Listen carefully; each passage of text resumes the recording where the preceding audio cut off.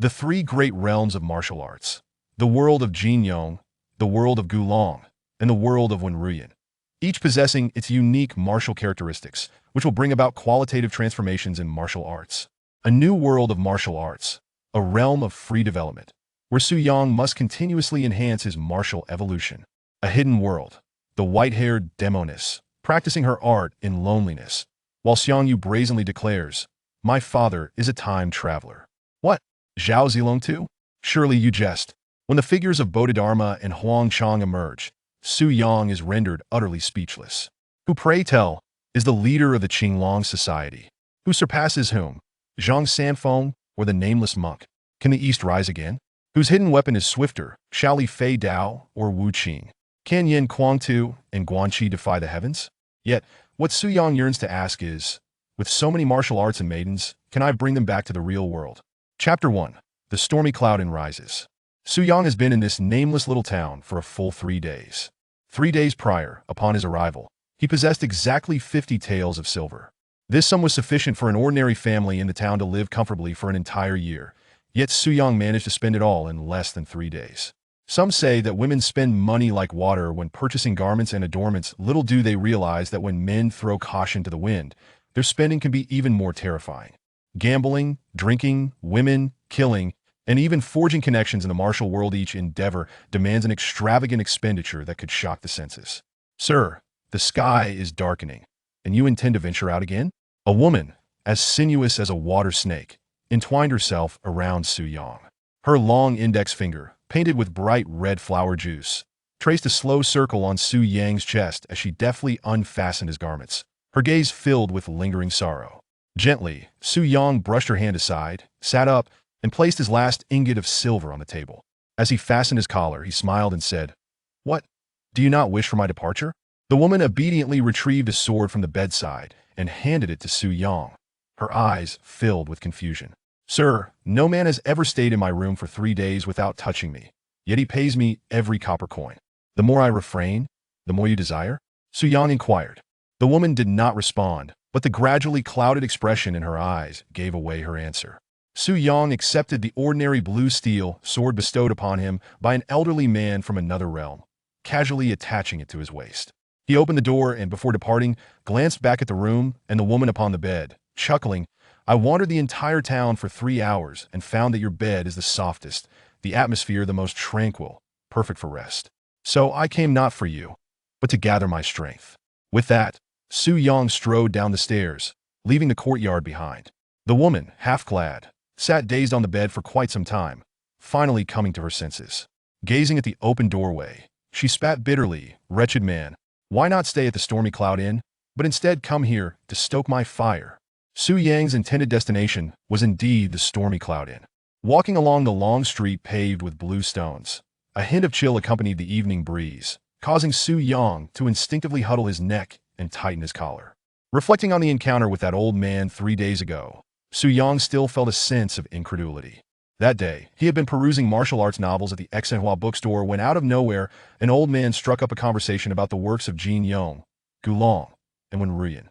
During their discussion, a disagreement arose over certain details in the novels. With a wave of his hand, the old man inexplicably transported Yang to this little town. "Young man, experience the true martial world firsthand. Your first stop is the Guan realm, where you will encounter the everlasting sword from the 7 weapons of the novel. Your task is simple. Participate in the trade at the Stormy Cloud Inn with the Qinglong Society and other martial experts, and survive." Survive. This objective seemed deceptively simple, but Yang did not share that sentiment. He had read about the everlasting sword in middle school. Though many details had faded from memory, yet he distinctly recalled the ending. Aside from the protagonist, all the experts who ventured to the Stormy Cloud and perished in the struggle for the goods. There was supposedly one woman who survived, but clearly he was not a woman. Unlike Jin Yong's martial arts, in Gulong's world, unforeseen variables could arise at any moment, with life and death trials appearing without warning. Any misstep could lead to dire consequences. Even for the most formidable experts, Lu Xiaofeng, Chu Liuxiang, and even Shimen Chui Shui had all danced perilously close to death on more than one occasion within the pages. At that moment, the old man's voice echoed once more in his ears. "Remember, you must truly engage in the transaction. Do not harbor fantasies of blending in as a mere bystander." Otherwise, once the plot concludes, you will be automatically erased. Damn! Su Yang glared at the blue steel sword at his waist, frustration boiling over. At least grant me some basic martial skills. You leave me with this worthless sword to contend with those ruthless marauders? Remember, in Gulong's world, martial skills are never the foremost priority. The old man's words resonated, and then he fell silent. Now, with no better options at hand, Su Yang tightened his grip on the blue steel sword and strode forward along the cobbled street. At the end of the street stood a towering flagpole, 3 zhang high, with 4 enormous lanterns suspended from it. The vermilion lanterns bore dark characters, stormy cloud in. Though night had yet to fall, dusk had settled, and the streets of the little town were deserted. Occasionally, a gust of wind would stir a few fallen leaves, causing the lanterns to sway, casting flickering shadows. On either side of the cobbled path stood humble dwellings, from which the sounds of children's wails and men's hearty laughter occasionally emanated through open wooden doors. At that moment, 9 peculiar figures appeared within Su Yang's line of sight. At the far end of the street, 9 burly men clad in yellow hemp shirts and multi-eared shoes strode forth, with large golden hoops dangling from their left ears and wild, fiery red hair cascading over their shoulders. These 9 men varied in height and age, their faces distinct, yet each bore a lifeless expression, moving with the stiffness of corpses, shoulders unmoving, knees unbending, like zombies. As they advanced down the long street, all sounds ceased in their presence. Even the cries of children abruptly quieted. Su Yang's heart raced. The plot had commenced. These individuals were the experts invited by the owner of the stormy cloud in to partake in the transaction. The 9 red-haired men in yellow shirts reached the inn's entrance and halted. The foremost among them removed the golden hoop from his ear and, with a flourish, hurled it, embedding it into the stone wall beside the dark lacquered door. Sparks flew as the hoop embedded itself into the stone. The second man grasped a bundle of his flaming red hair with his left hand, while his right hand deftly sliced through it as though wielding a blade. He tied the severed bundle of hair to the golden hoop, and the 9 men continued on their way. As they passed by Su Yang, the leader of the group cast a brief, indifferent glance at him, likely mistaking him for an ordinary passerby due to his unremarkable attire and the commonplace blue steel sword he carried. With an air of arrogance, the peculiar men departed, their fiery red hair swirling in the wind, vanishing into the encroaching twilight. According to the rules of the martial world, this was a declaration of Araval, a way to inform others that they had reached the agreed-upon location and would undoubtedly appear at the appointed time, while also showcasing their prowess. By embedding the golden hoop into the stone wall, they signaled to others, "If you wish to contend with me for this benefit, first consider whether you measure up, whether your head can withstand the solidity of this wall." Su Yang stood in place, pondering. He had no strength to display.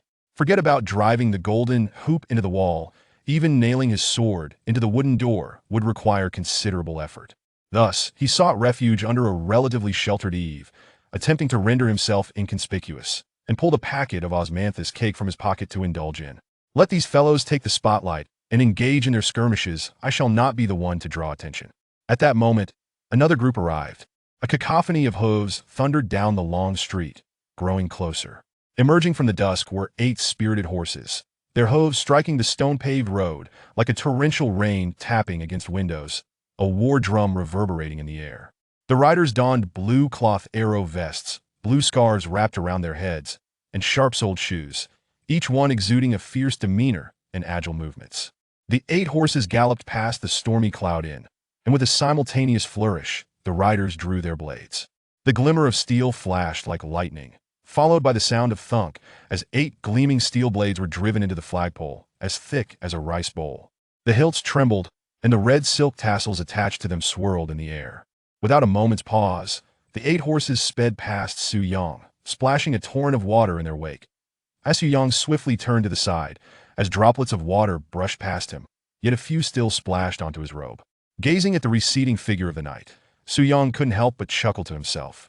It seems that in the world of Gulong, regardless of one's martial prowess, putting on a grand display is an absolute necessity. As dusk deepened, the sound of hooves suddenly echoed down the street, seemingly more urgent and dense than when the 8 riders had approached. Yet only a single horse appeared, a white steed, pure and unblemished from head to tail. The white horse bore a rider, arriving at the inn with the grace of swirling clouds, before letting out a long neigh, rearing up and coming to a sudden halt. It was then that Su Yang discerned the Ridera muscular man with a fierce beard, his bare torso gleaming like bronze, as if forged from molten iron. The man reined in his horse, noticing the golden ring and the red-haired figure by the door, as well as the 8 blades on the flagpole. With a cold smirk, he leapt down from the saddle, bending low to grasp the horse's legs with both hands. With a mighty exhale, he unleashed a thunderous roar, and as he straightened up, he astonishingly lifted the horse high into the air. With a swift motion of his arms, he hurled the white steed onto the eaves of the Fengyun Inn, a height of nearly 10 feet. The white horse stood aloft, letting out another long neigh, its mane billowing, yet its 4 legs appeared as if nailed to the eaves, utterly motionless. The burly man laughed heartily towards the heavens, striding forward with an air of confidence, his head held high. In stark contrast to the previous groups, he barely cast even a glance at Su Yang. In the blink of an eye, the man had vanished from sight, leaving behind the solitary white horse standing forlornly in the evening breeze, an eerie presence against the fading light. At this moment, the long street was enveloped in silence, with every household having shut its doors. Inside the Fengyun Inn, there was also an eerie stillness. It remained uncertain whether it was devoid of ordinary patrons, or if the guests had discreetly slipped out the back after witnessing the arrival of the groups. Only the white horse remained, standing motionless in the western wind, as if carved from stone. The works of Jin Yong, Guan, and Wen Ruian will certainly be present, as will the influences of Huang Yi and Liang Yuxing. This book will unequivocally refrain from quantifying martial prowess, eschewing notions such as internal strength value of 100, attack increased by 5. The characters within the novel are fleshed out, possessing high intelligence. Not merely a collection of data, their martial arts are diverse and multifaceted. The plot will undergo variations moreover. If readers perceive any regrets or enigmas in the original novel, they are welcome to share them in the reviews, allowing us to collectively address these shortcomings and unravel these mysteries. However, there will still be some gamified auxiliary content, though it will be kept to a minimum. Chapter 2. The first life and death trial. With half a piece of osmanthus cake lodged in his mouth, Su Yang could not help but swallow hard. The horse before him was extraordinarily majestic, standing a head taller than the racehorses on Earth, and likely weighing over 1,000 pounds. The burly man casually stood in place and effortlessly tossed the horse a full yard into the air. While this feat may not sound as formidable as the mountain-moving and sea-parting antics often depicted in fantastical novels, witnessing it firsthand was profoundly shocking. More critically, Su Yang recalled that these individuals were not the main players. They were merely subordinates of someone else. The true participants in this transaction, their master, had yet to make an appearance. This hurdle would prove challenging. Su Yang glanced down at the unremarkable blue steel sword at his waist and swiftly began to recall the plot of the Chongqing sword, hoping to extract any useful insights, though regrettably, the details were scant after so many years. At that moment, a middle-aged scholar clad in a blue robe and white socks, with a gaunt visage, ambled down the desolate street. Unlike the preceding groups that had made a grand spectacle, he appeared to be merely strolling, exuding an air of leisure, yet his eyes sparkled with keen intelligence. With hands clasped behind his back, he approached the inn, gazed upward, and sighed. What a magnificent steed! Truly a splendid horse. Alas, the master is heartless, and you suffer for it. Suddenly, he lifted his hands, and with a flourish of his long sleeves, a gust of wind swept through. Startled, the white horse let out a long whinny and leapt down from the eaves. The middle-aged scholar cradled the horse's belly with both hands, gently setting it on the ground, and patted its abdomen, saying, "Return and fetch your master. Tell him there are good friends awaiting him here." Remarkably, the white horse seemed to comprehend, immediately launching into a sprint. After setting down the horse, the scholar approached the wall, casually plucking a golden ring from the side of the door, then made his way to the inn's grand flagpole. With a gentle knock, 8 steel blades fell simultaneously from the pole. Witnessing this, Su Yang could only shake his head inwardly. The golden ring and blades were firmly embedded in the wall and pole, and even with all his strength, he would struggle to budge them. Yet this man, with a mere wave of his hand, dislodged them effortlessly, revealing an astonishing depth of internal strength.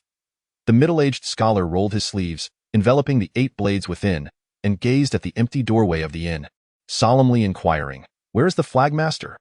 No sooner had his voice faded than a diminutive figure darted from within the inn, climbing the flagpole with the agility of a monkey, reaching the top in the blink of an eye. A large flag unfurled, revealing a snowy white banner emblazoned with a fierce black dragon, as if poised to soar through the clouds. The Qinglong Society. The brief narrative of the Chongqing sword, consisting of merely a few 100,000 words, intertwined with the most enigmatic and formidable organization from ancient tales, the Qinglong Society. Upon seeing the grand banner, Su Yang felt as if his head were about to burst. After all, this was an organization that even the likes of Lu Xiaofeng and Shimin Shui Shui could not completely eradicate. It is said that the Qinglonghui boasts 12 major halls, corresponding to the 12 months of the year, and a total of 365 branches, each representing a day of the year, with each branch's leader being a formidable master in their own right, and no one knows who the true leader of the Qinglonghui is. This very question regarding the leader had been a focal point of debate between Su Yang and the white-bearded elder. Just as Su Yang felt a headache beginning to set in, a middle-aged scholar spotted him. Standing on the steps of the Fengyun Inn, he scrutinized the young man indulging in osmanthus cake beneath the eaves of the street corner, his gaze finally settling on the exceedingly ordinary green steel sword at Su Yang's waist. "May I inquire if the young gentleman's surname is Su?" the middle-aged scholar asked, a slight frown creasing his brow. Revealing his bemusement, Su Yang nodded, a radiant smile lighting up his face as he produced a gilded invitation from his bosom, waving it at the scholar before clasping his fists in greeting. "I am indeed Su Yang, here at the invitation of Master Gongsun. I beg your pardon." The middle-aged scholar, having dispelled his earlier confusion, returned the gesture with a smile, saying, "I did not expect the rising star, young Master Su, to be enjoying osmanthus cake by the roadside. And a wonder not a soul from the Chifa gang, the White Horse Alliance, or the Taiheng Blade sect could recognize you." Yu Yang chuckled softly. "For someone like me, who often finds himself in dire straits, unable even to afford a meal, I can hardly bear to waste food when I have it in hand." After a brief pause, his gaze swept past the marks on the wall and the flagpole, and he added with a faint smile, "Moreover, once I step through the doors of Fengyun Inn, whether I can walk out again remains uncertain. If death is to come, I might as well be a well-fed ghost." Upon hearing this, the middle-aged scholar clapped his hands in hearty laughter. "Young Master Su is indeed as remarkable as the legends suggest," he continued, still chuckling. "Other factions have sent representatives to pay their respects. Could it be that young Master Su has no desire to showcase a few skills?" At this, Su Yang maintained an outwardly calm demeanor, though tumult raged within him. If he were to truly unleash his prowess, it would spell trouble. The leader of the Qinglonghui before him, upon discovering that the renowned quick-sword Su was merely a provincial novice, would likely take his life on the spot. Who would have thought that even a mere greeting would become a life-and-death trial? It was a gamble he had to take. Most of Gulong's novels impart a similar sentiment to Su Yang. Martial prowess is vital, but the essence of momentum and confidence is paramount. In The Sentimental Swordsman, Ruthless Sword, when a Fei was at the height of his spirit, even Li Xuanhuan was reluctant to confront him. Yet, in moments of despondency, he could not contend with even a second-rate martial artist. Su Yang met the middle-aged scholar's gaze with calm intensity, a hint of an intriguing smile gracing his lips as he inquired, "What is this? Is Master Gongsun testing my skills?" After a moment of mutual scrutiny, the middle-aged scholar burst into hearty laughter, shaking his head as he replied, "The Qinglonghui has invited you all to engage in commerce. Why would we resort to violence? I am merely filled with curiosity. Those individuals earlier, mere servants, dared to flaunt their bravado before young Master It is rumored in the martial world that young Master Su possesses a temperament akin to a sharp sword, both keen and unyielding, intolerant of any grains of sand in his eyes. Yet, I ponder why he refrains from administering punishment. The servants of others, parading in the martial realm, pose no threat to me. Thus, why should I take it upon myself to chastise them?" Su Yang's right hand gently glided over the hilt of his azure steel sword, akin to caressing a lover's skin. He gazed at the marks left by the golden-ringed flying daggers outside the Wind and Cloud Inn and chuckled coldly. "Moreover, these individuals do not embarrass me. Rather, they bring disgrace upon the Qinglong Society. If even the esteemed leader of the Qinglong Hall, Gongsun Jing, remains unfazed, what reason do I have to be irate?" The middle-aged man was indeed Gongsun Jing, the leader of the Qinglong Society. He nodded and gestured towards the entrance of the Wind and Cloud Inn. "Ha, your words ring true, young master. I have been overly suspicious. Now that we have arrived at the threshold of the Wind and Cloud Inn, to leave you outside in the cold would reflect poorly on our hospitality." As the middle-aged man made a gesture inviting him inside, a mechanical voice suddenly echoed in Su Yang's mind. Having passed the first trial, the martial attributes of the ancient dragon world have been unlocked. Spiritual power. Spiritual power? What manner of thing is this? Thankfully, I have at least passed the initial hurdle. Yet, Su Yang had no time to ponder the implications of spiritual power. lest he reveal any weakness before Gongsun Jing. He nodded and smiled. Very well. I shall accompany Mr. Gongsun while we await the arrival of our friends. Chapter 3. This year's trend in the martial world is headaches navigating through the front hall. Su Yang followed Gongsun Jing to the inn's rear courtyard. The journey was eerily quiet, devoid of any presence. The modest courtyard, while lacking in opulence, exuded an air of elegance. Though night had fallen, with neither stars nor moon in the sky, and the clouds drifting high wind lamps, as thick as a child's arm, illuminated the yard brilliantly. The heart of the courtyard stood around eight immortals' table, adorned with an array of exquisite pastries, yet devoid of any attendants or guards, rendering the space desolate. Gongsun Jing approached the table and remarked with a smile, I did not expect you to arrive so early, young master. Please, take a seat while I arrange for a feast, and I shall return to drink with you. Such disturbances are unnecessary. Please, Mr. Gongsun, do as you must, Su Yang replied with a fist salute, casually taking a seat at the table. It was only after Gongsun Jing exited the courtyard that Su Yang let out a subtle sigh, allowing the tension that had gripped him to ease slightly. The seemingly tranquil distance of merely 30 paces from the inn's exterior to the rear courtyard belied the lurking dangers. Apart from the formidable Gongsun Jing, Su Yang sensed at least 26 palpable auras of murderous intent along the way. Indeed, murderous intent. Under the oppressive weight of such a presence, Su Yang began to grasp the essence of what is termed spiritual power. This is a unique characteristic of the martial arts world within the realm of the ancient dragon, a concept that is profoundly enigmatic. If it were to be articulated, one might say that spiritual power is a confluence of senses, emotions, confidence, and beliefs, a series of rather abstract constructs. This ability does not directly translate into combat prowess, nor is it a manifestation of profound martial techniques or internal skills. However, its contribution to the enhancement of martial arts is monumental, at times even shrouded in mystery and inexplicability. In the works of Jin Yong, mastering formidable martial arts invariably designates one as a master, such as the 9 Yang divine art, the 18 dragons subduing palms, and the all who have studied these techniques are unparalleled experts, often even the protagonists themselves. Yet, the world of Gulong diverges significantly. Despite wielding the same literally flying dagger, employing identical mental methods and techniques, generations of the Li family have produced only Li Xuanhuan, whose flying daggers are unmatched, while his son, Li Manqing, is relegated to being merely a first-rate hero in the Jianghu. Within Gulong's realm, many miraculous skills necessitate mental fortitude to unleash their formidable power. Take, for instance, Lu Xiaofeng's Lingxi finger, a seemingly simple gesture, yet it can seize any weapon in existence. Or Fu Hongshue's blade, deemed a cursed demonic sword, which invariably claims a life with its first strike. Such occurrences defy reason. Although lacking martial prowess, the infusion of mental strength imbues Su Yang with an inexplicable confidence. As he grasps the Qinggang sword, he feels an eager anticipation, convinced of his ability to contend with ordinary martial artists. Gongsun Jing soon returned to her seat in the courtyard, and instantly the atmosphere grew lively as a row of maidens descended as if from the heavens, presenting an array of exquisite dishes and seasonal vegetables in a continuous flow. Moments later, the table was fully set, and the maidens vanished without a trace. Gongsun Jing rose to pour a cup of wine for Su Yang, saying with a smile, how can one enjoy dishes without wine? This vintage is somewhat palatable. I invite you to partake. As Su Yang raised the cup to his lips, the moment it touched them, his brow furrowed in surprise, as a mechanical voice echoed in his mind. Consuming 30-year-old Fenjiu for the first time unlocks the drinking skill. Noticing Su Yang's hesitation, Gongsun Jing inquired, what is it? Is this wine unsuitable for your palate? I shall have it replaced. Su Yang quickly recovered, clapping his hands in hearty laughter.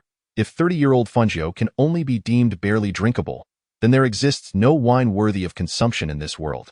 Gongsun Jing nodded and smiled. It is said in the Jianghu that young Sir Su possesses 3 clarities: clear wine, clear women, and a clear sword. Indeed, this wine ranks first and lives up to its reputation. A flicker of annoyance crossed Su Yang's heart. What a scoundrel, testing me once more. However, he maintained a calm facade, self-mockingly retorting, what 3 clarities indeed? It is merely that my friends in the Jianghu are too shy to openly acknowledge my fondness for wine and women. Yet, dear Mr. Gongsun, you have led me astray. After indulging in your wine today, I fear I shall no longer wish to drink that swill of inferior quality. Gongsun Jing's gaze swept over Su Yang's face, and with a hint of profundity, she remarked, should today's transaction come to fruition, in the future, should you desire, You might even bathe in such fine wine. Upon mentioning the transaction, Su Yang suddenly realized that he might soon face a second life-and-death trial. His visit today was, in fact, due to the Qinglong Association having a treasure of immeasurable worth for sale. Once all parties had gathered, the bidding would commence. This was a matter of cash transactions, real gold and silver. If he were unable to produce sufficient funds or valuable items, it would be tantamount to mocking the Qinglong Association. In the realm of martial arts, there may exist individuals capable of playing tricks on or even challenging the Qinglong Society. Yet Su Yang firmly believes that he is certainly not among them, at least, he does not possess such prowess at this moment. After a period of immersing himself in the narrative and recollections, Su Yang has begun to piece together fragments of the Longxing Sword storyline. With a flicker of inspiration, he conceived an idea worth testing. After indulging in a cup of wine, Su Yang shook his head and remarked, "To succeed in this venture is likely no easy feat. Fortunately, I do not suffer from headaches, otherwise, I might not even be able to enter the doors of the Fengyan Inn." "Headaches?" Gong Sunjing inquired. Perplexed, Su Yang rubbed his temples and replied, "It seems that this year, headaches have inexplicably become a trend in the martial world, particularly among those who have received invitations from your esteemed faction. Consequently, several friends who are soon to arrive have all taken to practicing medicine, specializing in treating headaches." Gong Sunjing asked, "Oh? Then why does Master Su not suffer from headaches?" Su Yang chuckled, "Luckily, amidst my fondness for wine and beauty, I have also learned a few unrefined sword techniques, which makes it rather difficult for me to experience headaches." This statement struck Gong Sunjing as utterly illogical and bewildering. However, she refrained from contradicting him. Instead, after a moment of contemplation, she smiled knowingly and asked, "How is one to cure these headaches?" "To put it simply, if you, Mr. Gong's son, were to take action, your skills might surpass those of my friends," Su Yang remarked, draining another cup. "Yet, I find it inappropriate to elaborate on the reasons behind this. It is better to let my friends explain it themselves." Gong Sunjing gazed outside the wall with a cold smile and said, "In the domain of the Qinglong Society, no one suffers from headaches, unless, of course, you have indulged too much in drink," Su Yang replied with a grin. "If it were due to excessive drinking that one were to suffer a headache to the point of death, I would not mind at all." The two continued their toasts for a while, when suddenly Gong Sunjing turned her head, raised her wine cup, and smiled at a large banyan tree outside the courtyard, saying, "I have long heard that the leader of the Miao faction possesses the capacity of the ocean. Since you have arrived, why not descend and share a drink with us?" From the thick shadows of the banyan tree, an eerie laughter reminiscent of an owl echoed, and a figure shot down like an arrow, landing gracefully on the ground. Making no sound at all, this individual had a broad nose and a wide mouth. With a mane of fiery red hair and 3 golden rings adorning his earlobes, he alighted. The rings jingled incessantly, revealing him to be the notorious leader of the Chifa gang, the master of the 9 red-haired warriors, Miao Xiaotian. With a laugh that echoed like a night owl, Miao Xiaotian exclaimed, "Indeed, you are worthy of being the foremost figure of the Qinglong Society. What remarkably bright eyes you possess." Suddenly, the sound of hooves thundered, rushing in like a torrential downpour. Miao Xiaotian furrowed his fiery brows and remarked, "Xiao Zhang has also arrived, and he certainly did not take his time." The hoofbeats abruptly halted, and a voice boomed. Who among the martial world would dare to arrive late for an engagement with the Qinglong Society? Amidst the hearty laughter, a figure vaulted over the wall, clad in a snow-white, form-fitting attire, deliberately leaving his collar open to reveal a robust and muscular chest, which appeared even whiter than his garments. Miao Xiaotian raised his thumb in approval and laughed heartily. "What a splendid sight! By Ma Xiao Zhang, it has been years since we last met, and you only seem to grow younger and more handsome." Zhang San shook his head and remarked, "When it comes to beauty, how can I possibly compare to young Master Xiao Su?" Miao Xiaotian furrowed his brow and gazed at Su Yang, inquiring, "Is it the swift sword Xiao Su?" Su Yang nodded and raised his cup, saying, "Indeed, that is IS for my appearance. It is rather unremarkable, yet my penchant for libations is my forte. Allow me to toast to the 3 of you first." Miao Xiaotian frowned once more and said, "3 of you?" Before he could finish his sentence, a figure had already descended into the courtyard. However, Su Yang found that his initial gaze was not drawn to the individual, but rather to a gleaming blade, a swift sword. This dazzling sword, devoid of a scabbard, was sheathed at the man's waist, seemingly possessing an allure that surpassed even that of its wielder, who had gained notoriety solely due to this weapon. "By Ma Zhang taunted, swift sword Xiao Su, takes Xiao Dao, but I wonder, which is swifter, the sword or the blade?" In the realm of martial artists, life and death often hinge upon the pursuit of fame and fortune. Fame precedes fortune. Upon hearing this, Zhao Yidao cast a dark glance at Su Yang, or more precisely, at the sword carelessly inserted at Su Yang's waist. Gong Sunjing's gaze was sharper than any blade, sweeping across their faces before she slowly remarked, "The Qinglong Society has sent out 13 invitations, yet only 4 have arrived tonight. Might the remaining 9 have chosen not to come?" Miao Xiaotian sneered. "As for those 9 guests, at least 3 will not be making an appearance." Zhao Yudao interjected, "There are 6 who will not come." Miao Xiaotian replied, "The guests from the Qingzhou gang, Taihuan man, and the Li family of Taiyuan have been dealt with by me." Bai Mahjong added, "The 2 elders from Wanzhou Mountain Villa and Fiutang are likely unable to attend as well." Zhao Yidao stated, 3 friends from Shire Lianhuan Dock, traveling via the Yangtze River, have suddenly fallen ill on the way, suffering from excruciating headaches, hence." Gong Sun Jing interjected coldly, "Hence their heads no longer ache?" Zhao Yidao replied, "Those without heads, of course, do not suffer from headaches." Bai Mahjong glanced at Su Yang and then laughed heartily. "What a fine method, truly exhilarating, especially with a swift blade like Brother Zhao's. That makes it even more delightful." Zhao Yidao inquired, "Those who ought to be here have surely arrived, yet I wonder, where is the merchandise from the Qinglong Society?" Chapter 4, Bidding? "No money." Gong Sunjing responded, "Now is not the appropriate time. This batch of goods has been hard won, and we hope for more competitors to drive the prices up." Miao Xiaotian retorted, "Are there still others who will come?" Su Yang, holding his cup of wine, suddenly spoke, "It seems that the calculations of the esteemed Miao gang leader are somewhat lacking. There are still 9 friends remaining, yet only 8 have been dispatched, so naturally, one must still be present." Miao Xiaotian queried, "Who is it?"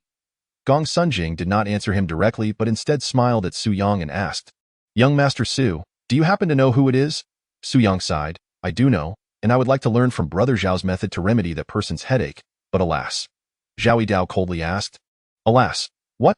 Su Yang pointed towards the entrance and remarked, "Regrettably, that man's head is rather oversized. Even if I were able to cure him, I fear I would be left with a multitude of injuries myself.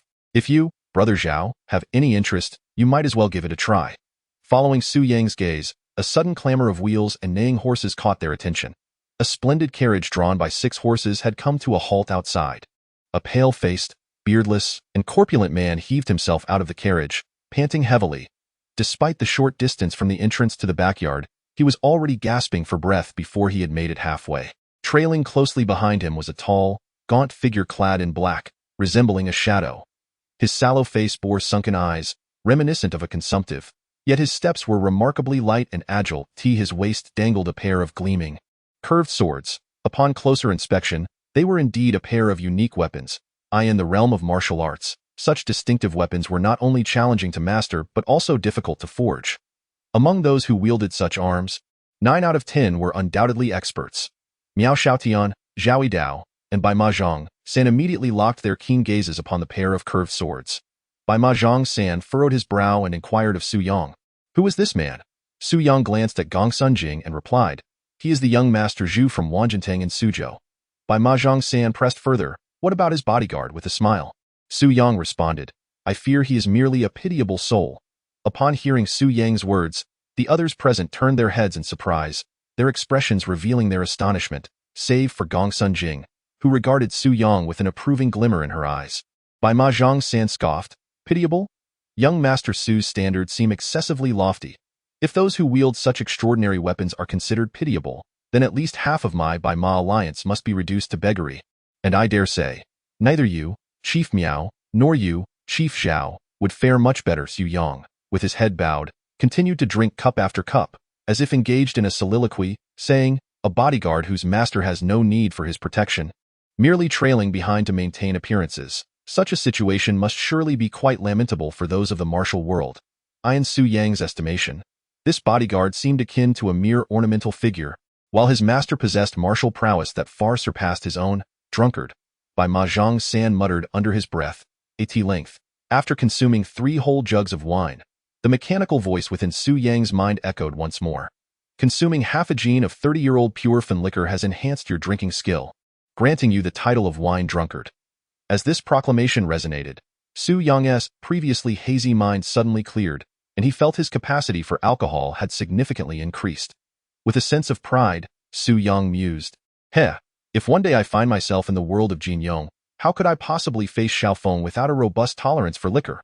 I still wish to practice the dragon subduing 18 palms.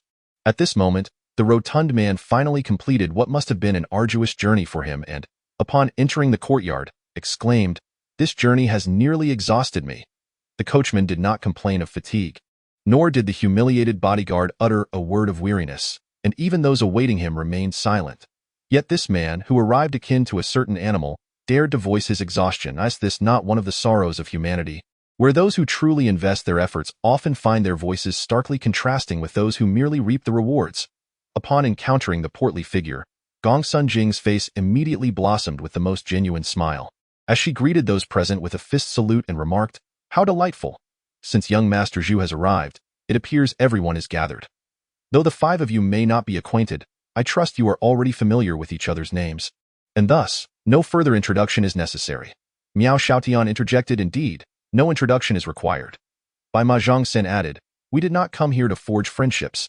Miao Xiaotian cast a sidelong glance at him and replied, "Even if we were friends, for the sake of this transaction, we are not." Gong Sunjing said, "Well said. If that is the case, let us commence. I trust all of you are well aware of the King Longwi's trading rules." Before anyone could respond, Miao Xiaotian preemptively declared, "Of course, cash transactions, fair and square. Since we are here, we shall not come empty-handed." With that, he clapped his hands. The applause seemingly spread like an infectious disease. After Miao Xiaotian clapped, Bai Ma Zhangsan followed suit. Suddenly, 9 peculiar figures with red hair emerged from the shadows, each carrying a burlap sack that was bulging enough to contain a living person, evidently heavy. A heavy tread echoed at the entrance, and the burly man, who had previously tossed the horse onto the roof, entered with a large iron box held aloft in both hands. While he lifted it effortlessly, his expression was grave. His muscles, like black iron, bulged with each step, leaving deep imprints on the ground, indicating that the contents of the box were even heavier than the horse. Gong Sun Jing smiled with satisfaction and remarked, "He Dong's red-haired, he she's white horse. Indeed, they are all formidable figures, and their actions are nothing short of extraordinary. I wonder how Zhao Dezhang's performance will be." Zhao Yudeo's facial muscles twitched, as if he were grappling with inner turmoil. After a moment, he finally raised his head and forced a stiff smile, saying, "He Dong's red-haired, he she's white horse, all possess immense wealth and power. How could Taxing Swift Blade dare to compete? As for this batch of goods, my brothers shall relinquish it." Miao Xiaotian laughed heartily, exclaiming, "Excellent! Brother Zhao is indeed a discerning man." His laughter suddenly ceased, and his eyes blazed like fire as they fixated on young Master Zhu. In a low tone he asked, "But what does the young master of Wanjintang think?" Before Zhu Dazhao could reply, Su Yang's thoughts raced. The two below are about to engage. Zhu Dazhao would surely give Miao Xiaotian a cold shoulder, and in a fit of fury, Miao Xiaotian would react. Zhu Dazhao's martial prowess evidently surpassed Miao Xiaotian's by a considerable margin, allowing him to easily defeat Miao Xiaotian and assert control over all present. According to the narrative in his memory, Su Yang felt he need only follow along, and he could temporarily evade the bidding stage. Unexpectedly, Zhu Dazhao did not follow the original plot and instead suddenly turned his gaze towards Su Yang. With a smile, Zhu Dazhao remarked, "I had thought there were only 4 buyers here. I did not anticipate the presence of a drunkard." Such a seemingly simple statement immediately drew everyone's attention to Su Yang. It appears that this esteemed young Master Zhu is not only skilled in martial arts, but also possesses a cunning intellect and business. It is always the first to make an offer who exudes the most authority, while the final bidder often reaps the greatest rewards. However, not everyone is entitled to be the last to bid. At least in the eyes of these individuals, the name Fast Sword Little Su carries far less weight than Wanjin Tang. Miao Xiaotian, with his piercing gaze, fixed his eyes on Su Yang and inquired solemnly, "Young Master Su, having consumed so much wine from the Qinglong Society, how much do you intend to bid?" The 9 red-haired men exchanged knowing glances, their expressions far from amiable. Su Yang felt a stir in his heart, realizing that the second life-and-death trial had arrived. If he insisted on making a bid, determined to compete with Miao Xiaotian for this batch of goods, Miao's target would shift from young Master Zhu to himself. Even with that mysterious spiritual power, he would still be no match for Miao Xiaotian now. Should the golden ring emerge, he would instantly meet a gruesome fate. Conversely, should he choose to emulate Zhao Yidao and refrain from bidding, he might face annihilation, and if Gong Sunjing detected any flaw, she could very well turn against him as well. Moreover, he had no money, not even a single copper coin. According to the identity of a prodigal son that the white-haired elder had assigned him, he possessed nothing of value to use as collateral. After a moment's contemplation, Su Yang uttered a statement that left everyone momentarily stunned. He lifted the remaining half-jug of wine, uncapped it, tilted his head back, and poured its contents into his mouth. After wiping his lips, he cheerfully declared, "I do not possess a single copper coin." Chapter 5. Thank you. You are a good person. Su Yang, as if unfazed by the gravity of the situation, grinned and reiterated, "I do not possess a single copper coin." The expressions of all present shifted dramatically. Bai Mahjong San emitted a derisive laugh without hesitation, while Zhao Yidao offered a wry smile. Miao Xiaotian snorted coldly, stating, "Consider yourself wise." Young Master Zhu slightly furrowed his brows, lost in thought. Gong Sunjing narrowed her eyes, one hand resting on her waist, fixedly observing the sword in Su Yang's grasp, and coldly remarked, "Young Master Su, are you perhaps jesting with my Qinglong society?" If there was anyone who remained unfazed, it was the bodyguard of young Master Zhu. From the moment he entered, a faint smirk of derision had graced his countenance, unwavering throughout. Confronted by the piercing gazes of the crowd, Su Yang's hand slowly drifted to the sword.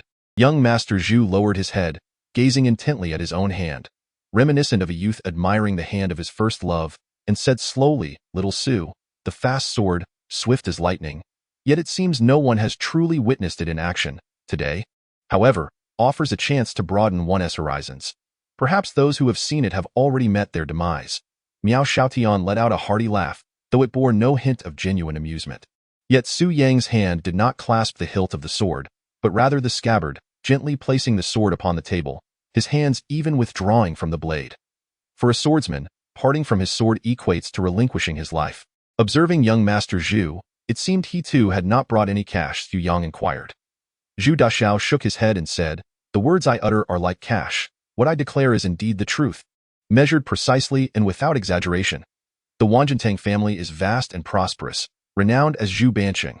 So your words, Zhu Daxiao, naturally hold monetary value." Su Yang, shaking his head as he gazed at the sword on the table, remarked, "However, this humble sword of mine, should I be willing to part with it, might fetch a mere 10,000 taels of gold, at best." Bai Mahjong San scoffed, "You may be overestimating the worth of that sword." Gong Sunjing added, "In the Qinglong society, there are many swords valued at 10,000 taels of gold. They certainly do not lack for your singular piece. If you intend to rely on the Qinglong society to exchange for this shipment, you are mistaken." Su Yang shook his head. "Brother Zhang San speaks wisely, and Gongsun Hall Master has misjudged. The reason this sword of mine could be worth 10,000 gold is not due to the lives it has taken. On the contrary, it is because of the many friends I have made. Are you considering borrowing money?" Gong Sunjing shook his head. "I fear it may be too late." Su Yang did not respond to Gong Sunjing but rather stated calmly, "As a wayward son like myself, devoid of property and prone to gambling and indulgence, without some reliable friends, I would have perished long ago. On my way here, I encountered a friend who informed me he had seen someone within 100 miles. Who?" Gong Sunjing's expression shifted slightly as she inquired. Su Yang approached the table and lightly tapped twice with his index finger, answering Bai Yujing. Bai Yujing. These three syllables seemed to possess an enigmatic allure, instantly rendering everyone present speechless, including Zhu Daxiao, who momentarily ceased to admire his lover's delicate fingers, narrowing his eyes slightly as the flesh of his face twitched involuntarily. "From the heavens comes Bai Yujing, with 5 floors and 12 cities. The immortal caresses my crown, granting me longevity." The longevity sword, Bai Yujing. No one knew the origins of Bai Yujing, nor could they ascertain how many lives his sword had claimed. Yet it was universally acknowledged in the martial world. Bai Yujing had certainly been blessed by an immortal, destined to live forever, for no one could slay him. After a brief moment, Miao Xiaotian and Bai Mahjong San exchanged glances and simultaneously applauded. The red-haired giant and the stalwart warrior vanished into thin air, taking with them their substantial cash. Zhu Daxiao remarked, "Since we have encountered Bai Yujing, it seems we need not bring cash. We should at least ascertain whether the goods remain." Gong Sunjing's expression drastically altered as she forced a stiff smile, saying, "Even if Bai Yujing is nearby, he may not be aware of the existence of this shipment." May not be aware, rather than may not be able to take? Even Gong Sunjing understood well that if Bai Yujing desired to seize it, safeguarding this shipment would be exceedingly difficult. At this juncture, no one concerned themselves with how much Su Yang was willing to pay. Only the bodyguard continued to smile mockingly. Within Su Yang's mind, a mechanical voice resounded. "Second hidden trial passed. Reward. Life preservation, memory of the subsequent plot of the longevity sword original work." In Su Yang's mind, The impressions of the novel Eternal Sword became vividly clear, with every character and plotline vividly recalled, as if he had just finished reading it yesterday. However, the reward of life preservation made Su Yang feel an overwhelming urge to chastise that white-bearded old man. Surviving was merely the result of his own cleverness and bravery, a gamble he had made with his life, yet it was being used as a reward, at the same time. A chill surged within him. In other words, if he failed to pass the trials within the novel, what awaited him would indeed be death. Especially in this cursed Gulong novel, where trials could emerge at any moment, a single moment of carelessness could lead to demise. Damn it, he must find a way to learn some martial arts, Su Yang resolved. After all, this was a world of martial heroes, where, more often than not, true skills would ultimately speak volumes. It was unlikely that he could always rely on such fortunate circumstances to survive. Gong Sunjing took a deep breath and said somewhat unnaturally, "In that case, let us proceed to verify the goods." He turned and walked towards a stone wall in the backyard, with Zhu Xiao slowly following behind. Seemingly beginning to wheeze again. The black-clad bodyguard kept close at his heels, a faint trace of mockery gracing his face. In the eyes of Bai Mahjong San and the others, the one he mocked was not anyone else, but himself, for only he understood that the person he was protecting did not require his protection at all. Yet now, Su Yang was acutely aware that the bodyguard's mockery was feigned. This was far from a pitiable individual. On the contrary, he was terrifying, 10 times more so than everyone present combined. Gong Sunjing pressed his hand against the stone wall, which immediately cracked open, revealing a dark underground passage. Descending the stone steps, every dozen steps or so, 2 stone-like figures stood silently on either side of the passage, their expressions as somber as the dark stone wall itself. Carved upon the stone wall was a clawing azure dragon. It was said that the Azure Dragon Society had 365 secret branches, and this place was undoubtedly one of them. At the end of the passage, there stood a thick iron gate. Gong Sunjing retrieved a large set of keys from his belt, using 3 of them to unlock the 3 locks on the gate, allowing the 2 individuals guarding the iron gate to pull it open. Yet, this was not the final barrier, as if to bolster everyone's confidence. Gong Sunjing explained, "I know many can reach this point. The guards here are not particularly formidable. However, regardless of who reaches this juncture, moving forward will be quite challenging." Zhu Xiao inquired, "Why is that?" Gong Sunjing replied, "From here to the next door, there are a total of 13 hidden mechanisms. I can assure you that the number of individuals capable of overcoming these 13 traps will not exceed 7. In truth, the distance from the iron gate to the stone door was not far, but after hearing Gong Sunjing's words, that stretch seemed to instantly extend tenfold. The stone door was heavier, mirroring the weight of each person's heart. Though none were willing to voice it, everyone knew that among those 7, Bai Yujing would undoubtedly be included. Finally, they arrived at the last door, where Gong Sunjing once again used 3 keys to unlock it. Within a stone chamber, flanked by 2 feet of thick stone doors, lies a 9-foot-wide room that emanates an atmosphere of foreboding chill, reminiscent of the heart of an ancient imperial tomb. What was once intended to house a coffin is now occupied by a colossal iron chest. In an effort to unlock this formidable box, Gong Sunjing retrieved 3 keys. Yet, these 3 keys were not the final trifecta, for within the large iron chest, there resided a smaller one.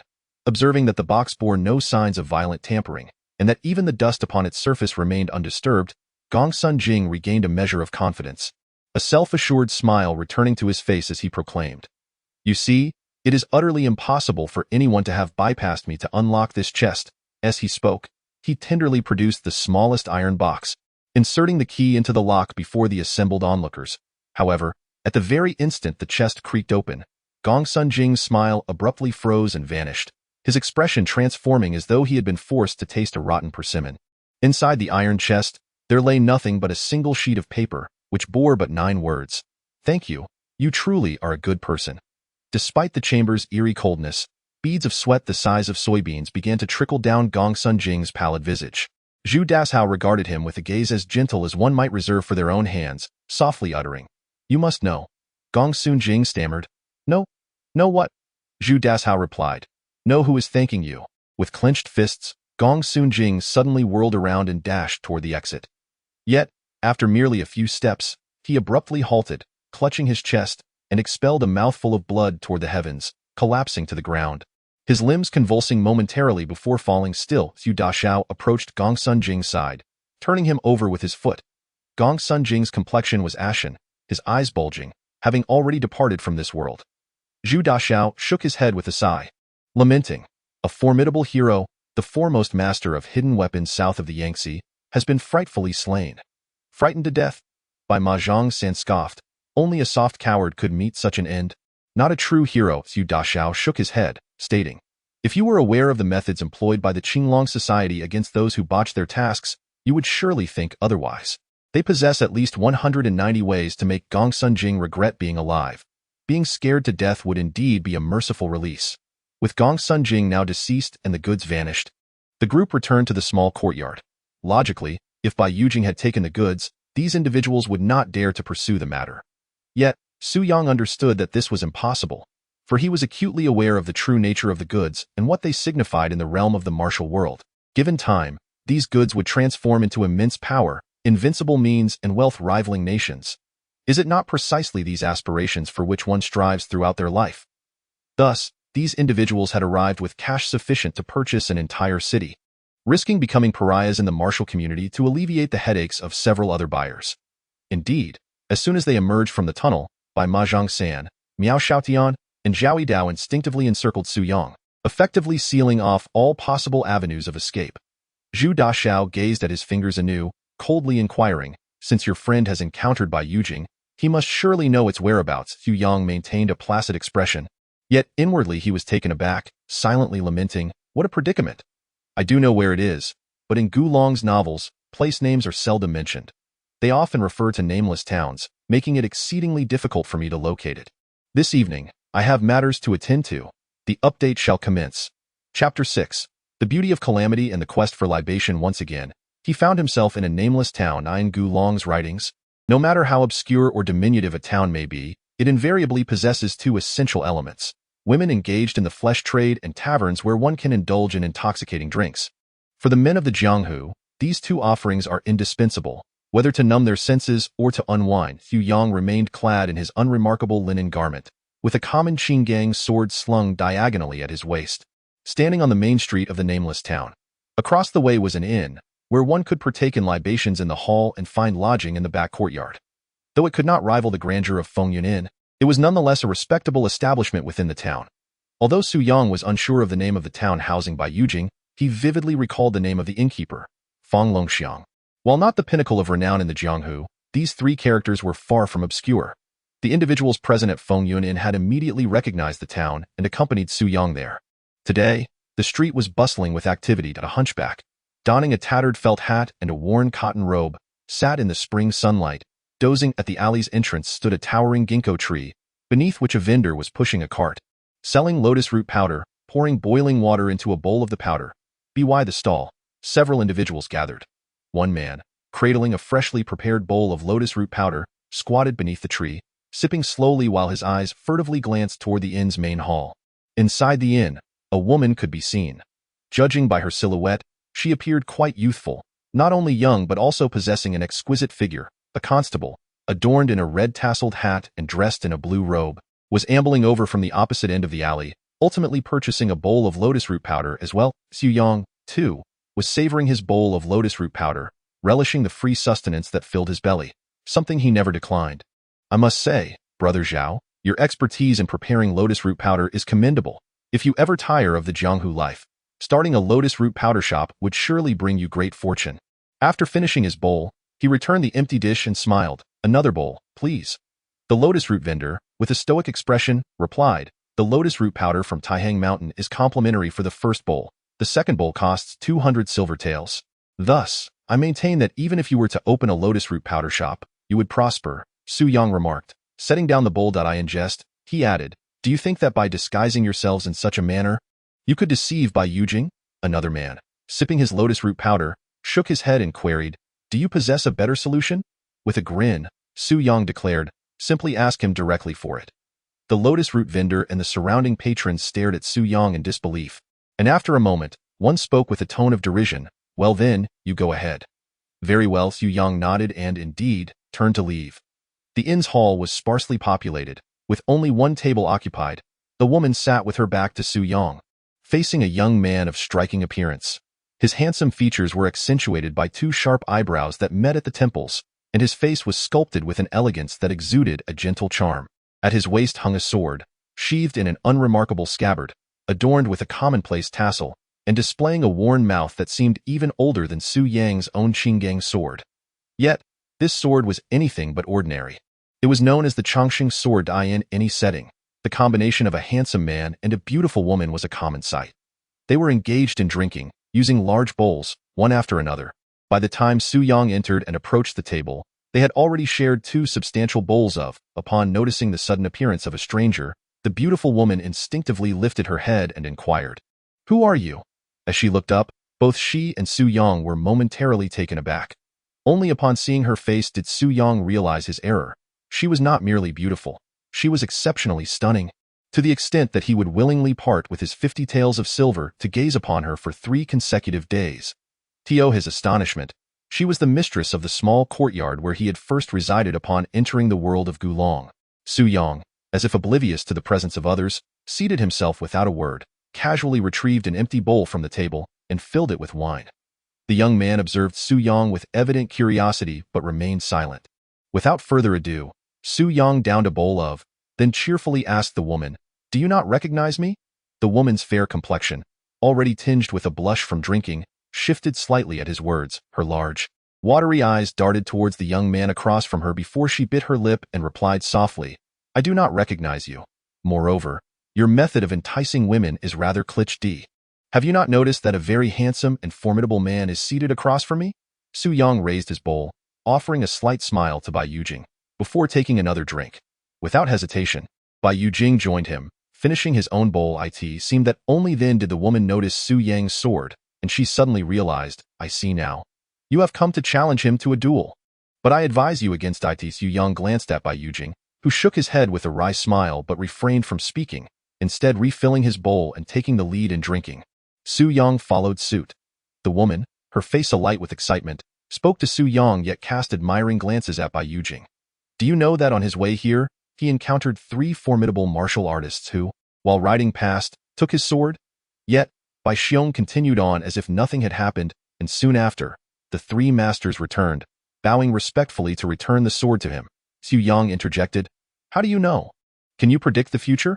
The woman widened her eyes in surprise. "Of course I know," Su Yang replied, glancing at Bai Yujing's sword with a smile. Even if the leader of the Qinglong were to seize the Chongqing sword, he would surely return it voluntarily. The woman nodded emphatically, asserting, "Thus, I advise you not to challenge him to a duel. You will certainly be unable to defeat him." Upon finishing her words, her gaze transformed into one of alluring charm as she lowered her head and murmured, "In truth, you are quite a decent man. Alas, I happened to encounter him first, so it is best if you take your leave." Su Yang believed that had the person seated beside him been anyone other than Bai Yujing, be it Chiefe Lao Miao, Bai Ma Zhongsan, or Taihang Zhaoyi Dao, they would likely have engaged in a physical altercation by now. At least 1/3 of the conflicts in the martial world stem from the allure of beautiful women. If this woman were to deliberately incite discord, the situation would be even more dire. Yet, Bai Yujing was not like them. He was unique in his own right. He finally broke into a smile and said, "Very well, Miss Yuan. I fear I cannot keep you company in drinking today." "Why not?" "You promised that someone would be drunk today," Miss Yuan replied. Her face suddenly flushed crimson. When either a man or a woman succumbs to intoxication, anything could transpire. "Because I understand his true purpose for being here," he said. "Isn't it for a duel?" Miss Yuan inquired. Bai Yujing laughed heartily, gesturing toward the wine jar, which was already half empty, saying, "He is merely here to mooch my wine." In Gulong's novels, there exists a plethora of charming yet vexatious women.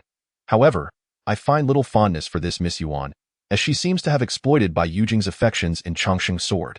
Thus, in my narrative, I shall not permit her to manipulate him further. Chapter 7. "I apologize. I have wronged you, then why may I not partake?" Miss Yuan questioned, tilting her face upwards. Su Yang shook his head, responding, "A man and a woman may drink together, and 2 men may also share a drink, but I have never heard of 2 men and a woman drinking together." "Why not?" Miss Yuan insisted. Displaying her stubbornness, Su Yang explained, "A man and a woman drink for love, 2 men drink for brotherhood, but with an additional person, it becomes jealousy. In my lifetime, I most dread the taste of jealousy." Miss Yuan's cheeks flushed with embarrassment as she gazed at Bai Yujing, her eyes filled with reluctance, clearly unwilling to part ways. Bai Yujing smiled in silence. Miss Yuan rose abruptly, stamping her foot in frustration, and turned to stride towards the back courtyard. Yet, after only a few steps, she pivoted back. pulled a small silver ingot from her pocket and thrust it into Su Yang's hand, fiercely declaring, "Take this money and drink elsewhere next time." When the hall was left with only Su Yang and Bai Yujing, the latter finally spoke with a smile. "Brother Su, Miss Yuan possesses this fiery and forthright temperament. You will come to understand it with time." "You know me?" Su Yang was taken aback, having intended to introduce himself. Bai Yujing filled a bowl with wine for Su Yang, saying, "In the martial world, there are indeed a few who disregard everything for the sake of wine. But among those wielding swords, there is only one. Fast sword Xiao." Su Yang nodded, gazing at Bai Yujing's face and sighed. "Yet, there are many who forsake everything for a woman." Bai Yujing's expression grew somber as he asked, "What do you mean, Brother Su?" "That is a long story," Su Yang replied. Su Yang casually prepared to lift his cup for a drink, yet before it reached his lips, he felt a slight dizziness. After downing several large bowls of liquor, even the most seasoned drinker would struggle to withstand such indulgence, prompting him to set the bowl down once more. Bai Yujing's capacity for alcohol far exceeded Su Yang's expectations, as he continued to consume bowl after bowl, remarking, "The world is vast, and even the longest journey must eventually come to an end." Su Yang then said, "In truth, I have something difficult to discuss with you. Brother Bai, however, my modesty has not yet thickened sufficiently, so I deemed it necessary to drink a few bowls first to muster the courage to speak." Bai Yujing nodded, gesturing with his hands, "I am all ears." The Qinglong Society has lost a shipment of invaluable goods, and Gongsun is utterly terrified. The buyers include the likes of Zhao Yidao, known for his white horse and crimson hair, as well as the affluent Jin Da Xiao from Wanjintang, and of course, myself. We now suspect that the goods were secretly taken by you. There is a saying in the martial world, no matter how trivial, the matters concerning the Qinglong Society are of great significance. Each word spoken by Su Yang had the potential to stir up considerable unrest in the world of martial arts. Yet, upon hearing this, Bai Yujing remained utterly impassive, not even furrowing his brow. He merely inquired, "If I were to take action, I could indeed steal the goods from Gongsun. However, I suspect that your doubts about me are not limited to this one reason." This, Su Yang displayed a sheepish smile, admitting, "Indeed, I have led you astray. Brother Bai. Is I who directed their suspicions towards you." Bai Yujing's tone was one of curiosity rather than anger. Why is that? For someone like him, the occasions that could incite his wrath had become few and far between. With his level of skill, he possessed the means to distance himself from the fray, observing all schemes and conflicts with the detachment of an onlooker. As long as he chose not to engage, with his prowess and the calm demeanor of an observer, no one could lay a finger on him, unless he willingly waded into murky waters. Su Yang shrugged, expressing his helplessness. "Who could blame me when you are the only exceptional master within 200 miles, and my skills are the weakest among them? Unlike them, I lack any background. If I do not divert their focus, their ire over the inability to procure goods will inevitably fall upon me, and the Qinglong Society would be the first to target me." Bai Yujing seemed to be hearing such directness for the first time. He scrutinized Su Yang from head to toe for a considerable time before suddenly uttering coldly, "You would unjustly implicate me merely to preserve your own life? Do you not fear that I might kill you?" When Bai Yujing decides to take a life, that individual is as good as dead. This is a simple truth, proven by countless facts. Had Su Yang not recalled the entire plot of the Chongqing sword and understood the true nature of Bai Yujing, he would never have dared to speak to him in such a manner. Armed with narrative advantage, character insights, and a clear grasp of everyone's true identities and motives within the story, if Su Yang still failed to navigate these waters, then his 20-plus years of existence would surely be deemed a waste. Unfazed by Bai Yujing's threat, Su Yang took a large gulp of liquor and shook his head, stating, "If one's life is on the line, yet they stubbornly cling to so-called righteousness and morality without attempting to save themselves, such a person is either a true sage or a hypocrite. The true sage is indeed weary, and I have no desire to become a hypocrite. Both paths are exceedingly tedious. I merely wish to indulge in a bit of wine, practice my swordsmanship, and seek out a few enchanting maidens to relish life. Thus, I must reluctantly place this matter upon the shoulders of Brother Bai. Fortunately, I am aware that they cannot touch Brother Bai in any way." Su Yang chuckled and said, "If Brother Bai intends to take a life, then let us proceed.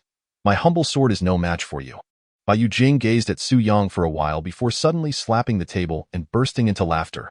"Swift Sword Xiao Su is indeed an intriguing individual. Very well, today I am here. The vendors of lotus powder outside, along with the constables and those purchasing said powder, shall not lay a finger on you." Su Yang then shook his head and mysteriously remarked, "Brother Bai, your discerning gaze cannot be deceived. Those individuals cannot possibly elude your scrutiny.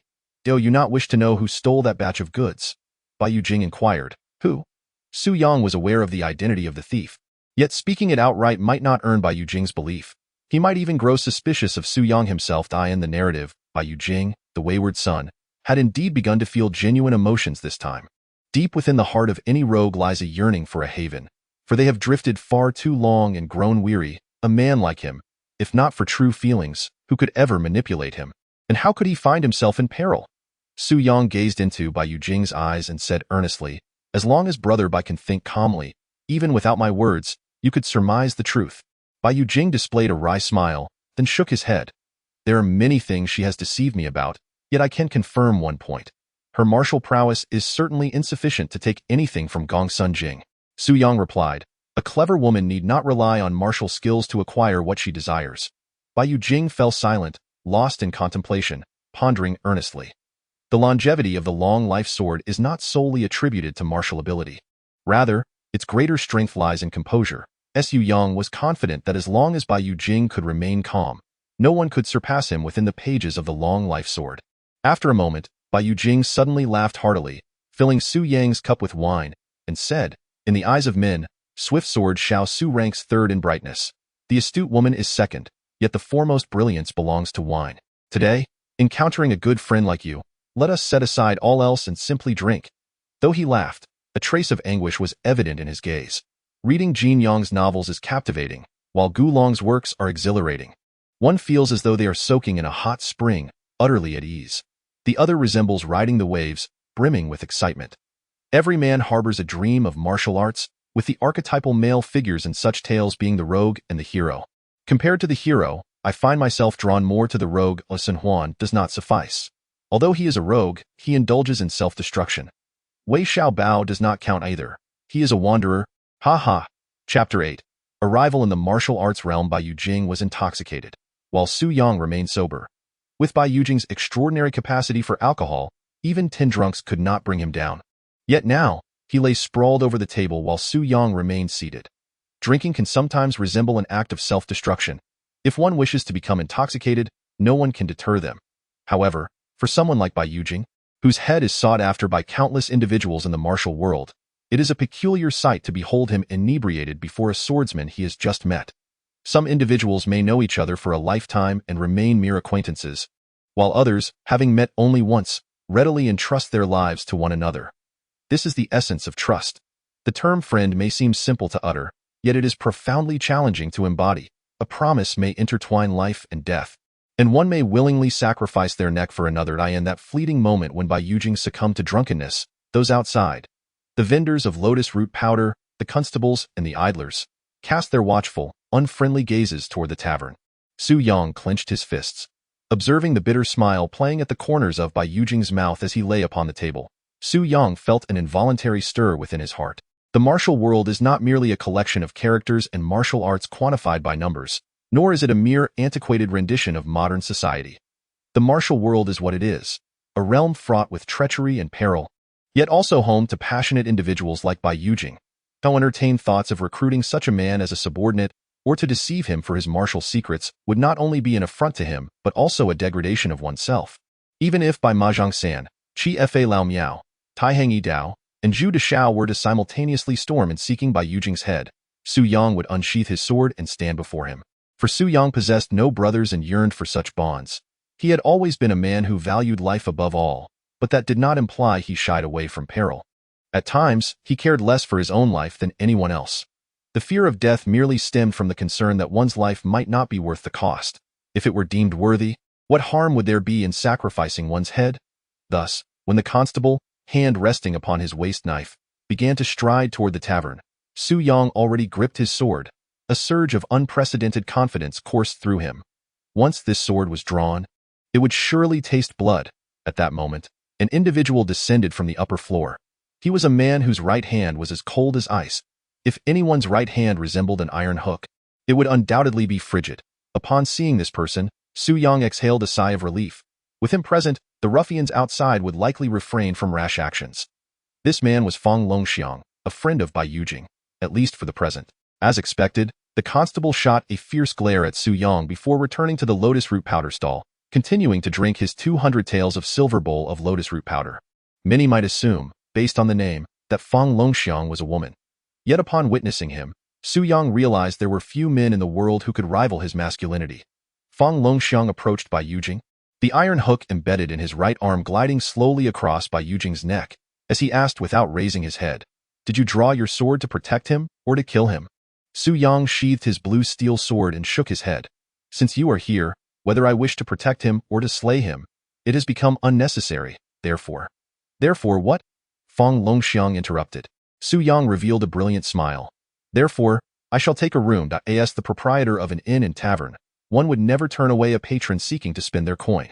Thus, Su Yang effortlessly secured a new abode. His room was situated on the second floor of the inn's rear courtyard, where an enormous fish tank loomed, large enough to submerge 2 fully grown individuals, while a corpulent man, hefty enough to crush 2 living souls, stood before it, flanked by a bodyguard clad in black. Zhu Dasha, brazen and unreserved, nodded at Su Yang, exhibiting no concern for the revelation of his identity, for since the previous day, he too had become one of the inn's guests. On the first floor, 3 rooms stood in parallel, and at the center, 3 burly men dressed in blue guarded the doorway, their temples bulging and eyes gleaming with intensity, the hem of their garments adorned with a small azure dragon. The Azure Dragon Society, having suffered a loss, would naturally send representatives to reclaim their interests. While the 3 formidable men stood sentinel, they remained oblivious to the identity of the individual within. Suddenly, the door of the smallest room at the end swung open, revealing an elderly woman. Her skin resembled that of a chicken, and her frail form suggested she could succumb to death at any moment. She carried a basin of foot-washing water, which she poured into the courtyard. Dressed in mourning attire with white cloth wrapped around her arms, through the ajar door, one could glimpse a thin coffin placed centrally within the room, while a child with hair styled in a top-knot burned paper offerings before it. An elderly couple had set out with their grandson in search of a livelihood, yet the old man had perished along the way, leaving them unable to afford even a decent coffin. Such tragedies unfolded daily in the world of wandering souls. Yet, Su Yang found himself disinterested in the matters of Zhu Dasha or the elderly woman, fully aware that the Azure Dragon Society's room held nothing of substance.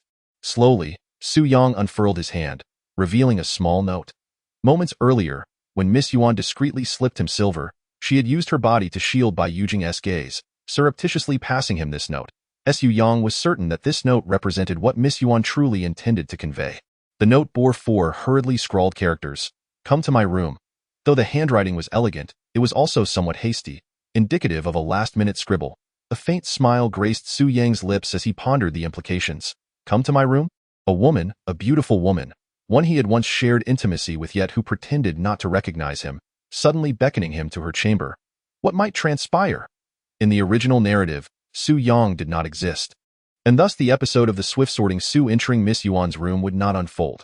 However, Su Yang understood that had he not intervened, Bai Yujing would inevitably have entered Miss Yuan's quarters.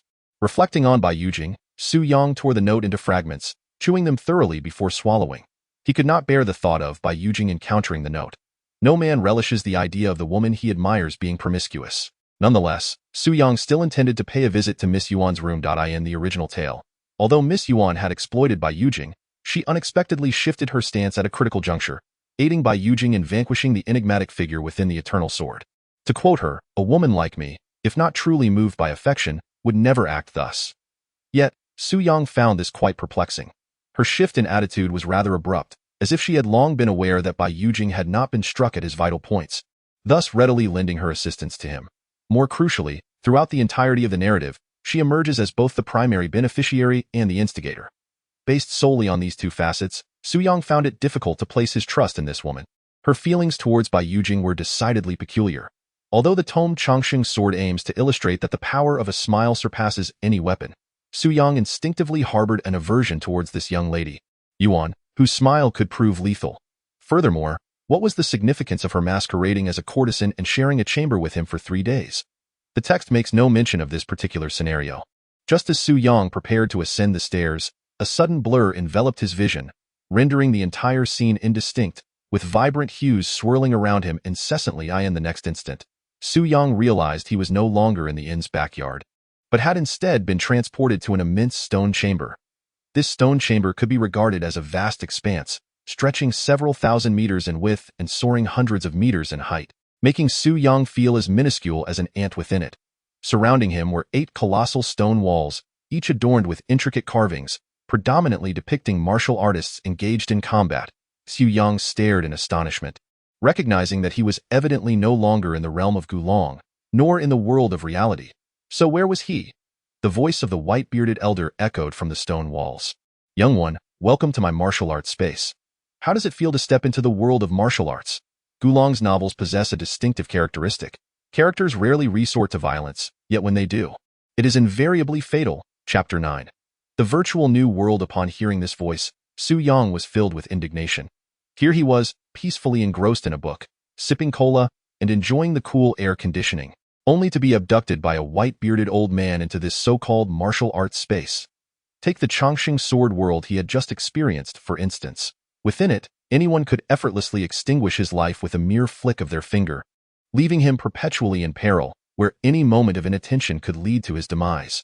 Who on earth are you? Xiao could not suppress his exclamation. The old man's voice reverberated throughout the vast space. I am martial arts. Is being martial arts such a grand thing? Well, Xiao had to concede that this old man indeed possessed a certain prowess, at least to the extent that he currently found himself unable to contend with him, resigning himself to fate. I say, old Master Wu, you haven't thrown me into this martial arts world merely for the sake of letting me experience what the true Jianghu is like, have you? The elder's voice responded, naturally not. The martial arts world comprises the 3 major realms of Jin Yong, Guan, and Wen Ruian, along with a concealed minor world. What I require of you is to conjure a new martial arts world from thin air. Conjure from thin air? Xiao scoffed. Old Master Wu, do you take me for a deity? Create a world. The voice of the elder continued to resonate. This brand new martial arts world has taken shape. Reminiscent of ancient Earth, yet it lacks the essence of martial arts, with a notably low degree of evolution in its martial prowess. Your task is to traverse continuously between the 3 primary realms and the hidden worlds, utilizing the martial skills you acquire in these realms rich with martial elements to elevate the evolution of this martial world. Confused, Xiao waved his hand dismissively. The elder, unfazed, calmly elucidated. To put it simply, the upper limit of martial strength in this world is quite low. However, as your martial skills improve, the upper limit of this world's martial prowess will likewise increase. Your mission is to consistently complete corresponding tasks in the newly emerging martial worlds, honing your skills while ensuring your own survival, for should you perish, the evolution limit of the new martial world will stagnate. With this explanation, Xiao finally grasped the concept, realizing it did not sound excessively daunting. Contemplating for a moment, he inquired, if that is the case, our objectives are essentially aligned. Thus, you should support me rather than resort to elimination. Every turn, if I die, your martial world cannot be realized. The elder chuckled. For you, I shall not deliberately create obstacles, nor will I offer clandestine assistance. Everything must rely solely on your own efforts. Otherwise, the newly emerging martial worlds will be exceedingly unstable. And even if they reach their pinnacle, they may collapse at any moment. In truth, I have already been quite considerate towards you. Pausing for a moment, the elder lowered his voice significantly and whispered directly into Xiao's ear. The first narrative is to experience the martial arts world. I shall send you into the Eternal Sword, which is relatively straightforward. You simply need to closely follow by Yujing, and all shall be devoid of peril. At this juncture, Xiao harbored no illusions. Deep down, he had grown up immersed in martial arts novels, captivated by the extraordinary martial techniques and the richly distinct personalities of the characters. The prospect of experiencing this firsthand was indeed a delightful opportunity. Very well, but you must at least grant me some martial abilities. Xiao raised the Qinggang sword in his hand. How am I to navigate with this broken sword? The elder chuckled softly. In the 3 principal worlds, within a virtual realm, martial skills, masters, and divine weapons abound. Moreover, as you are aware, the narrative provides opportunities for you to seize them yourself. Once again, the surrounding space began to warp. Lastly, allow me to impart 3 crucial points. First, after each excursion from a particular world, you must remain in the new martial world for at least half a month. Second, any actions you undertake in other worlds may influence the characters and events in the new martial world, as the interconnections between them are substantial. Third, you are free to act within other martial worlds, and I shall randomly refresh various martial tasks here, but remember, the greater the reward, the higher the level of danger involved. By the time the elder had conveyed all 3 points, the scene before Su Yang had completely transformed. The vast stone chamber was replaced by an expansive field. A mechanized voice echoed in his mind. Welcome to the new world of martial arts. The current level of martial arts evolution in this realm is 1. Simultaneously, a chill coursed through his chest, prompting Su Yang to instinctively reach for it, only to discover a jade pendant nestled there. The pendant, imbued with an ancient charm, was quite exquisite, albeit marred by a long, watery streak that, at first glance, resembled a progress beard at one end of the streak. A faint hue began to emerge, extending backward at a painstakingly slow pace. It appeared to be some sort of timer, as the old man had mentioned a minimum stay of 15 days. After this duration, once the progress bar on the pendant was filled, he should be able to return to the realm of martial arts and enter another world of such adventures. Su Yang surveyed the surrounding fields, pondering how to take the first step in this new world. While he was uncertain of the exact course of action, he knew he could not remain idle in the fields. This was a new world of martial arts, not merely an agricultural domain. Following the path ahead, he soon stumbled upon a quaint little town bustling with life. The streets were lined with inns and shops, indicating that the living conditions in this world were quite favorable. At the entrance of a small shop, an old man sat squatting, basking in the sun while smoking a pipe. Su Yang approached him leisurely, crouching down with a smile to inquire, "Old sir, may I ask you something?" The old man opened his eyes, scrutinizing Su Yang from head to toe, before his gaze settled on the sword at Su Yang's waist. A knowing expression immediately crossed his face as he interjected, "You must be seeking directions to the Sanjiang sect, am I right?" Sanjiang sect? Su Yang was taken aback. It sounded like the name of a martial arts faction. However, hadn't he heard that the level of martial arts evolution in this world was quite low, merely at 1? How could a small town like this possess such a martial arts organization? Nevertheless, since he was indeed curious about the presence of martial factions nearby, he nodded eagerly, "Yes, indeed." "How did you know I was headed to the Sanjiang sect?" The old man casually tapped Su Yang's steel sword with his smoking pipe, showing no fear of an angry retaliation from Su Yang. He remarked, "Recently, anyone who carries a sword around here seems to be bound for the Sanjiang sect. Word has it that the sect's leader dreamt of a sword technique, and his martial prowess has skyrocketed. Young warriors from all over are flocking to learn from him. Dreaming of a sword technique? Nonsense." Su Yang grasped the situation with a fair amount of clarity. It wasn't that the leader had stumbled upon a stroke of luck in a dream, but rather that his own presence had caused a slight elevation in the martial arts evolution of this new world. However, he indeed needed to acquire a martial skill, and with a steel sword in hand, swordsmanship was naturally the preferred choice. Given the throngs rushing to become apprentices, it was evident that this sword technique must possess formidable power. In this virtual realm of martial arts, devoid of any known script, embarking on a journey with a promising sect seemed a prudent choice. After inquiring how to reach the Sanjiang sect, Su Yang turned to depart. Gazing at the departing figure of Su Yang, the elder struck the pipe against the ground several times, shaking his head and sighing. These children nowadays squander their time idly, indulging in mindless antics. In the realm of Gulong, one must adopt Gulong's style. Outside of Gulong's world, there is no need to echo his tone. Chapter 10. The Evolutionary Degree of Martial Arts, Good Heavens. With a heart brimming with excitement, Su Yang arrived at the gates of the Sanjiang sect, marking his first step into the new world of martial arts. Nestled at the foot of Sanjiang Mountain, it remains uncertain whether the sect's remote location renders the land worthless, or if the Sanjiang sect is simply affluent. Regardless, the entrance plaza of the sect exudes an impressive grandeur with its azure stone gates, expansive azure stone square, and magnificent azure stone lions, all radiating an air of dominance. By the time Su Yang arrived, the plaza was already buzzing with voices. Hundreds of young men, similarly adorned with long swords at their waists, gathered at the entrance, engaging in spirited discussions in small clusters. From their conversations, Su Yang learned that today was a fortuitous day for the recruitment of disciples by the sect's leader, Zhang Dashan. These individuals had come to try their luck, as it was rumored that besides accepting apprentices, Zhang would also publicly demonstrate the sword techniques he had comprehended in his dreams. Even if one could not become a disciple of the Sanjiang sect, witnessing such exemplary swordsmanship would make the journey worthwhile. Zhang Dashan had yet to arrive, but a few individuals could hardly contain their impatience and had begun to spar with one another in the open space, drawing a crowd that erupted in cheers. Curiosity piqued, Su Yang squeezed into the throng to observe. He beheld two men in their 30s, one clad in a blue robe and the other in a burlap vest, both wielding long swords with an undeniable presence. They circled each other, their blades slicing through the air rhythmically. After several minutes of this ceaseless circling, both men, out of breath and drenched in sweat, still refrained from striking. Xu Yang watched in bewilderment. Their swordplay bore no semblance to martial arts. Rather, it resembled a haphazard display, akin to children excitedly brandishing toy swords.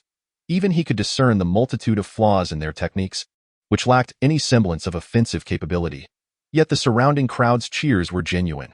With each swing of their swords, onlookers erupted into enthusiastic applause. From their discussions, it was evident that these two were renowned masters, well known within a radius of several hundred miles. Xu Yang pondered. Could it be that they are masters of subtlety, too refined for my discerning eye? He decided to wait, thinking that perhaps their true prowess would reveal itself once they engaged in earnest combat. After a brief interval, the two finally made their move.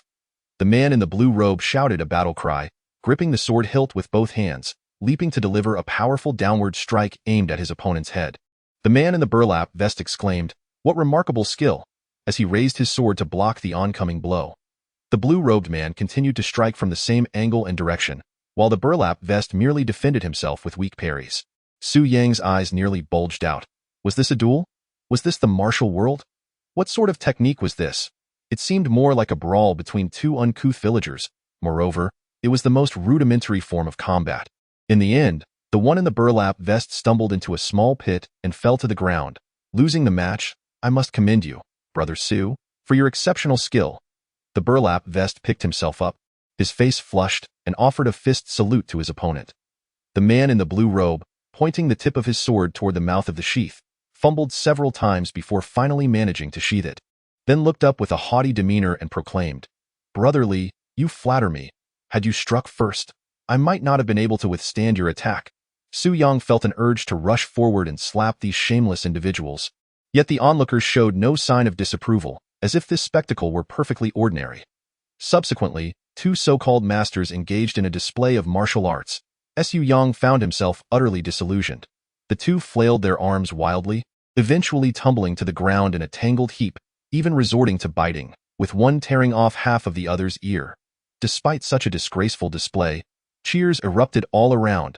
Clinging to a sliver of hope, Xu Yang pulled aside a seemingly sagacious individual and quietly inquired, "Brother, who is the greatest martial artist in our realm?" The man cast a scornful glance at Xu Yang before adopting an air of superiority, stating, "You must be new here. How could you not know this? Indeed, I am but a newcomer, and I humbly seek your guidance," Xu Yang replied with a smile. The man lifted his hand, gesturing as if to outline a grand narrative, and declared, "In the Central Plains martial world, across the 8 major states of Jiangnan and Jiangbei, 26 counties, and 77 prefectures, the foremost martial artist is undoubtedly the invincible Iron Fist, Lord Sun Zhongshan from the capital." As he spoke, he turned to glance at the entrance of the Sanjiang sect and murmured. Originally, Zhang, the head of the Sanjiang sect, could only be considered a skilled fighter, but with the sword techniques he comprehended in his dreams, the title of the foremost martial artist may very well belong to him. Invincible Iron Fist Sun Zhongshan.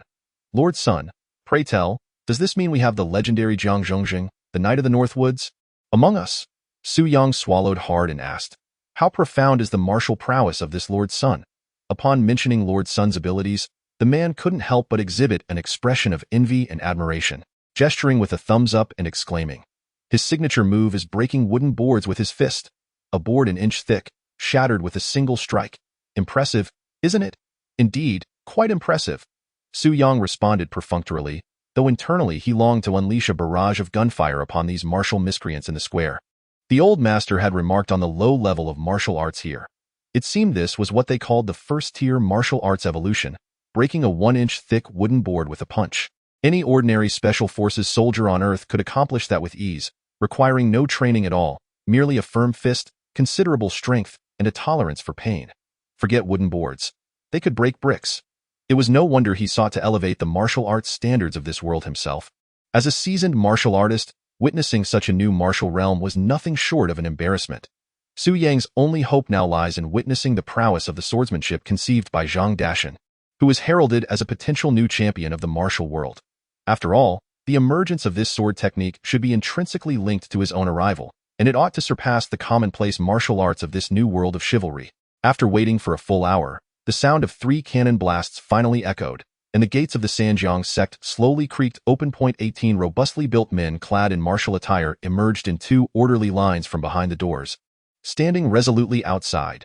Judging by the spectacle, Su Yang surmised that the Sanjiang sect was by no means a minor faction within the Central Plains martial arts community.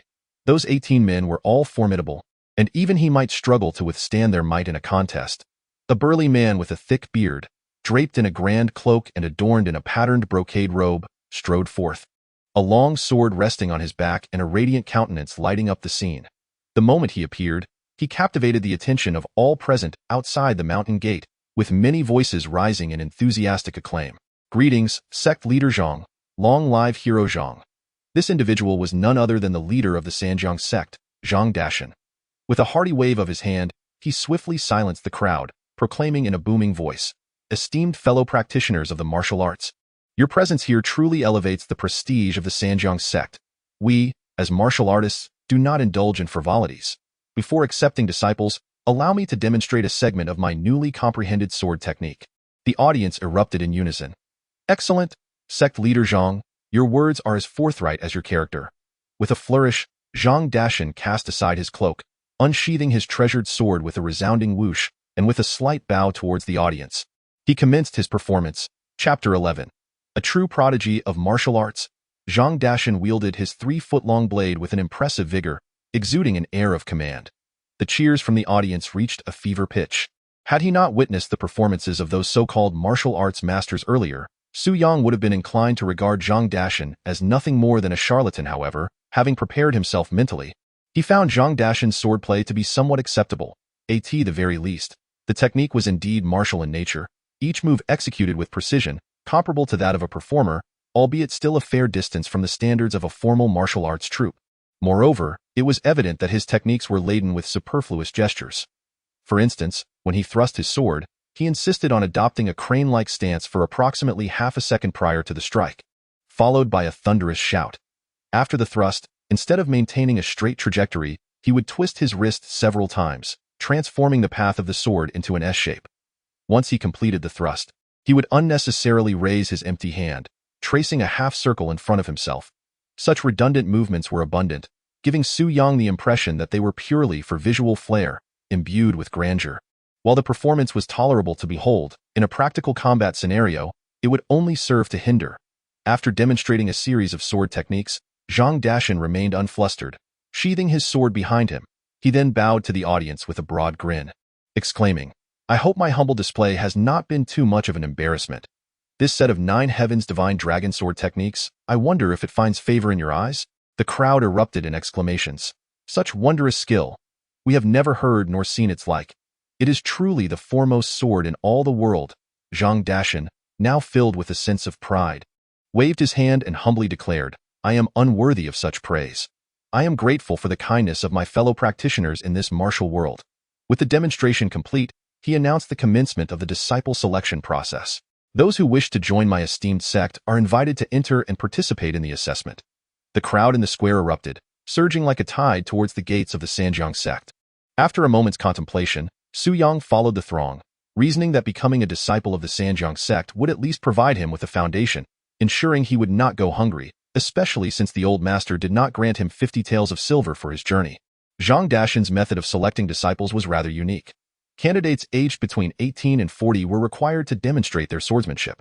Approximately 70 to 80 individuals met the first criterion. They lined up, one by one, performing the simplest of sword drawing and cutting motions before Zhang Dashan. If he was satisfied, he would nod in approval. If not, he ensured their trip was not in vain by presenting them with 2 taels of silver for their journey and some local specialties, sending them off with respect. Although their skills were lacking, they were good-natured. If they were to take on the role of a master, they would be infinitely superior to that fellow Yubuchuan. Su Yang found himself positioned in the middle of the line, and out of the 30 or so candidates before him, 8 out of 10 had already been eliminated. Some struggled to even hold their swords properly, while others, despite managing to draw their blades, fumbled for an eternity trying to sheathe them again. A select few, however, stood aside with an air of smugness, crossing their arms and pointing with an air of superiority at those still awaiting their turn. Given the martial prowess of this new world, they indeed had reason to be proud. If they were characters in the novel Chongqing sword, they would likely be regarded as masters on par with the likes of Taixing Zhao Yidao. The first to achieve victory in the square was a man in a green robe, who successfully passed the assessment by drawing his sword with ease and performing a rather clumsy flourish. He garnered considerable admiration from Zhao Dashan, securing the top position in the evaluation and seemingly destined to become the eldest senior disciple of this cohort. This senior disciple's skills were rather mediocre, even unremarkable in Su Yang's eyes, yet he seemed to uphold Zhao Dashan's tradition of kindness, offering guidance to each candidate in line on how to draw and wield their swords.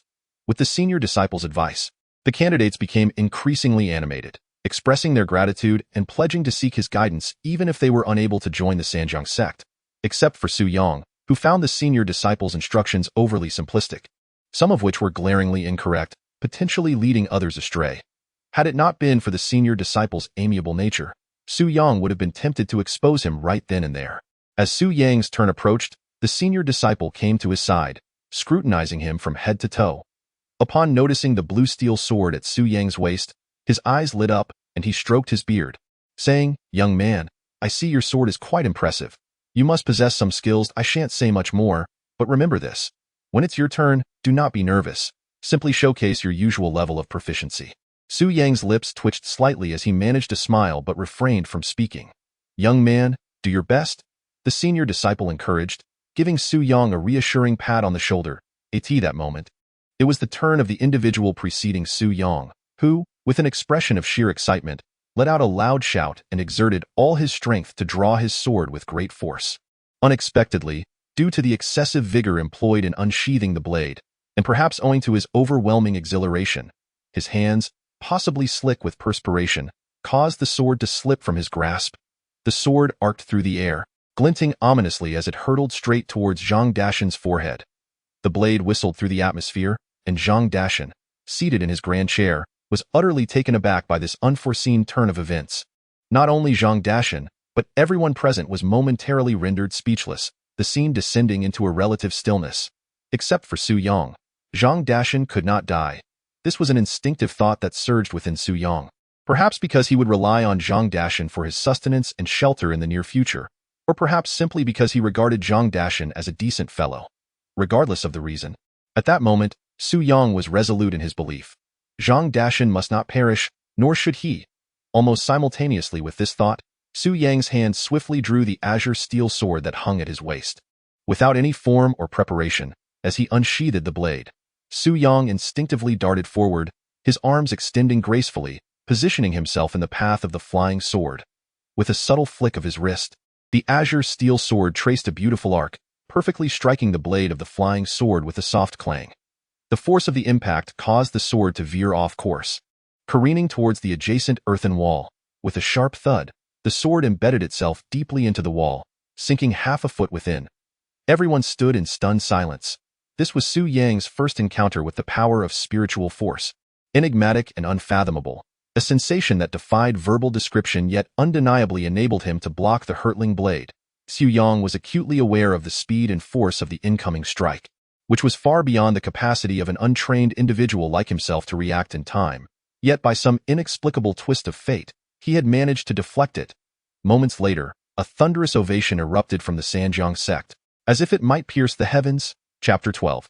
Second disciple of the Sanjiang sect. As Su Yang's prowess was revealed, it transcended the understanding of everyone present within the Sanjiang sect, akin to the awe experienced by modern earthlings witnessing the living embodiments of Zhang Sanfeng or Bodhidharma. The precision in speed, strength, and angle was unmatched. The gazes directed at Su Yang transformed, now imbued with admiration and astonishment. No one could have anticipated that this usually reticent young man was, in fact, a master of unparalleled skill. Excellent, excellent, excellent. Upon regaining his composure from the shock, Zhang Dashan's first reaction was to strike the table thrice with great force, vocally expressing his approval. Others might have cheered, but the fact that Zhang Dashan, moments ago teetering on the brink of death, immediately lauded Su Yang's martial prowess instead of masking his own embarrassment and incompetence, was quite surprising to Su Yang. He mused to himself that perhaps this new world of martial heroes was not devoid of merit. At the very least, Zhang Dashan exhibited a commendable chivalric spirit. It is a sign of narrow-mindedness to begrudge others their successes and talents. In many martial arts novels, the leader of a sect may not necessarily be the most skilled fighter, but they must possess the ability to command respect. The individual who had dropped his sword trembled in fear, drenched in sweat, his head bowed in silence, furtively glancing at Zhang Dashan, terrified that this martial arts master would hold him accountable. The situation today could escalate in significance. At its mildest, it could be brushed off with laughter and a few jests, but at its worst, it could be perceived as an assassination attempt on the sect leader. Within the gates of the Sanjiang sect, to attack its master would invite no dissent from the martial world. Zhang Dashan was about to engage Su Yang in conversation when he noticed the man's demeanor. He gave a slight nod to Su Yang and boldly approached the frightened individual.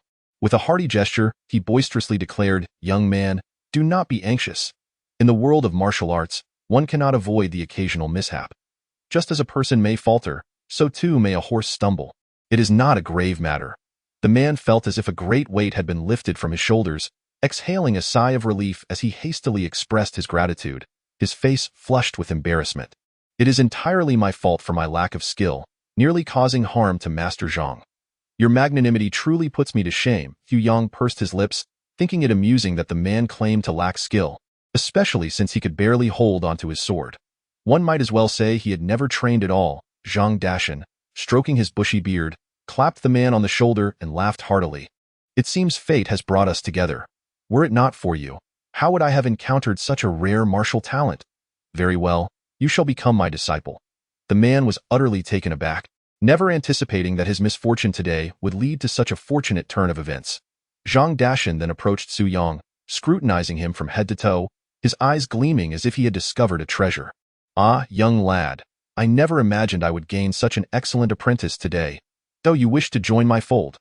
Su Yang's facial muscles twitched unnaturally, a smile of amusement threatening to break forth, not one of joy, but rather one of incredulity. Zhang Dashan's tone brimmed with the genuine concern and affection of a senior towards a junior in the martial arts community, filled with a sincere delight that was devoid of any pretense or malice. Unlike some who, upon seeing a promising junior, resort to undermining them instead of uplifting them. Despite this, Su Yang found himself suppressing laughter, feeling somewhat uncomfortable, for he was acutely aware that should a real conflict arise, this Zhang Dashan would not necessarily be an easy opponent, even against three of him. However, this was not the occasion for levity. Such behavior would be deemed irreverent, especially as his future sustenance relied on this esteemed master. Thus, Su Yang quickly adopted an expression of excitement, clasped his fists, and proclaimed, "It is indeed a great fortune for me to learn from Master Zhang. Please, allow me to pay my respects as your disciple." With that, he bowed deeply, performing a grand gesture of reverence. Zhang Dashan promptly grasped Su Yang's arm, lifting him with a look of paternal satisfaction. "Good disciple. There is no need for excessive formalities. Here at the Sanjiang sect, we do not adhere to such empty rituals. The respect between us as master and disciple should be cherished in our hearts." With this, Su Yang seized the moment to rise to his feet. With a sudden interruption, the difference between the candidates being assessed and the valiant figure of Su Yang, who had just leapt to unsheath his sword to rescue, became starkly evident, rendering the former as insipid as chewing wax. Utterly devoid of interest. The evaluation concluded hastily, with a total of 18 individuals selected to become the direct disciples of Zhang Dashan. The chosen ones were naturally filled with exhilaration and joy, while those who were not selected expressed their satisfaction. After all, they had witnessed the dreamlike swordplay of the Sanjiang sect, followed by an impressive display of Su Yang's swordsmanship. Indeed, their journey had not been in vain. Subsequently, a formal apprenticeship ceremony was held before the expansive gates of the Sanjiang sect, where over 100 martial artists gathered to observe and attest to the occasion. As Zhang Dashan had stated, the apprenticeship rituals of the Sanjiang sect were remarkably simple. Aside from the essential traditional procedures, there was no superfluous formality, and the entire ceremony was completed in less than half an hour. Contrary to the grandiose legends of apprenticeship rites, Zhang Dashan personally presented each disciple with a substantial red envelope. Su Yang discreetly weighed the envelope in his hand. If it contained silver, it must be around 10 taels, which he had noted was approximately the monthly expenditure of an ordinary family during his previous visit to a town. To his surprise, this world, despite its low level of martial evolution, was relatively affluent. After the apprenticeship ceremony, the newly initiated disciples were arranged in order of seniority. The 18 disciples stood in 3 neat rows before Zhang Dashan, all having joined on the same day. While their martial skills varied, they were closely matched, save for the prodigious Su Yang. Following tradition, they were arranged by age, with the young swordsman in a green robe named Su Danshan, aged 38, taking the position of eldest disciple. Su Yang originally ranked 12th, But having saved Zhang Dashan's life and possessing exceptional martial prowess, he was elevated to second place. The title of second disciple. Su Yang pondered over these words, finding them increasingly unpalatable. Was this not an insult? Fortunately, this was not Earth. Otherwise, he would have likely endured years of vexation being called second disciple with such conviction. Once the rankings were established, the eldest disciple Su Danshan and the second disciple Su Yang led the group, and all the disciples knelt on one knee, simultaneously declaring, "We, the disciples, pay our respects to our esteemed master." Zhang Dashan rose from the grand chair, his usual smile replaced by a solemn and austere demeanor, and spoke in a deep voice. "As you enter the sect today, remember this. For the disciples of the Sanjiang sect, martial prowess is secondary. I do not seek your fame in the martial world. Rather, I hope you conduct yourselves with integrity and a heart full of kindness and loyalty. Should you oppress the innocent or harm your fellow disciples, I shall not let it go unpunished." Although Zhao Dashan's martial skills were not high, his serious countenance exuded an air of authority and righteousness, prompting the disciples to respond in unison, "We shall certainly heed our master's teachings." Chapter 13. The true hero, even a humble farmer, would celebrate joyous occasions with a couple of tables of light wine. How could those of the martial world be without it? Regardless of how ludicrous the level of martial evolution might be, a world devoid of wine could hardly claim to be a martial realm. The absence of wine would be a greater affront to these martial heroes than taking their very lives. Once the master-apprentice ceremony concluded, it was only natural that a grand banquet would follow. The Sanjiang sect set up dozens of tables in the square before the main entrance. At the foremost table sat Zhang Dashan, accompanied by the sect's eldest disciple, Su Danshan, and the second disciple, Su Yang, alongside a host of venerable martial artists. The remaining 16 newly initiated disciples were divided among the adjacent tables, while the remaining friends from the Jianghu settled in pairs, finding their seats at will. Zhang Dashan raised a large bowl and, taking the lead, downed a drink to announce the commencement of the feast, instantly igniting a jubilant atmosphere. The liquor was a fiery erguotu, not particularly exquisite, yet undeniably potent. One sip sent warmth coursing through the body. The fare consisted of generous portions of beef and lamb, alongside a hearty platter of assorted offal, though perhaps not fit for the grandest of occasions. It was undeniably flavorful and more than sufficient to satisfy hunger. The guests were all boisterous, hearty men, regardless of their martial prowess, gathering to drink copiously and feast lavishly, capable of indulging for 3 days and nights. Forgetting all their worries, they spoke of martial arts, wine, women, and the world at large. In that moment, even if faced with an army of 1,000, these red-faced men would boldly draw their swords and charge forth. This was the essence of the Jianghu. This was truly the Jianghu. Today, Zhang Dashan was elated to have gained an exceptional apprentice, his spirits soaring as he toasted with fellow martial artists in less than a quarter of an hour. He had already emptied several bowls, his face flushed and a sheen of sweat forming on his brow. Guests from other tables soon approached one after another to offer toasts. Zhang Dashan, a man of great generosity, regardless of age, status, or martial skill, would down every drink offered to him. Su Yang even noticed among the toasters a farmer, possibly a local villager come to partake in the feast. Yet Zhang Dashan showed no hesitation, clapping the man's shoulder after finishing his drink, inquiring about his harvest that year, and inviting him to borrow grain from the Sanjiang sect if his yield was poor. Su Yang and his senior brother Su Danshan also made their rounds, toasting to the elders seated nearby. Although the liquor was labeled erguotu, it bore little resemblance to the variety found on Earth. Its alcohol content was relatively low, even inferior to the wine served at the Fengyun Inn in the realm of Changsheng. Su Yang, a seasoned drinker, found himself unfazed after consuming 7 or 8 bowls, feeling little more than a slight fullness in his bellied eye. In contrast, Su Danshan was not as fortunate. His face was even redder than Zhang Dashan's. His eyes slightly glazed over as he repeatedly smiled and waved his hands, signaling that he had reached his limit. Zhang Dashan laughed heartily. "You, young lad, cannot hold your liquor. How will your martial skills ever reach great heights? Upon your return, the first task is to strengthen your drinking capacity." Though he spoke such words, he poured himself another bowl, deftly intercepting the drinks offered to Su Danshan. Seated beside Su Danshan, Su Yang seized the opportunity to engage in conversation with his senior brother. "I must inquire, as an outsider, I am quite unfamiliar with many matters. What exactly does our Sanjiang sect do? You seem to possess considerable wealth," Su Yang asked with a grin at Su Danshan, whether due to habit or intoxication, swayed his head, his dazed eyes resembling a lucky cat. He let out a hearty belch and chuckled, saying, "Junior brother, you may not be aware, but our Sanjiang sect originally hailed from Sanjiang Mountain, which was home to the largest landowner, who granted the surrounding villagers the right to cultivate its lands. Our esteemed master, a paragon of benevolence, set the rents at an exceptionally low rate, earning a stellar reputation even hundreds of miles away. Thus establishing the Sanjiang sect, it appears he was indeed a landlord. Xiang nodded, recalling a lingering question he had while perusing martial arts novels. How did these sects manage their daily sustenance and expenses? It was his impression that any sect of note lived a life far from frugal, yet he had never seen them engage in trade or agriculture. Where, then, did their wealth originate? Jin Yong's novels seldom addressed such matters, while Gulong's narratives were quite forthright. The profession of assassin was one of the oldest, so even many seemingly noble heroes often possessed a lucrative hidden identity. In Wen Ruian's tales, most of the resources came from government allocations and territorial disputes among martial factions. While reading for enjoyment, one might not ponder these issues, but once immersed in the martial world, Xiang found himself compelled to consider them. Su Danshan, having indulged in considerable drink today, appeared pleased to be in the company of a skilled junior brother, and his words flowed more freely. He continued, "Our esteemed master is truly righteous. Within the boundaries of Guangyang Prefecture, all the valiant heroes pay respect to him, which is why we also step in to help resolve disputes in the realm. On occasion, the parties involved express their gratitude with generous rewards. Thus, a local tyrant and a major landowner collaborated to mediate conflicts."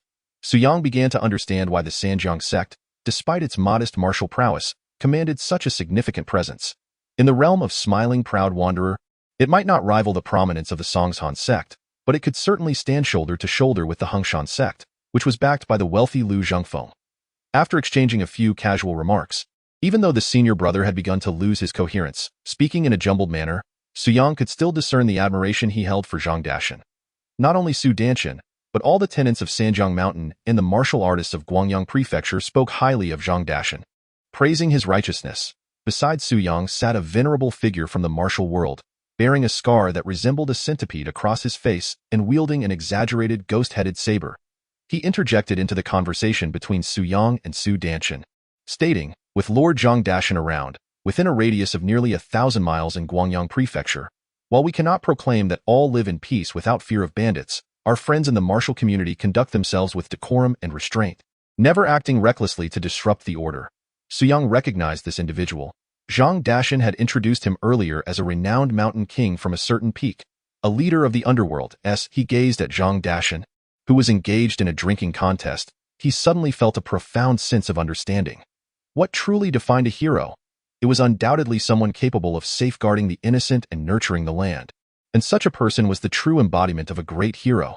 Xiang found himself increasingly enamored with this new world of martial arts. Though the level of martial prowess here was rather rudimentary, and the so-called master skills were almost laughable, the atmosphere of chivalry was undeniably potent. The men he encountered were all of a hearty disposition.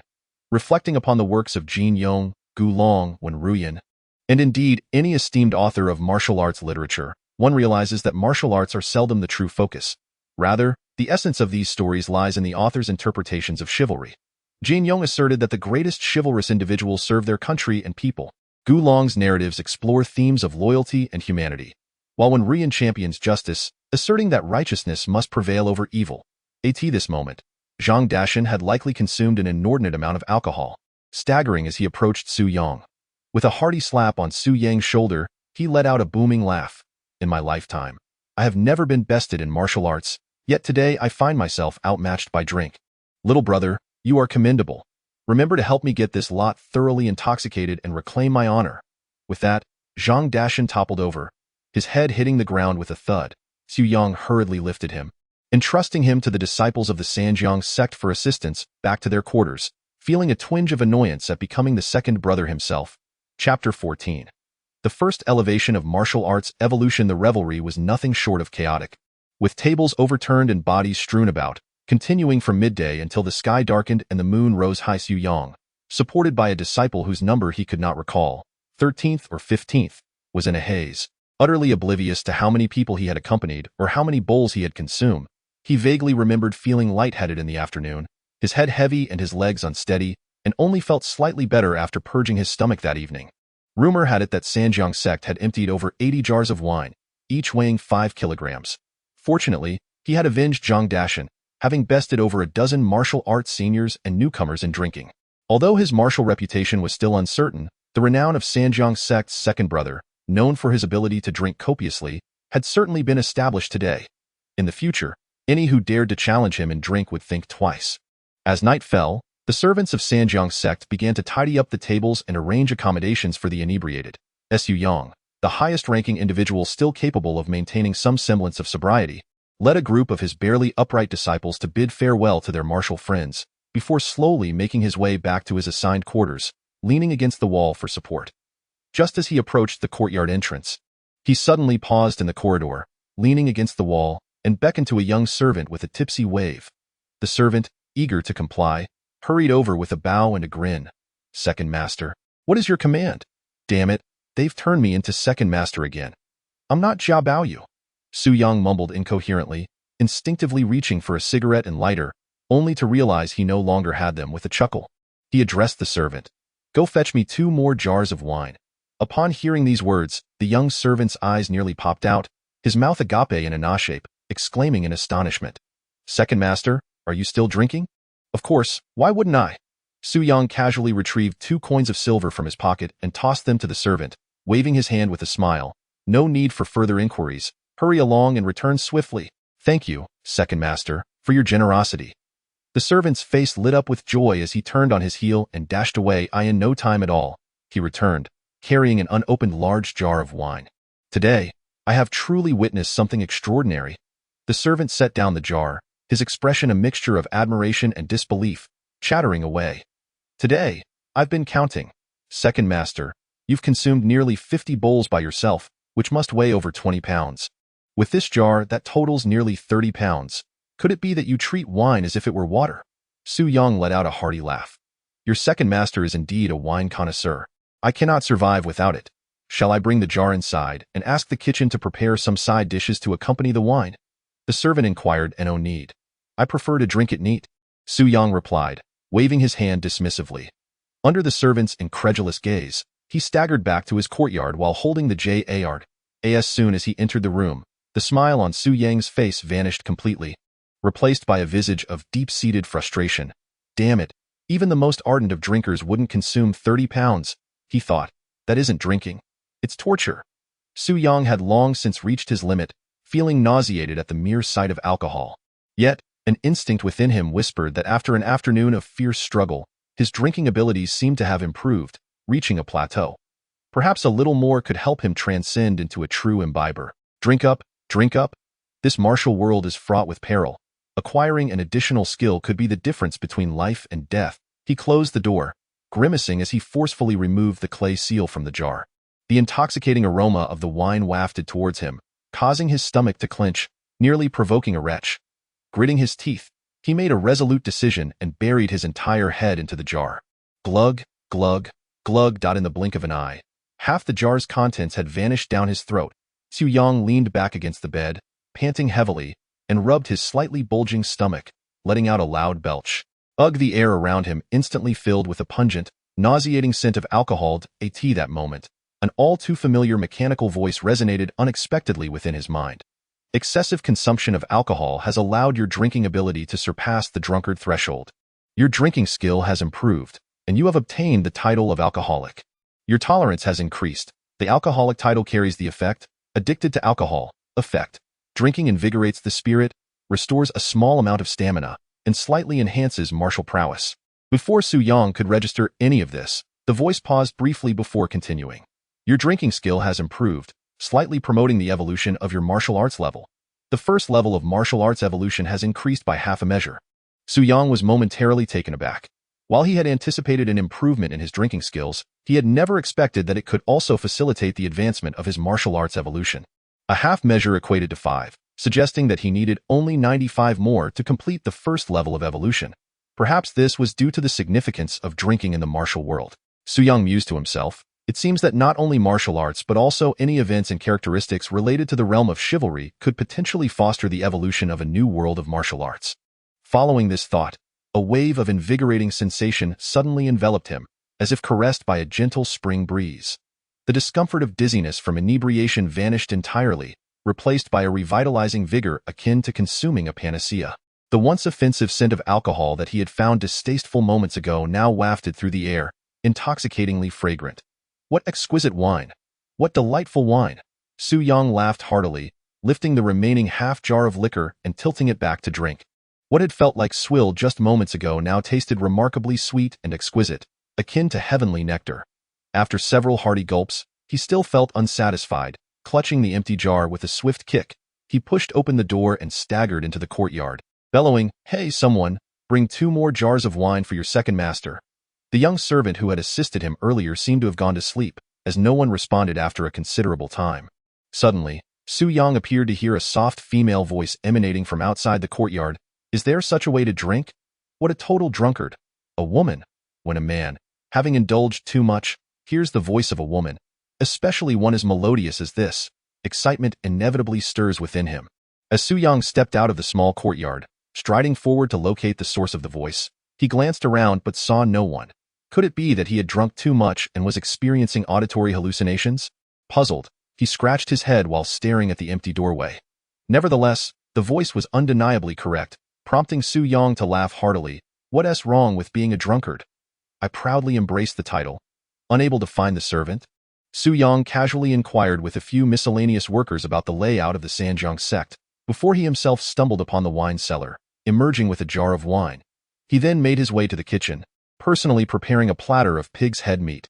Under the moonlight, he drank heartily, oblivious to when he eventually fell asleep. When Su Yang next opened his eyes, it was already noon the following day. The young servant who had helped him find the wine was shaking his shoulder anxiously, urging, Second master, wake up. The master is gathering the gentlemen at the martial arts arena to impart the swordsmanship from dreams." As Su Yang donned his attire, following the servant's lead, he hurried to the Sanjiang sect's practice arena, which was already basking in the midday sun. The arena itself was an expansive courtyard within the Sanjiang sect, covering no less than 2 or 3 acres. The ground was laid with large blue stones, each measuring 3 feet square. Along the walls, several racks displayed an array of weaponry, with gleaming swords, spears, and halberds meticulously arranged. Those swords dominated the display. On the main wall of the arena, a colossal character for martial was inscribed in relief, towering over a person, while the other 3 walls bore the characters for benevolence, righteousness, and sincerity. Utilizing martial prowess as a means, harboring a heart of kindness and loyalty, and treating others with sincerity. This encapsulates the foundational essence and core values of the Sanjiang sect. Such ideals may appear utopian. Whether they can truly be realized is a matter of uncertainty for Su Yang. However, should the Sanjiang sect steadfastly adhere to these principles, genuinely embodying the spirit of unwavering integrity in poverty and unyielding courage in the face of adversity, dedicating their lives to uphold this creed, they would undoubtedly deserve profound respect. In the center of the martial arts arena, the dozen or so senior brothers from yesterday had nearly gathered, encircling Zhang Dashan like stars surrounding the moon, engaged in earnest conversation. From a distance, Su Danshan spotted Su Yang and called out with exuberance, "Second junior brother, come quickly. We are all waiting on you." Su Yang hurriedly jogged over, clasping his fists in greeting to the surrounding brothers, then bowed slightly to Zhang Dashan, saying, "Master, forgive my tardiness. I indulged a bit too much last night and am still recovering from the hangover." Zhang Dashan, unfazed, heartily patted Su Yang on the shoulder and chuckled.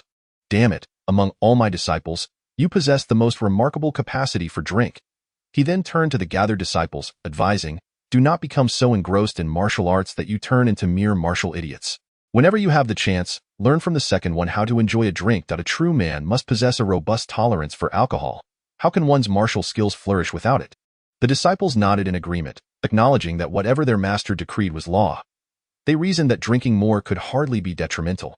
After all, in these times, alcoholic beverages are typically low in alcohol content, with drunkenness being commonplace. Yet fatalities from drinking are virtually unheard of. Su Yang had gradually acclimated to this rather unconventional method by which his master assessed martial prowess, by the measure of one's drinking ability. He nodded in affirmation, recognizing that his own capacity for alcohol had grown, and while he wouldn't claim to be able to drink spirits to the point of purging them, he was confident in his ability to handle the esteemed leader of the Sanjiang sect, silently commending, "Old Zhang, your discernment is commendable. Do maintain it well." Subsequently, the 18 disciples arranged themselves in 3 rows on the expansive martial arts stage, not immediately diving into the dream sword techniques, but rather engaging in a series of warm-up exercises led by Zhang Dashan. The movements were straightforward, combinations of bending arms, turning, and jumping. After leading them through the routine 3 times, Zhang Dashan observed that most had grasped the motions and allowed the disciples to practice independently. With his hands clasped behind his back, Zhang Dashan observed, occasionally correcting the disciples' postures and stating, "Do not underestimate this set of exercises. A year prior to dreaming of the sword techniques, I first envisioned this warm-up routine. These exercises form the foundation of the sword techniques. After practicing for several days, I felt invigorated, as if I possessed boundless energy. They are immensely beneficial for strengthening bones and muscles. You should diligently practice, performing them several times each morning and evening to solidify your fundamentals." The disciples responded in unison, their enthusiasm evident as they jumped with renewed vigor, reminiscent of elementary school students engaging in recess activities. Indeed, invigorating oneself through daily exercise can enhance longevity. Xu Yang privately found it curious that this routine resembled the 8th set of radio calisthenics. Back in school, they had performed it every morning during the 2nd class and had even studied it in physical education. He was so familiar with the movements that he could execute them with his eyes closed. The set of exercises imparted by Zhang Dashan, however, appeared somewhat ambiguous. In essence, it is a condensed version, significantly simplified compared to the original regimen of radio calisthenics, with numerous movements entirely omitted. Xu Yang even speculated whether Zhang Dashan had been a physical education teacher in a past life, who, upon crossing the Naiha Bridge, had consumed undercooked Mingpa soup, leaving remnants of memory that manifested in peculiar dreams, such as incomplete gymnastics or ostentatious yet impractical swordplay performed by street entertainers. Initially, Xu Yang harbored some disdain, yet after several repetitions, a sudden surge of searing heat arose in his lower abdomen. Taken aback, he thought, "Good heavens, could it be that yesterday's indulgence in alcohol had damaged his stomach? If so, that would be quite the predicament, for there exists no remedy for ailing stomachs in this world. And have you ever heard of a heroic figure suffering from gastric ailments? One cannot simply claim to be too busy honing martial skills, can one? What if Wang Chongyang experienced a sudden stomachache during the duel on Mount Hua? Or what if the Eastern maiden felt ill while battling Renwushing? What about Li Dazue while feasting on human flesh? Or Zhang Wuji while presenting flowers to Zhao Min?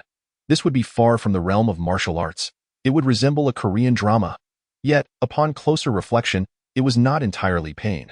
The warmth gathering in his lower abdomen was rather comforting, and as his exertion increased, this warmth thickened, gently flowing through his limbs and meridians with each movement. It bore a striking resemblance to the internal energy often depicted in novels. He could even discern a notable enhancement in his strength and the lethality of his strikes with each gesture. This was utterly bewildering. After years of performing radio calisthenics, how had he never experienced such sensations before? If radio calisthenics were indeed a form of internal cultivation, then with the multitude of schools in China, it would be a veritable spectacle. No need for city management, a single school could conquer a small European nation. A university could sweep across the eastern islands. Yet, evidently, at least prior to Su Yang's transmigration, all students led arduous lives. Not to mention performing radio calisthenics, even indulging in self-pleasure 8 times a day would yield no internal energy, perhaps only internal injuries. Could it be that his physique had altered upon entering this martial arts realm? Or was it simply that the martial arts world and Earth were fundamentally disparate concepts? Perhaps the existence of martial elements in this world, absent from Earth, gave rise to such internal energy. Glancing around at his fellow disciples, each wore a radiant expression, enraptured and seemingly lost in a haze of delight. Still feeling uneasy, Xu Yang snapped his fingers to catch Su Danshan's attention and quietly inquired, "Hey, senior brother, do you feel a warmth in your lower abdomen, as if a surge of energy is coursing through your body?" "Indeed, indeed," Su Danshan replied, his face brimming with excitement, his voice trembling. "The warmth in my lower abdomen is intense." He gazed at the patrolling Zhang Dashan, his eyes filled with admiration, as if witnessing a divine being, and stammered, "Could this be internal energy? Master is truly extraordinary. Internal energy has always existed only in legends, yet we are fortunate enough to experience it firsthand." As he spoke, his eyes unexpectedly reddened slightly, appearing on the verge of tears due to overwhelming emotion. He expressed his admiration, stating, "Truly, it is a lofty peak to behold. We have merely studied for a day and already feel a surge of inner strength. How profound must our master be?" Xu Yang, disinterested in this naive fellow, inquired of several other senior brothers, receiving similar responses. However, their personal experiences varied. Some could only faintly perceive a warmth in their lower abdomen, while others felt it distinctly. With a long sigh of relief, Su Yang confirmed that it was indeed inner strength, rather than a consequence of overindulgence in alcohol. When Zhang Dashan sauntered over, Su Yang ceased his movements and pulled him aside, whispering, "Master, may I have a word?" Noticing Su Yang's furtive demeanor, Zhang Dashan paused. Concern written across his face as he asked, "You look flushed. Have you perhaps overindulged in drink yesterday and are feeling unwell? If so, do take a rest and don't jeopardize your health." Su Yang shook his head and quietly inquired, "Master, you mentioned you began practicing this technique a year ago." "Indeed," Zhang Dashan replied, seemingly puzzled. This was evidently amiss if that were true. After a year of uninterrupted practice, Zhang Dashan's inner strength would likely be immensely high, far exceeding what this world, with its mere first-level martial arts evolution, could accommodate. Although unsure of the exact level of this peculiar technique, Su Yang speculated that, at the very least, it should equate to the standard of an ordinary third-generation disciple of the Chuanjin school. Such an individual, while not exceptionally powerful, would certainly not be comparable to the invincible Iron Fist Sun, who could shatter boards with a single punch. Even Ten of Sun and a hero like Zhang would be no match. Noticing Su Yang lost in thought, Zhang Dashan asked, "Why are you standing there in a daze? If you're unwell, hurry back to rest. I shall teach you the sword technique on another day." With a hint of anxiety, Su Yang asked, "Master, when you perform this technique, do you feel a warmth in your dantian? Or rather your lower abdomen, filled with energy?" "Not at all, I merely feel significantly lighter and more invigorated," Zhang Dashan replied. Quickly grasping Su Yang's implication, he chuckled, "You mean inner strength, don't you? Ah, that is a legendary phenomenon. I have not heard of anyone in the martial world mastering internal energy in nearly a century." Now it was Su Yang's turn to be taken aback. All the disciples sensed the presence of inner strength. Yet this master, who dreamt of the technique, felt nothing at all. What a curious occurrence. "What is the matter with you? You appear as if you have something to say but are hesitant. Have you done something wrong?" Zhang Dashan queried. Su Yang, with a quick glance, clutched his stomach and exclaimed, No, master. It's just that I urgently need to relieve myself." "You little rascal, are you jesting with your master?" Zhang Dashan feigned sternness but soon burst into laughter. Giving Su Yang a playful kick on the backside, "Hurry back, and upon your return, I shall teach you the sword technique." Who would have thought? Let me tell you, 300 years ago, Earth was brimming with elements of martial arts. With an exceptionally high degree of martial evolution, the 8th set of radiocalisthenics is an unparalleled skill bequeathed by our predecessors. You should not delay in practicing it. A gentle reminder. The 8th set of radiocalisthenics is even more effective when used in conjunction with the recommended ticket. Chapter 16. The complete Sanjiang Heart Method. Su Yang was certainly not seeking a restroom. Upon leaving the arena, he hurriedly found a secluded spot devoid of any onlookers and promptly performed the full 8th set of radiocalisthenics from start to finish. As anticipated, the effects of the entire routine surpassed those derived from the incomplete methodology imparted by Zhang Dashan, resulting in a significantly greater enhancement of his internal power. To draw an imperfect analogy, if the incomplete method resembles the evil-repelling sword manual, then the complete set of radiocalisthenics could be likened to the sunflower manual. Or, to put it differently, while the former may represent the martial arts of Shaolin, a Mei, or Wudong S9 Yang skill, the latter embodies the complete 9 Yang divine skill. The distinction between a top-tier master and an ordinary practitioner is akin to the difference between the 5 greats of the world and the 7 true ones. Moreover, currently, he was the sole possessor of this complete technique in this world. Amidst his elation, Su Yang was also filled with questions. How could radiocalisthenics generate internal power? That alone was perplexing enough. But why could everyone sense the warmth in their lower abdomen? Yet it had no effect on Zhang Dashan whatsoever. Su Yang resolved to find someone else to experiment with. Just then, he noticed a person lounging in the adjacent courtyard, basking in the sun with nothing to do, though his delight. It was the young servant who had previously delivered wine to him. With a few swift strides, Su Yang approached the servant from behind and gave him a light pat on the shoulder. Startled, the servant turned around to see Su Yang and quickly stood up to pay his respects, exclaiming, "Ah, it is young master. I hope you are well." Su Yang waved his hand dismissively, saying, "No need for such formalities. You lucky fellow, today I am in a good mood, and I shall impart a set of skills to you." To his surprise, upon hearing that he would be taught skills, the servant appeared not only apprehensive but also visibly anxious. Waving his hands in protest, "Young master, please, this is not right.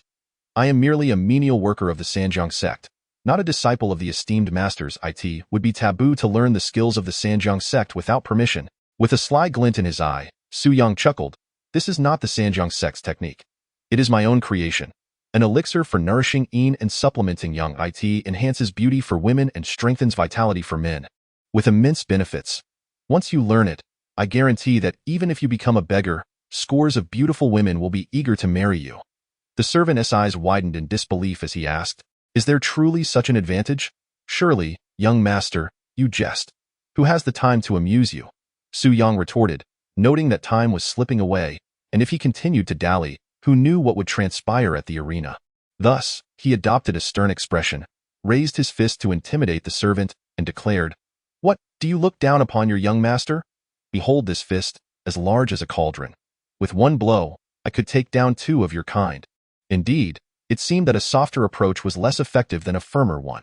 The servant hastily waved his hands in surrender, realizing that although Su Yang's fists were not truly the size of cauldrons, should he decide to strike, there would be little he could do but accept his misfortune. Then I shall learn, he exclaimed. Su Yang then led the servant to an open area of the courtyard and began to teach him. After much effort, the young servant was finally coerced into completing a small portion of the calisthenics routine. Initially, he wore a grimace, his hands trembling slightly.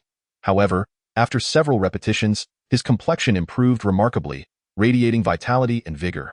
Hey, second master, this truly works. I feel a warmth in my belly. Should I find a woman to test it out? The young servant's face flushed crimson, exuding an air of impatience. Find a woman? Where do you expect me to procure one for you? I, your second master, also wish to find a woman. Su Yang chuckled heartily, then playfully warned him, what nonsense. You are still far too young. Seeking a woman now could lead you astray. Remember to practice regularly, and do not divulge this to others. I understand. I understand. The young servant nodded vigorously, even dropping to his knees to bow repeatedly before Su Yang, exclaiming, the immense grace and virtue of second master cannot be repaid.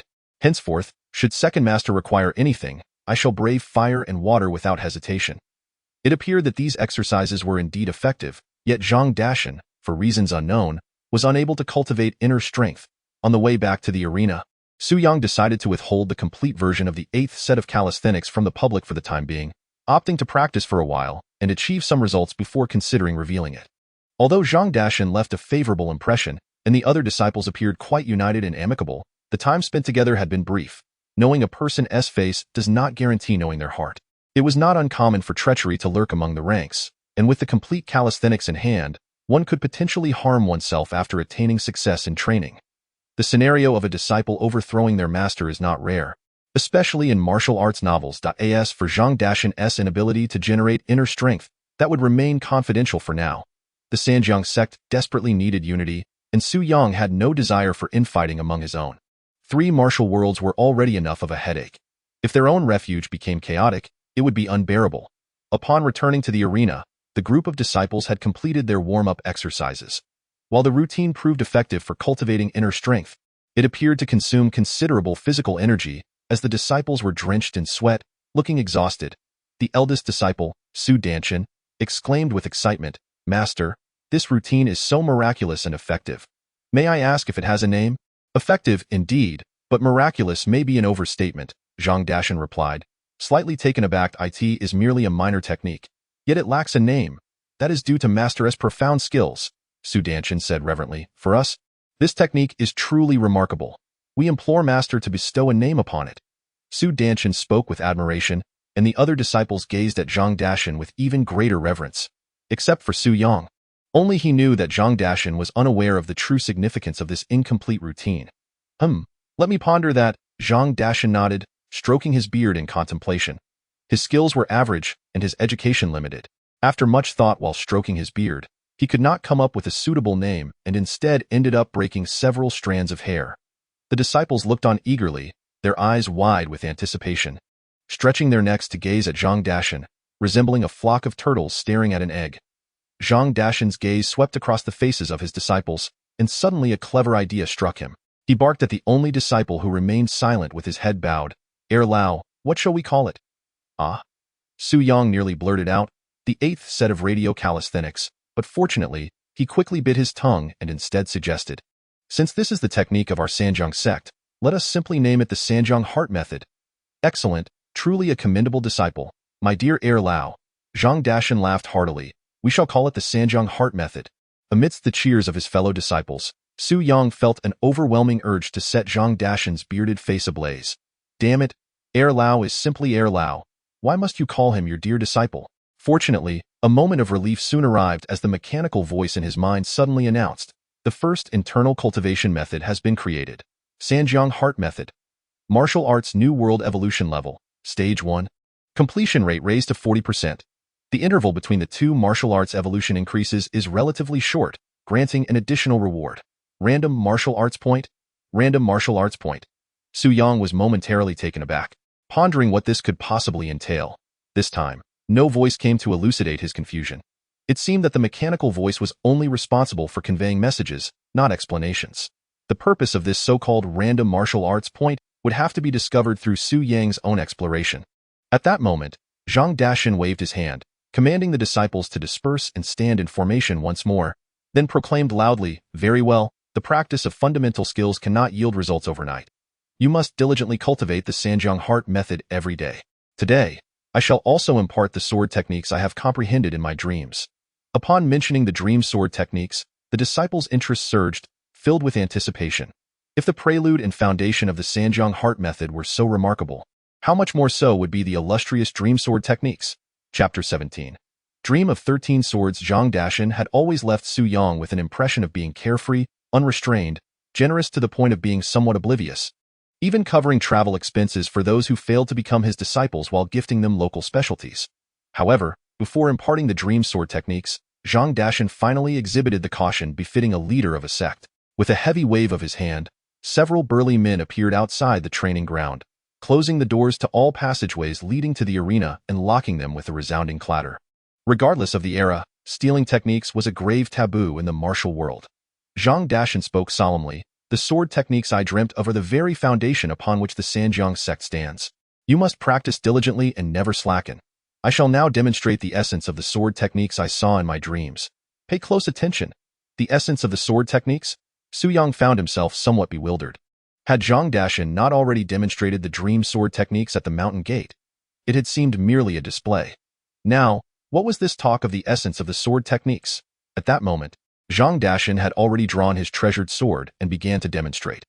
After witnessing just a few moves, Su Yang was unexpectedly struck by the realization that while this set of sword techniques bore a striking resemblance to those practiced at the mountain gate, their power was vastly different. If one were to describe the dreamlike sword techniques outside the mountain gate as visually appealing yet lacking in practicality, then the current method stands in stark contrast. Each movement is stripped of superfluous embellishments, characterized by an extraordinary succinctness and directness, striking at the very essence of combat. Su Yang could not help but nod in silent agreement. This was indeed the authentic dream sword technique. Although he had never witnessed the formidable sword techniques depicted in martial arts novels, such as the Xian Tai sword technique or the Dugu Nine swords, from Su Yang's current perspective, this genuine rendition of the dream sword technique was undoubtedly formidable.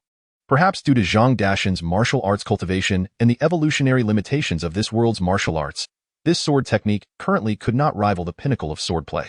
However, if mastered to perfection, it would likely stand shoulder to shoulder with any martial art.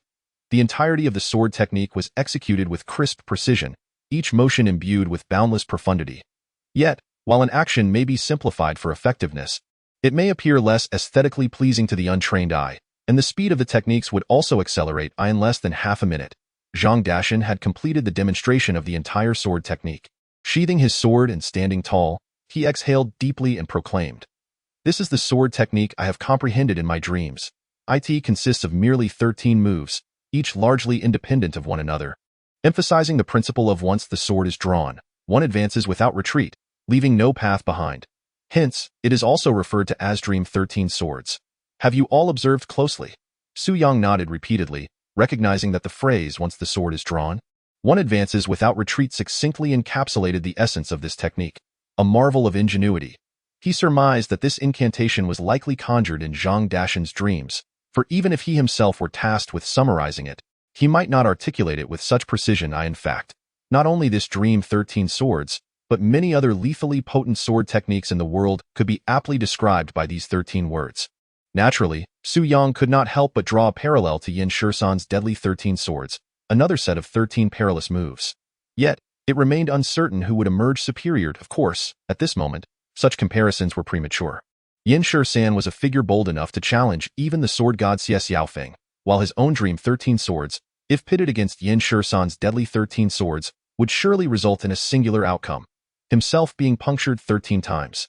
Su Yang watched with rapt attention, his approval evident as he repeatedly gave a thumbs up, akin to Sun Wukong listening to the profound teachings of Patriarch Subodhi, unable to contain his excitement as he itched to leap up and cheer.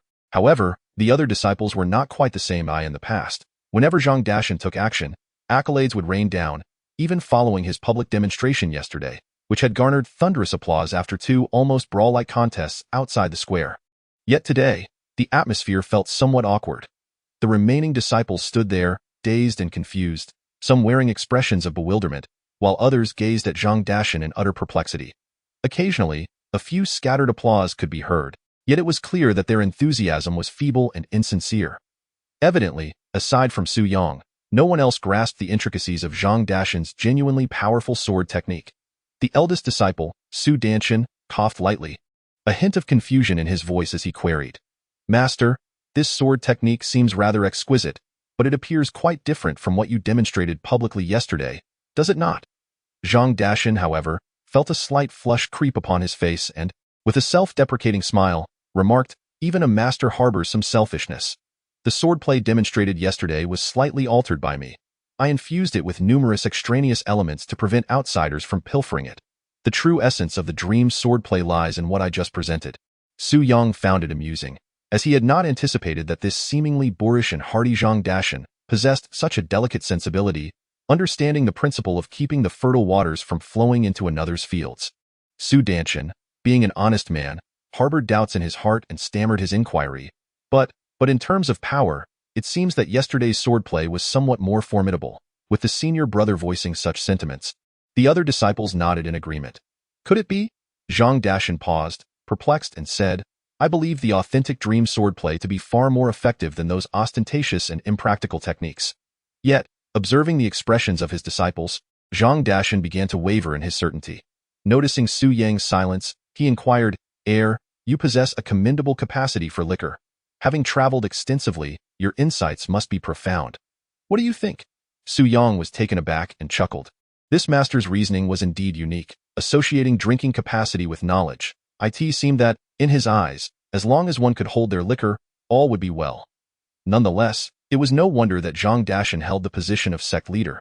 Though his martial prowess was lacking, his understanding of martial arts evidently surpassed that of others, allowing him to recognize the merits of the true dream swordplay. However, possessing superior insight is not always advantageous. If the entire world were madmen, and you alone remained sane, then in the eyes of others, you would be deemed the madman. Regardless of how well-intentioned these disciples may be, if, on the very first day when the master imparted his skills, a disciple pointed out flaws, leading them to believe that the master could not discern good from bad, Zhang Dashan's authority would undoubtedly diminish significantly. Over time, it might come to pass that no one would take him seriously.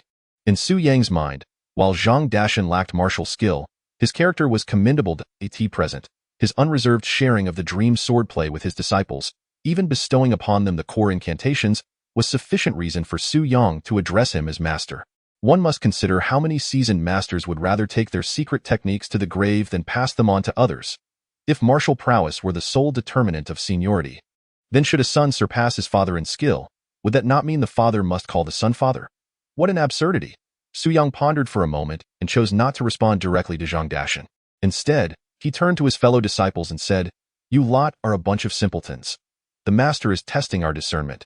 Having said that, he turned back to Zhang Dashan and clasped his fists, stating, "Master, when it comes to martial arts, ultimately, it is best demonstrated in practice. It would be futile to engage in excessive discussion. Why not pit the two swordplay styles against each other in a friendly spar?" "Splendid, splendid," Zhang Dashan nodded vigorously. Subsequently, the 18 disciples divided into 2 factions. Those who believed in the superiority of the authentic version of the dream swordplay gathered on one side, while those who favored the extravagant version demonstrated by Zhang Dashan the previous day assembled on the opposite side. As a result, among the 18 disciples, 16 stood on the opposing side. However, Su Yang was taken aback to find that Su Danshan, the first to voice a challenge, aligned himself with him. Su Yang inquired with curiosity, "Didn't you find yesterday's swordplay impressive? Why have you joined my side?" Su Danshan, with a pained expression, replied softly, "Ah, who am I but the eldest disciple? If I do not defend my master's honor at this moment, would that not be an act of filial piety?" Su Yang nudged him playfully with his shoulder, chuckling, "Oh, earnest one, do not wear such a mournful visage. Soon enough, there will be a time for your laughter. I am well aware that one who updates daily while still soliciting recommendation votes must be quite shameless. However, I genuinely crave the accolades. Oh, how I long for them. Allow me a moment to vent. Truthfully, I only wish to know this. Has anyone ever devised a set of calisthenics and subsequently felt a warmth in their lower abdomen, seeking a partner to test it out?" Chapter 18. The 18th disciple Zhao Feixiong. Due to time constraints, it was impossible for Zhang Dashan to impart the entirety of both sword techniques. He selected only the first 6 moves to teach the disciples on either side. With only 2 individuals on Su Yang's side and the moves being relatively straightforward, it sufficed to highlight a few key actions that required attention, and he completed the teaching swiftly. Zhang Dashan then turned to instruct the disciples on the opposite side in the lavish version of the Dream 13 swords. Yet, despite these few simple directives, Su Yang suddenly felt as though a vast door to martial arts had swung wide open before him. Previously, when he observed the techniques in martial arts novels and films, they appeared shrouded behind a veil, elusive and intangible. He understood their excellence but could not articulate what made them so, nor why they were exceptional. Now, however, the experience was entirely different. Although due to limitations in skill and experience, he could not yet compare himself to the masters, it seemed he had begun to grasp the essence of true martial prowess. Once Zhang Dashan departed, Su Danshan remained in place, awkwardly mimicking the moves he had just learned. Suddenly, he exclaimed in surprise and stood dumbfounded. Scratching his head in uncertainty, he queried Su Yang, "Junior brother, how do you feel?" "I can't help but wonder," Su Yang chuckled. "Ah, earnest one, have you begun to perceive the subtlety?" Su Danshan nodded vigorously, stating, "Indeed. Although these moves may lack elegance, they are remarkably concise and practical." As he spoke, he demonstrated the first move, saying, for instance, "This move, a sword enters the dream, although devoid of the flourish of the white crane returning, evidently conserves considerable energy when executed, and the sword moves more swiftly. Concurrently, the body becomes more agile. Impressive, elder brother, you possess great insight." Su Yang laughed heartily. "Take your time to comprehend. Our master's skills are profoundly intricate, far beyond our mere grasp." Su Danshan nodded in agreement, offering Su Yang a thumbs up, exclaiming, "Ah, I have failed my role as the eldest disciple, nearly squandering our master's goodwill. You are truly well-informed, junior brother." "I am genuinely in a way." Su Yang, not wishing to expose the truth, jested, "If you drink more often, you too may broaden your horizons." Approximately an hour later, Su Yang and Su Danshan had thoroughly mastered the 6 sword techniques, even engaging in a sparring exchange with one another. Meanwhile, the 16 junior disciples had also completed their training. Zhang Dashan stood at the center of the arena, gesturing with his hand, "Let the contest begin. However, I implore you to remember, this is a friendly competition among fellow disciples. Strike only to the point." The group of men, perhaps experiencing such a scene for the first time, appeared somewhat hesitant. Yet, the youngest among them, the 18th disciple Zhao Feixiong, was the first to leap forward, brimming with confidence as he clasped his fists toward his opponents. "Esteemed senior brothers, allow me to make a fool of myself first. Might I inquire which of you, the eldest or the second eldest, would be so gracious as to offer guidance?" As he brandished his sword and jumped into the fray, the entire audience could not help but chuckle. Zhao Feixiong, the 18th disciple of the Sanjiang sect, was the very individual who, during the assessment, had accidentally let his sword slip from his grasp, nearly injuring Zhang Dashan in a moment of cheer. Zhang Dashan had made an exception and accepted him as a disciple. Being the youngest at merely 18 years of age, he had fittingly earned the title of the eldest junior. Zhao Feixiong was acutely aware of the laughter directed at him. Despite his youth, he possessed a considerable ambition and a rather proud demeanor. Otherwise, he would not have sought to learn the arts under the Sanjiang sect. With a defiant lift of his chin, he declared, "Today, I am not the same as yesterday. Esteemed brothers, do not mock me. Let us engage in this contest and you shall see." It was evident from his demeanor that he was solely focused on reclaiming his lost dignity from the previous day. Su Yang, finding amusement in the situation, was about to step forward. In the narrative of the Chongqing sword, he had often felt stifled, easily bested by any opponent, all while maintaining a facade of composure. Now, encountering someone he could potentially dominate, his impatience grew. However, just as he took a step forward, he sensed a tightening of his sleeve. Turning to look, he found Su Danshan grasping his garment.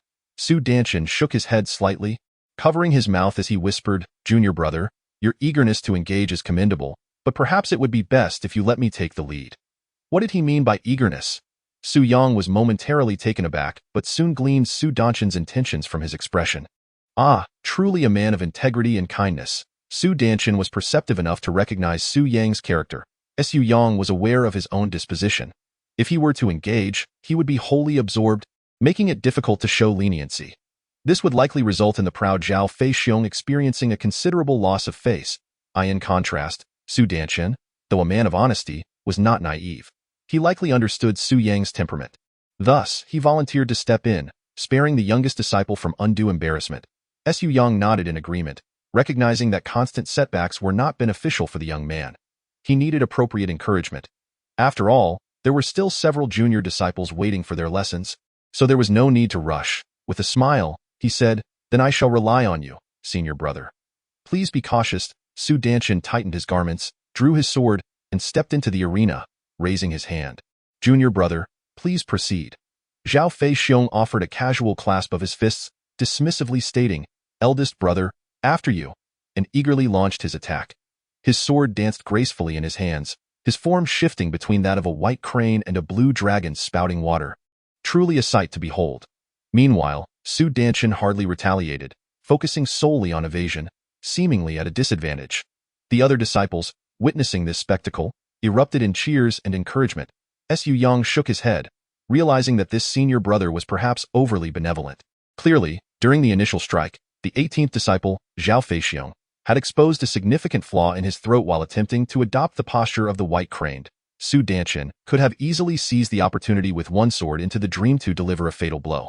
Of course, he would not kill Zhao Feixiong, but merely pointing the sword at his throat would result in a considerable loss of face. Su Danshan retreated step by step. In Su Yang's eyes, he was not truly outmatched, but rather seeking a harmless opening in Zhao Feixiong's defenses, hoping for a peaceful resolution. If it were a top-tier expert, even a second-rate fighter from Jin Yong's novels could handle Zhao Feixiong with ease. Yet, Su Danshan was merely a novice, his martial skills not vastly superior to Zhao Feixiong's, and achieving a face-saving truce proved to be a considerable challenge. Sure enough, after just a few exchanges, Zhao Feixiong became increasingly aggressive, while Su Danshan continued to retreat, finding himself in perilous situations. During Zhao Feixiong's onslaught, a youthful smile adorned his face, his brows raised in triumph, clearly believing himself to have the upper hand. Being young and impetuous, he was eager to reclaim the face he had lost the previous day, attacking with reckless abandon. What should have been a simple sparring match between brothers had turned perilous. Su Yang shook his head in disapproval, thinking that this senior brother was being too naive. If this continued, he would surely lose. Zhao Feixiong's martial skills were still unrefined, and if he became too heated, it was likely he would inadvertently harm the well-meaning Su Danshan. As for Zhao Feixiong, his eagerness for quick success bordered on the oblivious. It was unnecessary to press so hard against Su Danshan, even if he were genuinely superior in skill. Thus, Su Yang furrowed his brow and called out, 18, your senior brother does not wish to injure you.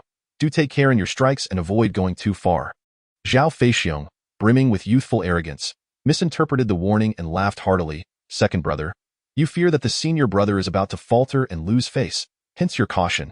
As he spoke, Zhao Feixiong's strikes continued unrelenting, becoming increasingly fluid, and he thrust forth another sword strike. This strike, though not on par with the real Dream 13 swords, surpassed the extravagant version by a considerable margin. In its execution, Zhao Feixiong even infused a hint of variation. Enhancing its power, Su Yang was momentarily taken aback. Zhao Feixiong exhibited remarkable insight. If judged solely on this technique, he had subtly surpassed Zhang Danshan. Su Danshan, unable to evade in time, stumbled, and with a soft sound, the long sword grazed his right arm, drawing blood. Immediately, he lost grip of his sword, which clattered to the ground, and he collapsed onto the sparring platform. Zhao Feixiong, relentless, leaped forward, positioning the tip of his sword against Su Danshan's throat. He first cast a provocative glance at Su Yang, his eyes brimming with challenge, before smugly addressing Su Danshan. I concede your prowess. Zhang Danshan abruptly stood from his seat, his voice heavy with authority. 18. How dare you injure your senior brother? Hurry and assist him. However, Zhao Feixiong did not move to help Su Danshan. The sword remained pressed against Su Danshan's throat as he stood tall and defiant. replying, "Master, in sparring, injuries are inevitable. If blame is to be assigned, it lies with my senior brother for his lack of skill, not with me. Moreover, master, as I have stated, this sword technique proves effective." This young man, having achieved victory in the duel, not only pointed his sword at the eldest disciple, but also showed a lack of respect towards the master. The group of disciples opposite him, most of whom were in their 20s or 30s, although lacking in martial prowess, still understood the basic principles of human decency, creating an awkward atmosphere in the arena. Su Danshan, being the eldest and most composed, noticed the tense ambience and swiftly waved his hand, lying on the ground with a wry smile, saying, "Enough, junior brother, you have won." The elder brother concedes, "Let us speak no more." Zhang Dashan furrowed his brows, lost in thought. Xu Yang's expression was as cold as ice. Chapter 19. The Sword. This is how it is utilized. Zhao Feixiong emerged victorious against the eldest disciple, brimming with confidence as he tilted his chin towards Su Yang, his youthful face radiating provocation and mockery, declaring loudly, "Since the eldest brother has already conceded, it is now the turn of the second brother." The phrasing of the turn of the second brother rather than "please instruct the second brother" is telling. It clearly implies that it is the time for the second brother to fall beneath his sword. Su Yang turned to glance at Zhang Dashan, who happened to be looking back at him, a hint of expectation in his gaze, and he promptly understood Zhang Dashan's intent. After all, it was a contest among brothers. Although Zhao Feixiong was somewhat arrogant, if the master personally intervened to teach him a lesson, it would not only compromise their dignity but also appear rather biased. Furthermore, even if Zhang Dashan were to triumph over Zhao Feixiong, it would not resolve the issue. Instead, it would suggest that the youngest disciple of Sanjiang sect possessed the highest martial arts skills, only to be subdued by the master, leading to even greater arrogance from Zhao Feixiong thereafter. Su Yang, intending to teach the young man a lesson, swiftly stepped into the arena. With 3 quick strides, he found himself less than 3 feet away from Zhao Feixiong, suddenly drawing his Qingang sword and, with a flick of his wrist, angled the blade downward. A sharp clang resonated as the blade of the Qingang sword met Zhao Feixiong's weapon. In that moment, Su Yang had channeled all his internal energy into the sword, and with a swift and forceful strike, Zhao Feixiong instantly felt an overwhelming force reverberate through his hands, causing him to lose his grip on the long sword. A flash of cold light glimmered as Zhao Feixiong's sword flew from his grasp, landing far away. This scene immediately reminded everyone of the day Su Yang had thwarted Zhao Feixiong's flying sword. Zhao Feixiong stood there, dazed, staring at his hands, his complexion shifting from green to white, and in a sudden fit of rage, he shouted, "How disgraceful of you, second brother, to take such underhanded advantage when I was unprepared." Su Yang paid him no mind, instead bending down to help Su Danshan to his feet, brushing the dust off his attire with a smile, saying, "Oh, honest man, you have suffered, haven't you?" Su Danshan could only manage a bitter smile and shook his head, replying, "Alas, it is ultimately my lack of skill to blame." Meanwhile, Zhao Feixiong, witnessing the 2 senior brothers engaged in light-hearted conversation as if he were invisible, felt a surge of humiliation. Though he was clearly the victor in this bout, the anticipated applause and acclaim were conspicuously absent, leading to a blend of anger and embarrassment. Twisting his youthful face, he bent down to retrieve his sword from the ground, performed a flourish, and with a reddened face bellowed, "Have you all said enough? What you just executed was a sneak attack, and it cannot be counted as a legitimate measure of skill. If you possess any courage, let us engage in a genuine contest once more." With a casual wave of his hand, Su Yang first set aside his senior brother Su Danshan to rest, before returning to the platform in the presence of Zhang Dashan and all his fellow disciples. He declared in a resonant voice, "Old 18, according to my usual temperament, today you would undoubtedly suffer a dire consequence, at the very least losing an arm. However, due to our master's benevolence, I shall refrain from allowing fellow disciples to harm one another. Therefore, I will merely administer a lesson. A martial artist must not only focus on the path ahead, but also be mindful of what lies behind." Zhang Dashan silently nodded, recognizing that the second brother's words were quite appropriate, embodying both a lesson and profound wisdom about life, truly reflecting the demeanor expected of a senior brother. Su Yang did not draw his sword, allowing the Qingang sword to rest at an angle on his waist. Casually gesturing, "Make your move. It will take but one sword to deal with you. Should I unleash a second strike, I shall concede defeat and relinquish my position as your second brother." The brazen drunkard showed no fear of the wind's capacity to twist his tongue. Zhao Feixiong snorted disdainfully, shifting his stance into that of a white crane. Although the pose was aesthetically pleasing, it revealed a significant vulnerability in his throat. Yet, Su Yang refrained from seizing the opportunity to strike at his throat, remaining in place and coldly observing as Zhao Feixiong completed his unnecessary display of the white crane's pose. With a low shout, Zhao Feixiong twisted his wrist forward, thrusting his longsword directly at Su Yang's chest. The sword produced a low humming sound as it sliced through the air, augmented by a hint of internal energy. The first form of the Dream 13 sword, a sword enters the dream. While the name was melodious, the reality was that if one truly entered a dream, awakening would be impossible. It was not until Zhao Feixiong's sword was halfway through its trajectory that Su Yang finally drew his sword with a cry of Zonglong. The onlookers perceived a blur before their eyes, as if the second brother's shoulder had twitched. Even before they could discern what had transpired, a light clang echoed near their ears, a flash of cold light flickered, and Zhao Feixiong's hand was already empty. His long sword, propelled in the same direction as before, flew from his grip, landing almost exactly where it had before. Su Yang held the Qinggang sword horizontally, its tip resting against Zhao Feixiong's throat, his expression devoid of emotion as he gazed at him in silence. Zhao Feixiong wore an incredulous expression, exclaiming, "What sorcery did you employ? How could you have disarmed my sword once more?" He turned to his fellow disciples at the edge of the arena, loudly questioning, "Did you all witness that?" He clearly resorted to trickery. How could one possess such martial prowess to repeatedly disarm my sword? Yet, no one responded from the martial arts arena. Although the crowd had not clearly witnessed Su Yang's maneuver, each person understood the reality. In broad daylight, there was no talk of sorcery. It was evident that the second brother's martial skills were exceptional, easily defeating the 18th junior brother, but they simply lacked the discernment to comprehend it. Zhao Feixiong remained unyielding, pointing at Su Yang. "All you can do is employ deceit. What kind of ability is that? If you have the courage, come again. If you can disarm my sword once more, I will willingly concede defeat." Su Yang, unperturbed, replied calmly, "If I can disarm you once, I can do so countless times. Speak," he commanded, sheathing his sword behind him, casting a disdainful glance at the blade that had fallen to the ground, the meaning of which was unmistakable. Zhao Feixiong retrieved the sword for the second time, bellowing a war cry as he reinitiated his assault. This time, he had learned a lesson, presumably believing that his initial moves had been employed too frequently. Revealing vulnerabilities that Su Yang had exploited, he altered the sequence of his Dream 13 sword techniques as he struck. It was the third move, Yellow Liang's Dream. This particular technique, a deviation within the Dream 13 sword repertoire, dazzled with its vibrant and ornate display, primarily relying on feigned strikes to create an atmosphere both illusory and tangible, ensnaring his opponent in a web of splendid illusions. However, should the adversary mistake these for mere deceptions, they would face dire consequences, for any illusion could swiftly transform into a lethal assault. What appeared to be a delightful dream concealed a lurking danger. Those who became enraptured by the dream's beauty might find it impossible to awaken. Meanwhile, Su Yang continued to employ his first technique, one sword enters the dream.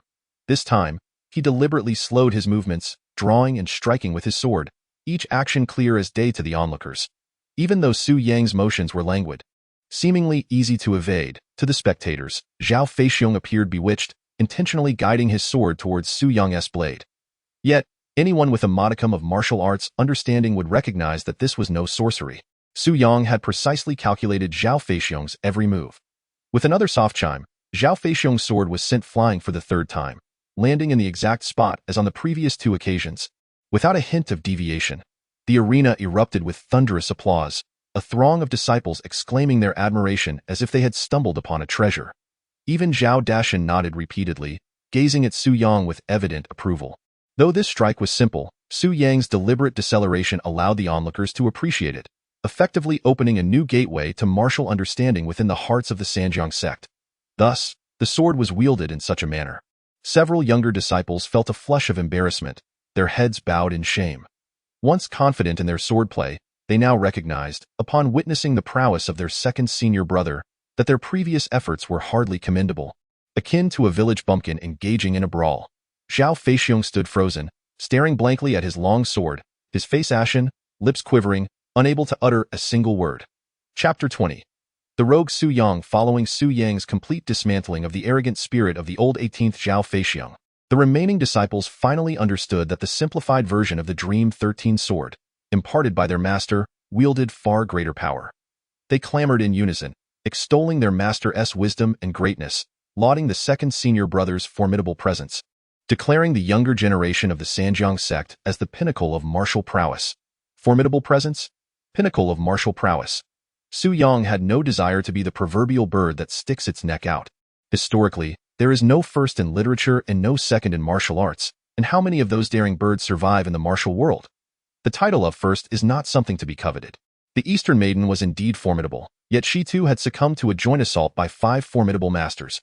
Although among those 5, Tong Baixiong and Ren Yingying were relatively weaker, Ling Hu Dage and the old man Ren Wuxing were indisputable top-tier experts.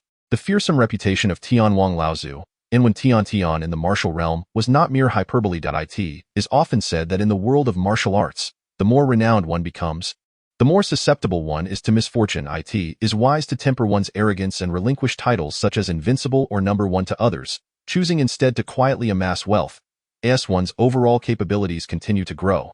The evolution of this world also accelerates. Even the martial arts of the younger disciples evidently ascend to a new echelon point. One can never be certain when a hidden master from a remote valley might suddenly grasp an unparalleled technique and come forth to vanquish the so-called number one. Thus, Su Yang unabashedly lavished praise upon his senior brother, extolling their master, Zhang Dashan, to celestial heights, employing even the phrase shocking the ancients and illuminating the present. He declared that the master's martial prowess was so profound that it astonished the sages of antiquity, likening him to a resplendent sun of the era, casting light across the entire martial realm, under which they all thrived in blissful existence. Among the 14 works of Jin Yong, only one person has been graced with those 4 characters, Zhang Sanfeng.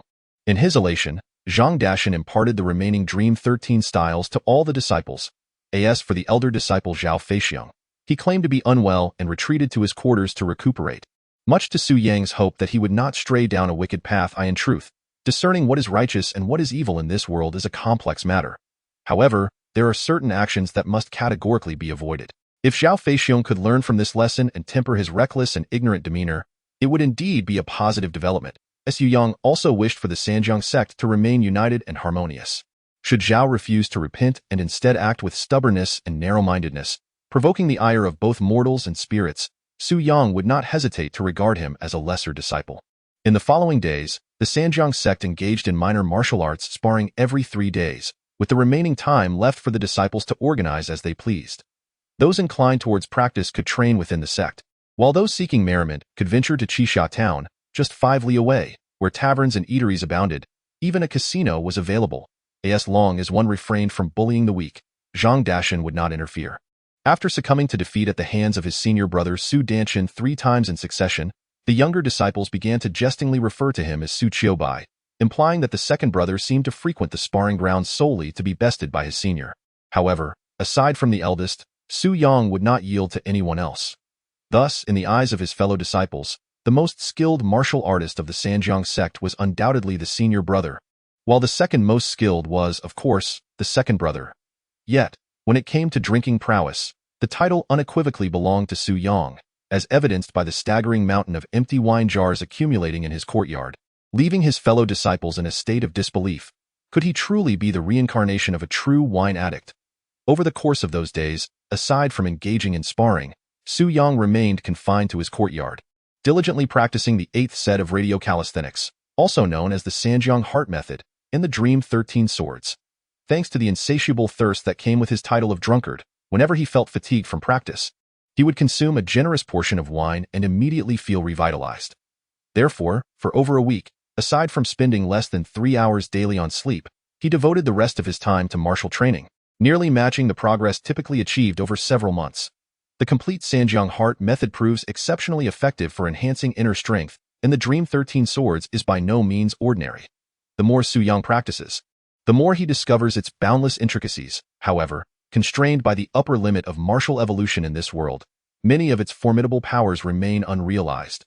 After more than 10 days of diligent training, Su Yang's martial arts have significantly improved. Yet, since yesterday, no matter how assiduously he practices, his inner strength seems unable to advance further. Su Yang surmises that this stagnation arises from his inner cultivation nearing the evolutionary ceiling of the martial world. Without elevating this limit, he shall inevitably remain at his current level. With his mastery of inner strength and swordplay, complemented by the effects of mental prowess, Su Yang estimates that he might be able to contend with the weakest among the 7 heroes of Jiangnan. The Sword of Yu Nu, Han Xiaoying. Of course, this is only in comparison to the Han Xiaoying before their journey to the vast desert, and merely suggesting a potential competition. The outcome remains uncertain, and it is likely that he would ultimately be the one to lose. Although in the narrative of the Return of the Condor Heroes, the 7 heroes of Jiangnan are merely second-rate practitioners, and Han Xiaoying is among the weaker ones, a closer examination reveals that their martial skills are far from the trifling level one might initially perceive. During the battle against Zhou Chuji, the 7 heroes did not engage simultaneously. The Han siblings initiated the confrontation, followed by Nan Shiren and Zhang Asheng, and by the time Zhu Cong entered the fray, Zhou Chuji was already showing signs of decline. In the clash against the Black Wind twin evildoers, had Chen Xinyuan not arrived in time, Mei Chaofeng would likely have met her demise. As for the confrontation at the Zhaowang Fu, the 6 heroes managed to gain the upper hand against Peng Lianhu and Sha Tongtian, who were renowned martial artists heavily recruited by the Jin Kingdom. Perhaps their most illustrious achievement was the moment they broke Ouyangku's finger, forcing him to retreat in disgrace. Ouyangku, the sole successor of the Western Poison, is someone even Hong Qigong regards with respect. For Guijing to triumph over him would only be possible after mastering the Nining Manual. His status in the legend of the Condor Heroes parallels that of Hui Du in the Return of the Condor Heroes. Marking him as a formidable expert. It is entirely reasonable that he would be overwhelmed by the likes of Huang Yaoshi and Ouyang Feng, as the 5 greats are the pinnacle of existence, and no matter who enters the martial world, they would inevitably face defeat. In conclusion, the 7 heroes of Jiangnan can be regarded as notable figures within the realm of Jiangnan martial arts as depicted in the legend of the Condor Heroes, far from mere inconsequential characters. The fleeting 15 days have passed, and the progress bar on the jade pendant at Su Yang's chest has reached its zenith. It is once again time to enter the 3 principal martial worlds. Su Yang remains uncertain how long this journey will take or whether the time progression across these worlds is synchronized. So he seeks the assistance of Zhao Zilong, the young servant he had previously instructed in the art of nourishing yin and enhancing yang. To provide cover for him, Zhao Zilong, who has frequently brought wine to Su Yang over the past half-month, has become quite familiar with him. With a heart full of concern, Su Yang addressed Zhao Xiaolong, saying, "Xiaolong, do you recall the yin-nourishing and yang-enhancing technique I entrusted to you last time? There have been some complications with this technique, and if left unattended, it might jeopardize my prospects of marrying in the future." Since Zhao Xiaolong experienced the benefits of nourishing yin and enhancing yang during his last encounter, he has been secretly practicing day and night, feeling increasingly invigorated. Just as he was reveling in his newfound vitality, he suddenly heard of a grave mishap, which left him utterly dejected. He collapsed to the ground, clutching his groin, and with a sorrowful expression, he lamented, "Second Master, what shall I do? I, from the Zhao family, am the only male heir. This spells the end of our lineage." "Fear not," Su Yang waved his hand dismissively and continued to reassure him, "I know of a solution, but it requires some rare herbs. I shall venture far today to procure them, during my absence. If the eldest master or the others inquire, simply say that I have returned home to visit my family." Upon hearing that there was still hope, Zhao Xiaolong felt a wave of relief wash over him. Escaping the clutches of despair that Su Yang's words had instilled, he urged, "Then please, second master, hurry back, I am counting on you." Su Yang downed a flask of wine, armed himself with the Qing steel sword, and exited the Sanjiang sect. After pretending to walk a couple of miles, he waited until he was certain no one was around before activating the jade pendant at his chest. The surroundings shimmered, and the air transformed into a kaleidoscope of colors, accompanied by the sound of clashing metal. Moments later, his vision blurred, and he found himself once again within the martial arts virtual realm created by the old martial artist. Chapter 21. The Infinite Rules. The martial arts virtual space bore an almost identical appearance to the last time he had seen it, still enclosed by towering stone walls. Each wall was adorned with numerous carvings of figures, though their facial features remained indistinct. Just as Su Yang fully entered the virtual domain, a sudden azure glow emanated from the lower right corner of the easternmost wall. Following the light, he noticed 3 paintings illuminated by the glow, which seemed to come alive before his eyes. The protagonist in all 3 depictions was a young man of handsome countenance, engaged in various activities, raising a cup in toast, meditating in deep concentration, and performing swordplay. A smile spread across Su Yang's face as he recognized the figure within the paintings. It was none other than himself. At that moment, a pulsating orb of light ignited in the center of the space, resembling a sun suspended in the air, casting a gentle glow.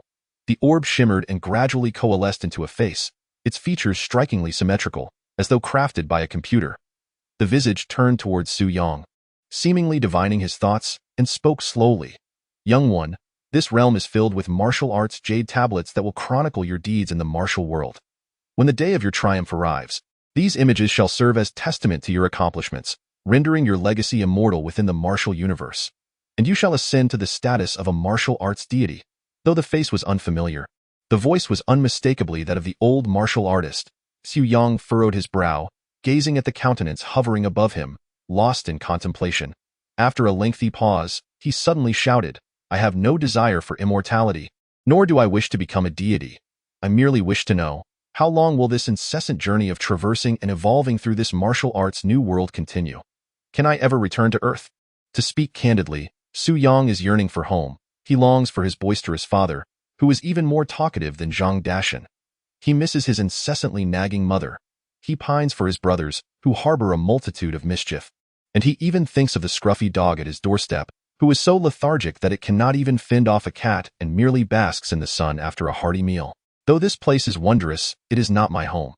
Everyone has a home, whether it be a good home or a bad one, a poor home or a wealthy one, a resplendent abode or a dilapidated shack. A home is a home. Even a doghouse is a home. Having a home brings warmth. Yet, Xu Yang finds himself unable to return to his own. A person without a home, regardless of their achievements, will forever remain a drifter. The great visage of light once again parted its lips, its expression as blank as a machine. Yet the tone of voice was that of the familiar old man with a white beard. It is not difficult. All you need to do is illuminate all the murals on these 8 walls, allowing the figures within to come to life. And the martial arts new world will evolve to its pinnacle. At that point, not only can you return home, but you may also traverse freely between Earth and the martial arts realm, reaping numerous unforeseen benefits. Illuminate them all. Xu Yang felt a surge of anger, wishing to draw his sword and stab the luminous face fiercely. Surrounding him were walls towering several stories high, each stretching hundreds of meters. After 15 days in the martial arts new world, he had managed to illuminate barely a patch of less than 10 square meters, a mere drop in the bucket. If it took until everything was illuminated, he would surely end up with a beard as white as the old man's. At that moment, he could truly embody the lyric. Hair and stubble entwined with longing. Do you truly think my temper is so mild that I won't explode? Xu Yang's expression darkened, and he coldly addressed the luminous face. Old man, if you continue to play these games with me, do you believe that the next time I enter the martial arts new world, I will slay every living thing within? I want to see how a lifeless martial arts new world evolves. Although he did not understand the relationship between the martial arts elder and the new world, Xu Yang could distinctly sense the elder's deep concern for its evolution, even to the point of anxiety. His previous words were not mere threats. If for some inexplicable reason he were to be separated from his family for a lifetime, leaving his parents in perpetual sorrow, Xu Yang would not hesitate to take such action. A gentleman may be deceived with elegance, for he is kind and upright, possessing noble character, making him vulnerable. However, this principle does not apply to Xu Yang. A gentleman, when enraged, will draw his sword and take lives, and he will not be slower than any other in the face of Xu Yang's genuine threat. The luminous face broke into a standard smile, and the old man's voice chuckled. Your temper is indeed fierce, though perhaps a tad hasty. Just allow me to finish speaking. Speak, Xu Yang replied, glancing down at the void beneath him.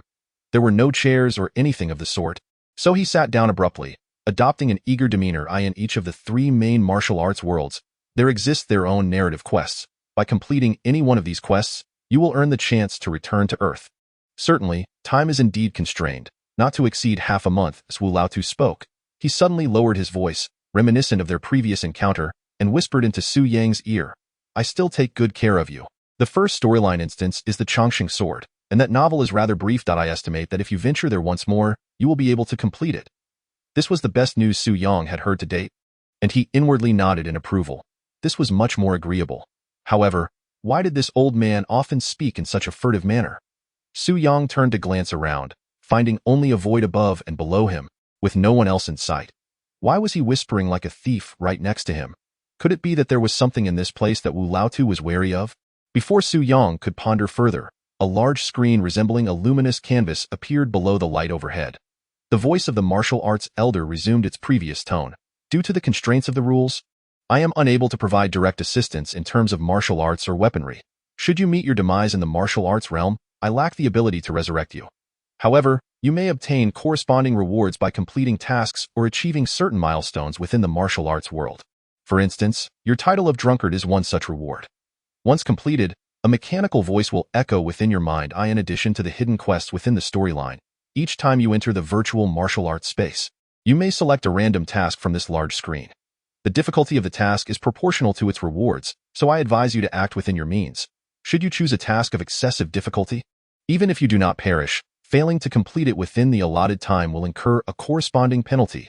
As his voice faded, a burst of light flickered across the screen above Su Yang, revealing 4 task options. Task 1. Enter the Divine Condor storyline and assist the little dragon girl in claiming the title of the world's #1 during the 3rd Huashan Sword debate. Requirements: 300 days within the Divine Condor storyline. All other participants must reach the 5 absolutes level. Success rewards: increase in martial arts world evolution by half a level, enhancement of martial characteristics in Jin Yong's world by 1 level, a complete set of supreme martial arts from the Divine Condor storyline, random, a battle pet, a giant condor, a villa by Taihu Lake, applicable in any world, failure penalty. In any martial arts realm, you will be instinctively despised by women akin to the little dragon girl. Decrease in martial arts world evolution by 1 level, a 30% reduction in the current martial arts capabilities of the task acceptor. Chapter 22. Re-entering the Chongqing sword without hesitation, Su Yang promptly discarded this task.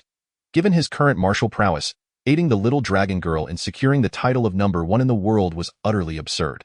He would likely be cut down by some insignificant minion before he even caught a glimpse of the 5 absolutes. While he had intentions of pursuing the girl, it was not worth risking his life for such an endeavor, especially since, even if he were willing to do so, he would find it impossible at present.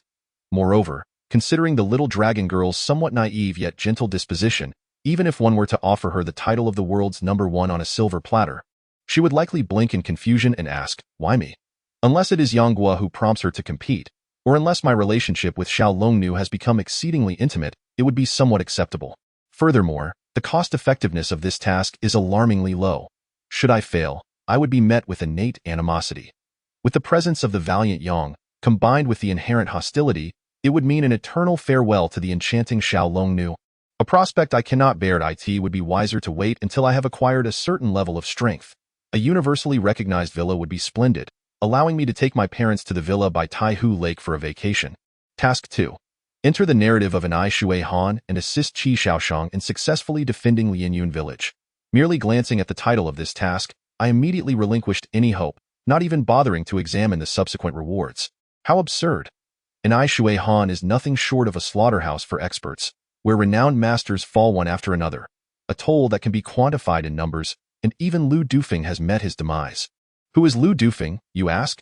He is the legendary catcher of the 6 gates, a master on par with the illustrious Zhuge, renowned for his unparalleled martial prowess and intelligence. Admittedly, when compared to Zhuge, Lu Dufeng may seem somewhat lacking, yet this level of difficulty is evidently unsuitable for me. Upon reviewing the remaining 2 tasks, the third one also appeared rather unreliable, hardly worth consideration. The final task, however, seemed marginally feasible: to vanquish the 4 ghosts of the Yellow River. These 4 individuals are disciples of Sha Tong Tian from the Legend of the Condor Heroes, possessing less than 30% of their master's skills, rendering them mediocre. The rewards, while not exceptional, could be quite practical under certain circumstances. The title White Strip in the Waves, significantly enhancing my swimming abilities. Yet, failure would result in a dire consequence: becoming the 5th ghost of the Yellow River, with my martial prowess reduced to a level slightly inferior to that of the 4 ghosts, and being taken back to the sect by Sha Tong Tian to toil for 6 months. After perusing these 4 random tasks, I let out a sigh. Indeed, there is no such thing as a free lunch in this world. The majority of the tasks are not only challenging, but the penalties for failure are exceedingly severe. Far outweighing the rewards for success, it seems that to ascend to mastery, the primary focus must be on learning martial arts through these narrative experiences, or by accomplishing hidden tasks. As for these visible random tasks, they merely serve as embellishments. For instance, if I were to assist Xiao Longnu, possessing strength surpassing that of Huang Yaoshi, Guo Jing, and the old mischievous boy, would I still concern myself with the pinnacle martial arts of Shandiao? At worst, I would merely obtain the 9 manual. Although the 4th task appears relatively simple, it necessitates entering the Condor substory within Jin Yong's universe. Based on my previous experience with the Eternal Life Sword, each narrative dungeon is not a strict replication of the original work. Defeating the 4 ghosts of the Yellow River may seem straightforward, Yet it could lead to unforeseen complications, potentially summoning figures like Sha Tongtian. Regardless of how enticing the rewards may be, if I am not alive to claim them, they hold no value. Ultimately, this is not the fundamental issue at hand. My mind is consumed with the urgency to complete the Eternal Life Sword narrative so that I can return to Earth. Having spent such an extensive period in this martial arts world, my parents must be frantic in their search for me, particularly my mother, whose heart condition is precarious. Should anything happen to her, no amount of the 9 manuals could compensate for it. Perhaps it is best to delve into the Eternal Life Sword first.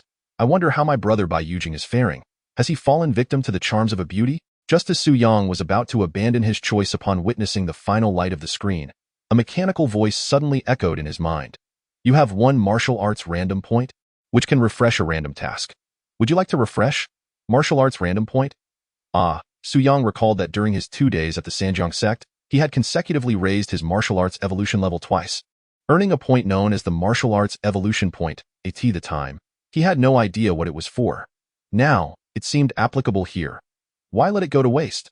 With a resolute fist, Su Yang struck at the screen, exuding an extraordinary aura. A flash of light swept across the screen, and the previous task's text became hazy. After a series of transformations, the screen regained clarity, revealing 4 newly generated tasks. A quick glance indicated that fortune was on his side this time. Although 3 of the tasks remained dubious, the last one was related to the Eternal Sword storyline. Task 4. Enter the Eternal Sword narrative. Eliminate Wei Tianying and seize the substantial cash from the White Horse Alliance, the Red-Haired Gang, and Taihang Yidao. Completion requirement. Wei Tianying must perish by Su Yang's sword before Bai Yujing departs from the nameless town. Success reward. A 50% increase in martial arts new world evolution. An upgrade in mental power by 1 level, capped at 3. 5,000 taels of high-purity silver, universally applicable across any world. Failure penalty. Remain trapped within the Eternal Sword storyline for a year, pursued relentlessly by the Qinglong Society, White Horse Alliance, Red-Haired Gang, Taihang Yidao, and Suzhou Wanjintang. After perusing the task description, Su Yang recognized that, while it was fortuitously linked to the Eternal Sword narrative, his heart remained heavy. Capturing the substantial cash from the White Horse Alliance, the Red-Haired Gang, and Taihang Yidao was not particularly challenging. As long as he survived to the end, it would be a piece of cake. However, Wei Tianying was the most enigmatic boss in the Eternal Sword narrative. In the original work, it was Bai Yujing who had slain him. The requirement for him to die at Su Yang's hand was the true challenge. Su Yang was acutely aware of the martial prowess gap between himself and Wei Tianying. In terms of genuine strength, Wei Tianying could dispatch him with a mere flick of his blade. Moreover, Bai Yujing's motive for killing Wei Tianying was largely tied to Yuan Zixia, yet due to Su Yang's presence, their relationship had undergone subtle changes. Whether Bai Yujing would act or even leave the town prematurely remained uncertain. As for the failure penalty, it was a mere jest. In the world of Gulong's narrative, failure typically equated to death, and there was no need for the system to impose further punishment. However, this task seemed to harbor a flawed die by Su Yang's sword. Su Yang's sword. Was it to be killed by himself or by his own blade? There lay a significant distinction. Su Yang raised his head and inquired, Elder Wu, there appears to be a grammatical inconsistency in this 4th task. The martial arts elder chuckled and replied, the task has been presented. I cannot explain or divulge anything further. You must ponder and decide for yourself. After a moment's hesitation, Su Yang steeled his resolve and chose the final task. In light of my pressing financial needs, the sum of 5,000 taels of universal silver, equivalent to over 1 million on Earth, appears immensely significant. With such wealth, even if I were to perish within these martial worlds, my parents would at least find some solace in their twilight years. They may not experience joy, but at the very least, they would be free from the burdens of survival. Damn it, I shall throw caution to the wind. This life was originally bestowed upon me by them. At that moment, the light around me warped, and I found myself once again within the narrative of Chongqing Jin. Before me lay the familiar courtyard of the inn, and I stood, poised in the same manner as when I departed. On the staircase leading to the 2nd floor, in the courtyard, a fish tank large enough to drown several individuals dominated the scene, beside which stood an immensely corpulent man, whose size could easily crush several others. Behind this gluttonous figure lingered a sorrowful black-clad bodyguard, whose melancholic demeanor could evoke despair in many. Everything was precisely as Su Yang had left it. It felt as though but a mere second had elapsed. Su Yang cast a casual glance at the bodyguard behind the illustrious Xu. This individual was none other than Wei Tianying, Chapter 23. The quintessential green tea bitch indeed, The man masquerading as Zhu's bodyguard was none other than the formidable Wei Tianying, dispatched by the Qinglong Association.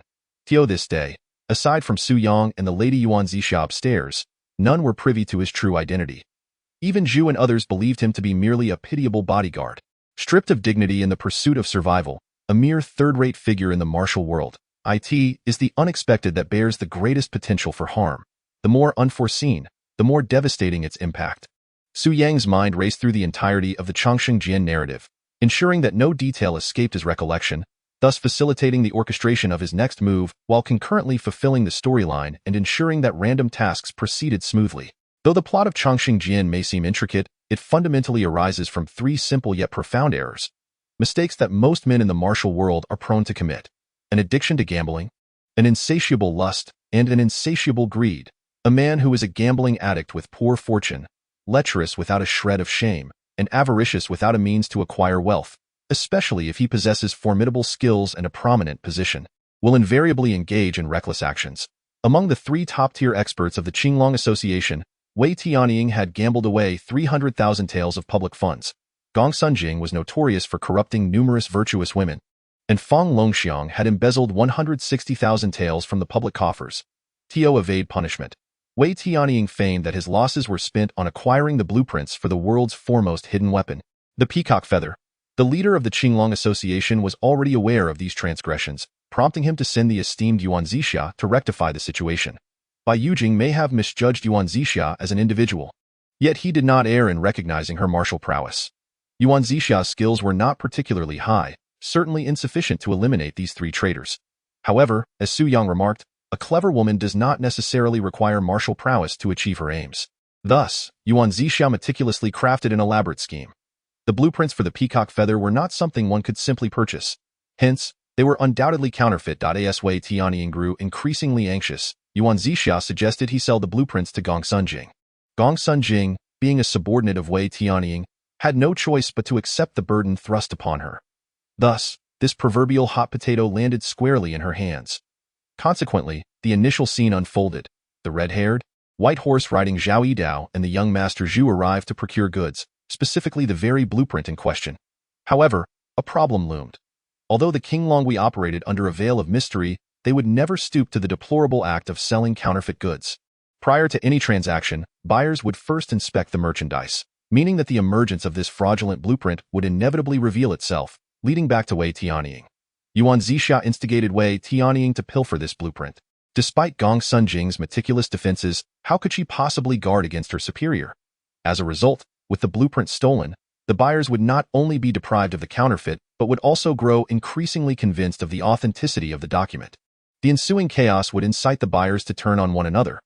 Ultimately, they would perish, and the funds they brought would naturally revert to Wei Tianying. At that juncture, he could assert that the blueprint was destroyed in the fray, thereby settling the debt of 300,000 taels of silver, while simultaneously amassing a fortune of 1,000,000 yet.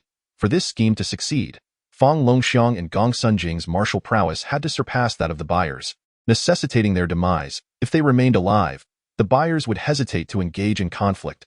Su Yang was aware that Gong Sunjing was, in fact, not dead. Although she lay in a coffin, she was very much alive. This knowledge was not limited to Su Yang. Wei Tianying and Yuan Zixia were also privy to it in the original narrative. Yuan Zixia would lead Fang Longxiang and Gong Sunjing to believe that the blueprint was in her possession, manipulating Bai Yujing's feelings for her, thereby orchestrating a scenario where Bai Yujing would eliminate the two. These two were formidable fighters, acquainted with Wei Tianying. Only after their demise could he reveal his true nature and eliminate Bai Yujing. However, at the crucial moment, Bai Yujing feigned being incapacitated, prompting Yuan Zixia to suddenly turn against Wei Tianying, leading to Bai Yujing slaying him. Thus, Yuan Zixia achieved her grand design, having hardly lifted a finger to eliminate 3 skilled traitors and acquire a vast fortune. In regard to Bai Yujing, Yuan Zixia professed to have developed feelings for him, thereby securing an extraordinary ally. Such a cunning woman, and it was precisely this trait that rendered Su Yang profoundly distrustful of her. If Bai Yujing had indeed been incapacitated, would she still have dared to strike against Wei Tianying? After clarifying his thoughts, Su Yang did not hasten to Yuan Zixia's quarters. Instead, he ascended to the second floor of the inn and returned to his own room. Moments later, he emerged, turning left to enter Yuan Zixia's chamber. Yuan Zixia reclined upon the bed, draped only in a thin blanket. her long hair cascading casually over the pillow, revealing her delicate, snow-white shoulders. Upon noticing someone entering, Yuan Zixia appeared to have anticipated Su Yang's arrival, showing no surprise and even leaving her exposed skin unshielded. With a hint of playful reproach, she inquired, "Why are men so enamored with drinking? Are you not aware that making a girl wait so long is rather impolite?" Su Yang refrained from responding, instead taking a seat at the octagonal table in the room, his gaze gliding over her shoulders. It seemed he had not misjudged her after all. Whether it be by Yujing, herself, or perhaps even another individual, as long as they could aid her in her endeavors, she would present her most enchanting self before you. Such a woman has recently acquired a new moniker on this earth, Green Tea Biao. Noticing Su Yang's gaze resting upon her shoulder, Yuan Zixia raised an eyebrow and remarked, "Are you not afraid of being outpaced by other men?" Su Yang shook his head with a smile, replying, "I have spent 3 days with you, and not a single finger have I laid upon you. Do you truly believe I would be afraid?" A faint blush finally graced Yuan Zixia's cheeks, and she suddenly lowered her head, revealing a delicate facade, on the verge of tears as she lamented, "I knew you were still angry about this matter. It is not that I do not wish to acknowledge you. But have you not heard of Bai Yujing's reputation? Do you not realize that if he desires our lives, a mere sword would suffice?" As her emotions surged, Yuan Zixia abruptly met Su Yang's gaze, biting her lip fiercely, asserting, "I follow him solely for protection. Now that you are here, take me away, or claim me now." With that, she abruptly threw aside the coverlet, revealing her jade-like body clad only in a minuscule silk pouch. From Su Yang's perspective, beneath that pouch, her mountainous curves stood tall and tantalizingly veiled. Yuan Zixia's eyes shimmered with a misty allure, becoming increasingly hazy as her body subtly swayed, emitting a barely discernible moan from her throat. Young women often long to offer their first experience to the hero of their dreams, and many men, in their own delusions, consider themselves to be that hero. Thus, throughout history, countless men have met their demise at the hands of women. Slowly, Su Yang lifted the teacups and bowls from the table, placing them on the ground, before grabbing the tablecloth and yanking it with force. The cloth flew into the air, landing upon Yuan Zixia's form, concealing the radiant display. That moment, a mechanical voice echoed in Su Yang's mind, "Successfully evaded the fatal conspiracy arising from the plot's alteration. Mental prowess has evolved to the second level." Su Yang chuckled coldly. Indeed, in any plan, the emergence of an unforeseen factor with significant impact would inevitably hinder its execution. The most effective way to address such factors is to eradicate them. What a resourceful Miss Yuan. What a master of manipulating any man. This Green Tea Biao. Chapter 24. The confrontation. Yuan Zixia was taken aback. In her recollection, Gong Sunjing had not extended any invitation to the swift-sword Su Yang. Thus, from the very first day Su Yang arrived in the town housing the Fengyun Inn, Yuan Zixia had set her sights upon him. Unexpectedly, the notorious womanizer, swift-sword Su Yang, had not laid a finger upon her throughout the 3 days. Leaving Yuan Zixia perplexed, it was not until Su Yang reappeared in the inn where Feng Longxiang resided and swiftly established a rapport with Bai Yujing that Yuan Zixia began to feel a profound unease. Su Yang must be eliminated. Yuan Zixia had never encountered a man capable of rejecting her physical allure, not Gong Sunjing, nor Wei Tianying. She had even resolved to wait until Su Yang was at his peak moment before she would cry out rape, rendering him utterly unable to provide a coherent explanation. Bai Yujing's room was not far off, and when he arrived, even if he did not slay Su Yang on the spot, it would irrevocably distance him from her. Yet, Su Yang appeared to have discerned her intentions. Instead of approaching her, he draped the tablecloth over his own body. Yuan Zixia, her eyes glinting with a mix of grievance and heartache, bitterly exclaimed, "Do you understand how deeply it wounds a girl's heart when you repeatedly reject her? Am I truly so unworthy that you cannot even bear to touch me?" Su Yang stepped back a few paces, maintaining a safe distance from Yuan Zixia to prevent her from suddenly lunging at him, which would leave him in an indefensible position even if he were to kill her. He then shook his head and remarked, "You are mistaken. You are certainly not just a girl, a woman, regardless of her cunning, martial prowess, or esteemed position, should never be overlooked in terms of her beauty and youth, for these are among the things she cherishes most." Yuan Zixia was genuinely incensed now, her eyes narrowing slightly as she coldly demanded, "You had better provide me with a reason." Su Yang contemplated for a moment before bluntly stating, "The youngest of the red flag of the Qinglong Society. If she were merely a little girl, there would be no great men left in this world." Yuan Zixia's countenance shifted dramatically. If her previous demeanor had been a fade, then at this moment, Su Yang's deliberate affirmation must have left her profoundly shocked. For her entire plan, even the leader of the Qinglong Society was unaware of her true identity. Only Wei Tianying was in the know. The Qinglong Society? The youngest of the red flag. A strained smile forced its way onto Yuan Zixua's face as she widened her eyes and nodded slightly. I think I understand your implication.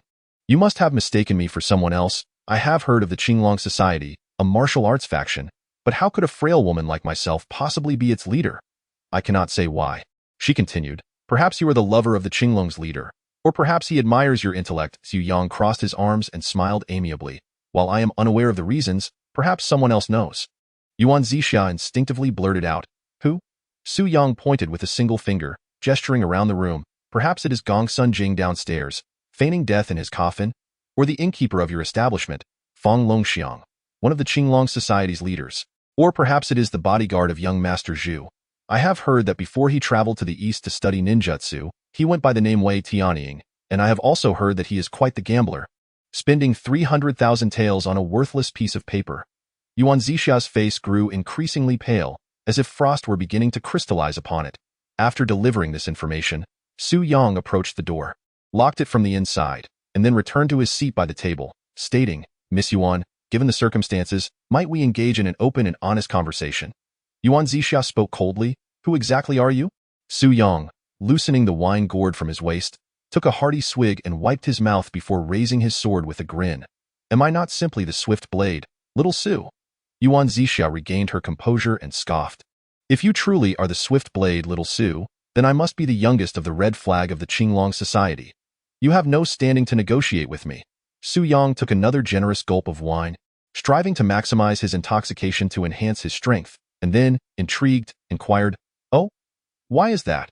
Because the youngest of the red flag of the Qinglong Society possesses sufficient authority to access records, thus knowing that the so-called swift blade, little Su, is over 80% likely to be nothing more than a fraudulent charlatan, utterly devoid of martial prowess.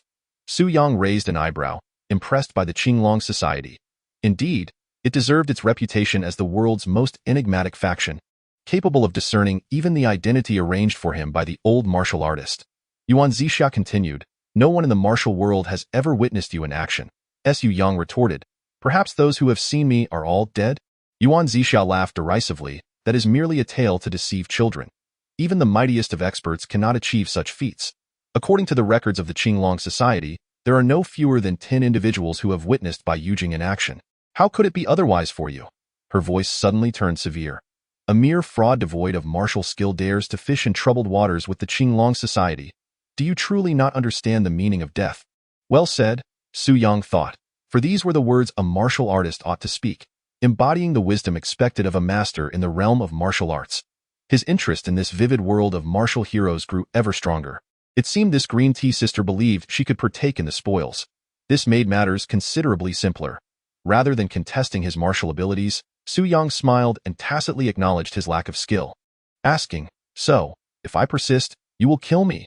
Yuan Zixia replied, If you do not leave this small town within half an hour, I guarantee that the name of the swift blade, little Su, will no longer exist in the martial world. Su Yang chuckled, genuinely amused. It appeared his preparations had been unnecessary, as a confrontation was unlikely to occur today. Yuan Zixia frowned. What are you laughing at? Do not forget, you have only half an hour.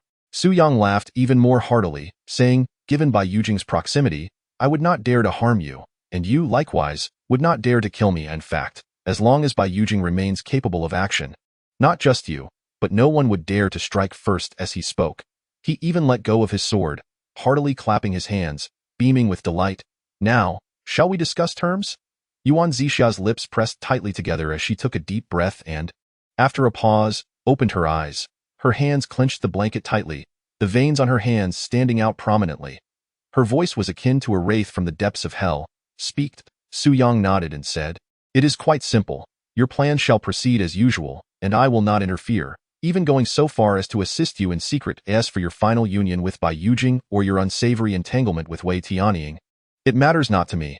I merely demand 70% of the buyer's funds. Yuan Zixia shook her head and declared, 30%. Su Yang also shook his head. 50% and a deal is struck.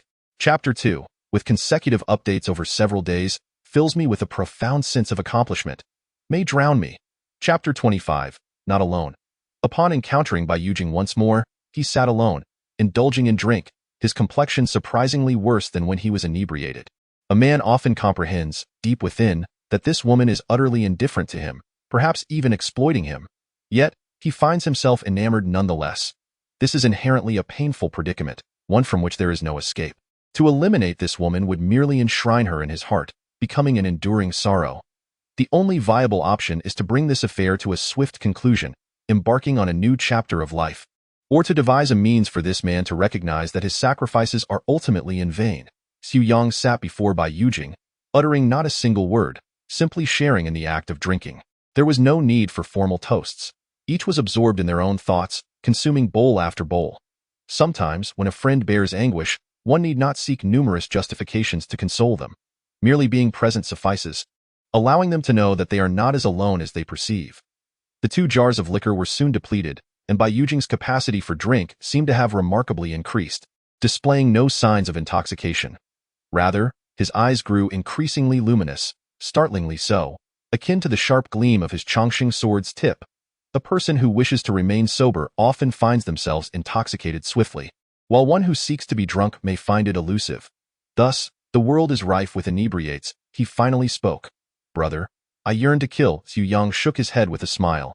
It would be best for you to empty your mind and indulge in a deep slumber. Perhaps upon awakening, you will discover a multitude of individuals eagerly awaiting their turn for you to dispatch them. Would that not be splendid? Bai Yujing swayed unsteadily to his feet, nodding heavily. Indeed? That would be splendid. I shall retire now. You have also imbibed considerably. Shall we sleep together? Xu Yang felt a twinge of emotion. He understood that Bai Yujing's invitation to slumber was not meant in any peculiar sense, but stemmed from a concern for his safety. Despite his own sorrow, he remained mindful of Su Yang's well-being. Sleeping in Bai Yujing's quarters was undoubtedly the safest option. Observing Bai Yujing's somewhat desolate yet still erect silhouette, Su Yang could not suppress a sigh. Yuan Zixia, though appearing astute, was fundamentally a rather foolish woman. Such women often inflict harm upon those who genuinely care for them, perhaps due to the fact that they can only wound those who love them. If one does not love her, how could she possibly cause pain? If one does not harbor affection for her, her actions would never truly impact them. In truth, if she simply conveyed her intentions clearly to Bai Yujing, he would assist in eliminating those who deserve their fate. Alas, there are many such foolish women, and their numbers only seem to grow. Perhaps they revel in the sensation of manipulating men at their whim. Thus, a truly astute woman, even if somewhat headstrong, possesses an undeniable charm. Such women undoubtedly deserve tender care. In this regard, Zhao Min from the Heaven Sword and Dragon Saber exemplifies this well. Xu Yang, after downing a cup of wine, mused whimsically about the opportunity to traverse the realm of the Heaven Sword, to seize this fragrant, delicate, fiercely passionate, eccentric, and yet gentle lady of noble birth. As for classmate Zhang, let us engage in a fair competition. You possess the fate of a protagonist, while I wield the foresight of the plot. An equitable match, indeed, and hardly an act of bullying.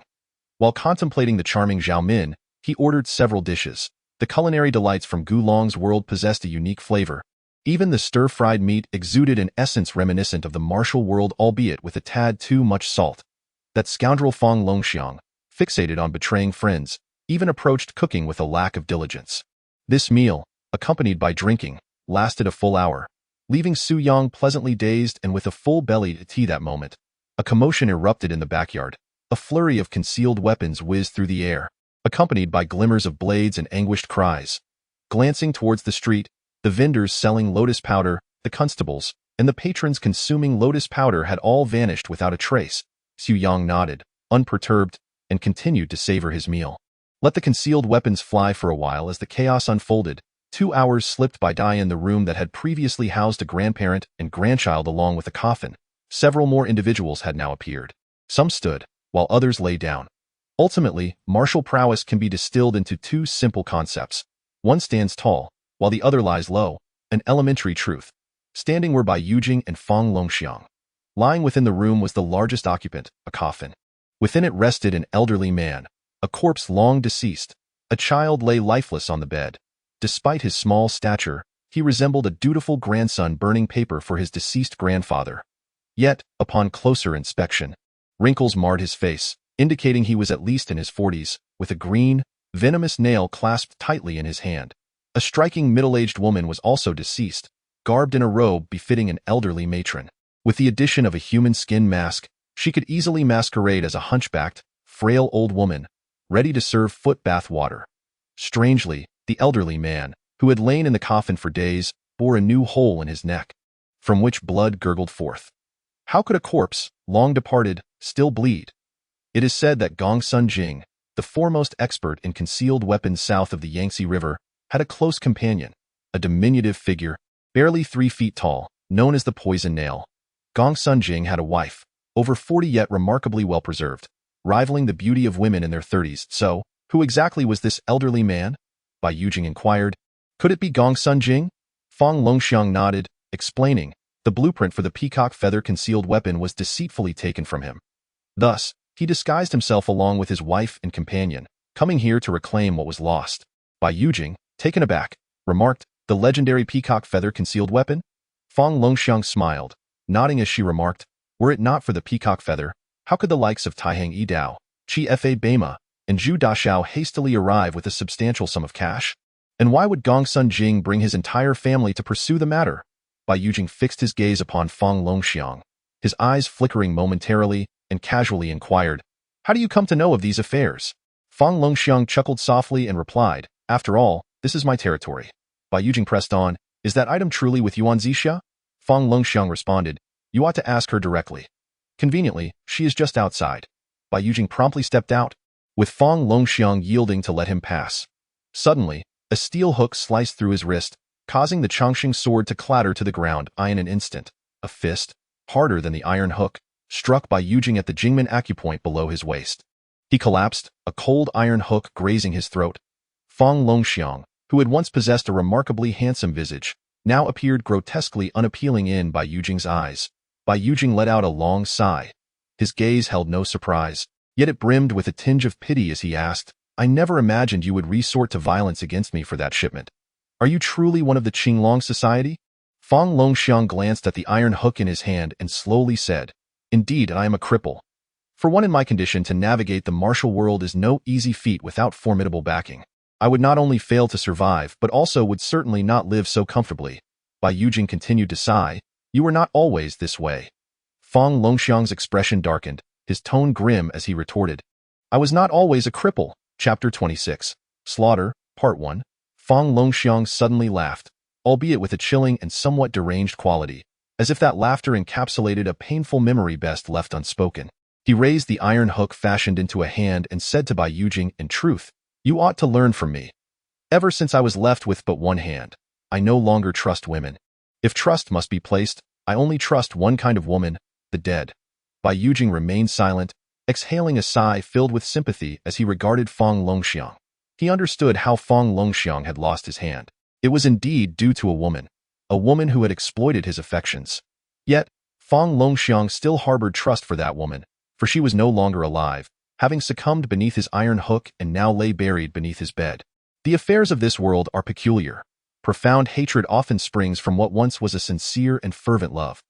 Emotions arise from instinctive inclinations, not from rational judgment, while the judgments of hatred stem entirely from reason. In our youth, we are more inclined to act upon our inherent likes and dislikes, but as we mature, we don a mask and wield an abacus in our hearts, becoming accustomed to analyzing and weighing matters with reason. It is entirely understandable for one to reject another's affections, yet to exploit them is utterly unforgivable. Bai Yujing's gaze suddenly softened, and he slowly addressed Fang Longxiang, saying, in truth, I have always believed in the existence of genuine loyalty in this world. Xiao Fang, should you choose to turn back, you will always remain my friend. Fang Longxiang, as if hearing an exceptionally ridiculous joke, threw back his head and laughed heartily, then abruptly lowered his head to glare at Bai Yujing, sneering, friend? You still believe in that word? It is indeed a marvel that you have lived this long. He continued, enough with the pleasantries. All I know is that I am on the brink of achieving my grand design. Bai Yujing inquired, what is that? Fang Longxiang replied, the blueprint for the peacock feather remains in someone else's possession. Bai Yujing's expression shifted, furrowing his brow as he asked, in whose possession? Fang Longxiang chuckled coldly, yours, today. Bai Yujing seemed to have sighed more than he had in a lifetime. He shook his head with a bitter smile and remarked, indeed, one cannot trust women. She instructed me not to disclose it to others, yet she spoke first. Fang Longxiang nodded, saying, present it, and you shall live if you are willing. You may become the master of Gongsun Jing's jar. Although we may not become friends, we could still be colleagues, sharing a drink and discussing women in our leisure. Bai Yujing raised an eyebrow and shook his head, declaring, I have no desire to partake in your wine ever again.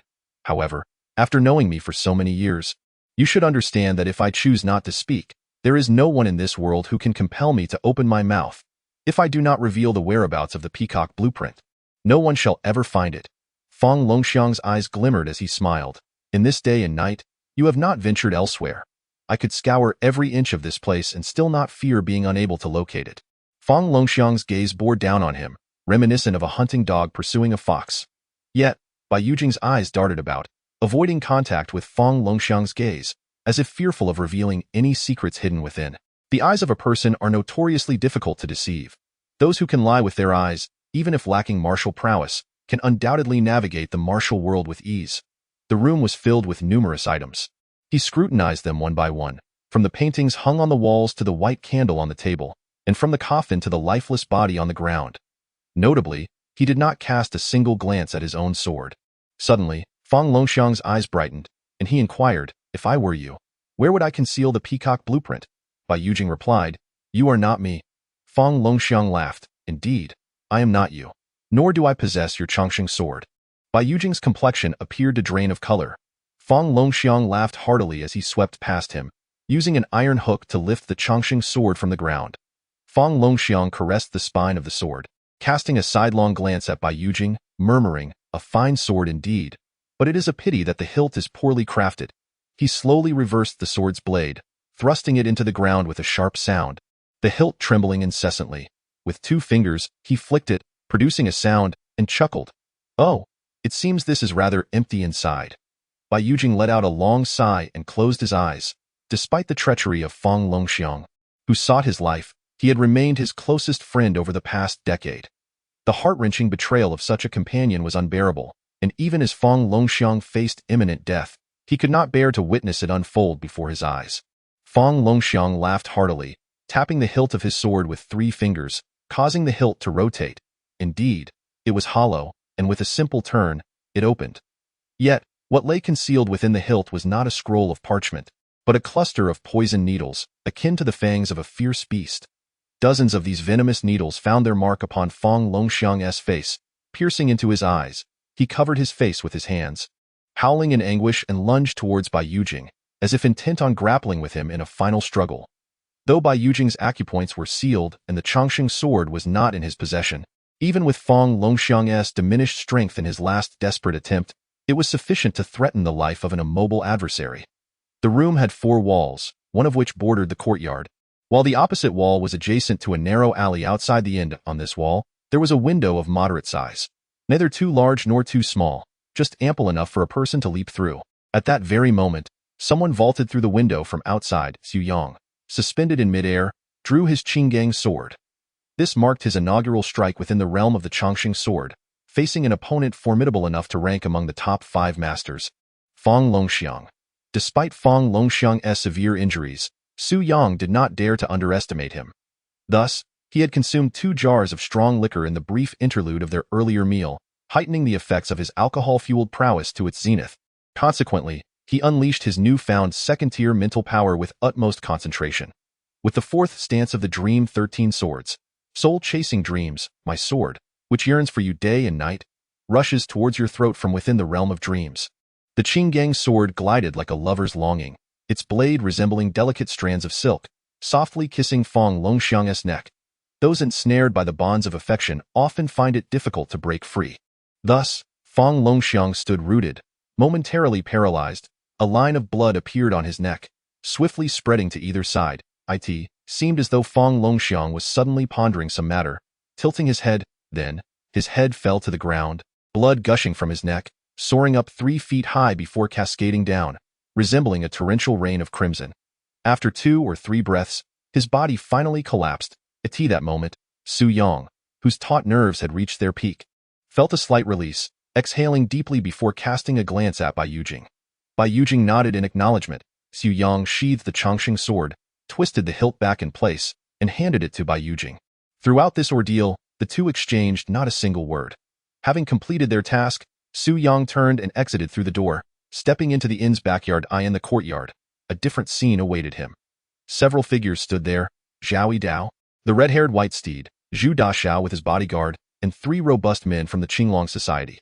Yuan Zixia stood at the opposite corner of the courtyard, maintaining a distance from them, one hand raised with a lit candle, while the other held a piece of yellowed parchment. One corner of the parchment lay perilously close to the flickering candle.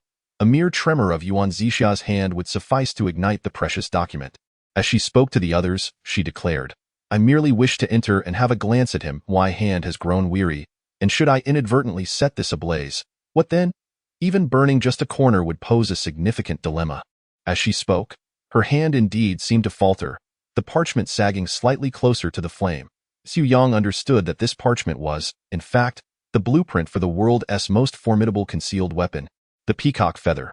Regardless of who possessed it, even a scholar devoid of martial prowess would transform into an awe-inspiring master the moment he grasped the peacock feather. No one in the realm could emerge unscathed from its presence. Thus, no matter the cost to acquire this blueprint, it was undeniably worthwhile. Akin to purchasing an emperor, one would eventually reap the investment manifold. However, Su Yang was also acutely aware that this blueprint was a forgery. The gazes of those in the courtyard instantly converged upon Su Yang. He shrugged and shifted aside to allow passage, for it was not himself they sought to observe, but rather Bai Yujing within the confines of the dwelling. Were Bai Yujing capable of movement, none would dare act rashly. Upon witnessing Bai Yujing lying motionless on the ground behind Su Yang, several individuals in the courtyard stepped forward in unison. The white-haired Zhang San furrowed his brow, eyeing Su Yang warily. "Have you harmed him?" Su Yang shrugged, offering a slight nod to Yuan Zixia before exclaiming, "If I possessed such capabilities, I wouldn't be standing here conversing with you lot." Upon entering, I discovered that Feng Longxiang's head had already fallen, and Bai Yujing lay still as death. Yuan Zixia cast a glance into the room and remarked, "Everyone can see that young Master Bai has been subdued. What harm could there be in a frail woman like myself entering to speak with him?" Young Master Zhu chuckled, saying, "Since young Master Bai is a friend of the lady, it is only natural for her to wish to see him. Please, do enter." Yuan Zixia vigorously shook her head, replying, "No, I still do not dare to enter." "Why not?" Zhu inquired. Yuan Zixia confessed, "With so many strong men standing there, I am quite afraid. Do you wish for us to leave?" Zhu asked, "If you could all step back to the corridor, and then let Su Gongzi guard the door, only then would I dare to enter," Yuan Zixia articulated. Zhu cast a glance at Su Yang, suddenly enlightened. "Ah, so you and Miss Yuan are already acquainted, Swiftblade Xiao Su?" Yuan Zixia smiled subtly, saying, "Am I not also familiar with all of you? However, I place my trust in Su Gongzi's martial skills, which is why I request his presence at the door." Trusting in Su Gongzi's martial prowess, Su Yang scoffed inwardly. Yuan Zixia's words were not a testament to her own strength, but rather an implication to those present that her martial abilities were the weakest among them.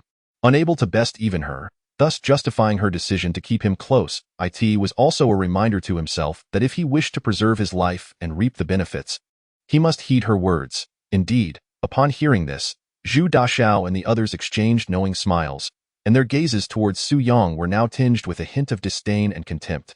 Yuan Zixia continued, "Once I emerge, I shall present this item to you all, and it would be prudent for you to utilize this opportunity to deliberate on who shall claim it." Zhu Daxiao glanced at Zhao Dao, who in turn looked at Bai Mahjong San.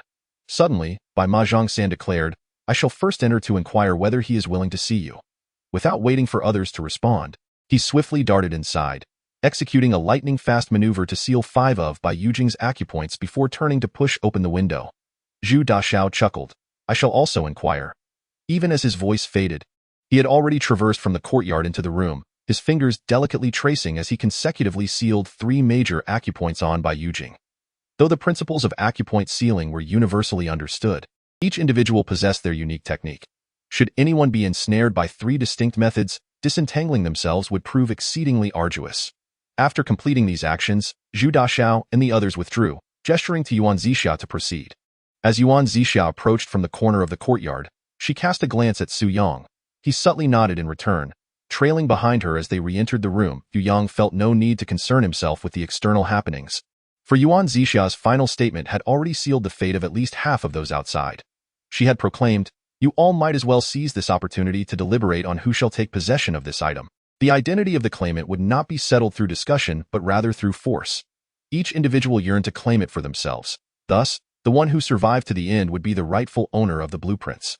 Faced with overwhelming temptation, some would not hesitate to betray even their closest kin, let alone these transient acquaintances from the martial world. Unsurprisingly, a member of the Qinglong Society was the first to assert loudly, "This item rightfully belongs to the Qinglong Society and should be surrendered to us." Zhu Daxiao had previously concurred, and his words had always held weight. It was unlikely he would renege on this occasion. The golden rings jingled on Miao Xiao's ears as his fiery gaze fixated on the three members of the Qinglong Society. Zhao Yidao leaned against the railing, feigning indifference, yet his eyes flickered with intensity. Bai Ma Zhang tapped his fingers lightly against the pillar, seemingly unable to endure the silence, as if intentionally creating a disturbance. Zhu Daxiao chuckled, "Of course not, of course not." But, before he could finish, a series of sharp, ringing sounds echoed. Simultaneously, three anguished cries pierced the air. Three golden rings were deeply embedded in the foreheads of the three Qinglong Society members. Miao Xiaotian, with his fiery red hair and golden rings, had claimed 3 lives with a single strike. He removed the rings from their fallen heads and gruffly stated, "He may have promised you, but I have not." Zhu Daxiao suddenly sighed deeply, saying, "Those 3 need not concern us any longer. Yet who shall be next? There are still 4 of us, and it is evident that the blueprints will not suffice to satisfy everyone." Zhao Yidao abruptly coughed loudly, proclaiming, "Let it be known to all. The Quick Blade Gang has formed a brotherhood with the Red Hair Gang. From this moment forth, Miao Bangzhu's affairs shall be my concerns as well." Miao Xiaotian erupted into a hearty laugh, exclaiming, "In a pot of rice, one ought to pick the softest eggplants first. Do you comprehend this?" Zhao Yidao replied, "I understand." The two simultaneously turned their gazes toward Bai Ma Zhang. Bai Ma Zhang's face turned ashen, and he declared, "Well, hello to you both. I am not necessarily afraid of you." Miao Xiaotian let out a sinister chuckle, brandishing his golden ring, and suddenly lunged forward. Zhao Yidao reassured him, "Rest assured, Miao Gang leader, I shall support you from the rear." Miao Xiaotian launched a relentless assault with his golden ring, his fiery red hair swirling as he roared, "Little Zhang San, prepare to meet your demise." Bai Ma Zhang's snow-white face flushed crimson as he bellowed in anger, unexpectedly launching 3 desperate punches. Miao Xiaotian, emboldened by Zhao Yidao's backing and his own superior martial prowess, felt confident of victory and chose not to engage in a life-or-death struggle. He retreated 3 steps, laughing, "Your desperation is futile." Suddenly, his laughter transformed into a howl of rage and agony. Just moments ago, Zhao Yidao, who had proclaimed allegiance to Miao Xiaotian, struck him with a knife in the back. The sound of the blade slicing through flesh and bone drowned out any cries of distress. Miao Xiaotian lurched forward, colliding directly with Bai Ma Zhang's iron fist, resulting in another sickening crack of bones. Miao Xiaotian collapsed against the railing, propped up by his golden ring, yet his face was already bloodied and disfigured. His eyes, blazing like fire, bulged with terror and fury as he gasped, "Zhao Yidao, you beast! I shall not spare you even in death." Zhao Yidao wiped the blood from his blade against his boot and sighed. Alas, there was no other choice. The Fast Blade Gang has long forged an alliance with the Bai Ma Alliance. Who could blame you for your ignorance? Bai Ma Zhang laughed heartily, saying, "While others forge alliances over blood oaths, we indulge in lotus root powder." Miao Xiaotian roared in fury, his body trembling violently until he finally lay still. Zhao Yidao and Bai Ma Zhang simultaneously turned to face Zhu Daxiao. Zhu Daxiao glanced at his bodyguard and, with a wry smile, remarked to Zhang San and Zhao Yidao, "I never anticipated the depth of your camaraderie. Had I known, I would have brought a true bodyguard with me." Zhao Yidao gripped the hilt of his knife tightly, his gaze piercing as he retorted, "Now that you know, it is certainly not too late." As he spoke, he slowly drew his knife, aiming to strike Zhu Daxiao. However, before the blade was fully unsheathed, Zhao Yidao suddenly delivered an elbow strike to Bai Ma Zhang's ribs with tremendous force. Bai Ma Zhang was sent spinning like a top, crashing against the railing with a resounding thud. Before he could regain his bearings, Zhao Yidao struck again. The speed of the blade was astonishing. Blood splattered forth as Zhao Yidao wiped the blood from his blade. Gazing coldly at Zhang San's lifeless body, he sneered, "Friendship is a fickle matter. Rather than wait for you to disregard it, I shall renounce it first." Zhu Daxiao nodded in agreement. "That is quite reasonable. For those who disregard friendship, such a method is indeed the most fitting." Zhao Yidao laughed heartily, declaring, "It is truly laughable that the Wan Jintang and the Fast Blade Gang have been allied for 3 years. Yet they remain utterly oblivious. The anguished cries within the courtyard echoed like distant rooster crows, one after another. The interplay of treachery and murder in the original text is truly captivating, which is why this segment of the chapter remains untouched in terms of plot. The narrative of the Chongqing sword is soon approaching its conclusion, and I am determined to craft an ending that will take everyone by surprise. Chapter 28. Su Yang and Lao Bai inside the room. Su Yang casually grasped his Qinggang sword, standing near the door with his eyes slightly narrowed, observing Yuan Zixia with an expression brimming with unutterable amusement. On the ground lay Bai Yujing, silently watching Yuan Zixia, his gaze filled with disappointment. After a prolonged silence, Bai Yujing coldly inquired, "What brings you here?" Yuan Zixia offered a sorrowful smile and replied, "I could have slipped away, but why would I come if it weren't out of concern for you?" Her eyes were already reddened, tears threatening to spill forth.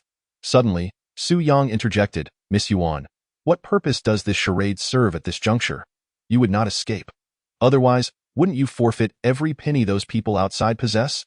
Yuan Zixia cast a fierce glare at Su Yang before returning her gaze to Bai Yujing, stating, "I merely wish for you to understand this. I have not lied about certain matters. Regardless of my actions, my feelings for you are utterly genuine." The voice of young Master Zhu unexpectedly resonated from the doorway as he smiled and said, "I am aware of your sincerity towards him, which is precisely why I am facilitating your fate, allowing you to accompany him to death. Whatever words you have left to share can certainly wait until the road to the underworld." Su Yang abruptly tightened his grip on the hilt of his sword, retreating several steps to cautiously position himself in a corner of the room, his eyes fixed on young Master Zhu and Zhao Yidao. Zhao Yidao shot a disdainful glance at Su Yang, letting out a derisive snort. It was apparent from Su Yang's unsteady footing that his skills were rather mediocre, failing to escape the gaze of these seasoned veterans. Zhao Yidao scoffed, "There are countless ways to meet one's end. If you surrender the blueprints obediently, I assure you, your deaths will be devoid of pain." A peculiar light flickered in young Master Zhu's eyes as he slowly shifted his gaze down from her prominent bosom, solemnly declaring, "For Taihang Yidao to ensure a painless demise is a trivial matter. As it happens, I am also acquainted with several methods that inflict excruciating pain, particularly when it comes to women." Before he could finish his sentence, his head suddenly detached from his body, soaring upwards. Zhao Yidao, startled, had just gripped the hilt of his blade when his own head met a similar fate, flying into the air. They sought to bring death to others, only to find themselves meeting the same end. Meanwhile, young Master Zhu's bodyguard, a figure clad in black, remained expressionless, now wielding a knife, its tip still dripping with blood. He slowly peeled away a human skin mask from the edge of his cheek, revealing his true visage, a middle-aged man with a dark complexion and piercing eyes, reminiscent of an eagle, aptly named Wei Tianying. Soaring high in the sky, Su Yang erupted into hearty laughter, clapping his hands and exclaiming, "Wei Tianying not only possesses unparalleled swordsmanship, but also excels in disguise. I am truly impressed." Upon encountering the figure clad in black, Yuan Zixia's previous sorrow vanished in an instant, replaced by a radiant smile. Brother Wei's swordsmanship and ninjutsu are indeed unparalleled in the Qinglong society. Wei Tianying cast a faint glance at Su Yang, his gaze reminiscent of a man staring at an inconsequential corpse. He then extended the dagger in his hand towards Yuan Zixia, gesturing towards the immobilized Bai Yujing. "Eliminate him." Wei Tianying's voice was laced with a jealousy that every man would understand, tinged with a hint of bitterness. Yuan Zixia accepted the blade, appearing somewhat hesitant. Wei Tianying coldly inquired, "What are you reluctant?" Yuan Zixia sighed, stating, "How could I possibly refuse what you ask of me?" She turned to face Bai Yujing, her eyes seemingly clouded with a mist of unshed tears as she murmured, "I truly cannot bear to take your life. Yet, if I do not, Brother Wei shall surely be angered, and thus, I am left with no choice but to apologize."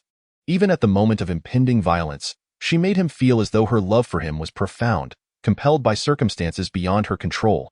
Bai Yujing, as though anticipating Yuan Zixia's actions, replied indifferently, "No need for formalities." Yuan Zixia remarked, "I seldom wield a dagger. Should I fail to end your life with a single strike, it may cause you pain." Bai Yujing remained unfazed, responding, "It matters not."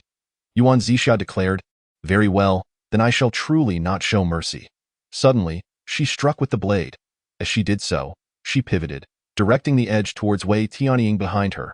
What a swift strike! Aside from herself, none could claim she was inept with a dagger. Yet, in Wei Tianying's eyes, there was no trace of surprise, only that mocking smile as he regarded the incoming thrust. In an instant, he clapped his hands together, pinching the blade between them. Yuan Zixia's complexion finally shifted. Wei Tianying sneered, "Do you comprehend why I entrusted this dagger to you?" Yuan Zixia bit her lip, shaking her head. Wei Tianying continued, "I desire you to eliminate me." Yuan Zixia queried, "Why?" Wei Tianying replied, "Because, like you, I wish to claim this fortune for myself. Though I recognize you as nothing but a shameless wretch, having spent so long with you, I find it somewhat difficult to proceed." Yuan Zixia shook her head, asserting, "My intent to kill you is not driven by the desire for gain." Wei Tianying scoffed, "Are you attempting to save him?" Tears brimmed in Yuan Zixia's eyes as she smiled sorrowfully. "A person of my ilk, unless truly moved by affection, would not err in such a way." After uttering these words, Yuan Zixia abruptly moved, leaping back over a yard, and with the tip of her foot, propelled the Chongqing sword into Bai Yujing's hands. According to the original narrative, at this moment, Bai Yujing would suddenly spring forth, seizing the sword to slay Wei Tianying, and then, together with this Miss Yuan, they would ascend into the heavens, concluding the tale. However, at this juncture, Bai Yujing not only refrained from leaping but did not even catch the sword. With a light clang, the Chongqing sword traced an arc, landing beside Bai Yujing on the ground. While he remained motionless, a bittersweet smile of resignation gracing his lips, Yuan Zixia gazed at Bai Yujing in disbelief. As the youngest member of the Red Flag Society, coupled with the time spent alongside Bai Yujing, she was entirely convinced that Bai Yujing possessed the long-lost technique of reversing meridians, capable of temporarily displacing all her ACU points. It was for this reason that she dared to stake her last and greatest treasure on Bai Yujing, believing that the latter had not been immobilized but was merely testing her sincerity.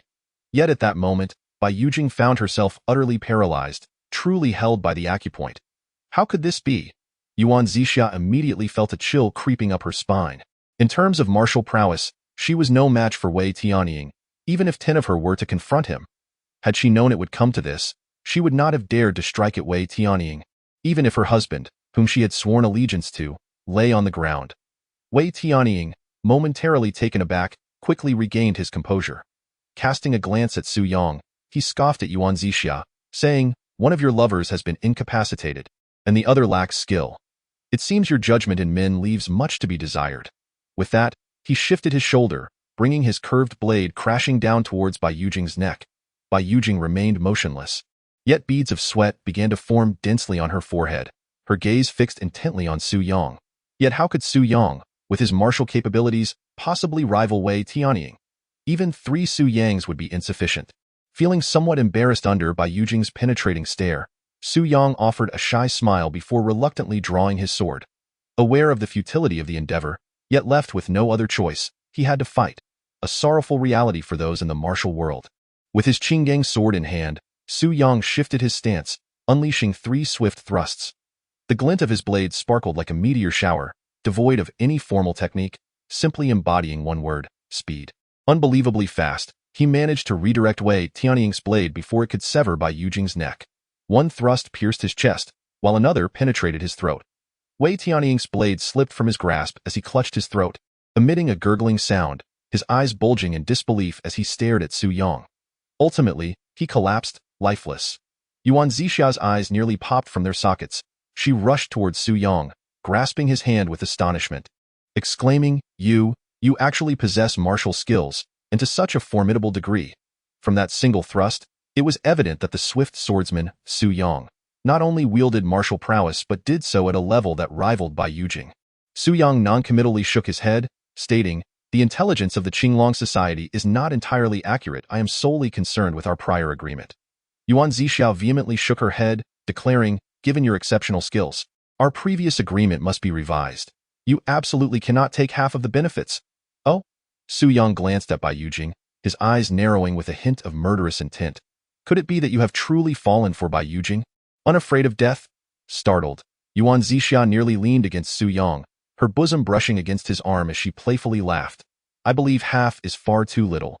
You should receive the entirety, including me." Su Yang glanced at her and then at Bai Yujing, asking in a subdued tone, "Aren't you genuinely enamored with Bai Yujing? Why then do you wish to accompany me?" Yuan Zixia sighed and replied, "There is no need for pretense when conversing with you. For a woman like me, true emotion holds little significance. I can offer him my heartfelt devotion while surrendering my body to you. Of course, should you take offense, I would not hesitate to eliminate him before your very eyes." Moreover, my intellect is quite sharp, and I am privy to many secrets of the Qinglong Society. With my assistance, your ascent to greatness would be inevitable." She bit her lip and continued, "Furthermore, a woman's worth extends beyond mere intellect. I believe my other attributes would undoubtedly satisfy you." Her voice dwindled to a whisper, yet her gaze drifted towards the grand bed within the room, as she exhaled heatedly near Su Yang's ear. "I have heard it said that engaging in such acts before a few corpses and a woman's former lovers is all the more exhilarating. We conveniently have a bed, several deceased, and my 2 ex-lovers present. Would you care to indulge in such an experience? You could even bind me." A profound expression of revulsion finally crossed Su Yang's face as he forcefully pushed Yuan Zixiao away. Gesturing towards Bai Yujing, "Unless you use his Chongqing sword to slay him, I shall not place my trust in you." Yuan Zixiao nodded, raising the Chongqing sword and aiming it at Bai Yujing's throat. With disappointment, she remarked, "I could have come to cherish you, even wholeheartedly devoted myself to you, aiding you in becoming the paramount figure in the world. Alas, one can only blame your own lack of ambition." With that, she flicked her wrist, and without mercy, the Chongqing sword lunged toward Bai Yujing's throat. Sweat beads formed more densely on Bai Yujing's forehead. Su Yang acted swiftly once more, his movements so rapid they were nearly imperceptible, and with a clang, he deflected Yuan Zixiao's blade. He then bent down and deftly tapped several points on Bai Yujing's body. Remarkably, Bai Yujing immediately sprang to life, standing upright with vigor. It appeared that this quick sword Xiao Su not only possessed extraordinary swordsmanship, but also demonstrated a rare proficiency in acupoint release. The 12 acupoints secured by 3 masters using 3 distinct techniques were effortlessly undone by his touch. "Who are you?" Yuan Zixiao was taken aback, staring blankly at the 2 men before her. These 2, nearly identical in stature, seemed as if they had been carved from the same mold, differing only in their visages. Bai Yujing wiped the sweat from his forehead, then seized the wine flask from Su Yang's waist, tilting his head back to take a hearty swig before turning to Su Yang with a grin. "Old Bai, could you perhaps act sooner next time? I have a timid disposition, and should I be frightened into a state of peril, you would need to bear the consequences." "Old Bai?" Yuan Zixiao was utterly confounded. Bai Yujing referred to Su Yang as Old Bai. Su Yang gave Bai Yujing's shoulder a firm pat and then peeled away a layer of human skin mask from the edge of his face, revealing sharp features softened by a gentle expression. Bai Yujing followed suit, removing his own mask to reveal a similar transformation, flashing a grin at Yuan Zixiao. Such techniques of disguise are not solely the domain of Wei Tianying. Old Bai is also adept at it. Turned out that Bai Yujing was indeed Su Yang, and Su Yang was none other than Bai Yujing. The true Su Yang cast a glance at Bai Yujing, then addressed the bewildered Morong Yin, saying, "In truth, this is a trap I have set. When I entered your room, Lao Bai was already eavesdropping next door, and after I eliminated Feng Longxiang, I immediately exchanged identities with Lao Bai to lure you into action. The affairs of the world can be rather peculiar. Some women, despite not harboring any feelings for you, delight in the notion of being liked by you, reveling in your pursuit and adoration. Yet, when one day she discovers that the man who once regarded her as his most cherished jewel no longer obsessively adores her, she may then react with indignation and fury." Yuan Zixiao resembled a wounded she-wolf, her eyes filled with venomous resentment as she fixed her gaze upon Bai Yujing and tremulously inquired, "Since you are aware, why go to such lengths? With your martial prowess, you could have struck long ago. No one here would have survived." Bai Yujing's complexion darkened, yet the previous sorrow had dissipated, replaced by a glimmer of genuine disappointment in his gaze towards Yuan Zixiao. He had grown weary of her inquiries. Su Yang regarded Yuan Zixiao and shook his head, stating, "According to my intentions, you should have been eliminated long ago. However, Lao Bai has genuinely developed feelings for you this time, seeking to discern what manner of person you truly are, or rather, granting you another chance." Su Yang sighed and continued, "It is a pity that you have squandered your cleverness in the wrong pursuit. For such a good man, you ought not to have acted thus." Yuan Zixiao's face turned ashen, her lips quivering uncontrollably, and she appeared to age decades in an instant, the vitality in her eyes gradually waning. Chapter 29. The conclusion of the Chongqing sword narrative. Outside the small town, an ancient, desolate path wound its way to an unknown destination. Alongside this path stood a dilapidated stone pavilion, where a horse-drawn carriage was stationed nearby. Bai Yujing and Su Yang were engaged in a drink within the pavilion. The previous day, upon realizing her plan had failed, Yuan Zixiao had unhesitatingly chosen to take her own life, and Bai Yujing had buried her. For a woman of her kind, once a mission fails, the punishment awaiting her is often more dreadful than death itself. Moreover, it was not merely a failure of a task, But in a sense, she had betrayed the Qinglong society. Her demise, in fact, became a form of liberation. You were once a beautiful maiden. How tragic it is that you became a thief. Su Yang gazed at Yuan Zixua's nameless grave, feeling a twinge of melancholy. Was green tea truly so delectable? It requires skill. After all, on Earth, encountering someone with superior skills might lead to merely losing money and wasting youth, but in the realm of martial arts, a single misstep with green tea could very well cost one their life. What, then, constitutes true wisdom for a woman? Su Yang could not say for certain. It certainly was not akin to the case of Yuan Zixia. At the moment of burying Yuan Zixia, Su Yang suddenly recalled a mechanical voice, successfully disrupted the relationship between Yuan Zixia and Bai Yujing, unveiled the conspiracy of the original narrative, and obtained the hidden title, Lover Slayer. This title is a one-time acquisition, and its level cannot be enhanced. Title effect generates a faint attraction towards women with romantic interests in the original narrative. Yuan Zixia's plans are destined to be utterly shattered, steeped in deep resentment. The system will automatically generate a hostile female character in the new martial arts world, her identity, name, martial skills, and sect remaining unknown. Had it not been for the burial of the dead at that moment, Su Yang might have burst into laughter. The martial arts realm is indeed a kaleidoscope of wonders, unpredictable in its potential for unexpected delights or startling frights. This so-called lover-assassin seems to possess some minor advantages in Su Yang's romantic endeavors. Yet these advantages are trivial, akin to catching a rabbit on New Year's Eve. Whether there or not, the celebration continues unabated. As for the emergence of a female adversary in the new martial arts world, Su Yang remains indifferent. If she dares to mingle in these circles, she cannot fear the rogue's deep-seated grievances. Does she think herself a character like Zhu Ganglai? Nonetheless, this does affirm the words of the old martial arts sage. Every action taken in the three true martial arts worlds may indeed influence the new martial arts realm. The stone pavilion had long been abandoned, devoid of stone benches or tables. Su Yang and Bai Yujing sat atop a massive chest, with another large box placed between them, upon which rested 2 jars of wine. Yet no cups.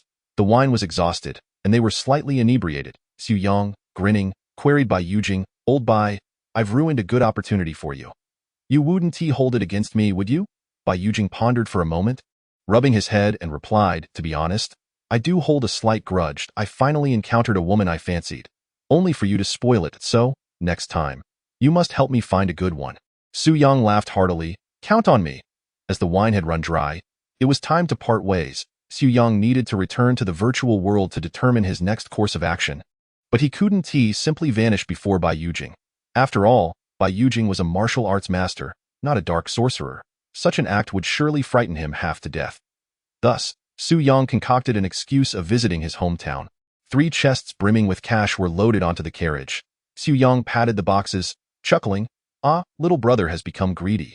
This money truly serves my purpose, and should an opportunity arise," Bai Yujing interrupted with a wave of his hand. "Since you've brought it up, it's a trivial matter for me. As for how you use it, that's your business. I have no time to inquire." The two exchanged hearty laughter. Just as they were about to part, Su Yang suddenly remarked, "Old Bai, let me ask you something." Bai Yujing nodded. Seeing no one around, Su Yang leaned closer with a curious expression and inquired, "There are rumors in the Jianghu that you are the true leader of the Qinglong Society. Is there any truth to this?" Bai Yujing glanced at Su Yang, a mysterious smile playing on his lips. "What if it's true? And what if it's false?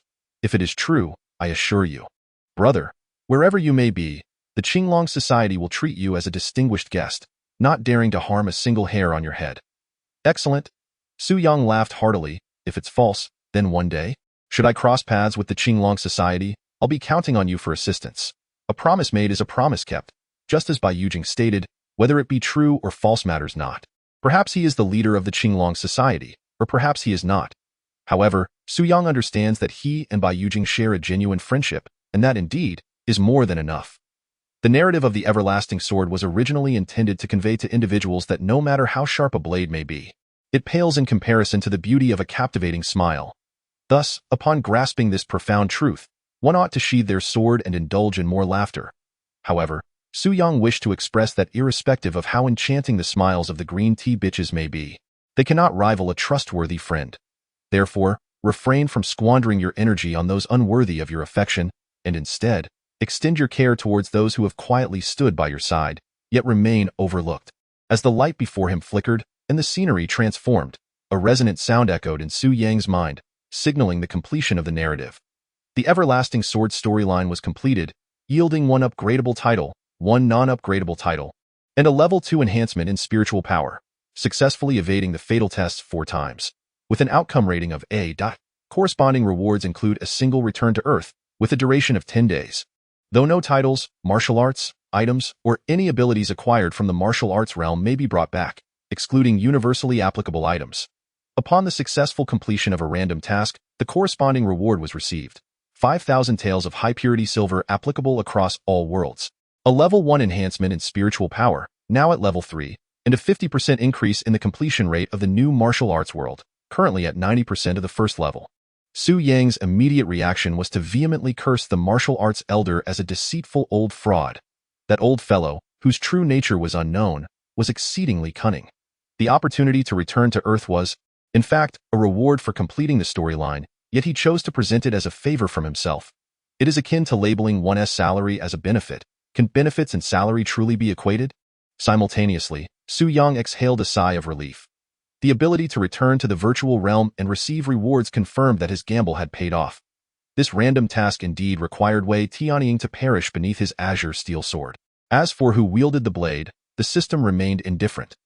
The 5,000 taels of silver were successfully obtained, accompanied by a banknote, though he was uncertain how to exchange it upon returning to Earth. For Su Yang was well aware that presenting this banknote at the People's Bank would not yield 5,000 taels of silver. The most significant gain was the elevation of his spiritual power by 1 level. Now reaching level 3. As a characteristic unique to the world of Gulong's martial arts, it had been demonstrated through several battles that spiritual power significantly enhances martial prowess.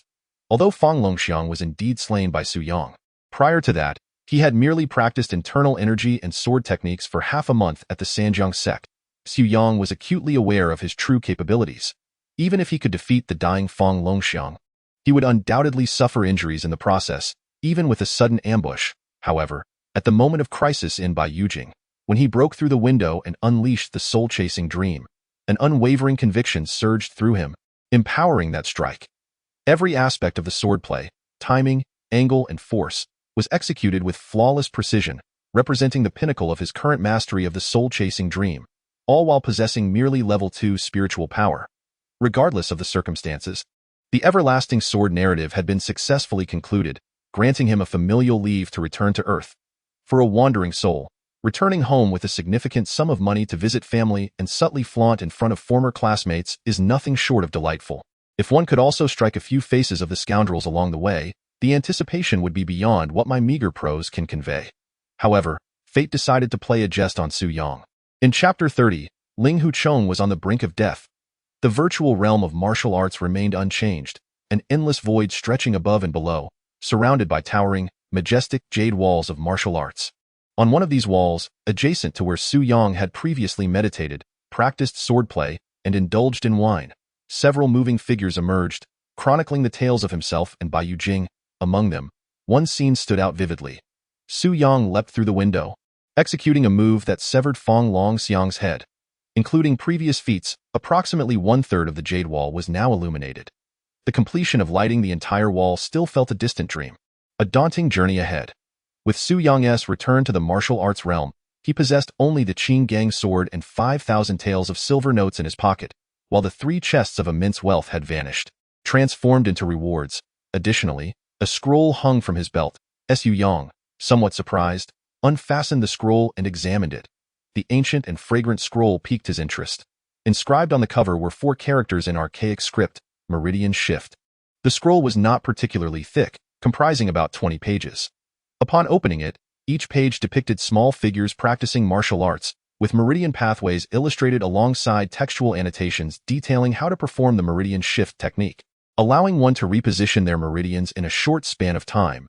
At present, the sole purpose of this technique appeared to be the prevention of others from sealing one's acupoints.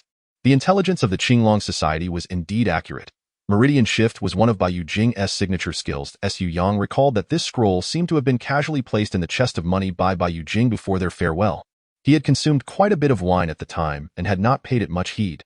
Gazing at the scroll of Meridian Shift, a smile crept across Su Yang's face, warming his heart. This brother Bai was truly considerate. Perhaps fearing he would refuse it if presented directly, Su Yang perused the scroll, a massive orb of light materialized in the martial arts realm, and after a flash of azure light, a human face coalesced upon the orb.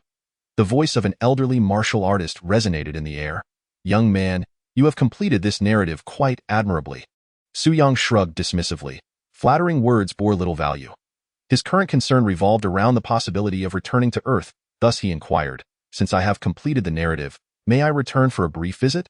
The elderly martial artist's luminous visage contorted into a strained smile as he replied, "I regret to inform you that due to unforeseen issues, you cannot return just yet. You must urgently delve into the narrative of Jin Yong's The Smiling, Proud Wanderer."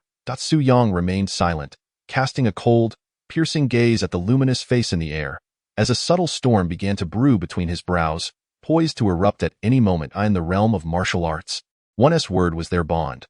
While silence can be golden, one must adhere to their promises. Su Yang harbored a deep-seated aversion to those devoid of integrity.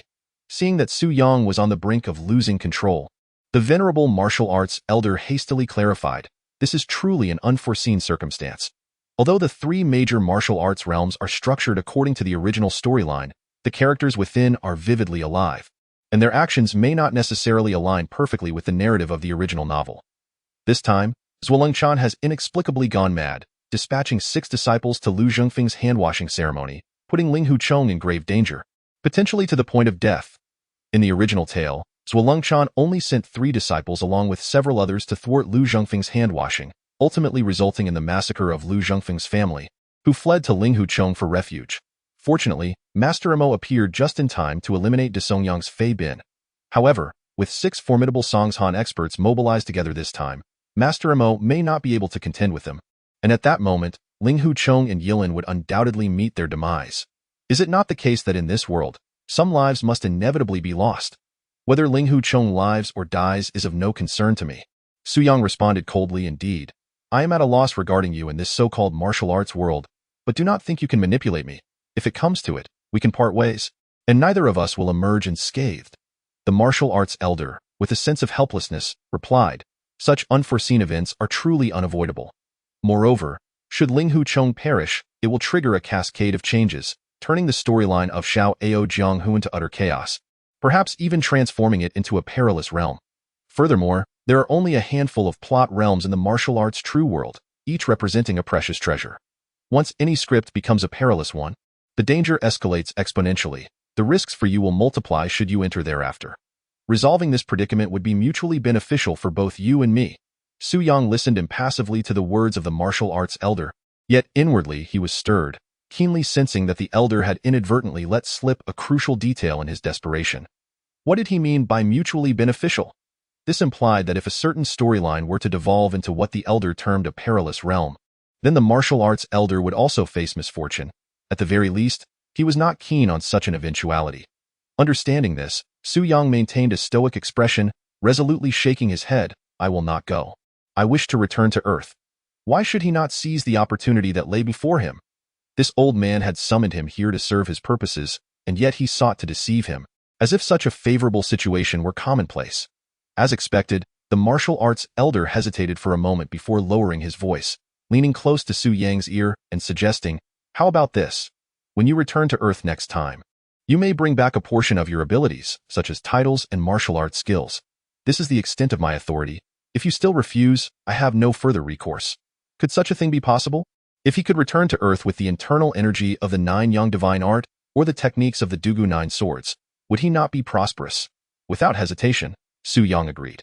Observing the swift change in Su Yang's attitude, the martial arts elder was momentarily taken aback, feeling an inkling of being outwitted. Yet he found himself in a position where he could only suffer in silence. The elder's voice regained its previous grandeur as he declared, "As per tradition, I shall once again issue a friendly reminder. The world of Jin Yong is fraught with peril.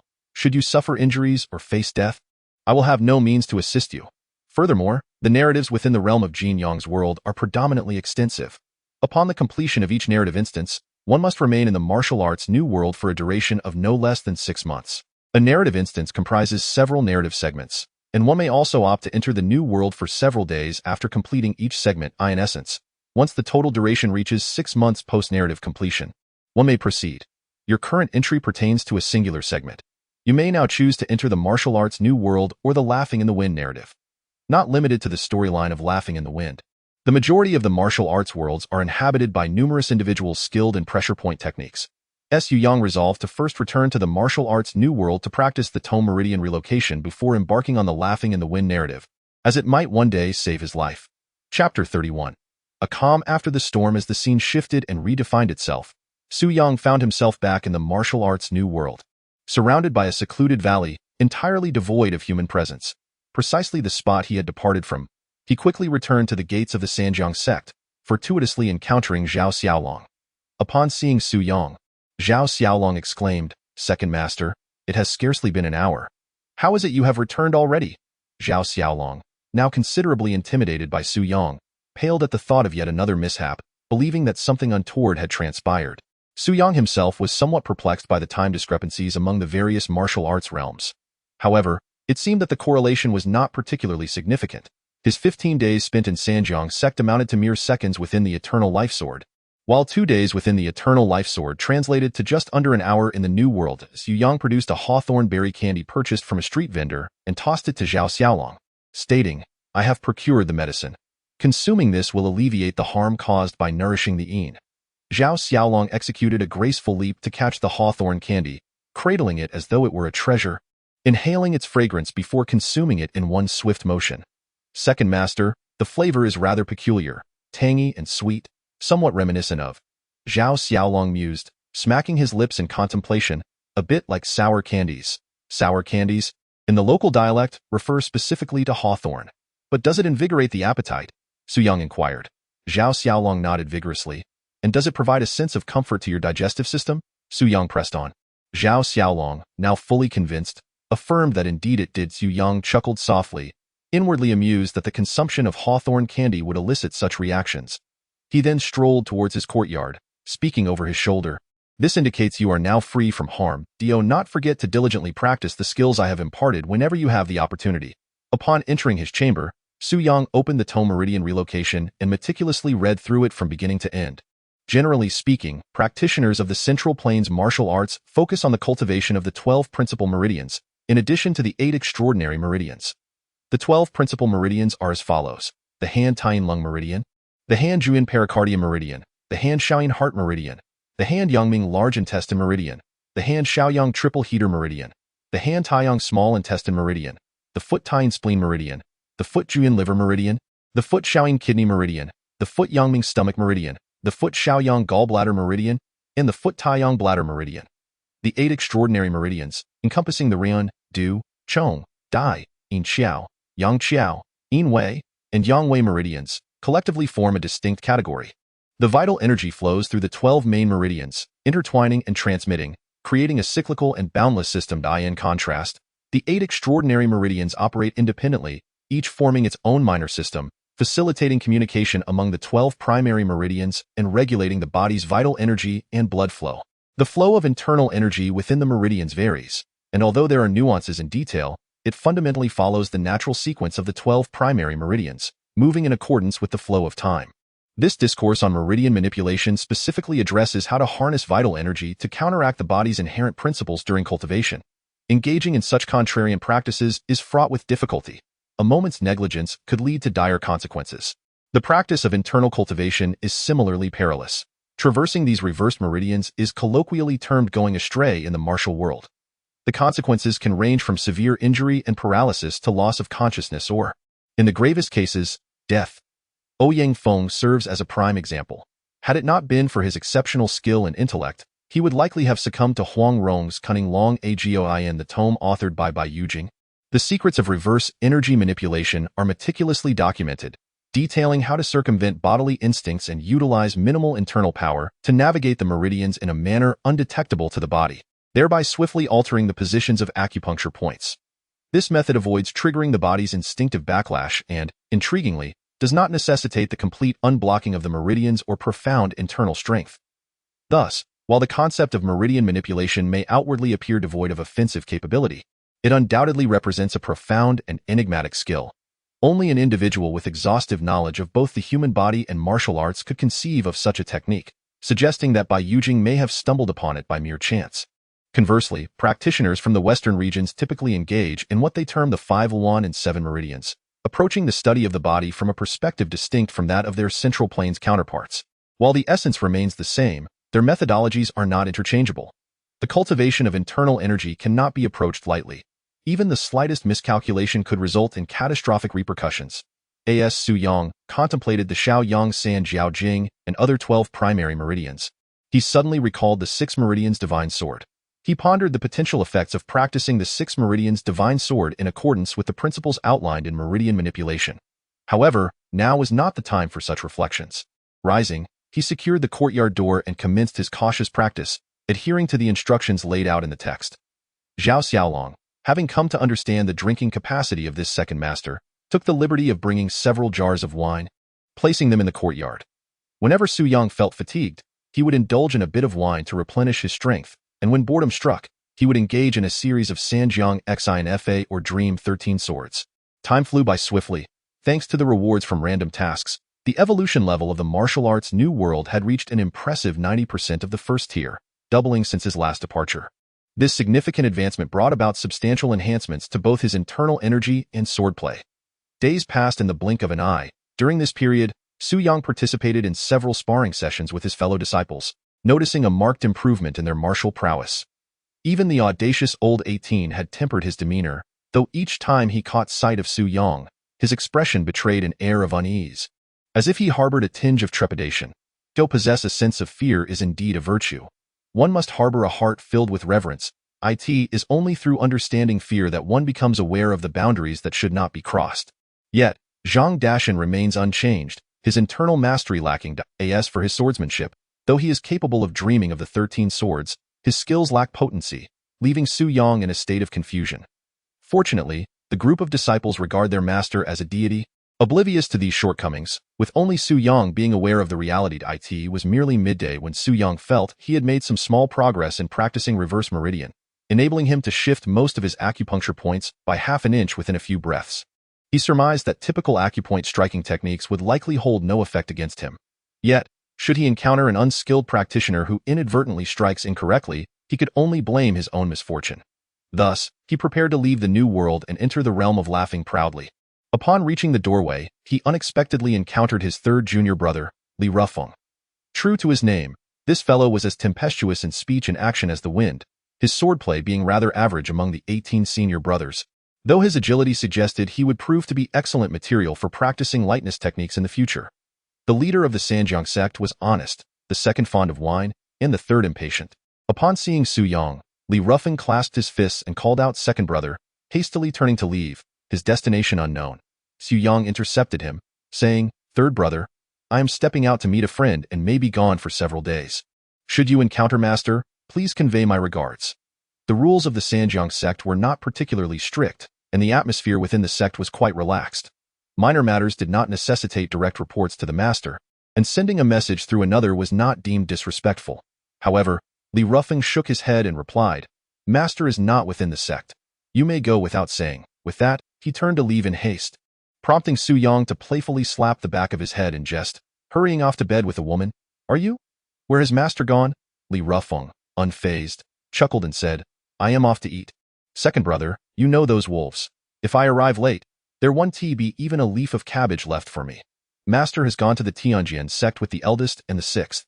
For the sake of narrative, it is worth noting that aside from the 12 primary meridians and the 8 extraordinary vessels, the human body also comprises 12 collateral meridians, 12 sinew channels, 12 skin areas, as well as 15 connecting vessels and floating collaterals. However, since this is a novel rather than a medical treatise, such details need not be overly scrutinized. Tomorrow, I shall enter the realm of laughing proudly, striving to bring forth a wholly refreshing experience for all in this new version of the tale. I shamelessly beseech for your support in the form of recommendation votes. Chapter 32. Even Bodhisat was pale in comparison to your beauty upon hearing that Zhang Dashan was leaving. Su Yang felt a twinge of concern. This new martial arts world was no longer as it once was. The heightened evolution of martial arts would inevitably lead to a surge of skilled practitioners emerging like bamboo shoots after a rain. For the majority, the Jianghu was, at its core, a stage for gaining fame through the blade, and the swiftest route to notoriety lay in vanquishing renowned masters. Zhang Dashan, the somewhat overrated leader of the Sanjiang sect, was an excellent stepping stone for such endeavors. However, learning that he was heading to the Tianjian sect, accompanied by the eldest and the sixth, ease Su Yang's worries. Tianjiamen lies over 100 miles from Sanjiang Pai, and the sect leader shares a brotherly bond with Zhang Dashan, their relationship being exceptionally steadfast, thus it is unlikely that any mishap would occur. Moreover, the current eldest disciple, Su Danshan, has developed commendable swordsmanship, capable of holding his own against Su Yang, who refrains from employing mental prowess or full internal energy. Should any unforeseen circumstances arise, with the cleverness of the sixth disciple Laziki, alongside the two brothers in arms, they need not fear anyone. After bidding farewell to the third disciple Li Rufeng, Su Yang re-entered the virtual realm, planning to navigate through the Laughing Proud storyline. However, this time the 4 random tasks presented were not as fortuitous. 3 belonged to other storylines, and although one was related to Laughing Proud, its difficulty was excessively high and unsuitable. It appears that one cannot overly rely on these random tasks to enhance their abilities. Ultimately, it is one's own actions within the narrative that hold the key weight, as he pondered. The scenery around him began to warp and shift, signifying his entry into the Laughing Proud storyline. The initial identity assigned to him was that of Lu Zhongfeng's nephew, arriving to congratulate Lu Zhongfeng on his grand ceremony of renouncing the martial world. Su Yang maintained a stoic expression, yet internally he harbored a torrent of grievances. What sort of absurdity was this orchestrated by the old martial artist? The last time he was assigned the identity of the swift sword Xiao Su, and now he found himself burdened with such a dismal persona in the original tale. In order to compel Lu Zhongfeng to submit, the masters of Song's sect captured the entire Lu family, dispatching them one after another before Lu Zhongfeng's eyes. As Lu Zhongfeng's nephew, he would inevitably become one of their hostages.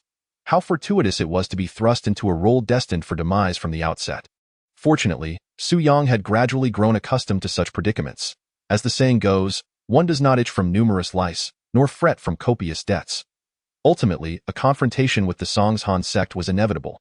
Should his plans unfold smoothly, when the time for battle arrived, it would be uncertain who would ultimately strike the fatal blow. This time, the Song's sect had dispatched 6 formidable experts. Resolving the issue would require locating a few capable of restraining them.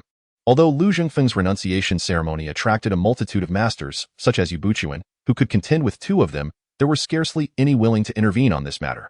Making a move would not only offend the 5 Mountain Sword Alliance, but would also completely alienate the Song's sect.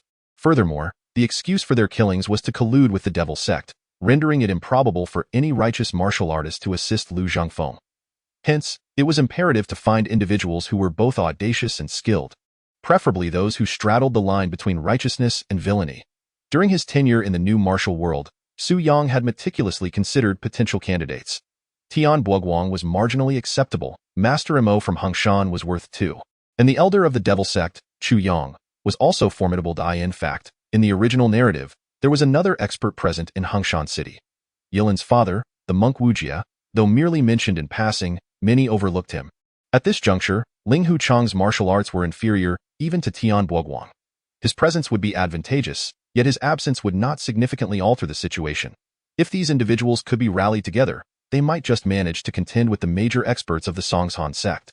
The challenge lay in the fact that these individuals hailed from different sects, each with their own thoughts and objectives. How could they be persuaded to take action? At this moment, the scene before him had transformed. A gentle breeze brushed against him as he found himself on the 2nd floor of an inn, well ventilated, surrounded by several tables of patrons indulging in food and drink, all attired as individuals from the martial world. Upon encountering this tavern, Su Yang instinctively thought of the Fengshan Huiyin Tower. This quaint establishment has now garnered considerable fame, with every traveler feeling compelled to engage in a seated duel with Tian Buoguang. To be frank, such antics are rather tedious and lack originality, merely taking advantage of the fact that Tian Buoguang is a man of integrity.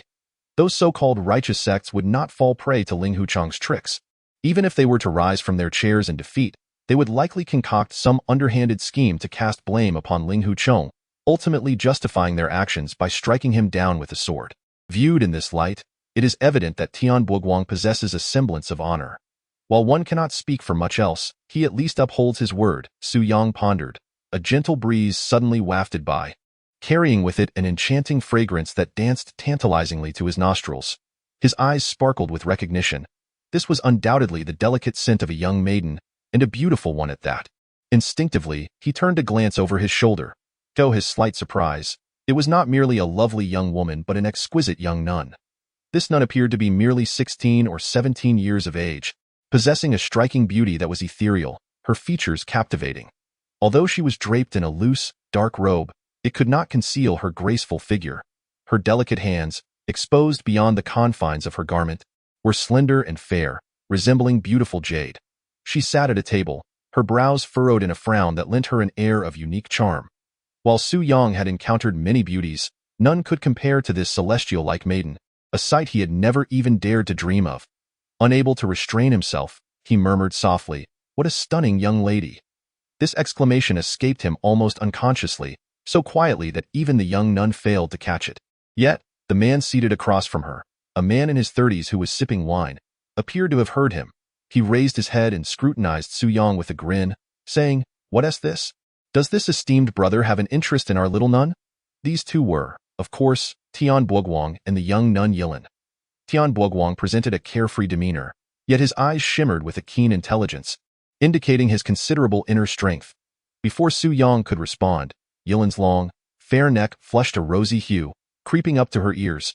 She tightly twisted the hem of her robe and lowered her gaze, saying, "Tian, if you continue to speak such nonsense, I shall throw myself against a wall, for I cannot bear to remain here any longer." Seeing Yilin's flustered expression, Su Yang and Tian Boguang exchanged amused glances, unable to suppress their laughter. She was simply adorable, dear nun. Such beauty would be too great a loss to squander by such an act.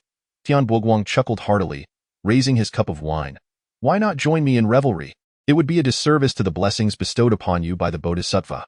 However, Su Yang found it curious. According to the unfolding narrative, Ling Hucheng should have appeared by now.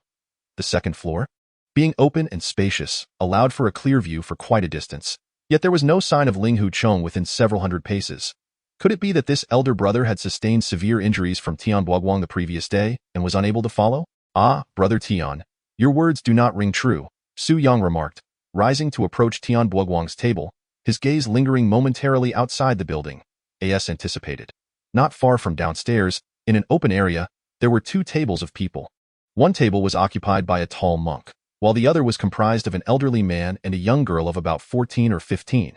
Upon seeing these two tables, particularly the imposing monk, Su Yang felt a sense of calm wash over him. With the monk present, he was assured of Yilin's safety, and fortuitously, he was indeed seeking him. Tian Boguang squinted slightly, a smirk playing on his lips as he inquired, "Oh? Do you know me, my friend?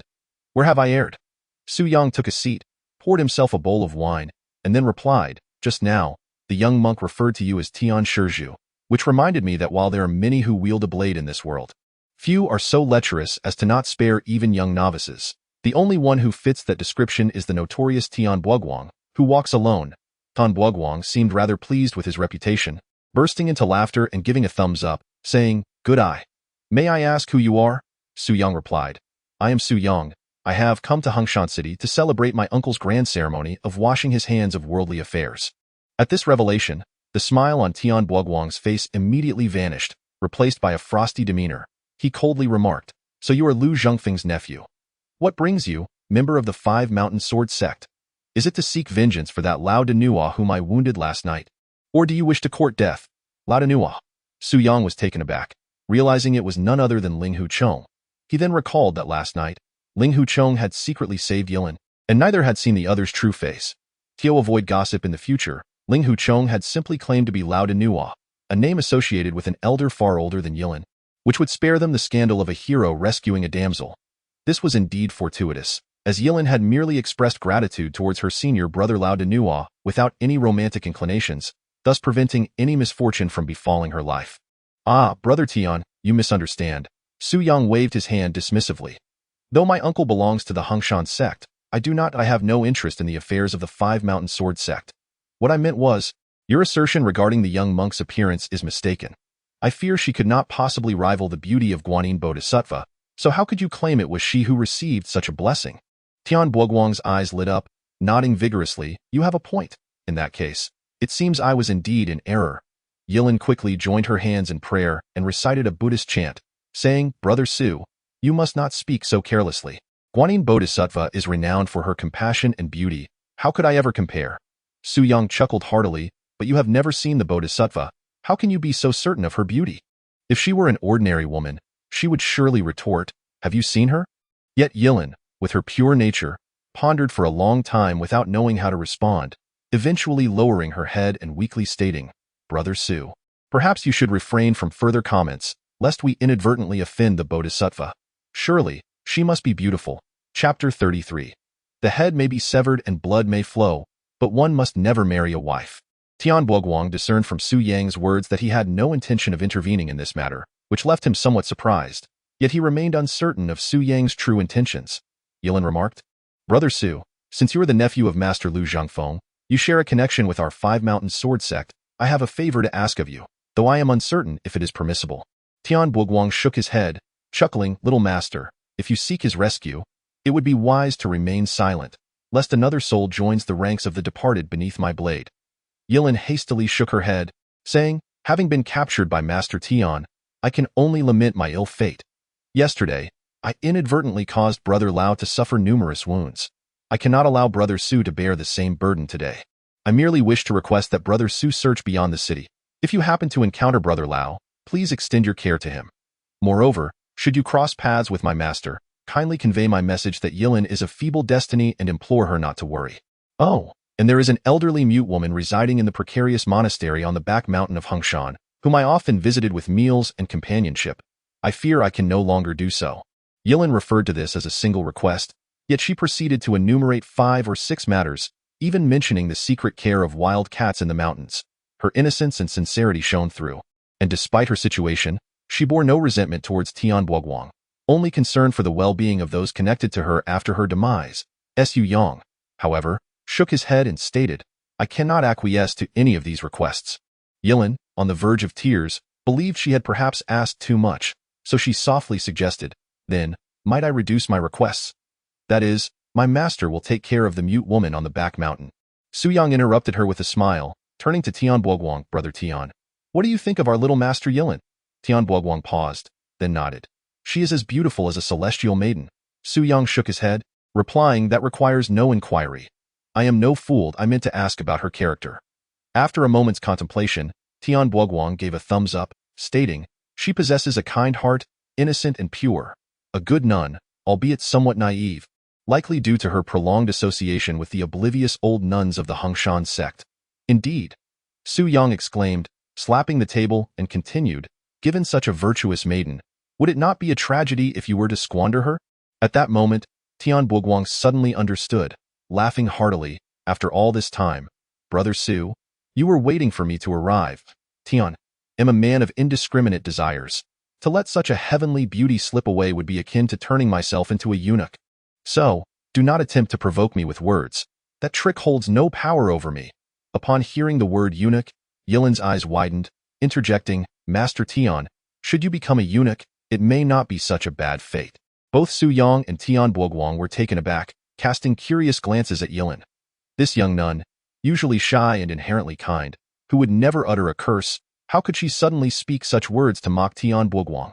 Such a remark would be more fitting from Huang Rong, yet coming from Yilin, it left Su Yang astonished.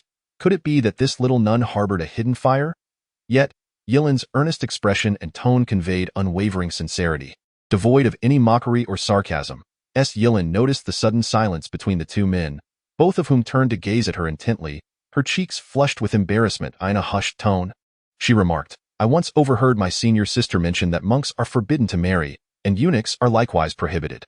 Surely, eunuchs are also individuals who have renounced the worldly life for the sake of Buddhism. Master Tian, having become a eunuch, is now wholly devoted to the Buddha, cleansing himself of his sins from this life, thus paving the way for a future filled with virtuous rewards. Is that not a commendable endeavor?" Tian Buoguang's expression shifted dramatically, his face contorting as though he had just bitten into a rotten peach. Observing his reaction, Yilin widened her eyes and leaned closer to Su Yang, her voice trembling with uncertainty as she whispered, "Brother Su, did I say something wrong? Does Master Tian not wish to be a eunuch?" Suddenly, Su Yang could no longer contain his laughter, and a mouthful of wine erupted from him, splattering across Tian Buoguang's face.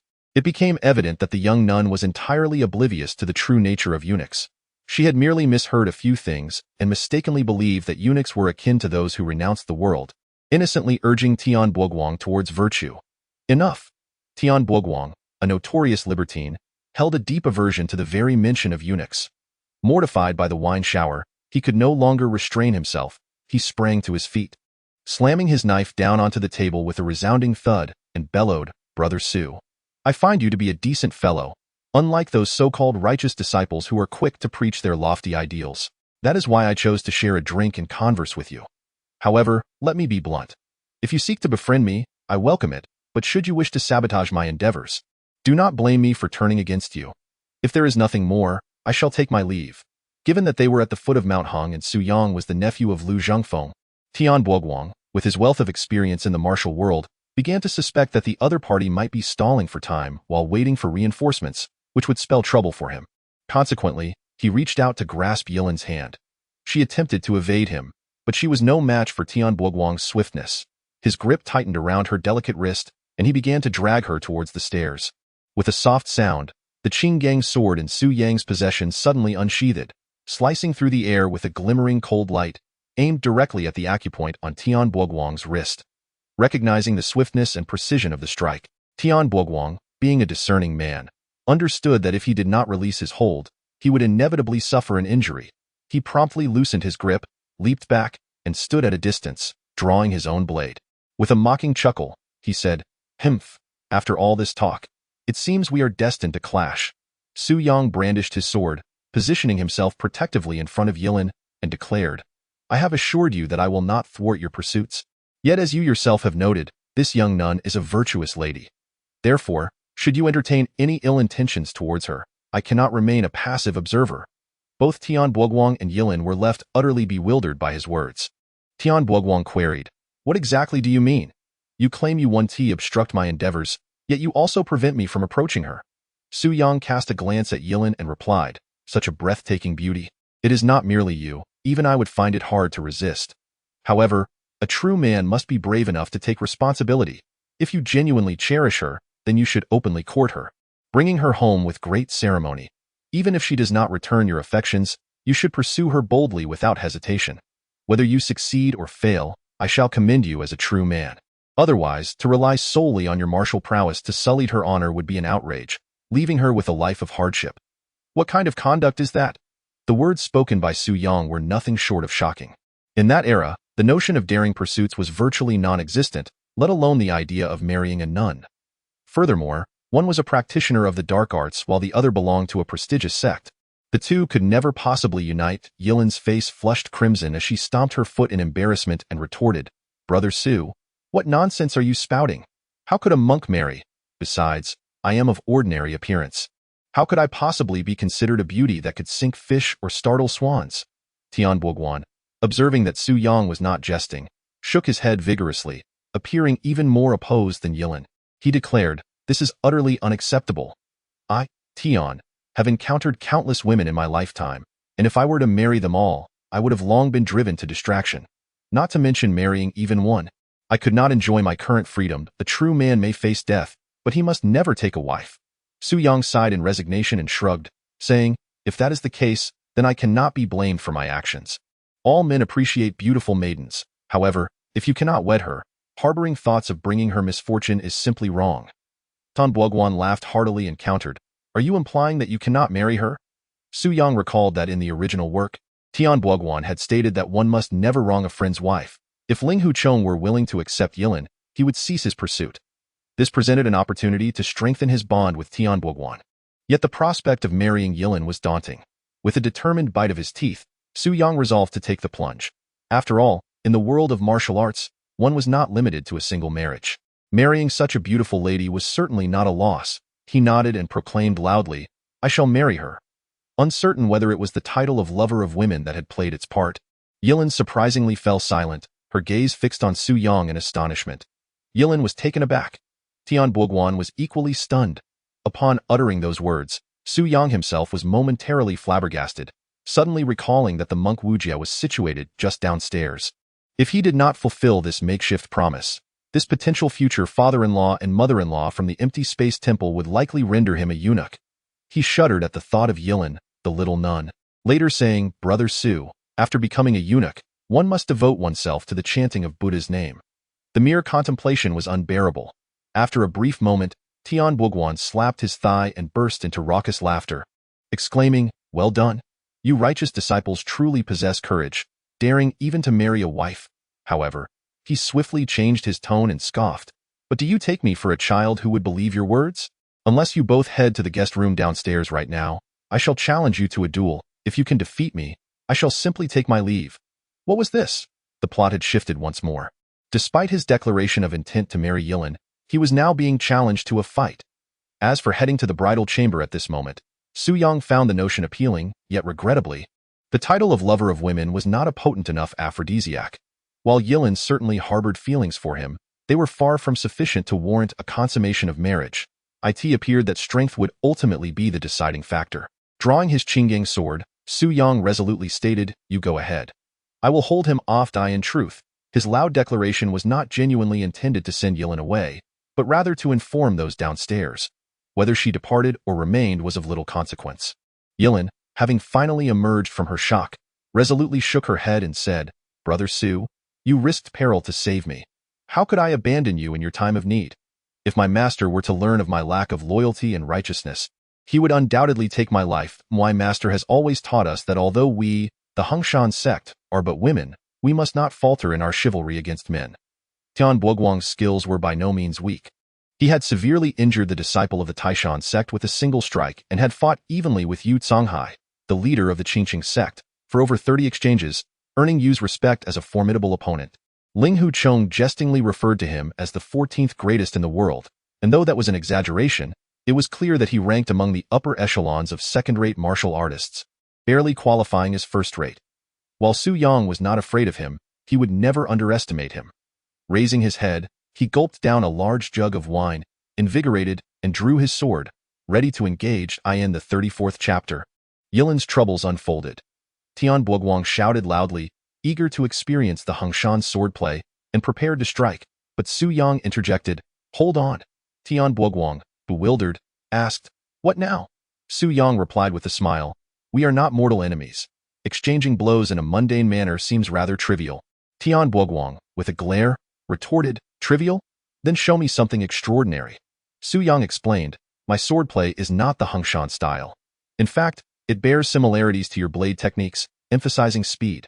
Since you wield a swift blade and I a swift sword, let us stand 3 feet apart, and each make a single strike simultaneously to see who can land a hit first." During his time in the new world of martial arts, Su Yang had meticulously studied the characteristics of the allies he sought and his own strengths and weaknesses. The reason Tian Buoguang's gale blade technique appeared so fast was due to the rapid execution of each strike. But more critically, the transition time between successive moves was exceedingly brief, creating a seamless flow. Once unleashed, it resembled a tempest sweeping away leaves or the relentless flow of a river.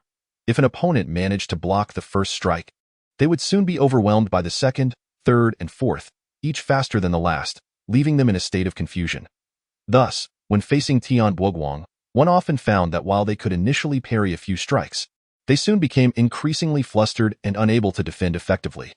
Conversely, Su Yang's Dreaming 13 Swords, while not reliant on a specific sequence of moves, delivered each strike in the most effective manner. Its speed was primarily relevant to individual strikes, lacking the cumulative acceleration seen in Tian Buoguang's technique. In essence, while Tian Buoguang's Gale Blade felt progressively quicker, Su Yang's Dreaming 13 Swords were uniformly swift. If the initial exchanges reached a stalemate, he would find himself at a disadvantage later on. As for the trick employed by Ling Huchong, who fought while seated and refused to leave his seat, Su Yang wished to avoid such tactics. At that time, Ling Huchong was severely injured, and Tian Buoguang would not have pressed the issue. Furthermore, such a ruse would not showcase his own prowess, failing to earn Tian's genuine respect. Unbeknownst to Tian Buoguang, he pondered none of this, simply believing that his swift blade had always been unmatched and assuming that this young Su Yang, barely over 20, could not possibly possess great martial skills. He conceded to the proposal of a literary duel, thinking it likely a means for Su Yang to avoid being defeated by his blade. The two individuals stood 3 feet apart, with Yilin taking the initiative to begin counting. Upon reaching the count of 3, she would unleash her attack. With a face marked by anxiety, she turned to Su Yang and cautioned, "Brother Su, you must exercise utmost caution."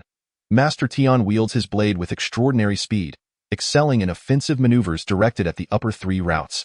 Tian Buoguang let out a hearty laugh, remarking, "The little nun is not without her wits.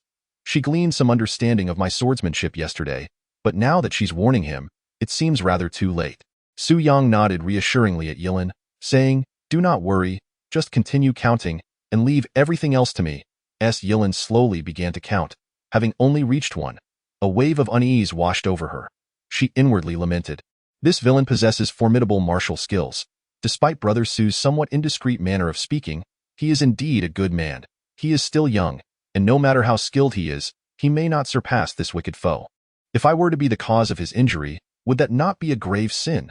With this thought, Yilin paused, resolutely deciding that she could not bring harm to another. Yet, as she reconsidered, she recalled that in the world of martial arts, one's reputation hinges on trust. If I do not call out, this villain will surely claim that Brother Su is untrustworthy, tarnishing his esteemed name. Stealing a glance at Su Yang, her heart raced unexpectedly. How could such a young and talented individual, a paragon of virtue, not carve out a remarkable reputation in the martial world? If I were to ruin Brother Su's reputation, would that not also be a sin? Regardless of whether I shout or remain silent, I would be failing Brother Su, and thus, I am plagued by guilt. The little nun's mind was in turmoil, and she fervently prayed for the compassionate gaze of Guanyin Bodhisattva to illuminate her path. Su Yang, sword in hand, listened intently, ready to strike the moment Yilin reached 3. However, he only heard her utter the first count, and the second remained elusive. Assuming she was merely taking her time to prepare, he could not fathom that within those fleeting seconds, Yilin was engaged in a fierce internal struggle, torn between her decisions. Tian Boguang, growing impatient, interjected, "Little nun, are you planning to wait until next year to call 3? Do you intend to starve me into submission?" Su Yang offered a gentle nod and a smile to Yilin, signaling her to continue without concern. Upon witnessing Brother Su's encouraging smile, Yilin's heart stirred once more. She thought, if Brother Su were to be injured or even killed by this villain, I would confront him myself. If it comes to it, I would rather perish beneath this wicked man's blade, for that would honor Brother Su's good intentions. With this resolve, Yilin called out, "To it." However, as soon as the word escaped her lips, she pondered the gravity of her actions. Was this not akin to self-destruction, contravening the teachings of Buddhism, and risking her descent into hell? Caught in her turmoil, tears welled in her eyes, threatening to spill over. Su Yang, gripping his sword, had been waiting for a long while, his hand growing weary, and just as he was about to chide Yilin for her delay, he suddenly noticed her tears, rendering him speechless. He shook his head, offering a comforting smile, and reassured her, do not be afraid, as long as I am here, he cannot harm you." Gazing into Su Yang's face, Yilin finally steeled herself, resolving, to forsake my own salvation for the sake of another's life is to condemn myself to the endless cycle of suffering. Why must I hesitate so? With this clarity, she felt a sense of relief wash over her. Taking a deep breath, she finally called out the long-awaited count of 3. The clear sound of her voice resonated as it left Yilin's lips, prompting both Su Yang and Tian Boguang to spring into action almost simultaneously. Tian Boguang's shoulders subtly shrugged, the long blade in his hand poised at chest level, its edge directed outward, gracefully tracing an arc as it aimed a fierce assault at Su Yang's torso. Each movement flowed seamlessly, devoid of hesitation, indeed as swift as a tempest. Su Yang's third-tier spiritual energy permeated throughout his being, elevating his essence, qi, and spirit to their zenith. The azure steel sword, which had been languidly hanging at his side, suddenly sprang to life, seemingly drawn by an unseen force ahead, darting forth with remarkable speed. The 7th style of the Dream 13 sword. A dream across 100 generations, in the fleeting moments of a dream. The essence of 100 lifetimes dissipated, rendering the passage of time within this dream swifter than a fleeting shadow, transcending the confines of time and space. This was, after all, the fastest strike within the Dream 13 sword, with its sole principle being sheer velocity. With the blade of Tian Boguang's knife hovering perilously close to Su Yang's chest, mere inches separating them, he reveled in his triumph. Suddenly, his vision blurred, and almost simultaneously, he felt a chill at his throat, a sharp pain indicating that a pointed object was pressed against him. Startled, he hastily halted the steel blade in his grasp. Lowering his gaze, he discovered the tip of Su Yang's azure steel sword resting against his Adam's apple. A mere push forward would seal his fate with a swift thrust through his throat. Chapter 35. Confronting Tian Boguang's knife came to a near halt at Su Yang's chest, its edge having even grazed the fabric of Su Yang's attire. Su Yang, wielding the azure steel sword, offered a faint smile and remarked, "I concede." Tian Buoguang's complexion turned ashen, beads of sweat trickling down his forehead. It was not fear of death that gripped him, but sheer astonishment. Since his debut, his swift blade had rarely met with worthy adversaries.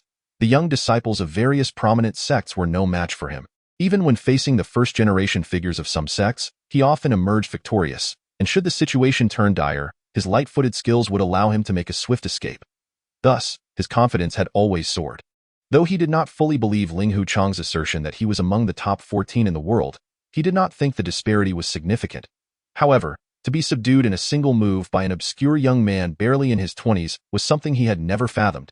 Even in his wildest dreams, as this realization dawned, Tian Buoguang felt utterly despondent, as if the 2 decades of arduous training had gone to waste, leaving him inferior even to a fledgling adventurer. How could he possibly navigate the martial world after this? Resigned, he closed his eyes and sighed, very well, I concede. You may proceed." As a notable figure wandering alone through the martial realm, killing him would instantly elevate the young man's reputation. Countless righteous youths had sought out Tian Buoguang over the years, claiming to rid the world of him for glory. Yet their true intention was to step over his corpse to gain prominence. Were it not for his formidable skills, he would have perished long ago. It was only natural that this young man would not be an exception. Xu Yang laughed heartily and said, "It was merely luck. Brother Tian, why take it to heart? However, the young apprentice Yilin cannot accompany you." Tian Buoguang opened his eyes, disbelief etched across his face. "You will not kill me." With a flick of his wrist, Xu Yang sheathed the azure steel sword. Only then did Tian Buoguang truly believe it, exhaling deeply as he gave a thumbs up, proclaiming, "You are indeed a man of honor. Today, I may have lost a beautiful nun, but I have gained a good friend. All considered, I still come out ahead." Xu Yang's complexion appeared slightly pale as he spoke. "In truth, I have come today for 2 matters. One concerns Yilin, while the other is a request for assistance from Brother Tian." Upon hearing Xu Yang mention Yilin, a profound shock surged through Yilin's heart. She recalled Xu Yang's previous words and wondered, could it be that Xu Dage truly intends to marry me? This is quite troublesome. As a practitioner, how could I wed? If my master were to discover this, he would undoubtedly strike down Xu Dage with a single sword. Should that calamity arise, I would plead desperately, no matter the cost, to save Xu Dage's life. The 2 men, oblivious to Yilin's inner turmoil, merely exchanged glances. Tian Buoguang nodded and said, "Pray, do tell." In Xu Yang's estimation, beating around the bush with a man like Tian Buoguang would only breed suspicion. So he led him to a somewhat secluded spot and spoke plainly. "My uncle is in peril, and I beseech Brother Tian to lend me your strength." "Mr. Liu." Tian Buoguang's address of Liu Zhangfeng had shifted, and he inquired curiously, "Isn't he already out of the game? What danger could he be facing now? Could it be that the demonic sect is attacking? Yet, the city of Hungshan is currently filled with righteous figures here to pay their respects, many of whom are esteemed friends of Mr. Liu. Even if the demonic sect were to come, they would surely find no advantage." As he spoke, his expression suddenly changed dramatically. Could it be that Dongfang Bubi is personally involved? Xu Yang couldn't help but chuckle at the man's vivid imagination. Even Liu Zhangfeng, let alone Imoda, was hardly worth Dongfang Bubi's personal intervention. Nevertheless, he maintained a haughty demeanor and retorted, "Dongfang Bubi has better things to occupy his mind. In a direct confrontation, my uncle would not fear anyone. However, Zhuolengchan from Songshan has dispatched several junior disciples to secretly conspire against him. I must take precautions in advance, just in case. The most fearsome adversaries in this world are often not your enemies, but rather those so-called friends and allies." Upon hearing the name Zhuolengchan, Tian Buoguang's face immediately darkened with anger, as though he had suffered a significant setback at the hands of the Songshan sect. He nodded, declaring, "If it is indeed a matter of seeking retribution against the Songshan sect, and since you, Su Laudi, have made the request, I shall certainly assist. However, Zhuolengchan's disciples are all first-rate fighters. The 2 of us may not stand a chance." Xu Yang smiled faintly, exuding confidence. "When the time comes, you need only don a disguise and mingle with the crowd of well-wishers entering the Liu residence, tasked with providing cover for the retreat. As for Zhuolengchan's disciples, I have other skilled individuals to contend with." That is indeed feasible. Among the second-generation disciples of Songshan, there are not many formidable opponents. Even if they are Zhuo's disciples, one-on-one, I would not necessarily fear them, Tian Buoguang responded, his eyes darting thoughtfully. Suddenly, he pointed at Xu Yang and chuckled softly. "I see now. The Songshan sect is attacking the Hungshan sect, and other righteous figures can only remain neutral. You've come today seeking the help of a rogue like me. Haven to you. Are you not concerned that I might feign compliance only to later renege?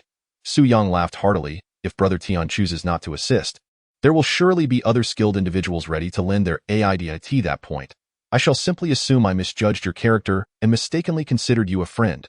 Tan Buoguang paused in contemplation for a moment, then raised his hand to pat Su Yang on the shoulder, saying, "Very well. Since I owe you a life, I shall indeed come as promised and heed your arrangements. I can only hope that I have not erred in befriending you." With that, he turned and descended the stairs. As he passed by Yilin, he suddenly leaned in close, his expression menacing as he declared, "Little nun, heed my words. Since I have lost and cannot marry you, you must wed Su Yang. Otherwise, I shall seize you. Even if I cannot take you, I will abduct your fellow disciples." Yilin was taken aback by Tian Buoguang's intimidation, her complexion paling as she replied in a tremulous voice, "This cannot be allowed." Tian Buoguang laughed heartily as he made his way down the stairs, casting a sly wink at Su Yang as he departed, a look of malicious glee upon his visage. As if to say, "Did you not claim you would marry her? I shall ensure you truly take her as your wife. What a grand misfortune that would be." His lascivious thoughts were indeed peculiar. After all, should he truly marry a formidable wife, he might find himself unable to indulge in carnal pleasures with other women, potentially waking up one day as a eunuch. Su Yang leaned against the table, a smile gracing his features as he watched Tian Buoguang leave. Only when Tian Buoguang had disappeared from sight did he slowly sit down at the table, the smile fading from his face as his complexion abruptly turned pale. Yilin approached him, lowering her head to steal a glance at Su Yang, her voice tinged with anxiety. "Brother Su, that villain has departed. I shall return to my master now." Before she could finish her sentence, Su Yang suddenly exhaled sharply, raising his hand to clutch his chest, blood gushing forth between his fingers as he staggered to the side and collapsed to the ground in a flurry. Yilin employed the holding scriptures and chanting Buddha technique, supporting Su Yang with both hands, her voice filled with alarm. "Brother Su, how have you been injured?" Su Yang managed to muster a faint smile, softly assuring her, "It is nothing serious. I merely need to rest." Indeed, Tian Buoguang's blade had proven remarkably swift. Although he had hastily retracted his strike, he had nonetheless managed to inflict a wound upon Su Yang's chest. The cut was so rapid and infused with internal energy that blood had yet to flow from the injury. In the world of martial arts, there exists a sorrow unique to its practitioners. Like a wounded tiger in the forest, the moment it is injured, wild dogs and wolves will rise in a pack to attack. Humans are no different. Whether one calls it saving face or maintaining pride, one must never show weakness. Revealing a vulnerable side often invites contempt and breeds distrust. This principle mirrors that of business. Even when one's pockets are empty, one may still borrow money to purchase an extravagant vehicle, creating an illusion of sufficient strength to inspire confidence in potential partners. Su Yang was acutely aware that confronting the Songshan sect was no trivial matter. Should he fail to assert dominance over Tian Buoguang, the latter might not readily acquiesce to his requests. Thus, at the moment he felt the sting of injury, Su Yang immediately braced his chest, channeling his internal energy and employing techniques to shift his meridians, temporarily staunching the flow of blood. He intended to give Tian Buoguang the impression that he was a formidable master, while also conveying that the Liu family harbored hidden talents, ensuring their victory against the Songshan sect. With the weight of martial prowess, the bonds of friendship, the debt of mercy, and the guarantee of triumph, coupled with the existing grievances between Tian Buoguang and the Songshan sect, Su Yang held firm in his belief that Tian Buoguang would not shy away from the impending confrontation. Yilin retrieved a box of ointment from her bosom, flustered as she attempted to apply it to Su Yang's wound. Su Yang shook his head and, in a weak voice, urged, "There are too many people here. Quickly assist me out of the city to a secluded spot where I can tend to my injuries." With Yilin's support, they exited Hongshan City. Su Yang leaned against her shoulder, inhaling the delicate fragrance of the young girl, while casting a glance at a tall figure trailing behind them. A subtle, inscrutable smile crept upon his lips. Chapter 36. A subtle entanglement with the young nun, Part 1. Su Yang possessed a clear understanding of himself. No matter how formidable his martial skills, he could never become a chivalrous hero like Guan Jing. For deep down, he recognized his own inherent flaws and proclivities. Indeed, he required Tian Buoguang's assistance to rescue Liu Zhangfeng. However, had Tian Buoguang not sheathed his sword in time, he would have long since pierced him through with a single strike. In the martial world, one might risk their life for a friend, perhaps for Bai Yujing, but he had yet to forge such a bond with Tian Buoguang. If he were to sacrifice himself for every friend, He would need 100 lives, and even then, it would not suffice. Hence, the wound inflicted by Tian Boguang was not overly grave. At least it did not reflect the imminent peril of death that he currently portrayed. Were this on Earth, a few stitches at the hospital would suffice, and after a couple of days of recuperation at home, he would emerge once more as a lively scoundrel. Yet, the demands of the narrative necessitated his condition. After all, the abbot Jingjia was one of the most vital forces in the conflict. To garner his assistance was neither an insurmountable challenge nor an easy task, and the key lay with Yilin. As for the young nun Yilin, Su Yang had always held a fondness for this pure-hearted and bashful girl. His thoughts regarding her were simple. Rather than allowing her to remain a lifelong widow for that scoundrel Ling Huchong, it would be far better for him to marry her. Just because she was a good woman, must she be condemned to a life of solitary devotion, forever forsaken? That was sheer nonsense. If Master Duan could have 7 or 8 women, why could Su Yang not? Just because Su Yang aspired to be a hero, that too was ridiculous. The more he pondered, the more convinced he became of his reasoning, and thus he feigned unconsciousness, shutting his eyes and allowing his entire being to rest upon Yilin. Unaware of Su Yang's devious thoughts, Yilin assumed her elder brother was gravely injured. She quickly gathered her strength, cradling him in her arms, channeling the internal energy of Huang Shang as she hastened along the path. The embrace of the young nun was, naturally, soft and comforting, a sensation of warmth and tenderness that was truly exquisite. Only those who have lain in such a position would fully comprehend that feeling. After traversing a distance beyond the city, they found themselves in an unpopulated area, with a patch of verdant melon fields nearby. Yilin deemed it sufficiently far and gently laid Su Yang upon the ground. She retrieved the sacred medicine of Huang Shang, the heavenly fragrance-dispersing ointment, along with the white jade bear gall pills, preparing to attend to Su Yang's wounds. She extended her slender little finger and delicately scooped a portion of the ointment to apply to his injury, only to suddenly find Su Yang's eyes wide open, gazing at her with a gentle smile. "Brother Su, you are awake?" Yilin exclaimed with delight, but then abruptly remembered that she had carried him for quite some time.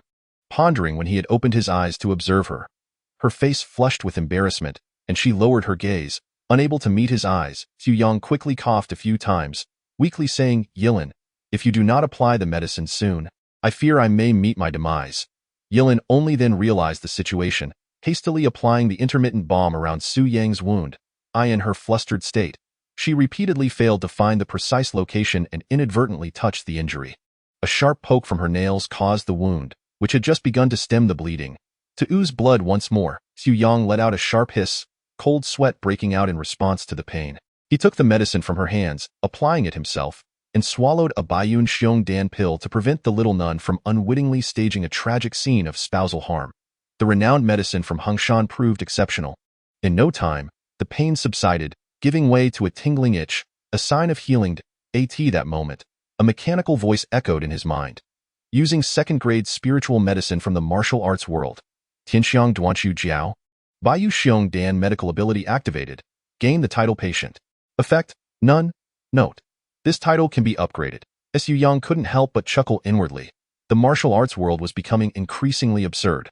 Being a patient could count as a title? I could simply pay 5 yuan at the local hospital to be considered a patient. Fortunately, this title, much like the drunkard title, was upgradable.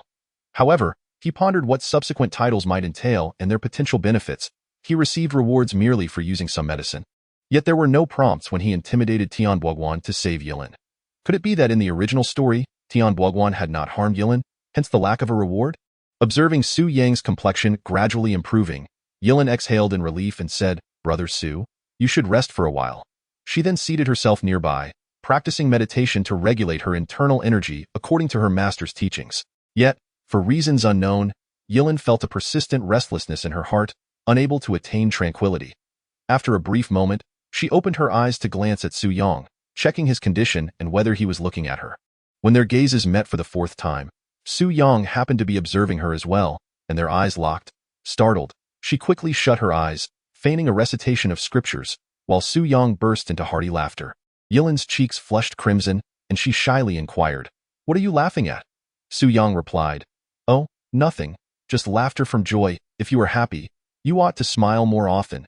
No need to mimic your master, always maintaining a stern face." In the serene Baiyun monastery on Huangshan, her master was stern and rarely smiled, enforcing strict rules. Though the sisterhood cared for one another, humor and playfulness were exceedingly rare. While there were indeed many lively lay disciples under the Jingxin sect, they seldom exchanged jokes with their monastic counterparts. Thus, her entire childhood was spent in solitude and quietude. Aside from meditation and martial practice, there was the rhythmic sound of wooden fish as she recited scriptures, with laughter being a scarce occurrence. Shaking her head, she replied, "That won't do. My master has said that sorrow and joy are part of the 7 emotions and 6 desires. If one indulges in them, it becomes difficult to extricate oneself, which is a significant precept in Buddhism." "Let it go," Xu Yang almost exclaimed in a fit of annoyance at the old nun's absurdity, but he caught himself, altering his words. Sorrow and joy are inherent to human nature. Forcing oneself to suppress them will only lead to illness. Take a look at your master, Dai Shirtai. Her fiery temperament is notorious in the martial world. As Yilin contemplated, she realized that her master, who often resorted to violence over trivial disagreements in the outside world, displayed even greater abandon within the sect. He would passionately critique the tales of figures in the martial world, and when incensed, would frequently unleash a torrent of invective before his disciples, utterly uncharacteristic of a monk. Amused by this thought, she could not help but stifle a laugh, only to quickly remind herself that it was wholly inappropriate to mock her master behind his back, a notion she dared not entertain. Noticing Su Yang's cracked lips, she remarked, "I cannot argue with you. This is indeed not ideal. You have lost so much blood. You must be parched. Allow me to fetch you some water." Su Yang replied with a smile, "There are plenty of watermelons over there. Simply pick one and enjoy." Yilin nodded, rising to her feet and walking toward the nearby watermelon patch. However, instead of picking a watermelon, she began to scan her surroundings. Not a single figure appeared in sight, nor was there a dwelling to be found. Yilin pondered. Su Gu wishes to eat watermelon, yet these watermelons belong to someone. How could I possibly steal from another? The image of Su Yang's parched lips filled her mind, and after a moment of hesitation, she steeled herself, clasped her hands together, and silently prayed.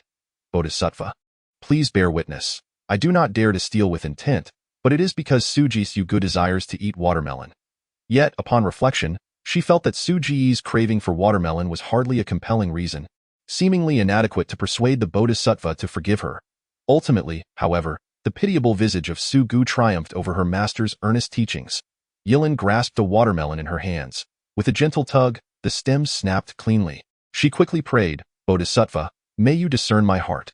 One is responsible for their own actions. It is I, Yilin, who has transgressed the precepts, and this bears no relation to Su Gu.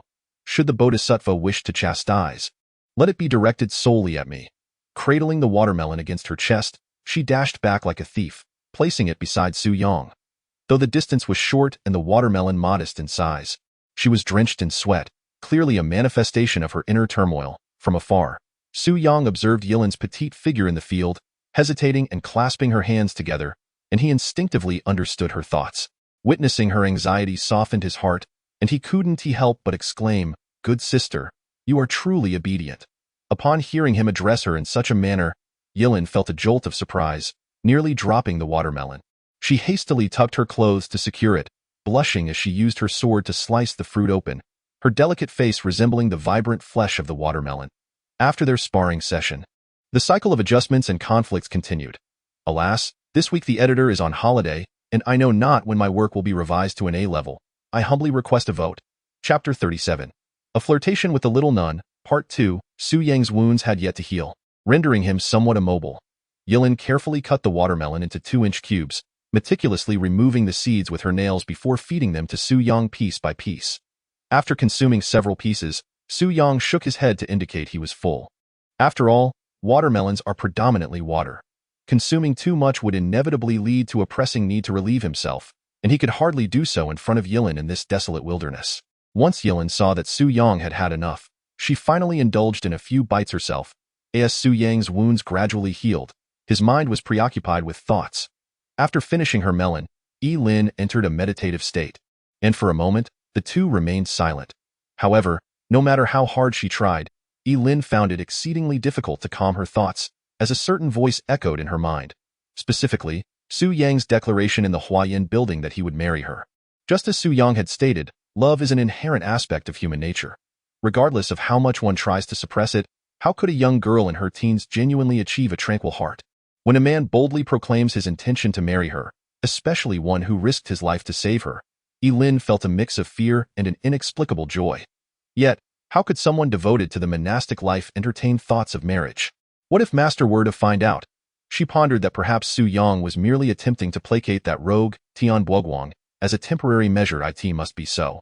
He was merely deceiving that villain and did not genuinely intend to marry me. May the Bodhisattva not hold this against me, she silently chanted, managing to convince herself of this, which brought her some semblance of peace.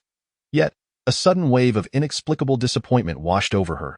It turned out he did not truly wish to marry me. After a moment, a cloud of unease loomed over Lin's heart, causing her considerable distress. In an effort to divert her thoughts, she inquired, Su Gu, Lu Shishu is your uncle. Yet why are you not part of the Huangshan sect? Su Yang replied, the rules of your Wu's sword sect are too stringent. Punishment by staff is common. I am rather lazy by nature, and if I were to join any sect, I would likely have been beaten to death by now. Lin shook her head and said, our Huangshan does not punish its disciples in such a manner. Alas, Huangshan does not accept male disciples. Otherwise, I would plead with Master to take you as an apprentice. Su Yang laughed heartily. I think it would be best to avoid that. Master Dingy has a temper even fiercer than mine. If she were to discover that I was drinking with someone like Tian Buoguang, I would probably meet my end at her hands. Speaking of Tian Buoguang, Lin curiously asked, Su Gu, with your impressive martial skills, even the nefarious Tian Buoguang is no match for you. Which sect do you belong to? Su Yang replied, a small sect, quite distant from here. You may not have heard of the Sanjiang sect. Lin shook her head. With your formidable abilities, the Sanjiang sect must surely be quite renowned. Unfortunately, I have grown up in Huangshan and know little of the affairs of the martial world. Su Gu, why not share some amusing anecdotes from your sect with me? Suppressing a smile, Su Yang thought to himself that even if Bai Shaosheng were standing here, he would not know of the Sanjiang sect. Thus, he candidly admitted, our Sanjiang sect is rather mediocre in terms of martial prowess. We simply have a large number of members, 18 senior brothers, and I am the second eldest. Lin mused that this was not particularly many, as there were over 30 sisters of the E generation in Huangshan, but she refrained from voicing this. Instead, she nodded and instinctively asked, are they all males? With no junior sisters? Su Yang looked up at her with a teasing smile and asked, what do you think? Lin's cheeks flushed as she lowered her head and replied, I am terribly foolish. How could I possibly guess? Yet, for reasons unknown, she found herself hoping that Su Yang had no junior sisters. I truly wish I had a junior sister. Su Yang shook his head vigorously and said, you have no idea. The feeling of being surrounded by a bunch of strong men in a sect is quite something. If only we had a beautiful little sister, she would surely be cherished by all 18 of my senior brothers. Lin turned her face away and replied coolly, then your master should take one. And Su Yang, with utmost seriousness, responded, one is hardly enough. With 18 brothers in the Sanjiang sect, if there were only one sister, they would surely fight over her. Lin was momentarily taken aback. Why would they fight? Su Yang chuckled. Just think about it. With so many men and only one woman, they would undoubtedly vie for her affection. Wouldn't they? Lin felt a twinge of annoyance and blurted out, oh, I see now. It seems the disciples of the Sanjiang sect are like little cats and dogs, wagging their tails to win over that sister. However, Su Yang pretended not to notice the slight chill in Lin's tone and continued, so what? We 18 disciples cannot remain bachelors forever. We must eventually marry. Lin's heart raced. So he intended to marry his sister, and the words spoken earlier were indeed deceitful. This thought. Tears welled up in her eyes, and she turned away, unable to contain herself as droplets cascaded down her cheeks. In her emotional turmoil, this innocent little nun failed to realize that the sister Su Yang spoke of was merely a figment of his imagination, and did not exist. Meanwhile, Su Yang remained oblivious to her tears, rambling on this journey, besides congratulating my uncle on his retirement. My master also instructed me that if I encounter someone suitable, then you should just marry her. After all, you are neither a monk nor a eunuch, so you can certainly take a wife. Lin suddenly interrupted him, her voice laced with a hint of sobbing. Only then did Su Yang realize he had inadvertently made this little nun cry. And he quickly said, nonsense. I have already promised to marry you, and if I were to marry, it must be you first. Although Lin had been contemplating this matter repeatedly, hearing Su Yang speak it so openly left her utterly astonished. What are you babbling about? I am a nun. How could I possibly marry? You must never speak of this again. If my master hears of it, he will undoubtedly not spare you. Despite her shock, she no longer wept. Su Yang shook his head. All right, let's set our matter aside for now. Let me ask you, why can a nun not marry? If one is truly devoted to Buddha, Can one not practice Buddhism and chant scriptures anywhere? Does marrying make one a bad person, and would the Bodhisattva no longer favor them? Elin's face flushed crimson, her hands unsure of where to place themselves, a blend of joy and fear swirling within her. She stammered, it's different, Xu Yang pressed on. Then let me ask you this. If a nun cannot marry, and all women in the world were to become nuns, wouldn't that mean that after several decades, there would be no one left in the world? Wouldn't that be an unspeakable sin?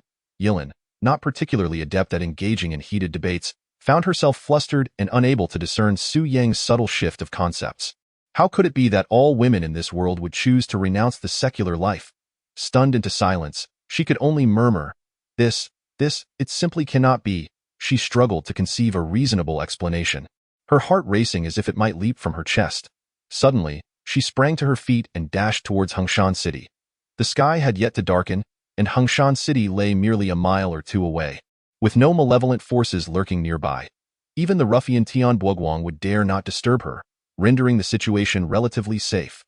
Meanwhile, Su Yang took a deep breath, gathered himself, and struggled to rise, preparing to pursue her. Before he could take a step, a figure abruptly emerged nearby, moving with a flourish to block his path. This individual was tall and robust, clad in a gray monk's robe, with a shining bald head adorned with 9 scarred rings. Indeed, a monk. The monk fixed Su Yang with a fierce glare, clapped a heavy hand on his shoulder, and bellowed, "You young rascal possess a fair bit of insight. You speak true. Who says that nuns cannot marry? Who might this esteemed master be?" Su Yang inquired, feigning ignorance and widening his eyes in inquiry. The large monk waved his hand dismissively, impatience evident in his tone. "Do not concern yourself with my identity. I must ask you, were the words you exchanged with that young nun true or false?" Su Yang, not wishing to expose himself, affected a look of bewilderment. "What words? Which words?" The monk, seemingly not the sharpest, erupted in fury at Su Yang's response, and without a moment's thought, swung a hand towards his shoulder while shouting, "I shall strike you down, you lecherous, ungrateful wretch."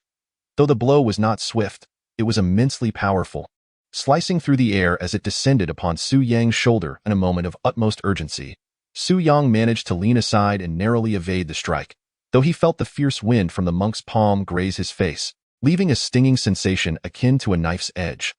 The monk's hand, missing its target, crashed into a nearby tree, producing a thunderous crack as the trunk, thick as a man's girth, split cleanly in two, the upper half collapsing to the ground. What formidable skill! Su Yang felt a mixture of astonishment and elation, having not anticipated the depth of the monk's prowess. Though he had read of the monk's reputation as a top-tier master, he had been uncertain whether he could contend with the disciples of Zhuolengchan. Yet, witnessing this display, it became apparent that, at least in terms of internal cultivation, the monk was likely on par with or even superior to Yu Buchuan, who had successfully cultivated the Zixia divine skill and could likely withstand 2 adversaries at the same time. A surge of fierce determination ignited within Su Yang. Since he had begun cultivating the Sanjiang heart method, he had felt his internal power advancing rapidly. However, he had yet to measure himself against the true elite of the martial world. Regrettably, the new realm lacked worthy opponents, while the foes he faced from the authentic martial worlds wielded such high-level techniques that a single misstep could lead to his demise, leaving him with no opportunity for validation. What an unreasonable monk, secretly spying on others and resorting to violence. Su Yang also let out a loud shout, channeling all of his strength, even employing the 3rd level of his mental energy, as he struck a palm towards the great monk. The monk, acknowledging the challenge, responded with a palm of his own. The 2 palms met with an exacting force, producing a resonant thud. Su Yang felt an overwhelming, unresistible surge of internal energy emanating from the monk's hand, akin to a fierce blow. After merely a breath, he found himself unable to withstand it. His own internal force, the 3 rivers, was entirely dispelled by the monk, propelling him backward over a yard before he could dissipate the force and stabilize his stance. Despite his defeat, Su Yang discerned that while the monk's internal energy was vast and potent, exuding a robust masculinity, its purity seemed inferior to his own 3 rivers heart method. His retreat was solely due to the monk's years of cultivation, which vastly surpassed his own, perhaps by several times, or even tenfold. Overwhelming him with sheer strength, it was akin to a 3-year-old child wielding an exquisitely refined swordsmanship, capable of executing flawless techniques. yet utterly unable to withstand a reckless blow from a robust adult untrained in martial arts. After repelling Su Yong, the monk did not pursue him but shook his head, saying, "You have quite the perception, young lad, yet your skills are regrettably lacking. Were it not for my mercy, you would have already met your demise. Now, I must inquire, when you spoke of marrying that little nun, was it a genuine sentiment?" Su Yong suddenly understood. This fellow was deliberately provoking him to test his abilities, ensuring that the girl wouldn't end up with a mere decorative pillow. Destined for hardship. It was reminiscent of future fathers-in-law inquiring about their prospective sons-in-law's occupations, perhaps even assessing their capabilities if the father happened to be a businessman. Feigning innocence, Su Yong gasped, "Did you hear everything we just said?" "Indeed, not a word was lost, and I nearly couldn't contain my applause," the monk replied, giving his bald head a resounding slap, the sound crisp and satisfying, seemingly devoid of pain. He shook his head enthusiastically, exclaiming, "Damn it, you've voiced sentiments that I've harbored for over a decade. Who says nuns cannot marry? I never imagined you, so young, could possess such profound insight. If nuns were forbidden to wed, how then does one explain the existence of Elin?" Suddenly, he fell silent, seemingly realizing he had misspoken, and continued to question Su Yong. "You still haven't answered my query.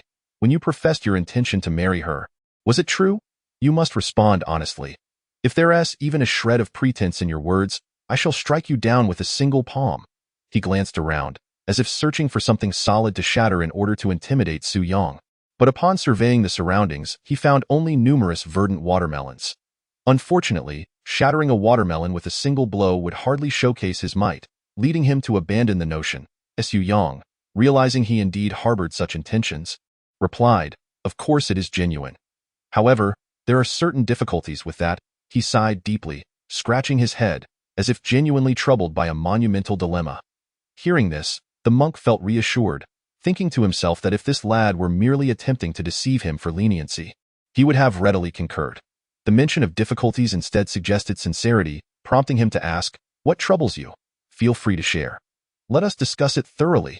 In a moment of elation, he altered his address for Su Yong.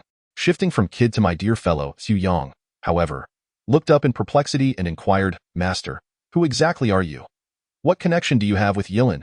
Bujie chuckled heartily, saying, "As for Yilin, I am her elder, and her affairs are certainly within my purview." Su Yong, hastily bowing in deference, regardless of the appropriateness of the situation, addressed him as uncle and continued, "Firstly, Yilin has grown up in the Huangshan nunnery since childhood. Even if she does not oppose it, she would find it difficult to accept the notion of marriage. Secondly, Master Dingy has a fiery temper. If she were to discover this, regardless of any breach of Buddhist precepts, she would undoubtedly consider me a scoundrel. If Master Ding were to turn against me, Yilin, with her character, would rather endure suffering than cause her master distress. Indeed, you raise valid points. It is rare for you to contemplate Yilin's situation so thoroughly." Bujie nodded repeatedly, pondering for a moment before stating, "As for the second predicament, I shall speak on your behalf. Master Ding will certainly heed my words. However, the first difficulty requires your own intellect. From what I observed earlier, Yilin seems quite taken with you. You must be bold, yes?" "What were those words?" "Ah, yes, you must pursue her with confidence." He flashed a grin at Su Yong and added, "As for women, if you are sincere in your affections and she has developed feelings for you, she will hardly concern herself with rules and regulations. All of that is mere nonsense." The master appeared to possess considerable experience. Su Yong regarded Bujie with a smirk, half amused. Bujie laughed heartily, his expression brimming with pride. Yet soon his demeanor turned somber as he sighed heavily and murmured to himself, "If you truly love her, you must let her know. It is best to express your love each morning and evening, incessantly proclaiming your affection. If you do not convey your feelings, she will assume you do not care for her, leading to sorrow and a potential parting that will ultimately leave you at a loss." A middle-aged man, no, an elderly monk, was discussing matters of love with unapologetic candor beneath the setting sun. More unabashed than the youth of the earthly realm, his face a blend of sorrow and longing. The scene was undeniably bizarre. Su Yong felt a shiver run down his spine, his stomach churning. Yet he was nonetheless moved by Bujie's heartfelt sincerity. Sensing the moment was ripe, Su Yong clasped his fists in salute to Bujie and declared, "With an uncle's assistance, I am at ease. Should I still be alive 5 days hence, I shall certainly not let Yilin down." Having said that, he disregarded Bujie and turned resolutely towards Huangshan City, his sleeves whipping and steps determined. Embodying a spirit ready to face death. Chapter 39. The love of parents indeed. As Su Yang anticipated, he had barely taken a few steps when Bujie, the great monk, suddenly blocked his path. What did you just say? You will not die in 5 days. Bujie glared at Su Yang, exclaiming in anger, is someone plotting to kill you? Is it that scoundrel Tian Boguang? Su Yang shook his head and, with a bitter smile, remarked, it has nothing to do with him. It concerns certain private matters within my family, which are quite perilous. Hence, after Yilin walked away, I did not pursue her immediately, as I was reminded of this issue. The monk Bujie rolled his eyes a few times, suddenly striking his forehead with a resounding thud, as if struck by a revelation. Ah, I recall now. You are the nephew of Lu Zhangfeng. Having renounced his former life, the Songshan sect aims to harm him, and you dare to assist him, don't you? Bujie's enthusiastic exclamation elicited a wince from Su Yang. He felt a twinge of pain merely witnessing it. Yet Bujie appeared utterly delighted. However, his words left Su Yang taken aback, for it was evident that he had overheard the conversation between himself and Tian Boguang while they were beneath the returning swallow pavilion. Su Yang had spoken in hushed tones, so much so that even Yilin could not hear him, yet Bujie, from a distance of at least several dozen paces, had discerned every word with clarity, showcasing a level of skill that was truly astonishing. Su Yang inquired, how did you come to know, uncle? Bujie paused, then deftly shifted the topic, stating with gravity, if you are oblivious to such trivial matters, have I not wasted decades in the martial world? I ask you this. Are you willing to elope with Yilin and avoid these murky waters? The Songshan sect is not to be trifled with. As long as you do not protect Lu Zhangfeng, I assure you, no harm will come to you. Although Bujie might not be able to match Zhuolengchan in combat, safeguarding his daughter and son-in-law was certainly within his capabilities, and he did not exaggerate in this regard. Su Yang was initially startled, pondering whether Bujie was also in league with Zhuolengchan. Such a notion was not entirely implausible. The treacherous nature of the martial world was not merely a saying, and its complexities ran far deeper than appearances suggested. Beneath the surface of the lake, hidden currents surged, making it difficult to ascertain allegiances. Who would have imagined that the seemingly unrelated figures of Taihang Zhao Yidao and Zhu Daxiao were, in fact, true allies? Moreover, the characters within this martial arts realm were vibrant and alive, not mere static NPCs, capable of making their own independent choices at any moment. Rather than hastily responding, Su Yang pondered for a moment and then experienced a sudden epiphany. This monk, despite his rough exterior, exhibited a keen insight. For the sake of his daughter's happiness, he had subjected Su Yang to a series of tests. First, listening in to discern his sincerity, then challenging his martial prowess. And now, this discourse seemed to be probing the depths of his character. With this realization, Su Yang felt a tremor in his heart, evoking the cherished image of his parents. The plight of all parents is indeed a poignant one. After calming his emotions, Su Yang adopted a cold demeanor and spoke tersely. I respect you as Yilin's elder, which is why I addressed you as uncle, yet I am astounded that you would suggest such a course of action. Lu Zhangfeng of Huangshan is, in private, my blood relative, and in public, he is a renowned hero of the martial world, whom I have admired since childhood. If he is in peril, I would risk my life to assist him without hesitation. Your martial skills may be formidable, but at best, you could only kill me, however. To compel me to act in a cowardly manner, forsaking familial bonds and loyalty, is utterly unacceptable. With that, he stepped back, drawing the Qinggang sword with a resounding clang, declaring, let us engage. Yet Bujie did not draw his weapon. A smile crept across his face as he scrutinized Su Yang from head to toe, his smile growing ever broader until, with another resounding clap to his forehead, he seemed to be struck by yet another revelation. His strike was heavier than any before, almost as if he intended to shatter his own skull, yet he laughed heartily, his joy laid bare, resembling a child in his exuberance. Witnessing this scene, Su Yang realized his assumptions had been correct. After indulging in laughter to his heart's content, Bujie strode confidently towards Su Yang, expressing his satisfaction. Good lad. Now you truly embody what it means to be a man. I merely sought to test you. I have only one junior, Yilin. Yes, a female junior, and I must entrust her to someone reliable. Su Yang feigned ignorance of the slip in his words. Female junior? Such terminology was quite a stretch for him. Even at this juncture, he could not bring himself to directly acknowledge his connection as Yilin's father. Bujie continued, as for your uncle's matter, fret not, I shall disguise myself, blending in with the crowd of well-wishers at Lu's residence, just like Tian Boguang, and follow your lead. This large monk, who had appeared astute moments ago, soon revealed his careless nature again. What did he mean by comparing himself to Tian Guang? Wasn't that tantamount to admitting he had overheard the conversation between himself and Tian Guang? The careless monk, the jealous old woman, and a naive little nun. This was the composition of his future wife's family, and Su Yang suddenly realized the trouble he had unwittingly invited. Su Yang performed a respectful gesture befitting a junior and sincerely expressed, "I am truly grateful, uncle." To be precise, this gesture was not merely an expression of thanks, but a sign of respect from Su Yang towards a father figure, who, despite his formidable prowess, was not invincible. He likely could not contend even with Zhuoling, and as a solitary figure without support, his agreement to assist Su Yang was tantamount to severing ties with the entire Songshan sect. It was possible he had also offended the Five Mountains Sword Alliance, and future troubles were bound to be endless in the martial world. Those willing to risk their lives for friends are few and far between. Yet they are universally hailed as true heroes. Conversely, countless parents are ready to sacrifice for their children, yet seldom do we consider how their offspring ought to repay such devotion. To avoid being detected by the eyes and ears of Songshan, Su Yang and Bujie exchanged a few brief arrangements before parting ways to enter Hongshan City. As Bujie departed, he remarked that Su Yang's martial skills were still lacking, leaving behind a tome of internal cultivation techniques titled Liang Rongjin. Finding a secluded spot, Su Yang followed the teachings within and attempted a brief practice. Although the technique seemed commendable, it was evident, much like his prior experience with Bujie, that its purity was inferior to that of the complete Sanjiang heart method, rendering it of lesser value. However, upon further reflection, if the Liang Rongjin was indeed subpar, then even after a century of practice, Bujie would not possess such profound abilities. Thus, it became clear that it was not the Liang Rongjin that was lacking, but rather that his complete Sanjiang heart method was exceptionally strong. At that moment, a mechanical voice echoed in his mind. "You have acquired the first martial arts technique from the realm of Jin Yong's martial arts, unlocking the martial characteristics of the true world. Divine skill. Level. First level. Note. With divine skill in hand, the world is mine." What follows is an introduction to the power of divine skills.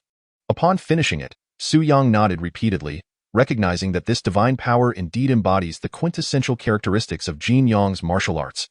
Within the realm of Jin Yong's martial arts, there exists a plethora of profound techniques, such as the 9 Yin and 9 Yang, the transmutation of muscles, and the dragon-subduing palm alongside the solitary sunflower. Once mastered, they invariably lead to exceptional martial prowess, as a hallmark of Jin Yong's style. The divine power itself is not a specific martial arts technique or set of principles that one can cultivate independently. Rather, it possesses the remarkable ability to transform the ordinary into the extraordinary. Even the most rudimentary techniques and principles can achieve greatness with the assistance of divine power. For instance, one who cultivates the great shift of the universe at the 9th level, possessing the same foundation in inner strength, but endowed with divine power, would undoubtedly surpass Zhang Wuji. However, such enhancements do not appear to be omnipotent. For example, despite the aid of mental fortitude, I was still unable to defeat Wei Tianying at that time. Likewise, divine power would not enable Duan Zhangchun to wield the 5 Lotus Light Smoke Palm with greater efficacy than the 18 Dragon-subduing palms. Perhaps only by elevating divine power to its zenith may there be a semblance of possibility. Yet the timeline for such an event remains shrouded in uncertainty in Su Yang's view. If one were to employ a more gamified lexicon, mental power signifies an explosive surge, enhancing critical hit rates and damage, whereas divine power serves to augment fundamental attributes. As for titles such as drunkard or patient, they either confer beneficial effects or pertain to life skills. Ultimately, a true master relies on refined and exquisite execution. I confess, as I penned this chapter, I found myself away from home, feeling a tinge of longing for my parents. Thus, the title I initially intended was The Power of Divine Skills, but I opted for a change. Chapter 40. Extracting essence from filth. Hongshan City is nestled at the foot of Hongshan, constructed in harmony with the mountains, thus qualifying it as a mountain city. The weather is capricious. One moment the sun shines brightly, the next a cool breeze sweeps through, veiling the sun with ominous clouds, and suddenly a fine drizzle begins to fall. Su Yang hurriedly tucked away his Liang Rongjin heart method into his pocket to prevent it from getting wet. Braving the rain, he strode into a tea house across the street, selecting a table by the window. Noticing that the establishment did not serve alcohol, he ordered a pot of Hongshan Cloud and mist tea, and began to contemplate his next course of action. Currently, Tian Guan and the monk Bujie were together, capable of withstanding 3 elite members of Songshan. However, Tian Guan's notorious reputation precluded him from making an overt appearance at Lu Zhengfeng's ritual of washing his hands in a golden basin. as it would further solidify the accusations against Lu Zhengfeng for consorting with heretical forces. Thus, the task I devised for Tian Guan primarily involved covertly dealing with the second-generation disciples of Songshan, preventing them from taking Lu Zhengfeng's family hostage. Clearly, the 6 first-generation masters of Songshan could not be confronted by Bujia alone, and since I had never witnessed the Songshan masters in action, their true strength remained elusive. Therefore, I could only assign Bujia to contend with 2 of them, with the main objective of delaying rather than eliminating them. This left 4 masters still to address. The remaining 3 allies chosen were the leader of Hengshan, Mr. Mo, known as the Night Reign of Xiao Xiang, the elder of the demon sect, Chu Yang, and Lu Zhengfeng himself. Let us momentarily set aside the matters concerning Chu Yang and Lu Zhengfeng, 2 obstinate individuals and steadfast friends, for persuading them to take action against righteous individuals poses a considerable challenge. However, convincing one would inevitably lead to the persuasion of the other, thus it is prudent to address them last. Mo Da's martial prowess is likely the most formidable within this narrative segment, perhaps even slightly surpassing that of Bujia. More importantly, his temperament diverges from that of the typical righteous figure, for he bears no burden in eliminating a few masters of the righteous path. The issue lies in the long-standing discord between Mo Da and Lu Zhengfeng. Even as the leader of Hengshan, Mo Da did not attend the significant event of his disciple renouncing his former life. Although he ultimately dispatched Fei Bin of the Songyang sect, this does not imply he is willing to follow his own agenda to confront the Songshan sect or, in his capacity as the Hengshan leader, to openly declare enmity against them. Should he refuse to adhere to his own plans, there would be substantial instability in dealing with the 6 masters of the Songshan sect. In plain terms, it is a gamble, wagering the lives of his companions on whether Mo Da will intervene. In this regard, Su Yang finds himself lacking viable solutions. Attempting to subdue him by force would be nothing short of folly. As for appealing to his sense of loyalty, at his age, Mo Da has long since navigated the complexities of human nature, and given his eccentric disposition, he would likely disregard Su Yang's overtures. As for ensnaring Mo Da with cunning strategies, Su Yang has not yet deluded himself into believing he is more astute than Mo Da, who has lived for 60 or 70 years, frequently mingling in the world, acquiring experiences far beyond the grasp of a somewhat clever young man.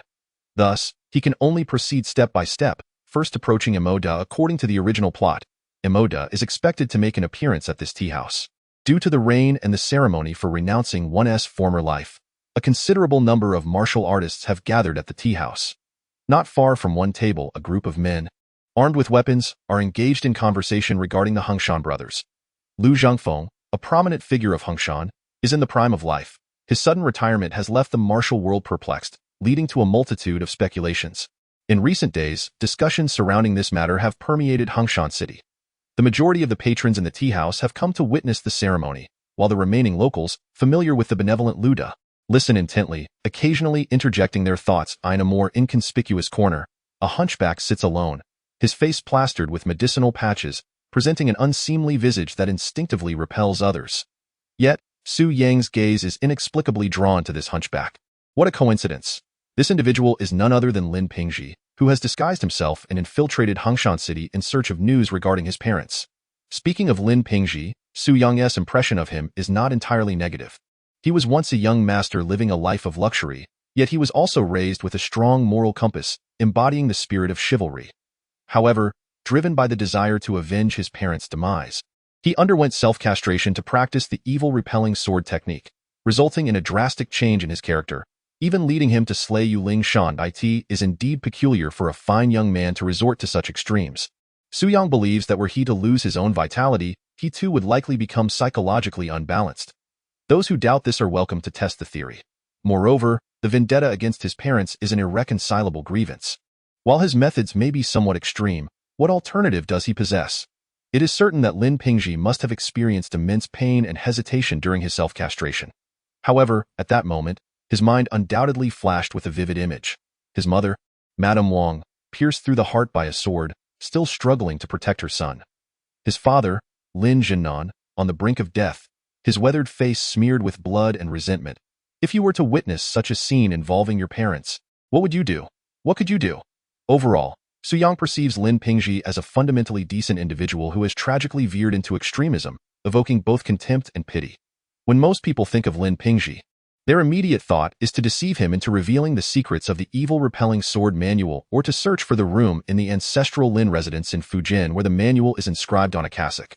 However, Su Yang harbors no interest in such pursuits. The evil repelling sword technique, much like the sunflower manual, possesses extraordinary power. Any martial artist who catches a glimpse of it is irresistibly drawn to practice it, akin to the allure of a narcotic to an addict. One's self-discipline may not surpass that of individuals like Ubuchuan, and should one lose control and commit some extreme act, it would lead to a lifetime of regret. Such matters are not worth risking. Thus, it is best to avoid thinking about or looking at them. Out of sight, out of mind. Were time not a constraint, Su Yang would even contemplate setting fire to this harmful object in Fujin. At that moment, a middle-aged man at the adjacent table loudly proclaimed, Master Lu's martial skills far exceed those of Master Mo, and his disciples are all superior to those of Master Mo's students. Master Mo's position as the sect leader is already precarious, and the next generation of Huangshan's leadership will undoubtedly emerge from Master Lu's disciples. This is why Master Mo has been creating difficulties. A few individuals nodded in agreement, indeed. But Master Mo is mistaken. By forcing Master Lu out of the martial world, does he not weaken the influence of his own Huangshan sect? Countered the middle-aged man with a cold laugh. In this world, how can one attend to every detail? As long as I secure my position as leader, whether the sect's influence grows or wanes, I couldn't care less. Su Yang dismissed their chatter as nonsense. Lu Zhongfeng's martial prowess pales in comparison to Master Mo's. Although Master Mo possesses a peculiar and reclusive temperament, he is by no means envious of talent. Rather, he seems to be trapped in sorrow from some long-ago heartache, unable to extricate himself from his own melancholy. Yet, even if it is nonsense, it is not entirely without merit. This group, despite their incessant prattling, has inadvertently revealed a single, substantial truth amidst their folly. The essence of nonsense, one might say, is the wisdom within folly. Chapter 41. Delivering a resounding slap, Lin Pingji sat at the table, pondering how Lu Yiri of Huangshan City had washed his hands of the martial world.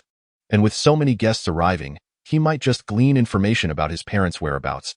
If by chance he could find a skilled elder to take him as a disciple, learning formidable martial arts to avenge his grievances, that would be nothing short of ideal. At present, he had relinquished all hope regarding the family's evil-repelling sword technique. Suddenly, a melancholy and haunting sound of a huqin filled the air from outside the tea house. Raising his eyes to the source of the mournful tune, he beheld an old man, who had appeared beneath the eaves, playing the instrument and singing. The elderly gentleman possesses a slender and elongated frame.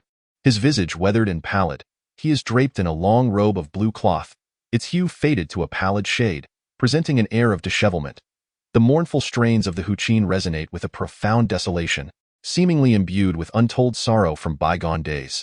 It is aptly said, to listen to such lamentations amidst the rain evokes images of a shattered family and a world devoid of solace. Lin Pingji, feeling a pang of heartache, finds his eyes welling with tears, hastily bowing his head as if to sip his tea. At that moment, he suddenly feels a heavy push upon his shoulder, and a voice brusquely inquires, "Hey, camel, could you yield this seat to the elder?" He lifts his gaze to discover a young man standing nearby, glaring at him with an intimidating intensity. The man clutches a blue and white teacup in one hand, while a plain long sword is sheathed at his waist, accompanied by a wine pouch on the other side, giving him the appearance of an ordinary figure from the Jianghu. Lin Pingji, furious, reflects that indeed, when misfortune strikes, even a sip of cool water can feel like an affront. Here he is, innocently enjoying tea, only to be subjected to this man's unwarranted humiliation. He grits his teeth, reminding himself, I am no longer that privileged young master from Fuzhou. I must endure and cannot allow a moment of impulsiveness to betray my identity. To be slain by the thieves of Qingcheng would be trivial compared to the sin of failing to rescue my parents. Thus, he silently rises, head bowed, prepared to depart. The ruffian tormenting Lin Pingji is none other than Su Yang from the Three Rivers sect. Observing Lin Pingji's intent to leave, Su Yang chuckles and detains him, saying, I was merely jesting. With such a vast table, sitting alone feels rather lonesome. We are all individuals of the Jianghu. Upon meeting, we are friends.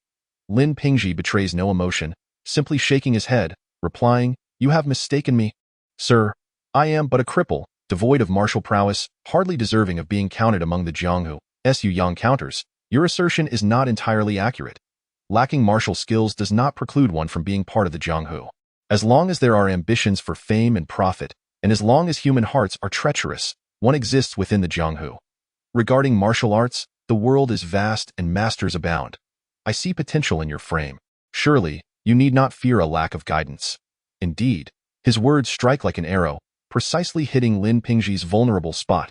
He reclaims his seat, his eyes sparkling with excitement as he eagerly asks, "Esteemed brother, I truly wish to learn martial arts, yet alas, I have no means. Might you be willing to instruct me?" Su Yang smiles faintly, shaking his head. "I am not the one, but look around. There is someone here who can." Upon hearing this, Lin Pingji instinctively scans the tea house, filled with Jianghu figures, yet he cannot discern whom Su Yang refers to. He then turns back to Su Yang, his gaze filled with confusion. "You foolish lad." Su Yang chuckles, pointing to the ground beneath them, inquiring, "Where are we?" Lin Pingji, in a state of bewilderment, replies, "In a tea house." Su Yang patiently presses on, "And where is this tea house located?" Lin Pingji answers without hesitation, "In Huangshan City." Su Yang claps his thigh, exclaiming, "Precisely, in Huangshan City. If you wish to learn martial arts, is there any other place?" At last, Lin Pingji experiences a moment of enlightenment. "Oh, could it be that you speak of the Huangshan sect?" Su Yang suddenly lowers his voice, nearly whispering into Lin Pingji's ear, "Indeed, that is correct. Though I am not a disciple of the Huangshan sect, I possess a method that can secure your entry into their ranks as a direct disciple. The only question is whether you have the audacity to seize this opportunity. If you truly can join the Huangshan sect, Lin Pingji would wholeheartedly embrace such a chance, willing to traverse mountains of blades and seas of fire. However, upon further reflection, he found it perplexing that this stranger, who was previously unknown to him, would exhibit such benevolence. Thus, he cautiously inquired, "May I ask who you are and why you would aid me?"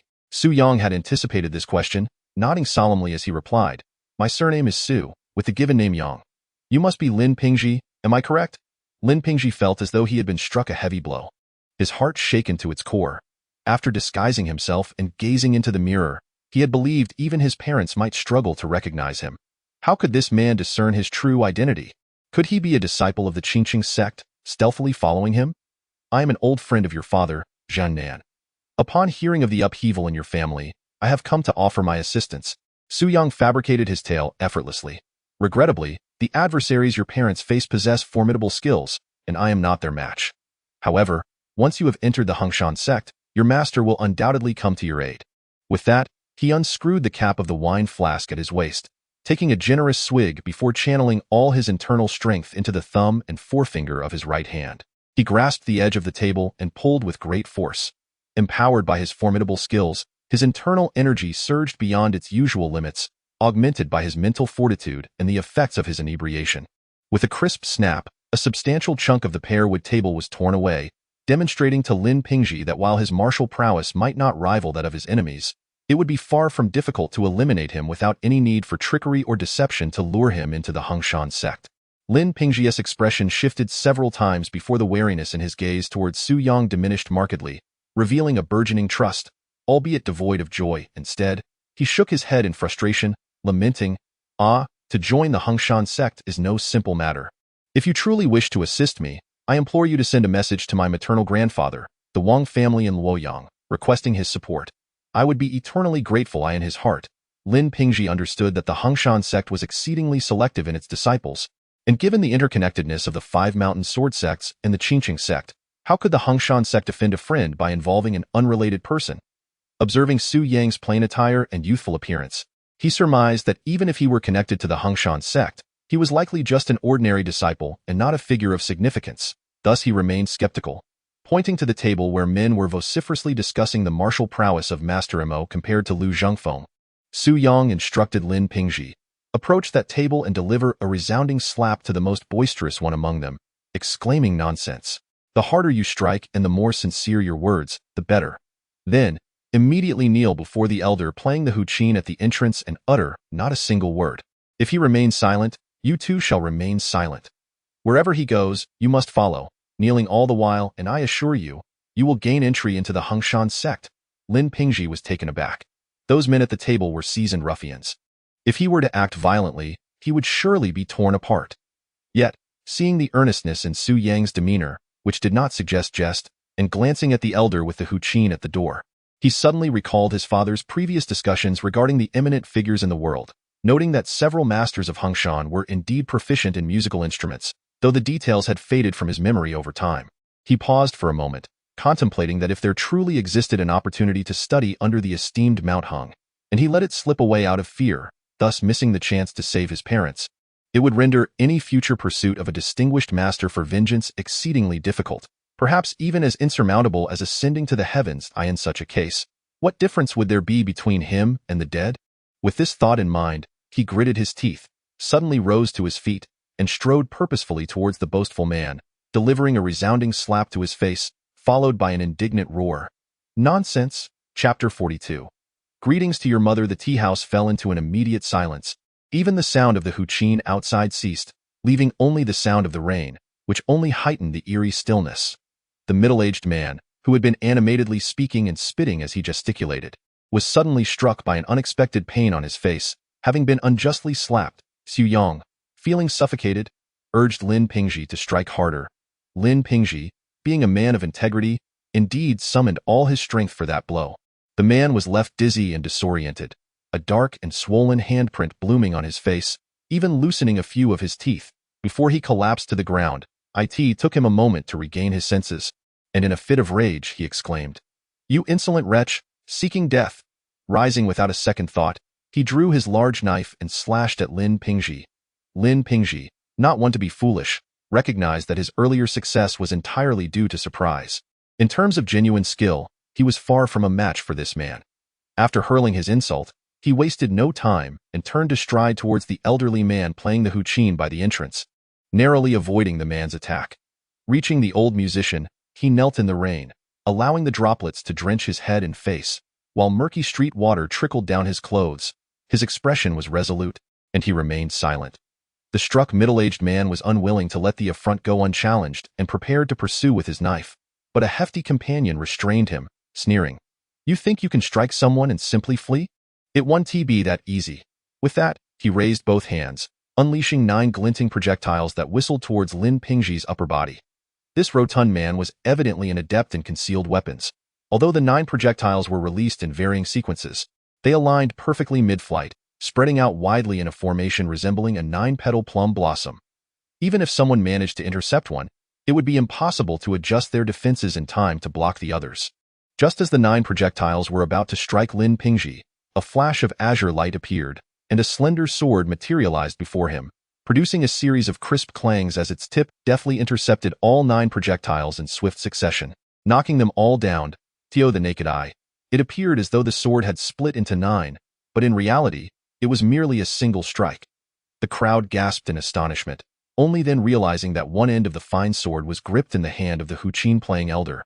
The old man slowly withdrew the sword from beneath the instrument, the blade entirely concealed within, with the instrument's neck serving as the hilt. He then raised his gaze to the struck middle-aged man and glanced at the kneeling Lin Pingji, shaking his head in disapproval. Nonsense. It remained unclear whether he was reproaching Lin Pingji for his claims or chastising the middle-aged man for his absurdity. The portly figure, skilled in the art of concealed weaponry, gazed blankly at the scattered projectiles strewn across the floor. He muttered to himself, "The 36 techniques of the Hongshan's returning wind and falling goose sword. The 17th move, 1 sword falls 9 geese, is indeed the signature move of Master Lu. Yet, even Master Lu could only manage to fell 7 geese with a single stroke. It is essential to understand that striking with hidden weapons is far more challenging than targeting geese. The individual capable of mastering the Hongshan swordplay to such an extraordinary degree, here in Hongshan City, must surely possess an identity that is all too evident." As this thought crossed his mind, the color drained from his face. Without hesitation, he delivered 2 resounding slaps to his own cheeks, tossed a small ingot of silver onto the table as a token for tea, bowed his head to conceal his face, and hurriedly exited the tea house. Upon catching sight of the elderly musician, the portly man offered a deep bow before swiftly turning to leave, vanishing into the rain-soaked streets in mere moments. The elderly musician paid no mind to the departing figure, continuing to play his instrument. It was at this juncture that the assorted individuals from the martial world within the tea house began to realize that the sword was concealed within the music, and that the music was a manifestation of the sword. This elder was most likely the renowned Emoda from the Xiang River Night Rain. Especially after witnessing Emoda's extraordinary skills, a chill ran through them all. They recalled how, moments prior, they had echoed the praises of Lu Zhangfeng while disparaging Emoda. they could not help but feel that they had potentially invited calamity upon themselves. Consequently, they hastily settled their accounts and departed, leaving the once bustling tea-house eerily quiet. When Su Yang observed that most of the patrons had left, he rose and approached Emoda, respectfully performing a gesture of reverence typical of a junior to a senior. "Esteemed Master Emo, I hope this finds you well, your junior." Su Yang offers his greetings. Emoda lifted his gaze and scrutinized Su Yang intently. Yet, his eyes bore an oddly fierce glint, tinged with a hint of concern and admiration, as though he were not gazing at his disciple's nephew, but rather at his own beloved grandson. Su Yang felt an unsettling chill at the intensity of Emoda's scrutiny. Why did the old man regard him with such warmth? Could it be that he had a daughter to wed to him? The thought sent shivers down his spine. Emoda's appearance was rather unseemly, and at over 60 years of age, should he indeed have a daughter, she would most likely be a middle-aged matron. If he were to approach Lu Zhangfeng with a proposal, given the customs of the time, with parental consent being paramount, Su Yang would find himself with little power to oppose. As Su Yang pondered these unsettling possibilities, Emoda inquired, "Now that you have arrived in Huangshan, why do you not pay a visit to the Lu residence? What business do you have wandering aimlessly?" As the head of Huangshan and a decades-long brother-in-arms of Lu Zhangfeng, Emoda was undoubtedly aware of Lu's domestic affairs, making his knowledge of Su Yang's identity unsurprising. Su Yang replied, "I intended to go, but upon overhearing some ignorant individuals in the tea-house speak disrespectfully of you, Master, I could not contain my anger and invited Brother Lin here to teach them a lesson." Emoda cast a glance at Lin Pingji and then back at Su Yang, remarking coolly, "You, who have yet to fully mature, seek to admonish others. Two young rascals with mediocre skills, yet dauntless in spirit. Are you not merely relying on your esteemed master's reputation?" Su Yang chuckled lightly. "What stature does the master possess that one could dare to engage with them? It is only fitting that we, the juniors, take on this task." Emoda rose unsteadily and made his way back into the tea-house. Shaking his head, in Huangshan City, it is Lu Zhangfeng, Master Lu, who truly commands respect. I am but a decrepit old man with little renown. Upon uttering two sentences, Su Yang quickly discerned that the relationship between Emoda and Lu Zhangfeng was indeed strained, with both clearly harboring disdain for one another. Yet, this disdain was not born of indifference or animosity. Rather, it exuded a nebulous aura, suggesting underlying complexities that transcended mere personality clashes. Was there perhaps some hidden agenda at play? Su Yang pondered, contemplating whether the key to persuading Emoda lay within the origins of their discord. Consequently, he entered the tea-house, casting a subtle glance towards Lin Pingji. Lin Pingji, demonstrating remarkable awareness, promptly followed him inside, approaching Emoda and, without a word, kneeling before him. "What is the meaning of this? You come to my aid yet find it necessary to kneel before me," Emoda remarked with a semblance of a smile, casting a sidelong glance at Su Yang. "Just now, with the rain pouring, I couldn't quite catch your conversation. Did you perhaps suggest some trickery to him?" Su Yang nodded affirmatively and explained, "This individual is Lin Pingji, the young master of the Fuzhou Fuwei escort agency, who has suffered at the hands of the Qingqing sect. I implore you, Master, to take him as your disciple and save his parents' lives." Emoda, however, remained silent, slowly closing his eyes and reclining in his chair, seemingly in contemplation. Lin Pingji recognized that this moment held the key to his admission into the Huangshan sect. Thus, he refrained from speaking, instead bowing deeply in reverence, to the point of drawing blood from his forehead. Yu Yang understood Emoda's train of thought. Accepting Lin Pingji would equate to offending the Qingqing sect. Although not fearful, Emoda recognized the weight of crossing a sect that had stood tall in the martial world for a century. Was it truly worth it for the sake of an unfamiliar youth?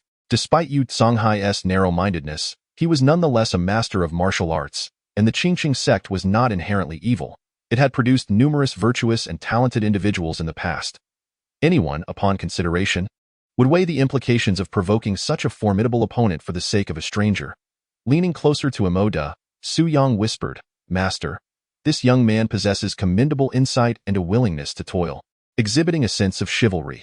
However, his desire for vengeance is fervent, making him susceptible to taking desperate measures that could lead him astray. The distinction between good and evil often lies in a fleeting thought. I beseech you to consider this." After a moment of reflection, Emoda finally opened his eyes and slowly shook his head, saying, "In this world, the presence or absence of good and evil individuals matters not. Who among us is free from sorrowful pasts?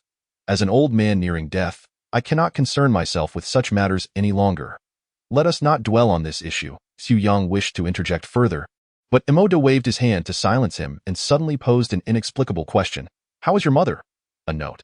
The esteemed individuals within the Qingqing sect do not include Teacher Tong. By the way, I kindly request a ticket. It feels rather disheartening when recommendations lack sufficient collections. Chapter 43. Despicable Earthlings. What? Su Yang exclaimed, uttering the word twice, the first as a question and the second as an exclamation, his mouth forming an A shape, large enough to accommodate a chicken egg. If it were a small, homegrown egg, perhaps two could be squeezed in. He is a man brimming with cunning schemes, possessing a psychological resilience and audacity that have reached a remarkable level. Trivial matters hardly faze him, and it is typically he who leaves others in a state of shock. However, at this moment, a profoundly explosive thought surged through Su Yang's mind, causing an instantaneous mental short-circuit. Mr. actually knows my mother. Could it be that, like myself, he is a damn earthling? This marks the first occasion in Su Yang's life that he has prefixed the term damn to earthling, and he has never harbored such animosity towards them before. I do not want to share the protagonist's fate. Su Yang seethed with rage. After enduring countless hardships to attain a protagonist's destiny, how could he possibly share it with another? The feeling was akin to finally catching up to a girl after immense struggle, only to have another man burst in and assert with brazen confidence that he too has the right to bed your wife. Noticing Su Yang's peculiar expression, Mr. Mo raised an eyebrow, appearing somewhat anxious, and inquired, "What's wrong with your mother?" Even Lin Pingji was taken aback, forgetting to be it was the first time he had witnessed someone contort their expression in such a manner and realized that this esteemed Su was indeed a master of disguise. No wonder he saw through my ruse so effortlessly. Fortunately, Su Yang quickly deduced that Mr. was likely referring to his identity's mother, namely Lu Zhongfeng's cousin, and not his biological mother on Earth. Yet, this too seemed amiss.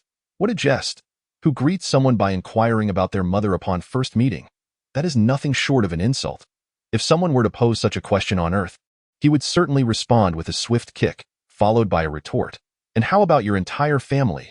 Furthermore, given that the martial arts world is steeped in ancient societal norms and strict decorum, it is utterly unthinkable to inquire about another's female relatives, especially in the presence of juniors, particularly one's own disciple's sister. This is a grave breach of social etiquette. Even if they were old acquaintances, one would first extend greetings to the elder before casually mentioning the mother. To openly inquire about another's female kin is merely the tactic of a lowly ruffian. Even a notorious rogue like Tian Boguang would maintain his dignity and refrain from such behavior. Yet, observing Mr. Mo's demeanor, serious and earnest, especially after witnessing Su Yang's sudden shift in expression, his anxiety appeared genuine and deeply concerned. Could it be that the most cliché love triangle was unfolding? It seems that sometimes indulging in the melodramatic cliches of romantic dramas bears its benefits. As the thought of a love triangle crossed his mind, Su Yang suddenly recalled the peculiar relationship between Mr. Mo and Lu Zhongfeng, and in his mind, he constructed a classic outline for a TVB martial arts romantic tale. The taciturn, impoverished elder disciple Mr. Mo, the handsome and wealthy junior disciple Lu Zhongfeng, and the vivacious young junior sister, all three sharing the bond of martial arts training. Every day, the elder brother imparted martial arts knowledge to his junior sister, and as time passed, feelings blossomed between them. The vivacious and cheerful demeanor of the junior sister unlocked the tightly sealed heart of the middle-aged man, leading him to fall hopelessly in love with her in silence. However, the junior sister shared a deep bond with her fellow disciple, Lu Zhongfeng, having grown up together and finding harmony in their feelings. They regarded the elder brother with the reverence and affection one would afford a sibling.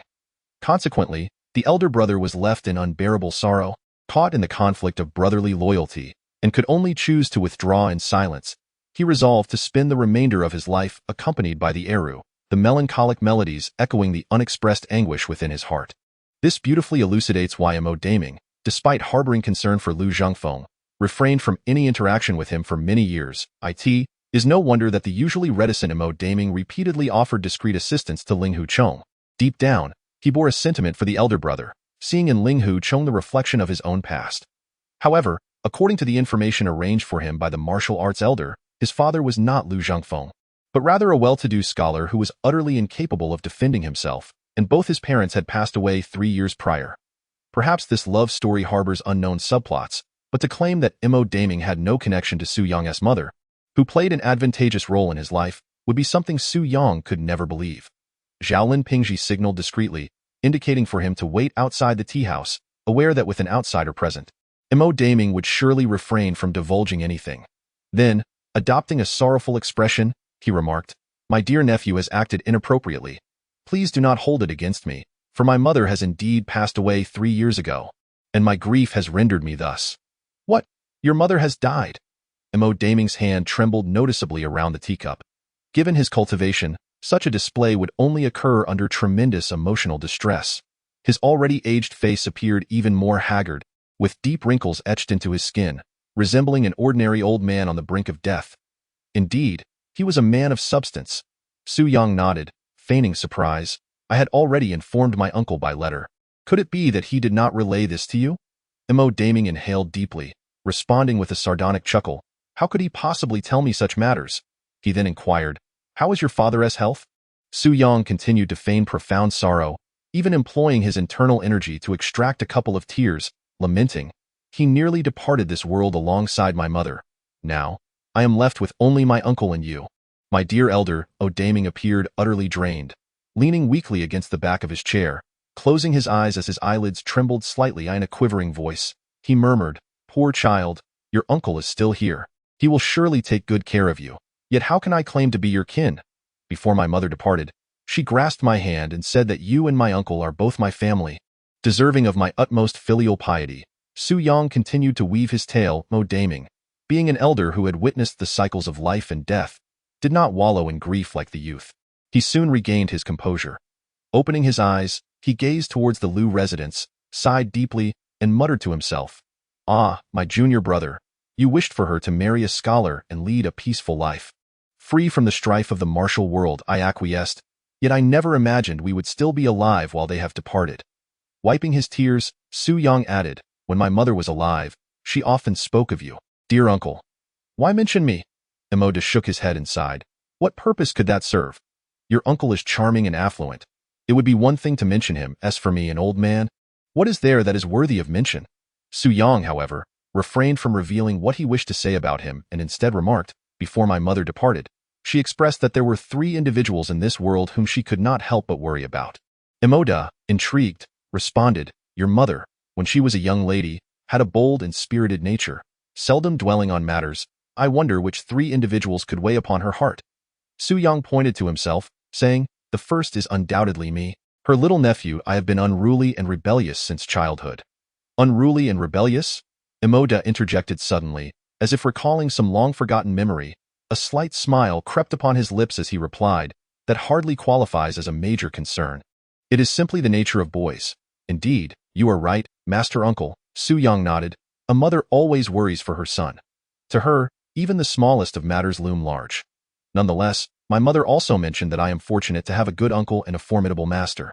Even if I were to cause some trouble in the future, my uncle and master would surely not abandon me." Emoda smiled faintly. "That latter part was surely added by you, was it not? If your mother truly said such things, wouldn't it encourage you to mischief?" Su Yang did not deny it, chuckling, "Though I never heard her say it directly, the implication of her trust in you and my uncle is quite clear. I surmise that was her true intention. And what of the other 2? Emodo inquired noncommittally, "Would your father count as one?" Su Yang shook his head, stating, "My mother described my father as steady and calm, with a temperament that is neither hasty nor impatient.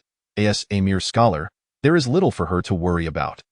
The 2 individuals she worries most about, however, are my uncle and you." Master Emoda's expression shifted slightly, his face undergoing a subtle transformation as he retorted, "You speak nonsense. Your mother and your uncle are cousins. It is only natural for her to be concerned about him. What concern could she possibly have for an old man like myself?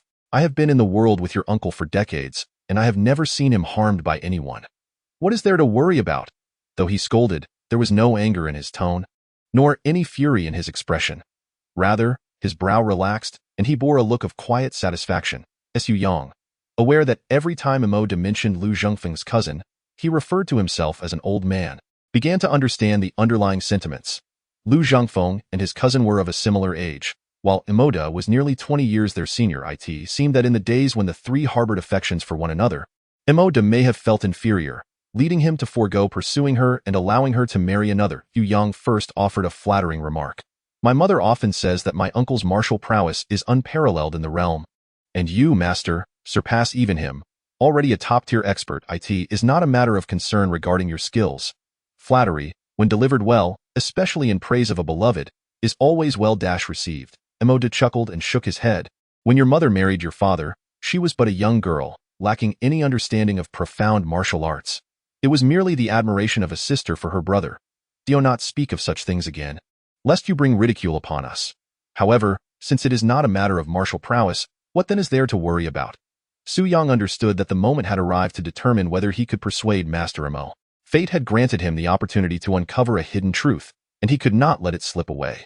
Thus, he swiftly organized his thoughts to ensure that his forthcoming words would resonate deeply with Master Emo.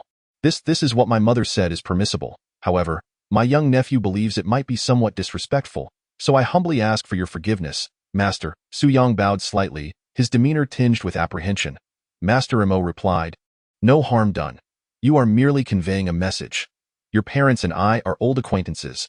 There is nothing inappropriate in our discourse." Chapter 44. A decade later, you have grown into a gentleman of the sword. Su Yang nodded and remarked, "My mother contends that although you and my uncle are of considerable age, at times, you exhibit behavior akin to that of children. Back when you were fellow disciples, you often engaged in secret rivalries and competitions." Nonsense. Master Emo slammed his hand on the table. Your uncle is one thing, but I am already 65. How can I still be a child? Su Yang shrank back, muttering softly, "You once said it was excusable? And besides, these are not my words." Master Emo shot him a glare and waved his hand dismissively. Your mother indeed should not be discussing such matters with you. Never mind, Su Yang continued. I meant to say that you and my uncle often engage in rivalries, much like children. Master Emo rolled his eyes at Su Yang. Exasperated, I understand. And no need to reiterate what has already been said. Let us move on. Yes. Su Yang chuckled inwardly, surprised to discover this typically taciturn and reclusive Master Emo had such an emotional side. He eagerly continued, My mother asserts that while my uncle possesses many admirable qualities and is loyal to his friends, his extensive connections in the martial world sometimes lead him to be overly principled. He often prefers to suffer himself rather than offend a friend, which inevitably results in his own misfortunes, and often at the expense of his friends. Master Emo chuckled. Your mother truly understands him. My junior indeed possesses that temperament, caring for friendships above all else, even, he abruptly halted, shifting the topic to inquire, and what about me? You, on the contrary, master, possess formidable skills and prefer solitude. It would be exceedingly difficult for anyone to conspire against you. However, it is precisely this nature that has led to a scarcity of friends, and even your disciples are few. Perhaps even your own offspring may not be wholly devoted to you, leading to a future of solitude and desolation. Solitude and desolation, Master Emo mused with a self-deprecating smile. What you say is indeed accurate. It need not be 10 years. The truth has already manifested. Su Yang emphasized his words, continuing, Whenever my mother reflects on my uncle's misfortunes and your loneliness in later years, her face is clouded with sorrow, and her health seems to decline. She often laments that if the two of you could unite as brothers, complementing and supporting one another, she would have no further worries. However, whenever I attempt to inquire further, my mother refuses to elaborate, merely sighing incessantly, seemingly filled with self-reproach, though I cannot fathom White-Haired shook his head with a sigh, remarking, For 10 years, we have shared the same mountain yet not crossed paths. It is no trivial matter for brothers to unite in heart. We are all but half buried in the yellow earth. Why should your mother cling to those bygone memories, only to inflict self-harm? My nephew has come to Huangshan, having heard rumors in the marketplace of discord between my esteemed master and your uncle, yet I remain unconvinced, and my mother has also said that the two elders are merely at odds out of temper. In truth, their bond is akin to that of true brothers. This time, however, Emoda fell silent, gently tapping the table with his withered fingers. After a moment, he suddenly looked up, pointing at Su Yang. The old man has grasped the situation. You, young lad, have spun a tale of 10 words, 7 or 8 of which are likely your own fabrication. There are but 2 matters at hand. One, for me to accept a disciple. The other, to reconcile between your uncle and me. Now that the matter has been laid bare, Su Yang refrained from further explanation, earnestly expressing his hope that the elder and his uncle would restore their former camaraderie, supporting one another to expand Huangshan together. This indeed was my mother's dying wish and my own aspiration as well, so I implore you to ponder this, esteemed master. Oda nodded noncommittally, his gaze drifting into the distance, his demeanor softening considerably. Observing a flicker of uncertainty in Emoda, Su Yang hastily fanned the flames, smiling, Accepting a disciple serves to enhance the prestige of Hongshan and to pass on your legacy. Master, that Yu Songhai is hardly a formidable figure. Upon meeting you, he would be too intimidated to utter a single word. As for the supposed discord between you and uncle, there truly exists none, and reconciliation is unnecessary. He leaned closer, whispering, my mother once said that the elder brother in this world, regardless of how inept his younger siblings may be, always harbors concern for them. Is there truly an elder brother who does not care for his younger siblings? Master? Imoda playfully delivered a light rap on Su Yong's head, glaring, enough, enough. This martial world will eventually belong to you cunning young lads. I shall guide you for a while longer. Go fetch that young fellow outside. As for your uncle, I am here in this tea house and shall not depart any time soon. If he wishes to pay a visit to his elder brother, the choice is his to make. I cannot impede him. Understood. I shall inform my uncle immediately that the headmaster has arrived, and I urge him to come forth with due respect. Su Yang exclaimed with delight, realizing the old man was seeking to save face and provide an opportunity for reconciliation. He then called out to Lin Pingji, who was waiting at the door, why do you not come in and pay your respects to your master? Upon returning to the tea house, Lin Pingji wore a look of utter astonishment. Everyone knew that Master Imoda of Hongshan was a man of his word, unencumbered by attachments. Persuading or threatening him was an arduous task. He had explicitly stated he would not accept him as a disciple, and his continued presence was solely to spare Su Yang from embarrassment. However, he could never have anticipated that in the span of a mere incense stick's burning time, Master Imoda would change his mind. Believing he must have misheard, he found courage only when he saw Imoda nodding and smiling at him. The headmaster of Hongshan was a top-tier master in the martial arts world, and Hongshan sect was even more renowned than the Qingqing sect. With the prospect of rescuing his parents and perhaps redeeming the shame of the Fu Wei escort agency in his lifetime, Lin Pingji was overwhelmed with emotion, tears of joy brimming in his eyes. He tore away the disguise from his face and body, revealing his true identity. Rather than paying respects to Imoda, he solemnly bowed deeply to Su Yang, tears welling in his eyes as he proclaimed, Brother Su, you have saved my entire family, and I shall forever remember this life-saving grace. Only after this did he bow 3 times in succession to Imoda, declaring, Master, please accept the 3 bows of your disciple Lin Pingji from Fuzhou. Imoda nodded in acknowledgement. One should remember the source of their blessings. You are indeed a child of integrity who understands gratitude. Since you have joined my ranks, I will take it upon myself to rescue your parents, so you need not worry about that. However, you must henceforth disguise yourself as an entertainer, journeying with me through the streets to witness the myriad facets of life, forsaking the lavish lifestyle you once knew. Are you willing? Lin Pingji nodded resolutely. I am willing, disciple. Imoda straightened himself and continued earnestly. I am aware of your grievances with the Qingqing sect, but upon entering my tutelage, you shall not seek vengeance for 10 years. Do you accept this?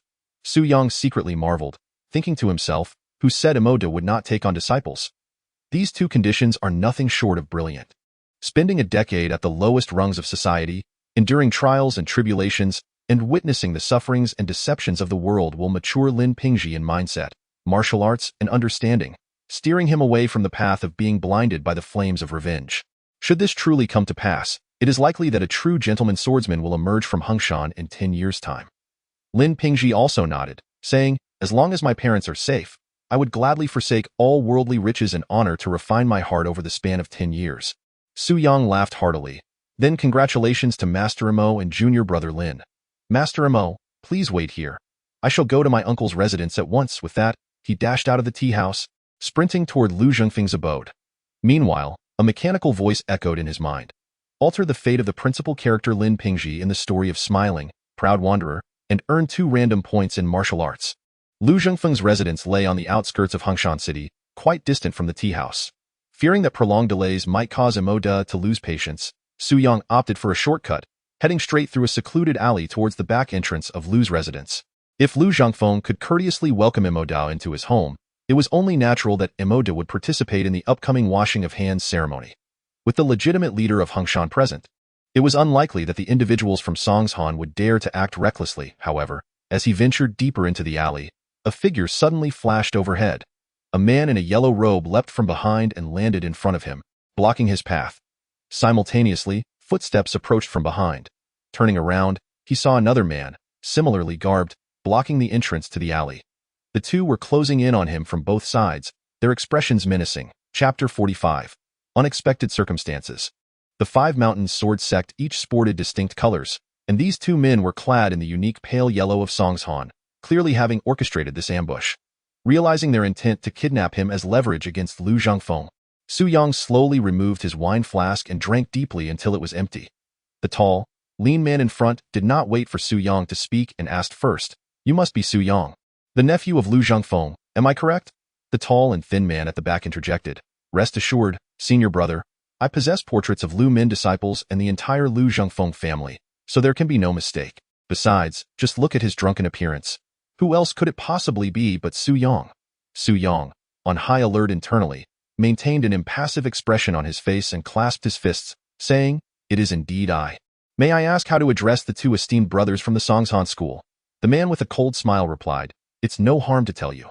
My surname is Shi, and my junior brother's surname is D. There's no need to enter Lu's residence. We merely have business with you, so come along with us." Upon hearing his surname, Su Yang recalled that the tall man ahead was named Shi Dengdai, and the one behind, Di Xiao, were the very individuals who had publicly stabbed Lu Zhangfeng's wife and children to death during the Golden Basin washing hands ceremony. To his dismay, it was these two, which meant trouble loomed large. I in the novel laughing proudly, the second-generation disciples of various sects seem merely ornamental. However, that is far from the truth. Lin Jinnan is indeed a notable figure in the martial world, and the four talents of Qingqing are regarded as adept by him. Yet, in the grand scheme of the martial world, the four talents of Qingqing can be considered merely average fighters. In contrast, Ling Huchong, who has yet to master the solitary nine swords, can easily defeat the four talents of Qingqing. Individuals like him, who are connected to the second generation of the Five Mountain Sword Sect, can be counted as masters. The two second-generation disciples of Songshan before him hold a martial status comparable to Ling Huchong, being direct disciples of Zhuolengchan. Even if they are somewhat weaker, it is unlikely they are significantly so. Perhaps Shi Dengdai of the Thousand-Foot Pine is even superior to Ling Huchong by a notch. Su Yang contemplated that if it were a one-on-one confrontation, he might be able to take down one of them. However, the narrow alleyway posed a dire threat. Should they attack in tandem, it would be a life-or-death situation. While pondering how to extricate himself, he continued to smile and clasp his fists, saying, "Ah, it is indeed the esteemed Shi brother of Thousand-Foot Pine and the unseen Yin Wang brother. I have long admired you both. Since the esteemed brothers of the Songshan school have come to Hongshan City as guests, if you do not enter the Lu residence, it would be rather rude for me to intrude, would it not? Such behavior would reflect poorly on Hongshan School's understanding of etiquette and would burden our guests." Di Xiao laughed heartily. "This lad still thinks we are inviting him as a guest," Shi Dengdai added. "You seem to be quite perceptive.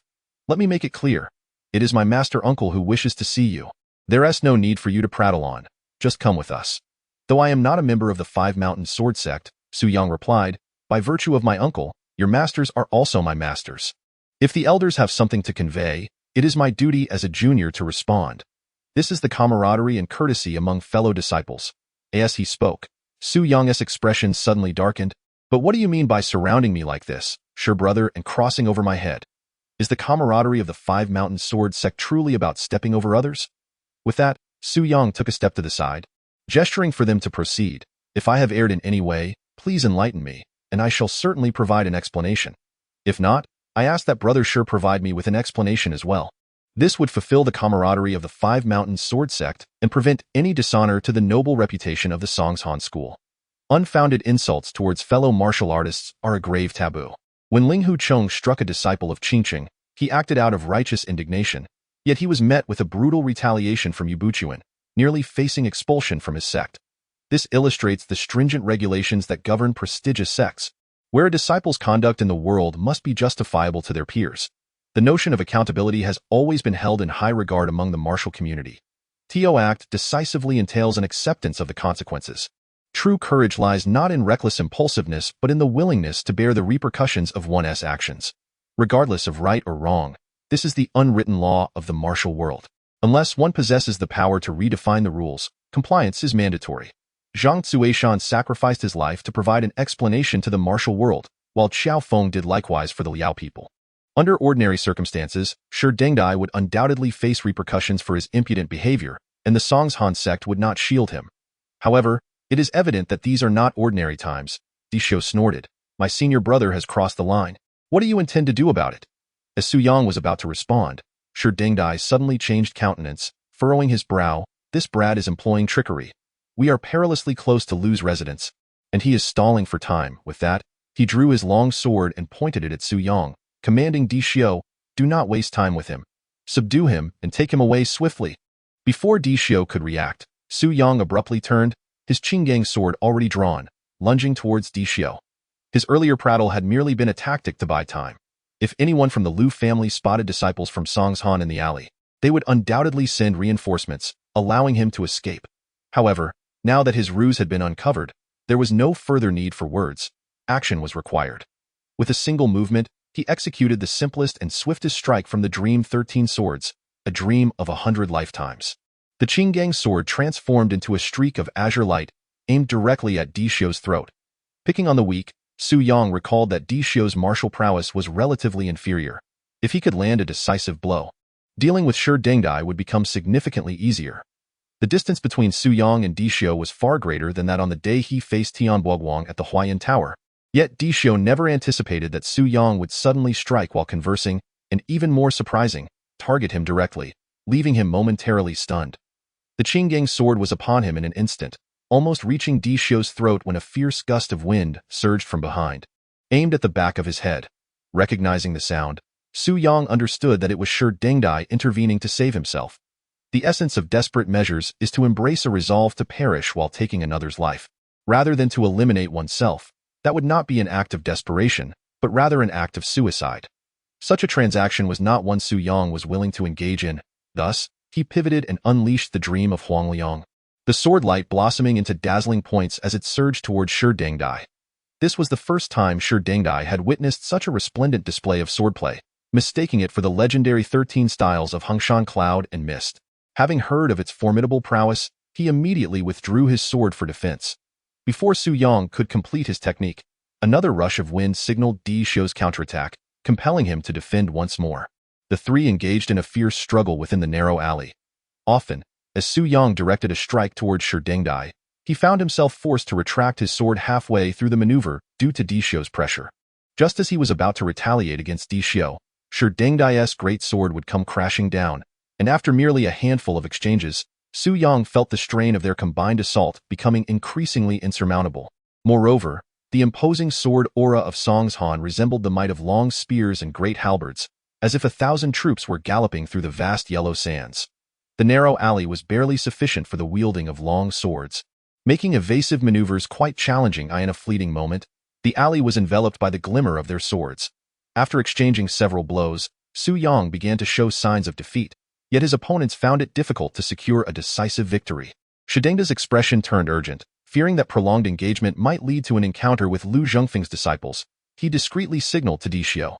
The two had trained together for many years, their thoughts intertwined and their coordination remarkably adept. Suddenly, they simultaneously executed the move Heavenly Jade Dragon. This technique originally involved a swift slash from left to right with the long sword, yet the enemy could retreat or dodge to the right. The two launched a coordinated assault, perfectly complementing each other and leaving no escape routes. Su Yang narrowly evaded Xiao's strike, but felt a chilling sensation at his right rib, followed immediately by excruciating pain. As he was struck fiercely by Shi Dengdai, blood erupted forth, and he could no longer maintain his grip on his azure steel sword, which clattered to the ground. Resolved to abandon his pride, Su Yang inhaled deeply, preparing to call for help, hoping that someone from Lu's household would hear him. However, as he drew breath to cry out, Shi Dengdai and Xiao leapt forward, swiftly using their hands to seal several of Su Yang's vital points. His body weakened, and he collapsed, his voice caught in his throat. This week has been particularly eventful, hence I may only manage one update. Next week, I will strive to ensure 2 updates each day. Chapter 46. Throat-piercing and egg-splitting palm. As soon as Su Yang lay down, Xiao unexpectedly pulled out a large burlap sack from behind and enveloped Su Yang's head within it, stuffing his body inside. Together with Shi Dengdai, one lifted the head while the other supported the feet, and they hastened out of the alley. Inside the sack, Su Yang was consumed by unbearable pain at his wound, with blood gushing forth as if it were free of cost. He was acutely aware that Shi Dengdai's strike had indeed landed solidly upon him. Had it not been for the intention to keep him alive as leverage against Lu Zhongfeng, he might have already lost his life. Despite this, the wound beneath his rib was wide and deep, and even the slightest movement sent waves of agonizing pain coursing through him, making it difficult to muster any strength. After a while, the surroundings gradually quieted, suggesting they had reached a secluded place with fewer people. Suddenly, their footsteps halted, and Xiao outside the sack exclaimed in surprise, "Brother, I sealed 3 of his vital points. One of which was meant to stop the bleeding, yet he continues to bleed profusely." Shidengda responded, "Indeed, this is peculiar. I too sealed one of his bleeding points to prevent excessive blood loss, lest we have difficulty explaining ourselves to the elders." Xiao flattered, "It must surely be that your skills have advanced, brother. That move, Heavenly Jade Dragon, was executed exquisitely. It is likely that the true chi from the sword has disrupted his body, rendering even the sealed points ineffective in stopping the blood." Shidengda retorted, "Enough with the idle chatter. I will seal his vital points once more, and you should head to the tavern ahead to procure some rags or cloths to staunch his bleeding. Even if he dies upon arrival, we will bear less responsibility." Xiao agreed, and Su Yang heard the sound of their footsteps gradually receding. Then, a sudden brightness enveloped him as the sack was pulled away from his head. Stenda, lacking the skill to discern acupoints through the burlap sack, first checked Su Yang's breath after removing the sack. Noticing the warmth of air still escaping from his nostrils, he felt a modicum of relief. He then crouched beside Su Yang, preparing to apply pressure to the acupoints between his ribs. Just as his fingers reached out, poised to make contact with Su Yang's body, Su Yang suddenly opened his eyes wide and grinned ominously at him. Stenda was struck with terror. Was this man alive or dead? If he were deceased, how could he possibly smile at me? If he were alive, what could account for such a ghastly grin? Before he could unravel this conundrum, a searing pain shot through his throat, and his vision blurred, rendering him breathless. Instinctively, he raised his hands to clutch his throat, only to encounter a gaping wound, a large hole oozing blood. Overwhelmed by shock, he emitted a strangled gasp, staggered backwards, and collapsed to the ground.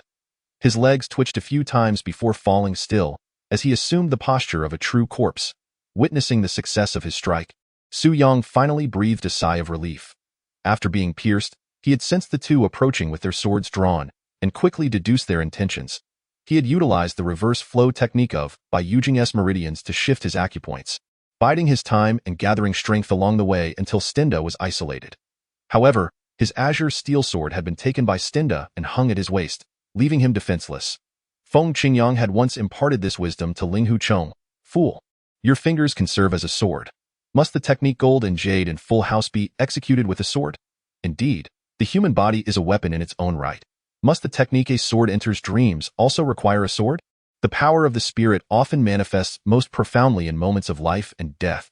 Su Yang transformed his palm into a blade, sending Stenda into eternal slumber, a slumber from which he would never awaken. This was the essence of desperation.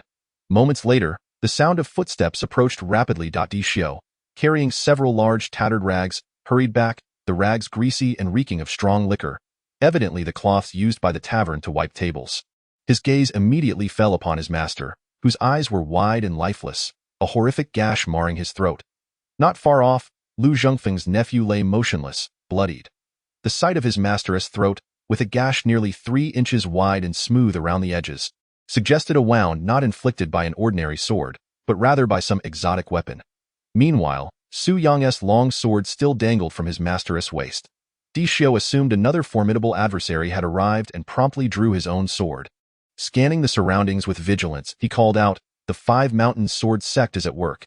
If any wandering friends find this intolerable, please show yourselves and offer guidance." Resorting to treachery, what kind of hero is that? He inquired several times, yet silence enveloped him, save for the distant chirping of birds and the rustling of insects. Observing the open terrain that offered little cover, he gradually felt reassured, contemplating that it could not be the old wretch Lu Zhengfeng. Otherwise, he would have rescued his nephew. Perhaps it was merely a rival from the Songshan sect passing by, taking advantage of the situation. In recent years, the Songshan sect had grown quite formidable, often acting with arrogance and offending numerous figures in the martial world. Occasionally, when disciples ventured down the mountain alone, they mysteriously met their demise, in the shadowy depths of the underworld. Xiao felt a surge of fortune. Had he swapped places with his senior brother moments ago? Remaining at the tavern while his brother ventured forth, it could very well be that the lifeless body sprawled upon the ground would have been his OWN. As the saying goes, when the senior brother perishes, the junior brother survives, a notion that elicited a silent prayer of gratitude to the celestial deities for his continued existence. After a brief flight of fanciful thoughts, a cunning idea took root in his mind. Upon returning, He would fabricate a tale of encountering adversaries on the road, claiming his brother had fallen heroically in battle while he himself had fought valiantly, risking his life to retrieve this wretched soul, thereby securing all accolades for himself. With a sly grin, he approached Su Yong, preparing to hoist him over his shoulder. Yet, before he could bend down, Xiao abruptly halted, his eyes darting with suspicion, eyeing a swift motion. His sword lunged forth, piercing Su Yang's thigh with a sickening thud.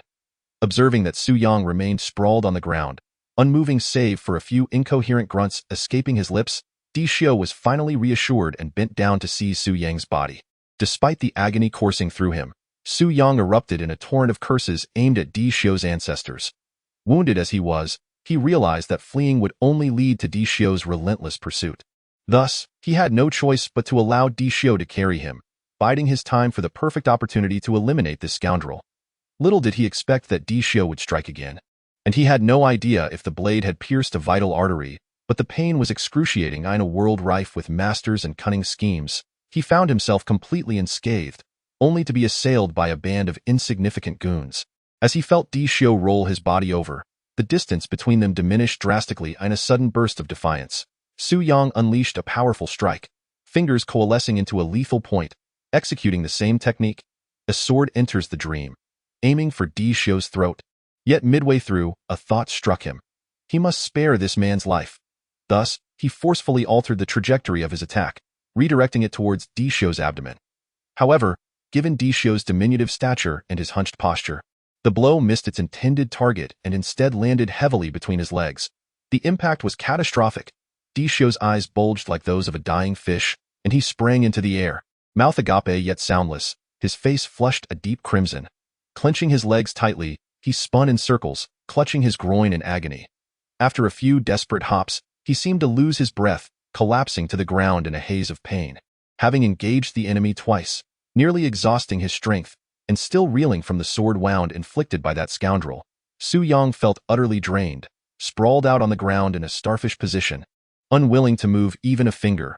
Lying there, he contemplated the prospect of simply succumbing to death. Drawing in several deep breaths, he summoned the last of his resolve to crawl over to Sherdengda, unfastening his Qing Gang sword from the man's waist, using it as a crutch to rise unsteadily to his feet. Before him lay the outskirts of Hongshan City, the surroundings eerily deserted, with the distant silhouette of a tavern coming into view. Gritting his teeth, he bit down on his tongue, forcing himself to muster the strength to press on. Using the sword as a makeshift walking stick, limping toward the tavern, he yearned for a hearty drink to rekindle his strength. Hoping to drag the unconscious Xiao back to Hongshan City, compelling him to reveal the treachery of Songshan before Lu Zhangfeng and Imoda, the mere thought of Imoda reignited his ire. Having betrayed even his own mother, he had finally managed to persuade Imoda to reconcile with Lu Zhangfeng. Yet now he wondered if he would return in time to find Imoda still at the tea house. Should Imoda find himself waiting in vain for Lu Zhangfeng's arrival, he might mistakenly believe that Lu is intentionally putting on airs and refusing to appear, which would only serve to fuel his anger further. At that juncture, the situation could become quite troublesome. Not only would he forego attending the ceremony of washing his hands of past grievances, but he might entirely disregard Lu Zhangfeng's affairs. With this thought in mind, Su Yong gritted his teeth and quickened his pace. Arriving at the tavern, he called out loudly, "Innkeeper, bring forth the wine. More and stronger." Outside the tavern, there was a cool awning, devoid of any other patrons. From within the inner room, a young girl's voice, as melodious as silver bells, chimed in jest, "Grandfather, look at this man. He is on the brink of death yet still clings to his desire for drink, truly a great drunkard." As this voice rang out, the tavern's curtain was drawn back, revealing two figures, one old and one young. The elder was clad in black, while the younger was a girl of about 13 or 14, dressed in green, with a charmingly delicate face that was now playfully gazing at him. These two were none other than the elder of the demonic sect, Chu Yang, and his granddaughter, Chu Fian. The pretext for Songshan's confrontation with Lu Zhangfeng stemmed from Lu's association with Chu Yang. Upon seeing them, Su Yang was consumed by an uncontrollable rage.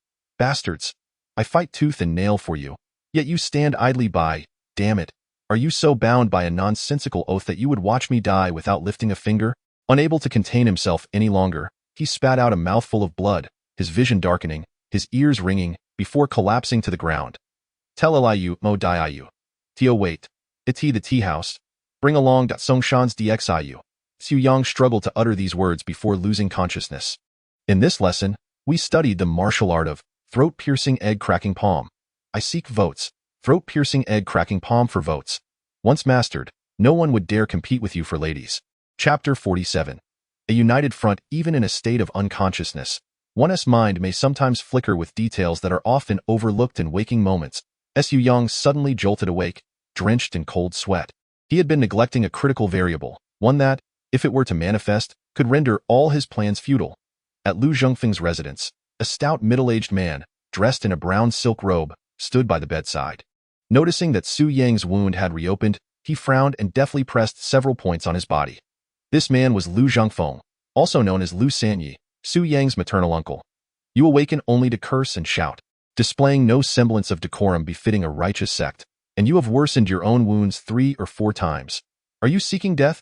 Lu Zhongfeng waved his hand in displeasure. Dinyan, apply the medicine. As Lu Zhongfeng's disciple, Xiang Dinyan, began to administer the ointment to Su Yang, he was secretly astonished. This fragrant healing balm was a closely guarded secret of the Hongshan sect, sought after by outsiders yet seldom possessed even by ordinary disciples, who would carry only a small amount for emergencies. The large box sent by the disciple Yilin from Hongshan must contain several pounds. It was unclear how the young master had acquired such favor. Su Yang lay sprawled on the bed in a large shape, allowing Xiang Dinyan to slather a generous layer of the balm on him, exclaiming in grievance, "Uncle, what are you hesitating for? Are you waiting for the Songshan sect to wipe out our entire family?" Lu Zhongfeng struck the table forcefully, his voice laced with anger. "Though you are not a disciple of the Hongshan sect, you are my nephew by blood, and as such, you are connected to the Five Mountain Sword sect. The esteemed elders of the Songshan sect have sent you to relay their message, and you must heed their call. The Songshan sect stands as the leader of the righteous path among the 5 mountains. How could they possibly conspire against a junior like you in secret?" Su Yang's voice boomed even louder than Lu Zhongfeng's, nearly shaking the very roof as he exclaimed, "That wretched eunuch has confessed. The Songshan sect plans to deal with you during the Golden Basin washing hands ceremony, intending to abduct the Lu family's kin as hostages. Uncle, do you still not believe me? Speak another word, and I shall tear your tongue out." Lu Zhongfeng was on the brink of fury, slamming his palm down on the table beside him. With a resounding crash, the table collapsed. He spoke coldly. "You have acted with such brutality, injuring the disciples of Songshan. Naturally, you fear my retribution. You have coerced Di Shizhi into uttering words that serve to undermine me. His life hangs by a thread in your hands, and he will say whatever you command. Do you think I would be so gullible?" Su Yang retorted loudly. "You were present when that eunuch confessed. If he was being coerced, why did he not report it to you?" Lu Zhongfeng snorted coldly. "Di Shizhi was gravely injured by your hand, and his mind is in disarray. Seeing you as my nephew, he is naturally fearful, dreading your potential retaliation, which is why he may not dare to reveal the truth. I had intended to wait until he had recovered somewhat before questioning him, but alas, he succumbed to his injuries. You probably knew he would die, thus shifting all blame onto a deceased man, where there are no witnesses to contradict you." Su Yang laughed uproariously, his entire body trembling with fury, even causing the bed to shake. Gritting his teeth, he demanded, "So, Di Shio's claims about your association with the demonic sect's elder, Chu Yang, are also false?" At this proclamation, the room fell into an eerie silence. Xiang Dajing's face turned paler than Su Yang's, and he hurriedly whispered, "Cousin, such words cannot be spoken lightly." Su Yang sneered. "Ask your master if I speak in jest." After a moment of silence, Lu Zhongfeng suddenly sighed deeply and admitted, "Indeed, I not only know Chu Yang, but he is my only true confidant and dearest friend in this lifetime."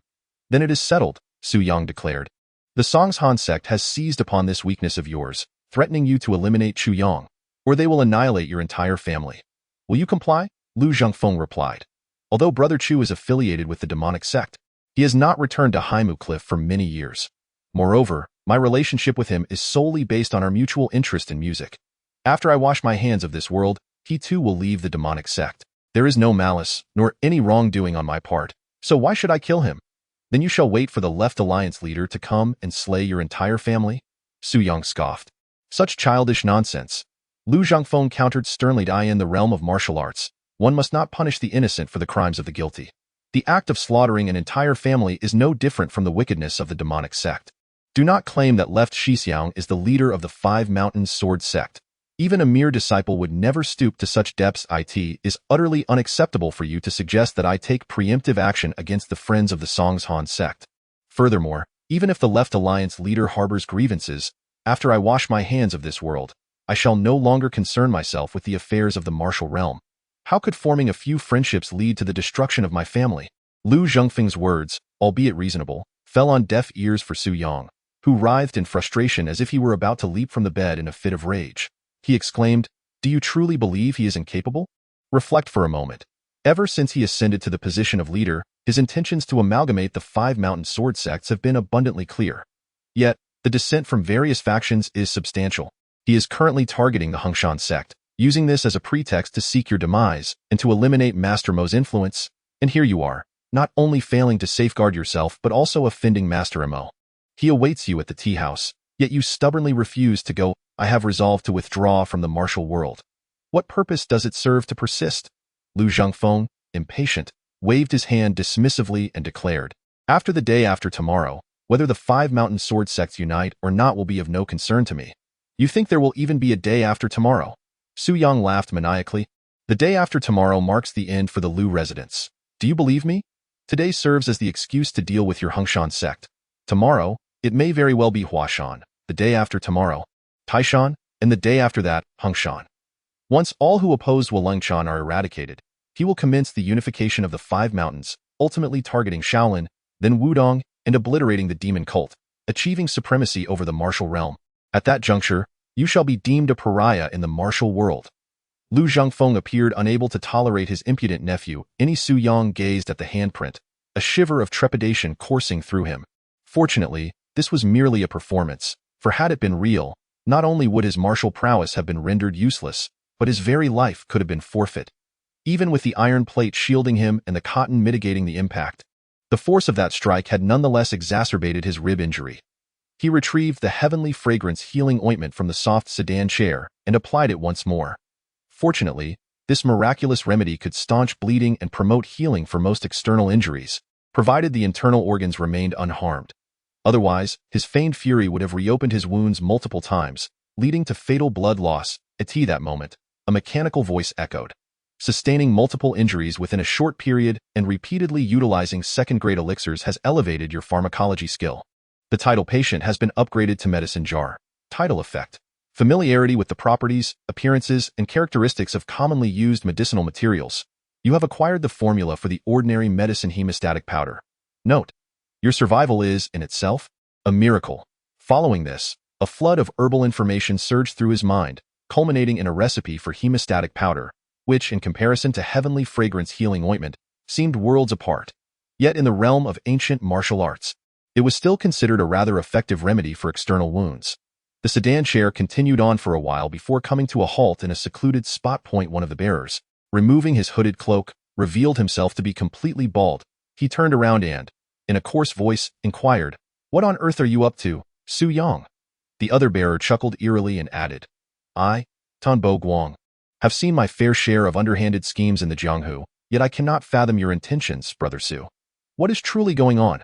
Su Yang replied, "You are surely unaware of the concept of a united front. Have you heard of Jiang Gan stealing books?" Both bearers nodded in unison, while the bald monk in front remained perplexed. However, Tian Bo Guang suddenly enlightened, exclaiming, "So you meant for those words to be overheard by others? No wonder you spoke so loudly. I could hear you clearly from the courtyard, separated by a wall. The vicinity of Lu's residence is teeming with Jianghu figures.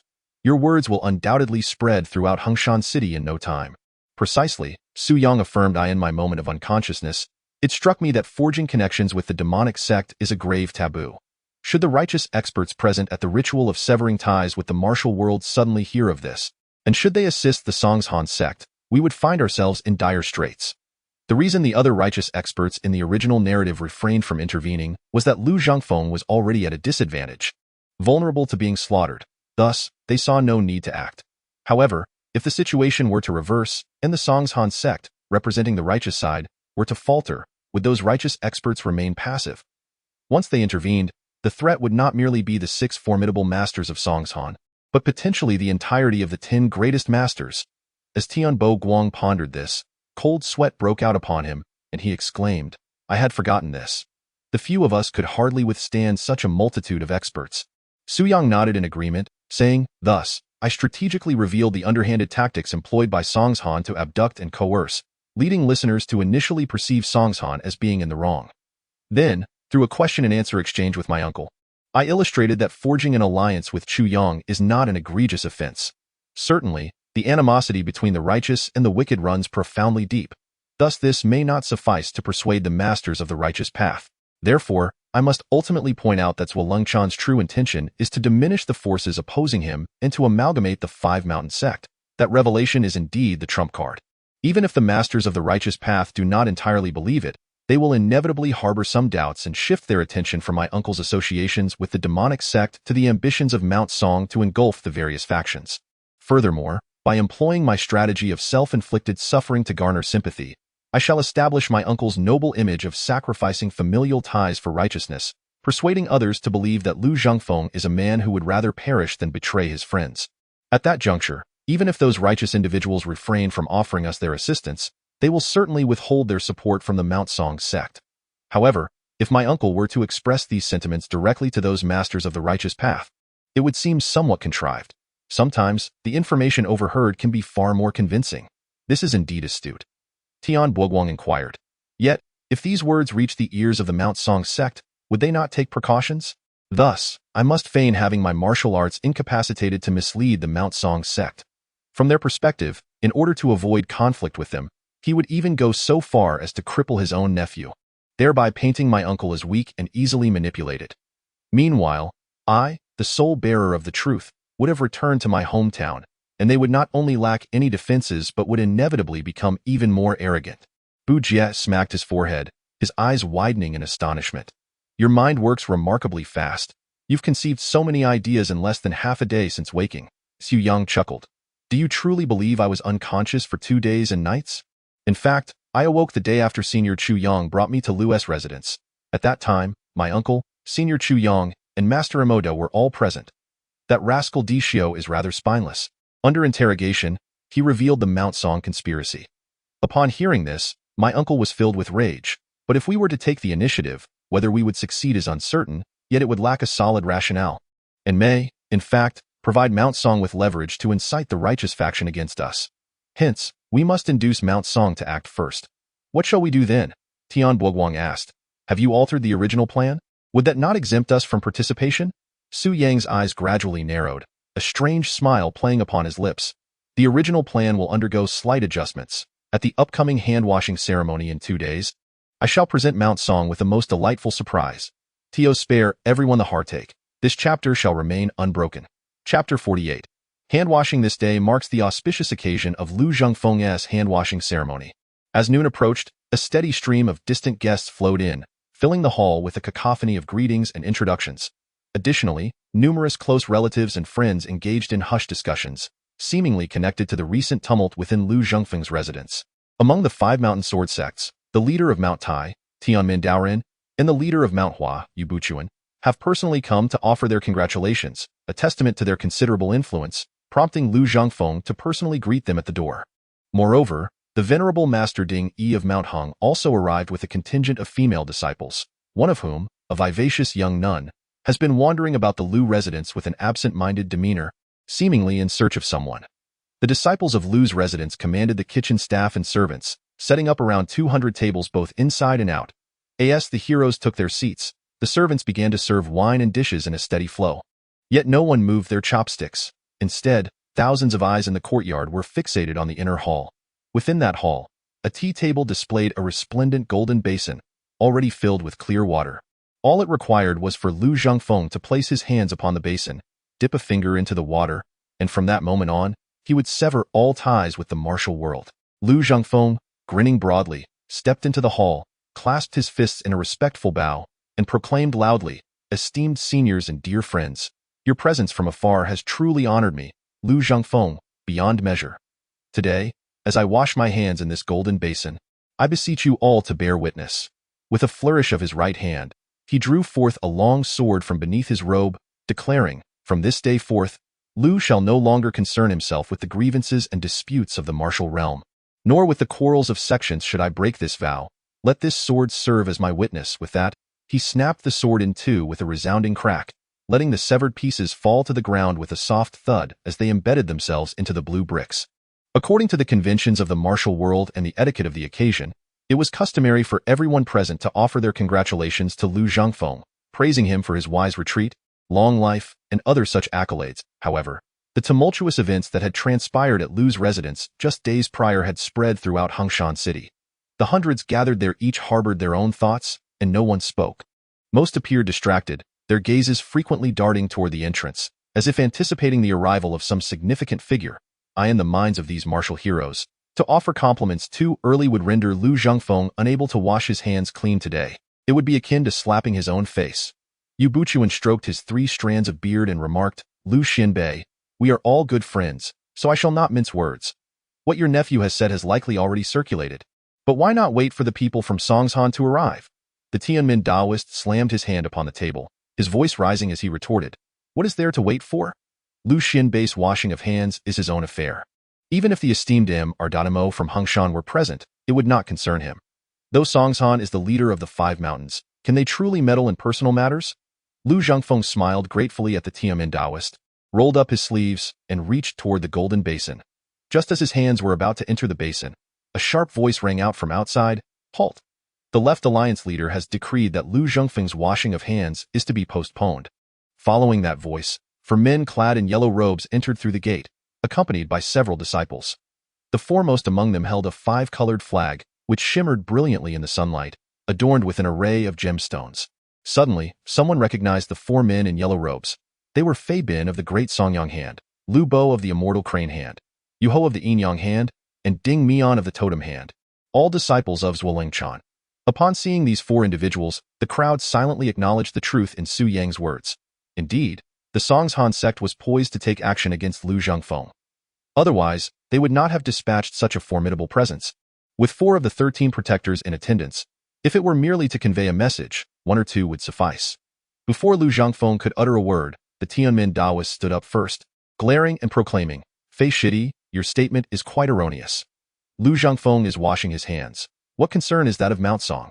Although the Left Alliance leader is the leader of the 5 Mountains Alliance, he only oversees significant matters within the 5 Mountains Sword Sect. Should he also be responsible for personal affairs? The Immortal Crane, Lu Bai, coldly laughed and said, I presume you are all aware that Lu Zhangfeng has associated with the demonic cult. May I ask, brother Yu from Huashan, does this not constitute a grave matter? Yu Buchuan, renowned in the martial world for his gentlemanly conduct, placed great importance on the distinction between right and wrong, and his prestige surpassed that of all present. Lu Bai's inquiry, directed towards him instead of the Tianmin Daoist, evidently signified that he found the latter's words and actions to be absurd and lacking in weight. After a moment of contemplation, Yu Buchuan rose and performed a bow to the assembly, gently stroking his long beard, and smilingly remarked, Brother Lu speaks truthfully. If anyone within the 5 Mountains Sword Sect is found to be consorting with the demonic cult, it is indeed a significant issue. At this point, he paused momentarily before inquiring with a smile. However, might I ask which individual you refer to as associating with the demonic cult? Brother Yu, you are feigning ignorance. Lu Bai spoke in a deep voice. It is naturally Lu Zhangfeng from Hongshan.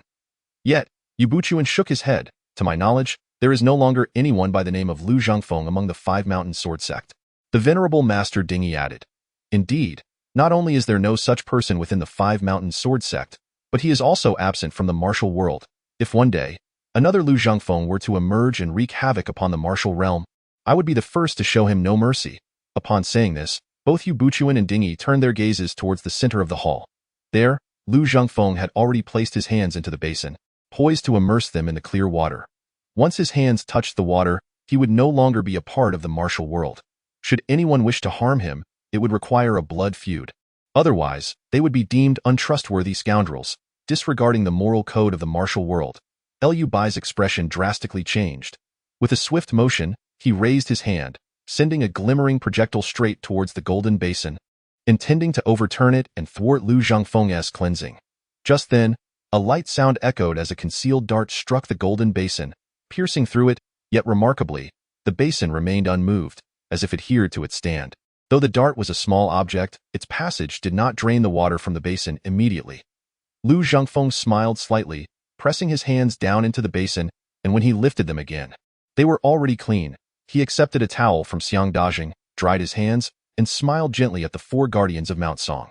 Esteemed gentlemen from Mount Song, you have traveled from afar as guests. Please, sit and partake in the meal.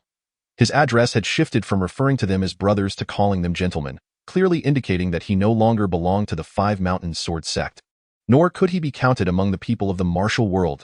That moment, a commotion erupted from the back courtyard of Lu's residence, where a woman's voice exclaimed, "Who are you to come here and cause trouble?" A man's voice replied arrogantly, "On the orders of the Left Alliance leader, we are to keep watch over the Lu family's dependents, and no one is to be allowed to escape." Following this was the sound of a scuffle, and then several individuals emerged from the back courtyard: Lu Zhengfeng's wife, his two young sons, and his daughter Lu Jing. Each was accompanied by a disciple of Mount Song. Swords drawn, poised against the backs of Lu's family members in the Grand Hall, the crowd was visibly unsettled. Initially, they dismissed Lu Zhengfeng's nephew's claims as mere exaggerations, believing that the esteemed leader of the Five Mountains Sword Alliance would never resort to such nefarious actions. However, the shocking realization dawned upon them that a figure of such stature could indeed engage in such villainous conduct. As the saying goes, the death of a hare brings sorrow to the fox. And with this thought, an air of anxiety enveloped the assembly. They pondered the grim possibility of incurring the wrath of the Songshan sect, and they wondered how they would fare if they were to be treated similarly. If their loved ones were taken hostage, they might find themselves helpless, resigned to their fate. The masters of Huashan, Taishan, and Hungshan were particularly incensed. The ambition of Zhuolengchan to consolidate the Five Mountains Sword Alliance had become increasingly apparent in recent years. With Lu Zhengfeng now compromised, the threat of extermination loomed over them. However, in the world of martial arts, no one is infallible, and each sect would need to tread carefully, walking on eggshells as they navigated their precarious existence. Ding Yi, the abbess, rose and exclaimed, "The Songshan sect has surely overstepped. Even if Lu Zhengfeng has erred, it should not warrant the punishment of his family." Lu Bai scoffed. "What? Does Hungshan intend to shoulder this affair?" Though Ding Yi was not the leader of her sect, her ire was palpable, yet she could not push Hungshan to confront Songshan directly and merely huffed in frustration. Fei Bin spoke loudly. "Though Brother Lu has stepped away from the realm of martial arts, I implore you to consider our past camaraderie. If you agree to eliminate the demonic sect's elder, Chu Yang, within a month and present his head to us, we shall overlook all past grievances. During this month, I invite your esteemed lady and son to visit Songshan, where we shall treat them as honored guests." Lu Zhengfeng retorted with a cold laugh. "If I refuse, do you intend to slaughter my family?" Fei Bin merely snorted in response, turning his attention to the Songshan disciple who held a sword to Lu Zhengfeng's son, commanding, "Prepare yourself. If I count to 3 and he does not comply, this boy shall be slain." The Tianmin Taoist, infuriated, was about to interject, but Fei Bin suddenly cast a glance at Yubuchuan, the Tianmin Taoist, and Ding Yi, coldly stating, "You three must think carefully. Should you choose to act? Although my brothers and I may lack skill, we can still fend off at least 100 or 80 strikes in that case. The Lu household will remain in peril, and I fear that leaders will personally take the Songshan 13 protectors on a tour of the Five Mountains." Zhuolengchan, a master of exceptional prowess, overshadowed the leaders of the other 4 sects, while the 30 protectors of Songshan each boasted remarkable achievements. If they were to find a pretext, a visit to a few sects could potentially result in a change of leadership in 4 of the Five Mountains Sword Alliance, effectively placing power in the hands of Zhuolengchan's faction. The legacy of centuries would be surrendered to Songshan. The masters of the 3 sects exchanged glances, their eyes filled with fury yet tinged with resignation. After all, Lu Zhengfeng had been the one to consort with the demonic sect, and no matter how unjust it seemed, it was a grave transgression that could not be overlooked. Despite their indignation, they recognized that engaging in conflict with Songshan was not a viable option. Very well, very well. The Taishan sect shall not meddle in these trivial matters." The Tianmin Taoist was the first to slam the table and rise. Leading his disciples toward the exit, as he passed the members of Songshan, he shot them a fierce glare, declaring, "Indeed, the Songshan sect possesses great power and arrogance." With the departure of the first, the second and third inevitably followed. The austere Master Dai, her countenance ashen, led the congregation of female monks from Mount Hung away. Yu Buchuan, accompanied by his disciples, was nearing the door when he suddenly turned to Fei Bin, smiling as he clasped his hands in greeting, and said, "Those who engage in wrongful deeds shall meet their own demise. As the esteemed junior brothers of the Left Alliance Master, I hope you will offer wise counsel, and refrain from fanning the flames or aiding the wicked." Having uttered these words, he waved his hand and departed from Lu's residence along with his disciples. The remaining guests, witnessing the departure of the prominent figures from the Five Mountains sword sect, felt out of place in their continued presence and promptly dispersed in the blink of an eye. The once bustling front hall of Lu's residence lay desolate, left in disarray. Chapter 49. The choice Fei Bin gazed at the vacant courtyard of Lu's residence. Throwing his head back in laughter, Lu Zhengfeng, you are now a pariah, and even if you wish to slay Chu Yang, it is futile. Lu Zhengfeng pondered for a moment and replied, it appears that Su Yang's words were indeed accurate. The Left Alliance Master's true intent is likely not for me to kill Chu Yang, but rather to prevent me from retreating and secretly rallying my allies in the martial world to elevate my elder brother's standing, thereby hindering the merger of the Five Mountains sword sect. Fei Bin remarked, you have only just grasped this truth, and it is already too late. Wan Ping, proceed. The sword of a disciple from Song's Han aimed at Lu Zhengfeng's son, poised to pierce his chest. Suddenly, a shadow loomed overhead, and a colossal hand descended from the heavens, with a resounding thud, crushing the disciple's head into a pulpy mass. The monk Bujia emerged from behind the concealed plaque, his hands flying as he launched an assault on several Song's Han disciples who were holding Lu's family hostage. None of them proved to be his match, as they swiftly coughed up blood and were sent flying, their fates seemingly sealed. Having rescued his family, Lu Zhengfeng stood shoulder to shoulder with Bujia. A dozen of Lu's most trusted disciples drew their swords, standing resolutely behind Lu Zhengfeng, casting furious glances at Fei Bin and Lu Bai. Fei Bin exchanged glances with his fellow brothers. The sudden appearance of the towering monk was unexpected, yet his strength seemed to surpass even that of their own de Song Yang. Fei Bin, however, was unfazed and instead chuckled. Well done, Lu Zhengfeng. You have indeed concealed formidable allies. Yet he added, do you think we have no contingencies in place? Lu Bai clapped his hands and bellowed, disciples of Song's Han, reveal yourselves. A deafening response echoed from the rooftop, the courtyard walls, and all directions. Yes. Dozens of figures clad in yellow descended into the courtyard of Lu's residence.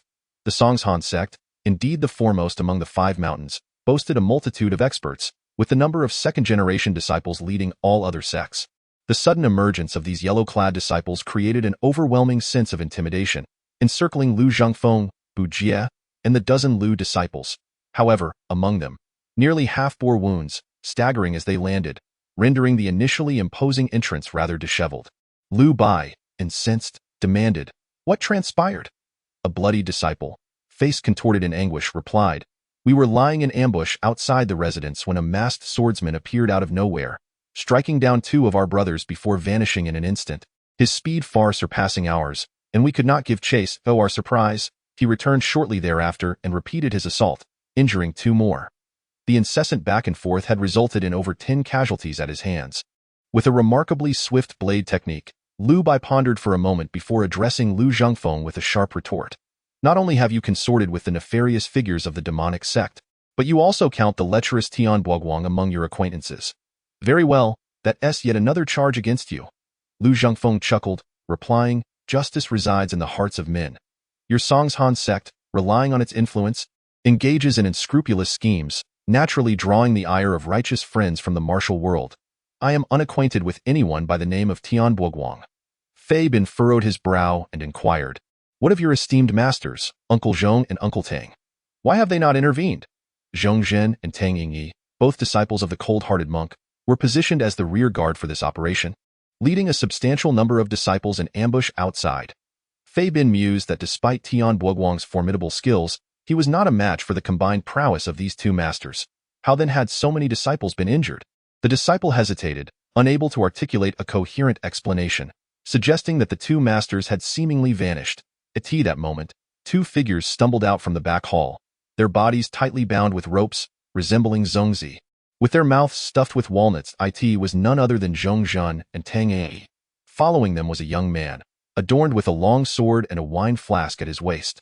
He was wrapped in bandages around his upper body and thighs, his complexion somewhat pale, yet he wore a cheerful smile. Upon seeing this individual, Fei Bin and the others were taken aback, while Lu Bai exclaimed in astonishment, you? Weren't you rendered powerless? Su Yang laughed heartily, drawing his sword and swiftly dispatching Zhong Zhen and Tang Yi, before declaring, I have yet to find a successor for my throat-piercing and egg-crushing technique. If I were truly incapacitated, it would be a great loss to the martial world to see such a transcendent skill fade into obscurity.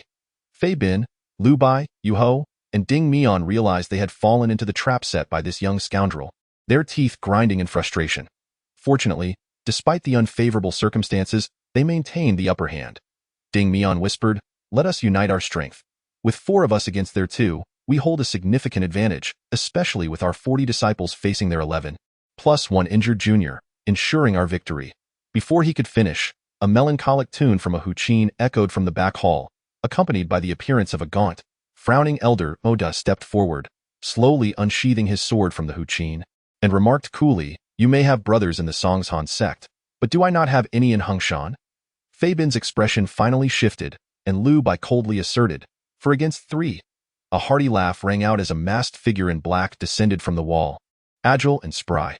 Upon landing, the figure stood beside Lu Zhangfeng, grinning. Lu Xiandi has made friends throughout his life. There will always be a few willing to fight for him. Recognizing the voice, Su Yang discerned that Chu Yang had arrived. As more skilled adversaries emerged, Fabin felt a twinge of alarm, fearing that further reinforcements would soon appear. He knew they had to resolve the conflict swiftly. Channeling his energy, his palms glowed a golden hue as he commanded. All disciples of Songshan, act swiftly. Eliminate Lu Zhengfeng's disciple before we turn our assault on these 4. Lu Zhengfeng and Imoda exchanged glances, bursting into hearty laughter as they retorted, "If you have disciples in Songshan, do we not have any in Huangshan?" Before the echoes of his words faded, a cacophony of hurried footsteps resonated from the rear hall. Dozens of disciples clad in azure robes from Huangshan emerged in a steady stream from both sides of the hall, wielding long swords. They joined forces with Lu Zhengfeng's most trusted disciples to form the Huangshan sword array, standing resolutely before Lu Zhengfeng and his companions. Meanwhile, outside the grand gates of the Lu residence, more footsteps approached as a contingent of over 10 Huangshan disciples surged in from the entrance, securing the doors and locking them to block any retreat towards Songshan. Almost simultaneously, another masked swordsman leaped down from the wall, aligning himself with Lu Zhengfeng's side. Observing his agility and skill, it was evident that while he may not rival the foremost masters of Songshan, he certainly surpassed many of the second-tier disciples. The battle commenced. Imoda, Bu Jia, Lu Zhengfeng, and Chu Yang faced the 4 protectors of Songshan with unwavering confidence. The 50 or so Huangshan disciples, united in their array, launched a concerted assault against the 40 Songshan disciples, among whom several were already wounded. This was a scenario ripe for victory. The combination of certainty and assured triumph equated to an overwhelming success. As Su Yang returned to the virtual realm of martial arts, he pondered a singular question. Throughout this journey, it became apparent to Tianbo Guang and Imoda that his intentions were not entirely concealed. They were not wholly deceived. As for Lu Zhengfeng and Chu Yang, their realization that Songshan sought their lives spurred them into rightful rebellion.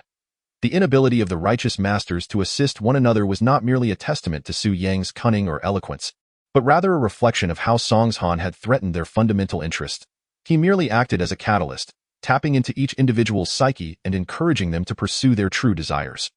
Therefore, it was they who ultimately altered the course of their own destinies, while Su Yang simply provided them with a new option. In the end, Lu Zhengfeng upheld his vow of renunciation, retreating abroad with Chu Yang, forsaking any further involvement in the affairs of the martial world. This was his choice. The so-called Grand Era was merely a succession of individual choices. Su Yang exhaled deeply, feeling a profound tranquility. Within this segment of the Xiao Ao Jianghu narrative, he accomplished what he wished, eliminating those he deemed deserving of death, saving several who ought not to have perished, and dispelling a lingering resentment from his reading of the original text. This was sufficient in life. One need not aspire to be an everlasting hero. Yet, should one harbor grievances, it is only fitting that a sword be drawn. To release pent-up indignation through a just act is far more gratifying than any reward. The narrative segment of Xiao Ao Jianghu concerning the vow of renunciation was completed. Rewards: evolution of the Qinggang sword, enhanced sharpness effect. The evolution level of the new martial arts world increased to the 2nd tier. Additional reward: musical score of Xiao Ao Jianghu, achieved innovative plot, altered the martial arts landscape within Xiao Ao, resulting in significant losses for the Songshan sect and diminishing their supremacy among the 5 mountains. Lin Pingji joined the Huangshan sect, while Yu Buchuan failed to obtain the Bixia sword manual, directly influencing subsequent narratives. Reward: evolution level of the new martial arts world elevated to the 3rd tier, increasing the internal skill capacity limit. Note: destiny lies within one's grasp, contingent upon one's choices. Chapter 50. Return to Earth with me once again. I found myself in the familiar virtual space. On the eastern wall, a faint azure light began to materialize on the martial arts jade wall. As the light dissipated, a series of moving murals, reminiscent of cinematic scenes, emerged, depicting the tale of how Su Yang had allied with Imoda and others to engage in a fierce battle against the 6 protectors of Songshan in Hongshan City. However, Su Yang was not in the mood to admire these illustrations. According to their prior agreement, he was finally able to return to Earth, and the martial arts elder had promised him that due to the unexpected delay in his return caused by the rescue of the smiling, proud wanderer, he could not only take back 5,000 taels of silver as compensation, but also certain abilities from the martial arts realm in the virtual space. A luminous visage gradually took form. It was the martial arts elder. Just as Su Yang was about to inquire about his return to Earth, a familiar female voice suddenly echoed behind him. Su Dage, is that you? Startled by the voice, Su Yang quickly turned around. And to his astonishment, he saw a charming little nun standing before the newly illuminated jade wall of the smiling, proud wanderer. It was Lin. The ground of the martial arts virtual space appeared as a bottomless abyss, and Lin huddled in a corner like a frightened quail, too afraid to move lest she fall into the void. Su Yang hurriedly rushed to her side, grasping her small hand and reassuring her. It's all right that I'm here. How did you end up here? Lin, who had been filled with trepidation upon arriving in the virtual space, felt a sense of stability as Su Yang held her hand. Hearing his comforting words, her fear significantly diminished as she replied, After we left Lu's residence, Master sent me back to gather information. I hurried back to Lu's residence, only to find Lu Shirshu and others clearing the premises. I didn't dare to let him see me, so I stealthily made my way to the back courtyard. Then, I encountered 2 disciples from Hongshan, and in my haste, I hid behind a wall. But somehow I suddenly passed through the wall and ended up here. After finishing her explanation, Lin looked up at Su Yang, and an inexplicable flush crept onto her cheeks. Su Yang found it curious that the little nun's face turned red again. Could it be that she felt embarrassed for sneaking into Lu's residence, akin to a little thief, fearing that he would mock her? Yet, upon a moment's reflection, he realized the truth. This little nun was shyly fabricating a story. Among her peers, she was the weakest in martial arts. Even if Master Dingy intended to send someone back to gather intelligence, it would not be her. She must have returned to Lu's residence because she could not bear to part from him, perhaps even sneaking away without informing Master or the other senior sisters. Given her bashfulness, it was natural that she would not want Lu Zhangfeng to see her. On your way back, did you encounter a bald monk? Su Yang inquired with a smile. Lin's eyes brightened. Yes. How did you know? The news of his continued presence at Lu's residence was likely relayed to her by the monk Bujie. It was no wonder she had rushed to the back courtyard. He had been there when he parted ways with Bujie and the others. Thinking of this, Su Yang felt a surge of warmth and an impulsive urge, pulling Lin closely into his embrace and softly saying, You silly girl, what were you thinking coming back in such danger? As Su Yang abruptly enveloped Lin in his embrace, she trembled violently, instinctively attempting to break free. Yet, an overwhelming masculine aura enveloped her, causing her body to gradually soften, her strength dissipating entirely. In that moment, liberation seemed unattainable, and she feared that she would never again possess the courage to escape. Torn between affection and trepidation, her eyes glistened with unshed tears as she rested her head against Su Yang's chest, gazing vacantly at the boundless starry sky above and the unfathomable abyss beneath her feet. She murmured, Do you think this could be the Bodhisattva's punishment for us, condemning us to eternally plummet into this hell, devoid of rebirth? If that were the case, would you not fear? Su Yang inquired. Lin shook her head gently, responding, With you by my side, I fear nothing. Su Yang felt a surge of elation, throwing his head back in laughter before addressing Lin. Fear not, dear sister, for this is not hell. He succinctly recounted his origins and the affairs of the martial arts world to her, omitting only the detail that the narrative they were entwined in was merely a work of fiction. As Lin listened to Su Yang elucidate the connections between various realms, her eyes widened in disbelief, her little mind struggling to comprehend the intricacies, ultimately accepting without question that what her elder brother said was undoubtedly true. While the two were engaged in hushed whispers, the lips of the ethereal figure in the air began to move slowly, and the voice of the martial arts elder resonated in the space around them. Young man, I trust this is not an inadequate reward for you. Not only have I allowed you to return to Earth, but I have also bestowed upon you a lovely little nun. Su Yang remained unfazed, but upon hearing the celestial son speak, Lin was startled into burying herself in Su Yang's embrace, trembling uncontrollably. Oh, not fear. This is the old warrior I mentioned. Su Yang reassured the frightened Lin before asking, What exactly is happening? How could Lin come here? Have you not heard of love that transcends time and space? The martial arts elder quipped, exhibiting rare humor as he proclaimed in a grandiose manner. Great love knows no bounds of time or space. Su Yang was not inclined to believe such rhetoric. If you continue to deceive me, do you think I might go on strike? What is truly going on here? Furthermore, the rewards, timelines, character traversals, and other various rules across the martial arts worlds. What underlying principles govern them? You have never disclosed any of this to me. There's such irresponsibility in your nature. As Su Yang's interactions with the martial arts elder increased, he began to sense that the old man was not the master of the martial arts realm, but rather a mere gatekeeper, lacking omniscience and significant authority over the world. As anticipated, the martial arts elder sighed and remarked, "The martial arts world is composed of 18,600 foundational rules, intricately interwoven.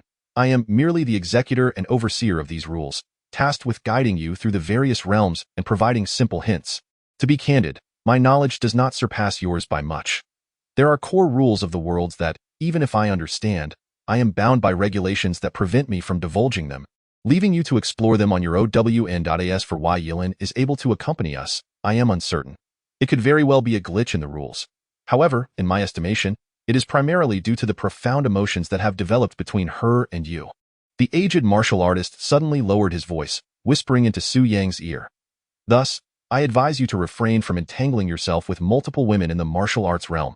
Should you attract 10 or 8 of them, you can forget about leading a peaceful life." Su Yang pouted, remarking, "Ever since I encountered you, I have completely bid farewell to a tranquil existence, leaving only distress in its wake. Very well, let us return you to Earth." The martial artist's voice grew grand once more, commencing the delivery of rewards. Returning to Earth for 15 days, permissible items include martial attire, an enhanced version of the Qinggang sword, 5,000 taels of high-purity silver, convertible to 1,500,000 RMB, a secondary title of drunkard along with its corresponding effects, and an additional none. Martial arts cannot be brought back, primary titles cannot be brought back, and non-upgradable titles cannot be brought back. What? Yilin can also accompany me back? Before Su Yang could voice his surprise, the surrounding scenery began to warp and distort. Simultaneously, a tightness encircled his waist as Yilin, eyes firmly shut, clung tightly to him as the scenery shifted. They found themselves in a bamboo forest, where several individuals donned in ancient martial garb squatted nearby, boasting and bantering, with a litter of cigarette butts strewn across the ground. In the distance, a man resembling a gaunt monkey waved his hand and shouted, "Extras, step aside, you're blocking the shot." Chapter 51. I am a mere extra. Upon hearing this call, Su Yang immediately understood it was directed at him. Indeed, his occupation back on Earth was that of an extra, a passionate aficionado of martial arts novels. Since graduating, he had appeared as an extra in at least 40 to 50 productions, totaling 200 to 300 roles. Yet, most individuals, when referring to him, would habitually prefix the term extra with mere. Pulling Yilin aside to avoid the camera's line of sight, they found a less crowded spot where the director was bellowing in a hoarse voice. New martial arts, 7 princesses? Scene 8, action. A few flamboyantly dressed, second-rate stars sashayed into the frame, their costumes so revealing that they threatened to expose themselves as they engaged in a display of flashy martial arts. Having grown accustomed to squatting at the edge of the set, smoking while observing the pale, bare legs, Su Yang instinctively reached into his pocket for a cigarette, only to discover that his pocket was filled with his phone and keys, along with a palm-sized piece of hard paper. Upon feeling the hard paper, a jolt of surprise surged through Su Yang. He retrieved it to find it was a brand-new bankbook, with his name inscribed as the account holder, and the balance section displaying the digits 15, followed by 5 jubilant eggs. An overwhelming sense of happiness electrified him, flooding his entire being, making the zeros on the bankbook appear even rounder than usual. Observing the crowd, Yilin felt it inappropriate to cling to Su Yang any longer. Her eyes widened in wonder, her curiosity piqued as she exclaimed, "This is Earth." A cacophony of clashing weapons and sharp reprimands captured her attention. Yilin turned her head towards the filming location and beheld a group of men and women engaged in combat. After watching for a few moments, a sudden flush of crimson spread across her face. She tugged at Su Yang's sleeve, her voice barely louder than a whisper, akin to a mosquito's hum. "Brother Su, be careful. There are several Demoness from the evil sect over there." Su Yang erupted into hearty laughter, on the verge of explaining that this was merely a performance, that on Earth, young women often dressed this way and the audience adored it. However, before he could utter a word, Yilin furrowed her brow and remarked, "Brother Su, that woman's swordplay is rife with flaws. I could subdue her with a single strike." and that individual, though appearing to possess extraordinary agility, suspended in midair, could easily be brought down by severing the rope behind her. At this point, she suddenly drew her long sword and proclaimed loudly, "Brother Su, those men battling the Demoness must surely be righteous figures. I shall cut the Demoness rope and lend them my support." With that, her figure flickered and she dashed forward. Xu Yang broke into a cold sweat, a wave of anxiety washing over him as he was engulfed by a sense of dread. He swiftly grasped Yilin's waist, thinking to himself, this is absurd. The one suspended on wires is none other than the renowned actress Fan. If she were to fall, even if she survived, she would likely be severely injured. The 150,000 I painstakingly acquired would scarcely cover a single strand of her hair. Just as he encircled Yilin's waist, an unexpected force of tremendous backlash surged through him, propelling him away instead. His footing faltered, and he stumbled back several steps before managing to regain his balance. Yilin, executing a graceful maneuver, had already advanced 2 or 3 meters. Upon noticing Xu Yang being pushed back by her own force, she hastily sheathed her sword and hurried back to support him, her voice laced with concern. "Brother Su, are you all right? I didn't mean to. In the heat of the moment, I forgot that your martial prowess has been rendered ineffective." She had yet to fully grasp the complexities of the martial arts power system, merely believing that the elderly martial artist had stripped Xu Yang of his abilities. As she spoke, her eyes glistened with tears, a mixture of guilt and sorrow washing over her. It's all right, Xu Yang reassured her, waving his hands dismissively. Reflecting on the immense backlash he had just experienced, he scrutinized Yilin and hesitantly inquired, Your internal energy and swordsmanship, are they still intact? Have they not diminished?" Yilin, perplexed, shook her head. "No, not at all. I'm unscathed. How could my martial arts inexplicably regress? What could this mean?" Xu Yang pondered. Returning to Earth had meant relinquishing his martial abilities to avoid disrupting the local power dynamics. Yet, why was Yilin exempt from this? Her skills, though modest within the realm of martial arts, rendered her a formidable opponent on Earth. Even without her sword, she could effortlessly handle several burly men with ease. It was a conundrum. However, this was not entirely disadvantageous. At the very least, Yilin would not be subjected to bullying. In many respects, modern society posed greater dangers for a beautiful woman than the martial world. While Xu Yang was in the midst of explaining that this was merely a performance, he felt a heavy shove on his shoulder. Turning around, he found himself face to face with a middle-aged man, corpulent as a pig, none other than his immediate superior, the production manager, Fatty Sunday. If one were to describe themselves as merely a bit player, then this rotund man, Sun, embodies the essence of a mere stagehand, reigning supreme among them. His primary responsibility lies in recruiting extras, and on occasion, he may even recommend some lesser female supporting roles to the director. Having spent years entrenched in the human resources sector of the film industry, he is well acquainted with various production teams and knows numerous prominent directors across the nation. It is said that Sun himself has a background in martial arts and possesses a somewhat murky influence, making him a figure of considerable power. To aspiring newcomers in the entertainment realm, he is akin to a godfather. While one cannot assert that he can guarantee fame, should you provoke him, he has the capacity to ensure that you never land a role, effectively banishing you from the industry. This Sun is both avaricious and lecherous. He is not only known for extorting temporary actors, but also for coercing and seducing attractive female extras. Rumor has it that he maintains intimate relationships with several third-rate actresses. Among the female students at various film academies, a nickname for him has emerged, Sun III. The term Sun refers to his sycophantic demeanor before directors, while the third implies that in the presence of unknown young actors, he adopts an air of superiority, and the number 3 alludes to the maximum duration of his sexual exploits, which is reputedly a mere 3 minutes. Every industry has its unspoken rules. Unless one is disinterested in making a mark in their field or possesses an overwhelmingly powerful background to counter these rules, compliance is the only option.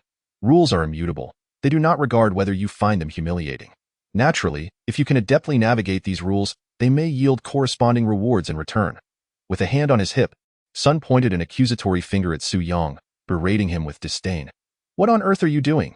You come in here blocking the shot. Do you have any idea how much money this reshoot will waste? How much effort from the crew will be squandered? Do you understand the value of Zhang's and the major star's time?" He ranted for quite some time, yet his gaze continually flickered towards Yilin, culminating in a derisive remark. "A mere extra, and you think you can woo a female actress? Do you even want to continue in this industry? Your fate is destined to be a life of mediocrity and destitution." After delivering his tirade to Xu Yang, His gaze audaciously roamed over Yilin's face, bosom, and pert derriere, his eyes betraying unmasked greed and lust. Clearing his throat, he assumed a facade of professionalism and said, "Young lady, the entertainment industry is quite chaotic. Girls like you, fresh to the field and innocent, must not be deceived by this extra. I happen to have several roles that would be perfect for you, one of which is the fourth female lead. Come with me to take a look at the script." Having uttered this, Sun audaciously reached out as if to grab Yelin. "Go hell with you, you old lecher," Su Yang shouted, launching a powerful kick imbued with spiritual energy. Sensing the movement in Su Yang's shoulder, Sun instinctively sidestepped, scoffing, "You think you can kick me? Dream on." Before he could finish his sentence, Su Yang's kick landed squarely on him, transforming his scoff into a whale as his corpulent form was propelled backwards several meters, crashing heavily against a stout bamboo stalk, sending leaves cascading like rain. In the midst of the commotion, the surrounding crew members turned their gazes toward the scene, their jaws dropping at the sight of Sun Pengzi being kicked through the air. Despite his less-than-stellar character, Sun Pengzi was a practitioner of genuine martial arts, revered even by several seasoned fight coordinators. Typically, 2 or 3 adult men would be no match for him. There had been instances in the past where burly young men sought retribution for their girlfriends being bullied by him, only to find themselves swiftly dispatched by his fists and feet. Yet, here was Su Yang, who previously appeared delicate and frail, astonishingly sending Sun Pengzi flying with a single kick. The few burly men with shaved heads stood at the periphery, their tattooed bodies exuding an intimidating presence, as if the word ruffian was emblazoned across their faces. They exchanged glances and began to converge towards Su Yang. Finally, Sun Pengzi, clutching a bamboo pole, regained his footing and pointed at Su Yang, bellowing at the bald men, "Go beat him to a pulp. If you kill him, it's on my account." At that moment, a voice akin to a duck's quack rang out from the filming location nearby. "What's all the ruckus? Are we still filming or not? If not, then scram." The director stormed over, paying no heed to the ruffians, and shot a fierce glare at Sun Pengzi. Without missing a beat, he unleashed a torrent of words. "Old son, do you have any sense at all? What is the purpose of bringing these people? Are we shooting a gangster film?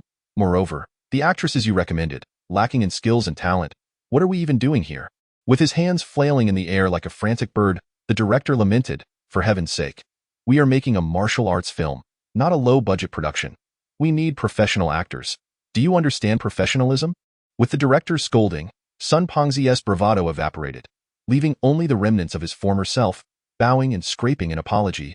"Director Feng, rest assured. I'll bring in a new batch of actors by tomorrow. I promise you'll be satisfied." As he spoke, he discreetly gestured for the bald men to depart. "Please, can everyone just act professionally? We've been shooting for half a month, and we still haven't finalized the cast. What are we doing?" Ignoring the dozens of crew members around him, Director Feng pointed at Sun Pengzi and declared loudly, "If this production flops, I wonder where you'll go to find a way to make amends." After sending Sun Pengzi away, Director Feng approached Yilin, scrutinizing her from every angle, nodding in approval. "Come with me to audition for a role," Su Yang chuckled, realizing that Director Feng considered Yilin a potential temporary actress.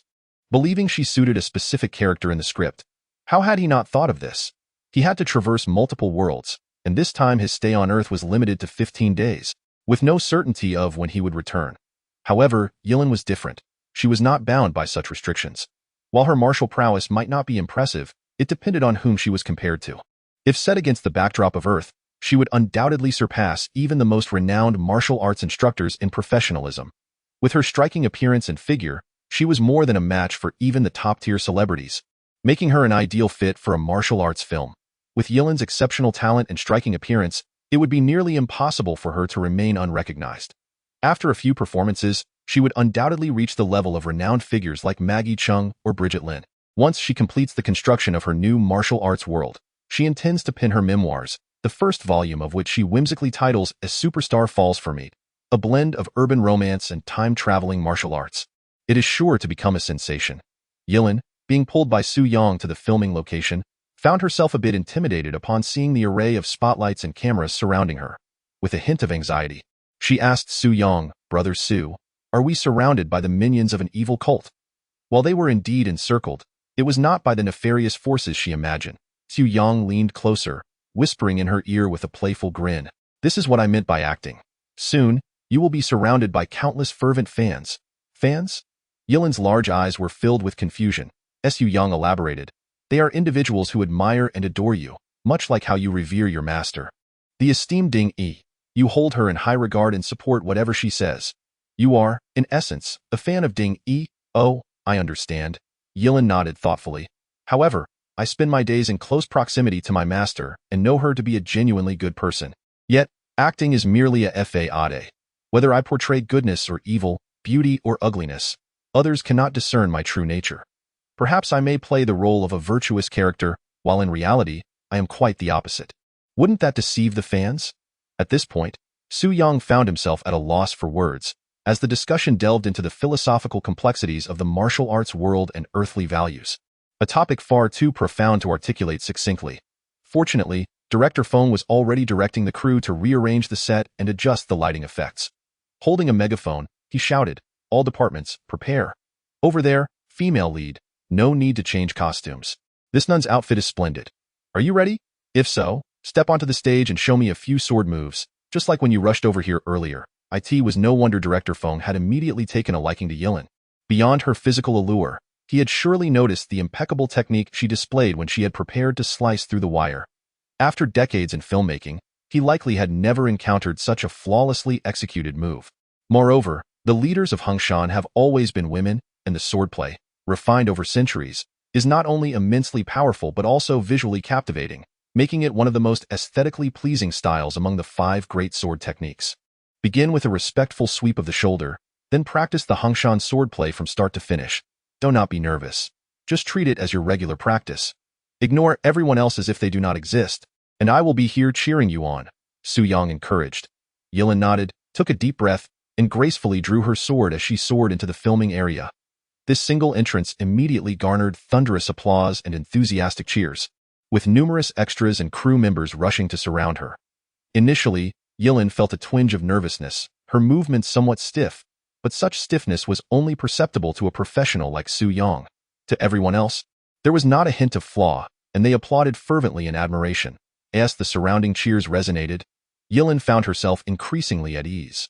Her execution of the Huangshan sword technique was remarkably more fluid than during her martial arts training in the story of the smiling, proud wanderer. The long sword danced gracefully in her hands, captivating the onlookers with its dazzling display. Many movements within this swordplay required a certain level of internal cultivation, which left the Earthlings in awe, as they had never witnessed such artistry, surpassing even the most impressive special effects, yet imbued with an undeniable sense of realism. Coupled with Yilin's exquisite appearance and figure, the sword in her grasp only enhanced her striking presence, making her seem as if the celestial goddess had descended to the mortal realm. Gradually, the cheers around her faded, for the audience was mesmerized, lost in admiration. Director Feng appeared transfixed, his face nearly pressed against the camera lens, his hands resembling a hen's wings, frozen in place, having forgotten to call for a halt. Typically, such preliminary auditions last no more than a couple of minutes to gauge an actor's presence on camera. However, this session extended nearly 20 minutes, only concluding when Yilin finished her display of the Huangshan sword technique. Moments later, an uproar of applause erupted from the crew. Director Feng's mouth fell agape as he fervently clapped his hands. Someone in the crowd, unknown to all, shouted for another performance, and soon many joined in, igniting a wave of enthusiasm throughout the entire crew, all rising to their feet, fervently waving their hands and chanting for another round. The feeling of this first encore was enchanting. Would there be a chorus of voices calling for another one? Chapter 53. The amateur agent Yilin sheathed her sword and bowed to those around her, swiftly darting to stand behind Su Yang.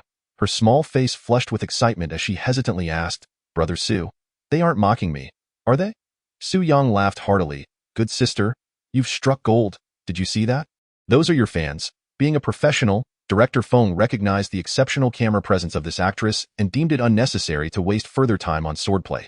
He handed Yilin a segment of the script to familiarize herself with before performing on the spot to assess her acting skills. According to Feng, even if the girl had no acting prowess whatsoever, her swordsmanship alone was enough to ensure her rise to fame. Coincidentally, the script featured a martial arts competition, and after Su Yang went over the scenes with Yilin twice, she memorized them and began her second audition. Initially, Su Yang was apprehensive, worried that while her martial skills were commendable, her acting might falter, relegating her to the status of a mere ornament. Unexpectedly, she proved to be a natural, her tone, demeanor, and movements all impeccably aligned. her performance rivaling even that of seasoned professionals. She even creatively added a few striking lines and actions that earned her praise from the screenwriter, who gave her a thumbs up. Director Feng waved for the crew to return to their tasks and pulled Yilin aside, producing a business card to hand to her.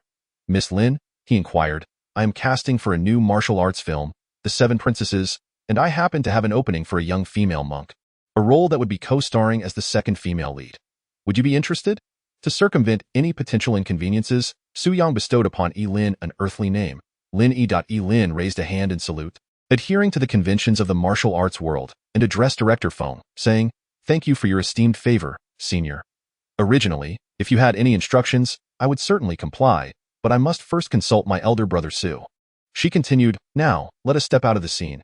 You may simply call me Lao Feng or Director Feng." Director Feng chuckled at Lin, then glanced at Yang with a quizzical expression. "Aren't you the one who has always played minor roles?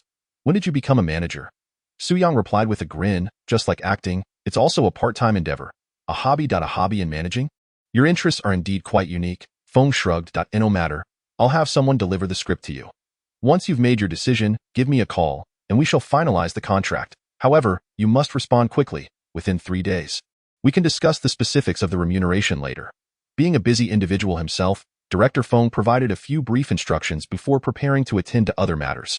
Before leaving, he flashed a grin at Yang. "Your amateur management skills seem to possess more insight than the professionals, unearthing such a promising talent." Upon exiting the theater, Yang's phone suddenly rang. The blue-screen Nokia displayed the words "Mom" in bold. As he answered, a brisk voice burst forth, "What are you doing? I tried calling you all day yesterday, and you were unreachable. After work, hurry over to your uncle's for dinner." Yesterday? Yang was momentarily taken aback as he checked the date on his phone. It had been nearly 2 months since he ventured into the martial arts realm, yet only a single day had passed on Earth. This was rather fortunate. His family need not worry about his disappearance. But why was he being summoned to his uncle's house? That was the last place he wished to go. Just as Yang began to voice his thoughts, the call ended abruptly. This particular uncle, unlike Lu Zhangfeng, was a world apart.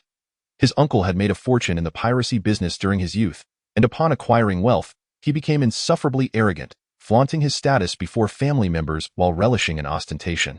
After graduating, Yang's personal life had become a topic of scrutiny, and his mother was eager for this well-connected uncle to introduce him to a suitable match, hoping he would settle down soon.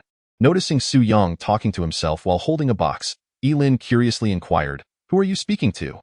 "This is called a phone," Yang replied, shaking his device. "I'm calling your future mother-in-law." "I should get you one as well." Lin, startled, waved her hands in protest, exclaiming, "I don't want that. I promise to behave, Gu.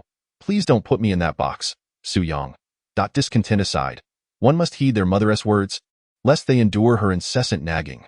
Thus, he hailed a cab to his uncle's residence, with Lin accompanying him as they rode. Lin sat in the back seat, gazing curiously out the window at the passing scenery, her inquisitive nature leading her to ask about everything she saw.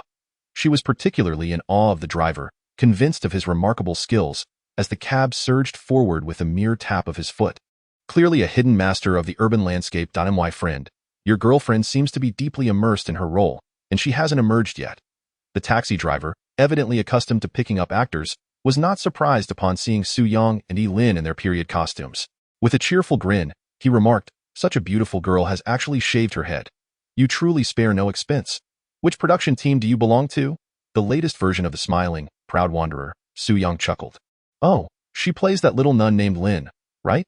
The driver suddenly enlightened, peering intently at Lin through the rearview mirror, nodding repeatedly, "Yes, indeed, she resembles her." Finally, these filmmakers are putting in some effort. Before long, they arrived at the residential complex of the maternal uncle. Just before leaving, the driver insisted that Lin sign his cultural shirt. Lin, without a pen, resorted to a piece of wood and skillfully carved a few characters with her sword. The driver was utterly captivated by her swordsmanship, his eyes wide with astonishment, and he didn't even request the fare. Clutching the piece of wood like a treasure, he cheerfully departed on his bicycle. Upon entering the stairwell, they overheard someone speaking from above. "Sister, let me tell you, just think about it. Your son has neither money nor skills at his age. He doesn't even have a proper job. What woman would find him appealing? You can't just introduce him to someone with a disability. What kind of situation is that?" This was the voice of the mother, sounding quite dissatisfied. "What disability? He merely has a slight leg length discrepancy." He runs his own business, owns a house and a car. It would be a stroke of luck for your son to marry such a person. They are even willing to meet him because of my standing, she asserted. With that lackadaisical attitude of your son, it's unlikely anyone would genuinely be interested in him. As Su Yang ascended to the 5th floor, he peeked through the slightly ajar door and saw a gathering of relatives in the living room. The maternal aunt, with a sardonic tone, said, "Brother-in-law, don't be upset. If Su Yang possessed his uncle's capabilities, would he need to worry about not having a girlfriend? If he lacks talent, he should accept it." The elderly patriarch of the family slammed his hand on the table, standing up in preparation to leave. Several relatives hastily grabbed him, urging, "Oh, we're all family. This is for Su Yang's own good. Goodness gracious." The old man had a fiery temper. He turned to his wife. "Aren't you leaving? Why are you just sitting there? My son from the Su family is not in danger of remaining single." What a joke. The maternal aunt, with a false smile, added, "Brother-in-law, I believe I've done my utmost as family. If Su Yang ends up a lifelong bachelor, do not blame us for not supporting him. Don't say your brother-in-law has money but neglects his younger kin."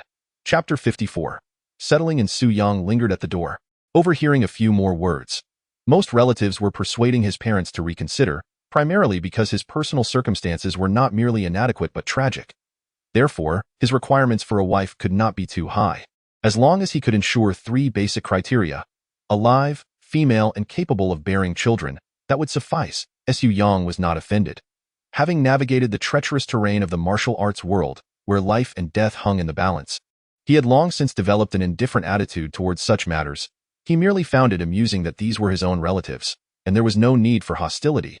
Yet, he was acutely aware of the importance of maintaining face, especially in a society that thrived on comparison. The more timid one appeared, the more one was bullied. In recent years, due to his own lack of success, he had even brought embarrassment to his parents. Thus, he quietly instructed Lin with a few words, then cleared his throat, pushing open the door and entering with a cheerful nod to the gathered family, calling out to his parents, "Just as you arrived. It seems this matter requires your discretion," his mother said, tugging at his father, who was about to leave. "Your uncle has introduced a young lady to you. She is 4 years your senior, has a slight limp in her right leg, and her looks are rather ordinary, yet her family is quite well off. Perhaps you should meet her and see how it goes." "How unfortunate. It appears that meeting is not feasible," Su Yang replied with a smile. His aunt, munching on sunflower seeds, interjected, "I say, Su Yang, you still possess the advantage of youth. As time passes, lacking wealth and a steady job will make it increasingly difficult to find a partner. Do not dismiss her simply for her physical shortcomings." Su Yang promptly interrupted her, stating, "Since all the elders are present, I shall not visit each one individually, but rather introduce someone to everyone." With a swift motion, he revealed Lin, saying with a grin, "I have a girlfriend. She is from our production team, and she has been busy collaborating with Director Feng. Once she wraps up her current commitments, we plan to marry." Lin gracefully made her way into the living room, performing a flawless bow that no one could find fault with, and offered her respects to the surrounding relatives and elders. Despite her unremarkable martial skills and timid demeanor, she hailed from a prestigious martial arts lineage. Having grown up in the pinnacle of martial arts academies, she was undoubtedly a refined young lady, her poise and appearance far surpassing that of ordinary beauties. This innate elegance had been woven into the fabric of her life for over a decade, evident in every gesture and movement, in stark contrast to the pretentiousness often cultivated in today's so-called upper society. Her grace was genuine and profound. As she stood in the living room, it was as if a phoenix had descended into a henhouse. The ostentatiously decorated space of Su Yang's uncle, boasting around 100 square meters of flamboyant furnishings, instantly paled in comparison, evoking the sensation of an old, dilapidated mansion. The relatives collectively fell silent, maintaining their previous postures, mouths agape, utterly at a loss for words. An ash from his uncle's cigarette inadvertently fell, scorching a hole in the tablecloth. Lin's cheeks flushed slightly as she softly addressed Su Yang's parents. "It is a pleasure to meet you, esteemed uncle and aunt. I wish you both well, and I extend my greetings to all the elders present." It was the elderly patriarch who first regained his composure, nodding seriously at Lin before casting a reproachful glance at Su Yang. "You rascal, you are becoming increasingly reckless. Such significant matters, and you fail to inform the family." Though his words scolded Su Yang for being irresponsible, his tone was laced with pride. His mother beamed with delight, grasping Lin's hand, exclaiming, "Oh my, just look at this young lady. She resembles a celestial being and is so well-mannered." "Child," she said, My boy hasn't been boasting or deceiving you. Has he? Yilin, her cheeks flushed, allowed her mother to grasp her hand and replied, Brother Su is a good person. He has never lied to me. Her mother chuckled heartily, holding Yilin's hand as she addressed a gathering of relatives. Now, what do you all think of my son? He has neither wealth nor connections, yet he has managed to capture the heart of such a fine young lady, possessing both beauty and upbringing. Uncle's face betrayed a hint of discomfort as he cleared his throat twice, while Auntie, adopting the demeanor of an elder, remarked, My dear girl, given your attributes, what could you possibly see in Su Yang? Casting a glance at Su Yang, she continued, As elders, we cannot mislead you. Su Yang's family has neither house nor car, and he himself is unemployed. Surely you are aware of this? Yilin shook her head. I do not desire such things. Brother Su treats me well, and I reciprocate that kindness. Why do you insist on saying these things? Auntie was about to retort when Uncle extinguished his cigarette and waved a hand to interrupt her. Nodding at Su Yang, he said, Regardless, I am still your uncle. I may have looked down upon you for your past aimlessness, but now that you're preparing for marriage, if you encounter any difficulties, do not hesitate to approach me.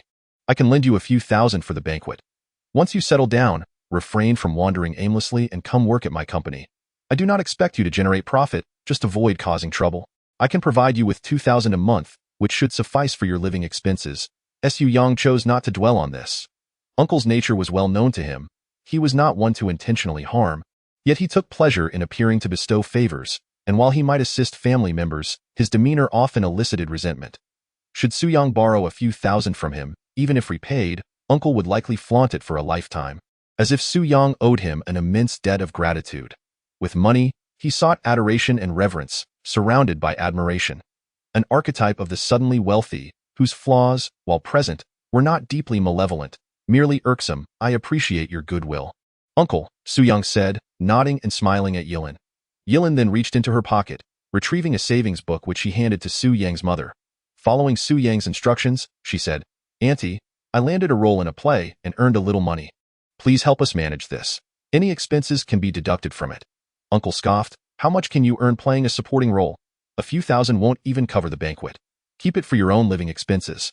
I'll store it for you, and once it accumulates interest to a total of 10,000, I'll return it for your wedding. As for the wedding expenses, we elders will figure something out. As she spoke, Su Yang's mother accepted the savings book, opening it to find her eyes narrowing into slits of delight. Oh, this girl's account is even in Su Yang's name. Before she could finish, her smile abruptly froze. Dear, come quickly and see if I am seeing things. She fixed her gaze on the row of numbers in the book, waving excitedly for her husband. Have you achieved any success, especially in the presence of the young lady?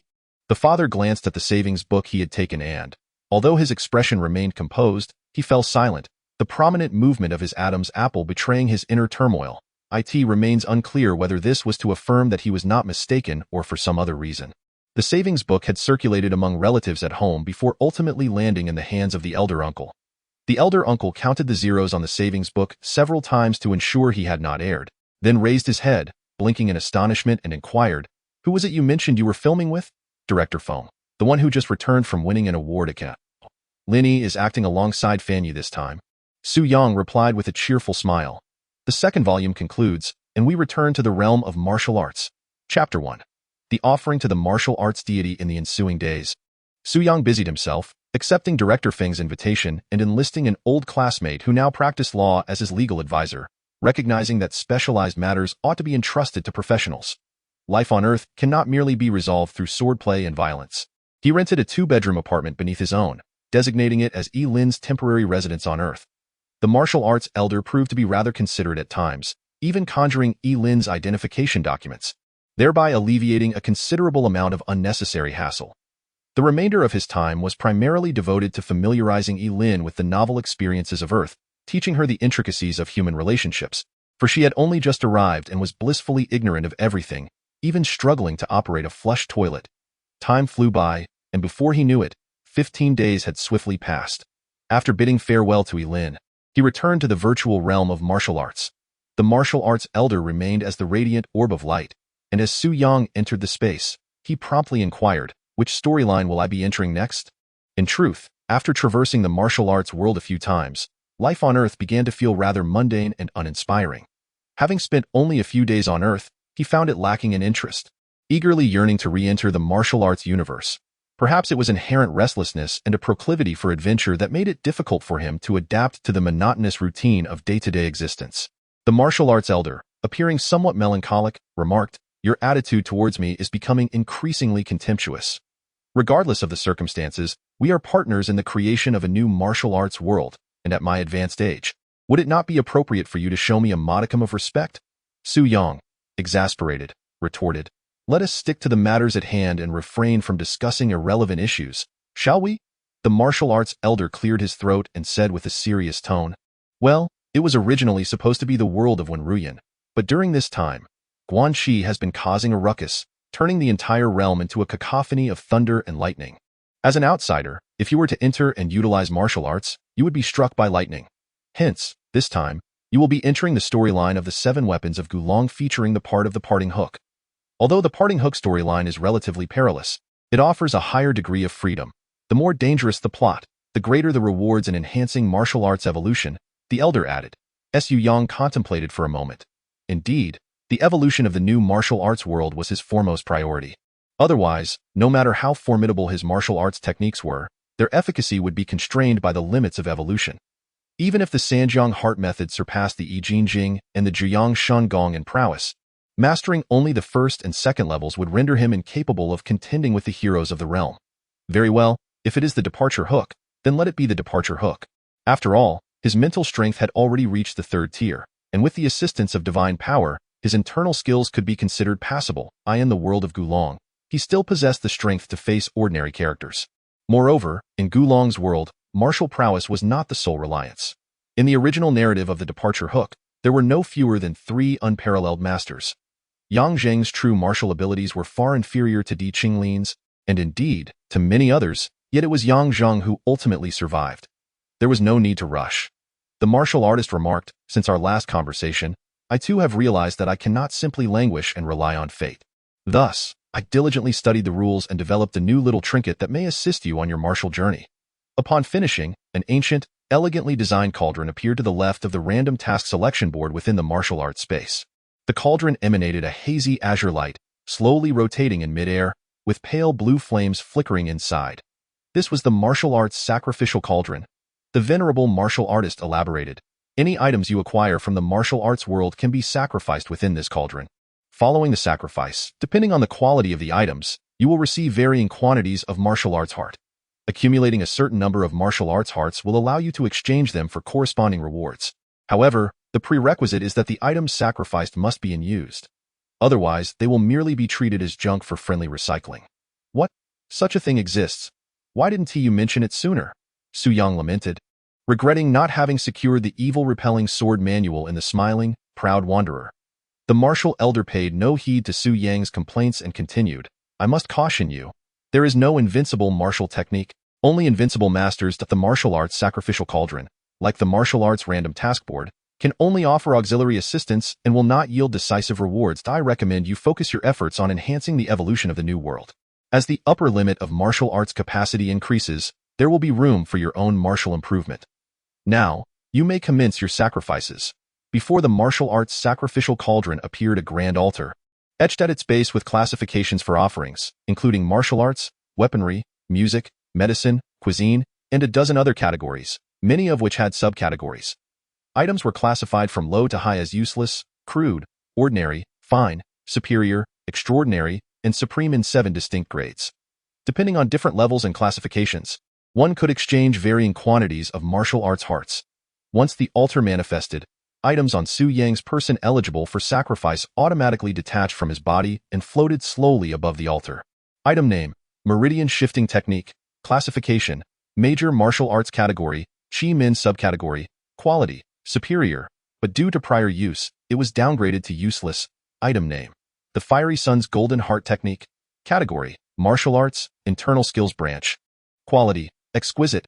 Item name: The Songbook of Smiling Proud Wanderer. Category: Music, Sheet Music Branch. Quality: Superior. Item name: Wine Gourd. Category: Auxiliary Equipment, Container Branch. Quality: Crude. Item name: Sharp Azure Steel Sword.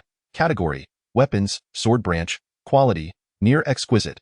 Please select sacrificial items. In truth, there is little choice. as this sacrifice equates to discarding unnecessary possessions. The Azure Steel Sword must certainly be retained, and the Songbook of Smiling Proud Wanderer should also be kept for future endeavors in the Smiling Proud Dungeon, where one might encounter the young lady. The only items available for sacrifice are the useless Meridian Shifting Technique, the exquisite Heart Technique of Fiery Sun's Golden Heart, and the crude Wine Gourd. The three items soared into the blazing flames of the Wuxia Sacrificial Cauldron, where a surge of blue flame erupted violently, causing the cauldron to spin at an accelerated pace. Meanwhile, the Azure Steel Sword and the Songbook flew back to their rightful places. Moments later, the sacrificial cauldron returned to its original state, and a thought struck Su Yang. This sacrifice yielded 15 Wuxia hearts, with an additional 10 granted as a first-time bonus, totaling 25. Simultaneously, a faint golden glow emanated from the cauldron, transforming in mid-air into a luminous screen, with the number 25 inscribed in the lower right corner, representing the current count of Wuxia hearts. Various redeemable rewards floated within the screen, accompanied by relevant explanations. As the number of sacrifices increased, the variety of redeemable rewards would expand, and reaching a certain threshold could also enhance the evolution of the new world. Glancing at the prizes, Su Yang found, as the old martial artist had stated, that none of them could substantially enhance one's strength. There were no martial arts manuals or divine weapons, only trivial auxiliary items. Among them was a universal communication device. Yet the redemption cost was exorbitant, requiring a significant number of Wuxia hearts for each used. A petite wine flask caught Su Yang's attention, its description stating, Name: Endless Wine Gourd. Redemption quantity: 22 Wuxia hearts. Function: capable of holding an endless supply of wine without increasing weight when carried, and comes filled with double gourd daku upon redemption. Note: endless is merely a descriptor. Its true capacity is 50 pounds. Chapter 2. A woman's choice. Many men perceive themselves as tycoons, yet in the eyes of women, they are mere fools, gullible fools. However, since they are out for leisure, men are destined to occasionally play the fool. For if one's head is not large, their face naturally appears smaller. Men can be small in many respects, but two things must not be diminutive. The face is one of them. Thus, it is an unavoidable circumstance. If one wishes to avoid being a fool, they must remain at home, tending to their wives and children, changing diapers, as Su Yang now embodies this role of the fool, seated in the grandest room of the Yihong Tower, before an 8 immortal table adorned with a half-severed crimson nail. This fragment of nail cost him 300 taels of silver, the entirety of his current wealth. Reclining languidly on a bronze bed draped in pink tassels was a woman akin to a cat. Known as CSIC is a remarkably young and beautiful woman. To be precise, she epitomizes femininity. She knows how to relish life and how to ensure that men derive the utmost pleasure from her presence. It is said that when she is truly exhilarated, her entire body becomes icy, and she trembles incessantly, all the while conquering men and letting them know that she, too, has been utterly subdued. This is why she has become the most sought-after woman in the Yihong Lu, making it the most renowned establishment within a 500-mile radius. Cixi is curious about the young swordsman before her, who appears to be a vagabond that has not returned home in 3 years, yet his movements are as extravagant as those of a nobleman. He has spent such a considerable sum, yet it seems he has merely purchased a fragment of his own fingernail, unable to contain her intrigue. She inquires, is 300 taels truly insignificant to you? Or do you genuinely harbor a fondness for me? Regardless of Su Yang's answer, Cixi feels an overwhelming sense of joy. Neither, Su Yang replies, shaking his head. For this fragment of your fingernail might very well grant you another chance at life, and your life is certainly worth more than 300 taels. The value of anyone's life surpasses that amount. While he speaks, his gaze remains fixated on the fingernail on the table, deliberately avoiding looking at Cixi. He understands that beneath her voluminous silk robe lies a flawless and alluring figure. Su Yang has never been a paragon of virtue, fearing that a mere glance might lead him to lose control. Such actions can be taken at any moment, but not this time, for he has promised a sister-in-law to counsel Cixi, whom she believes may be facing a perilous and frightening situation. The act of advising could easily morph into something more intimate, which would leave even Su Yang feeling embarrassed. Cixi, wide-eyed and chuckling, remarks, since I was 3, I have trimmed my nails every month. By that logic, I should have over 100 lives. Once her laughter subsides, Su Yang asks, are you certain you wish to proceed? Upon broaching this topic, Cixi's laughter fades entirely, and her expression turns somber as she retorts, why should I not go? This is what I do. But this is a venture you may choose to forego, Su Yang suggests. Cixi, biting her lip, remains silent for a considerable time before softly confessing, In truth, I am but a fragile woman, surviving on my youth. It is rare to encounter a man like this while I am still young. Perhaps I shall never have a second chance. So, as she speaks of this man, CC's eyes ignite with a peculiar brilliance. When a woman discusses the man she truly admires and wishes to entrust her life to, such a radiant glow inadvertently emerges in her gaze, often unbeknownst to her. And this sentiment is not something that can be easily purchased with money. So, you wish to employ every means possible to keep him by your side? Or to ensure you can remain by his side forever? Su Yang inquires. Cici smiles, yet her silence reveals the answer within her expression. Su Yang then asks nonchalantly, are you aware of how many women Di Qinglin has had? The three characters Di Qinglin seem to possess a certain mystical charm, as a radiant glow began to illuminate CC's face, her eyes brimming with infatuation. He was an heir of the first rank, dashing and debonair. Whenever he appeared before the public, he was invariably accompanied by a captivating beauty, only to replace her with another on his next outing. Over the years, the number of women who had been involved with him must surely exceed 100. Before Su Yang could utter a word, CC asserted with unwavering certainty, I know what you are about to say. These women's beauty cannot possibly surpass mine, and even in the bedroom, I hardly believe I am outperformed by them. Yet, I possess confidence, for I understand men better than they do. When a man believes he has unraveled the complexities of a woman, or when a woman is convinced she fully comprehends a man, it often marks the commencement of their misfortune. Should you tell him that he is utterly ignorant, he is likely to dismiss your words as envy, anger, or sour grapes.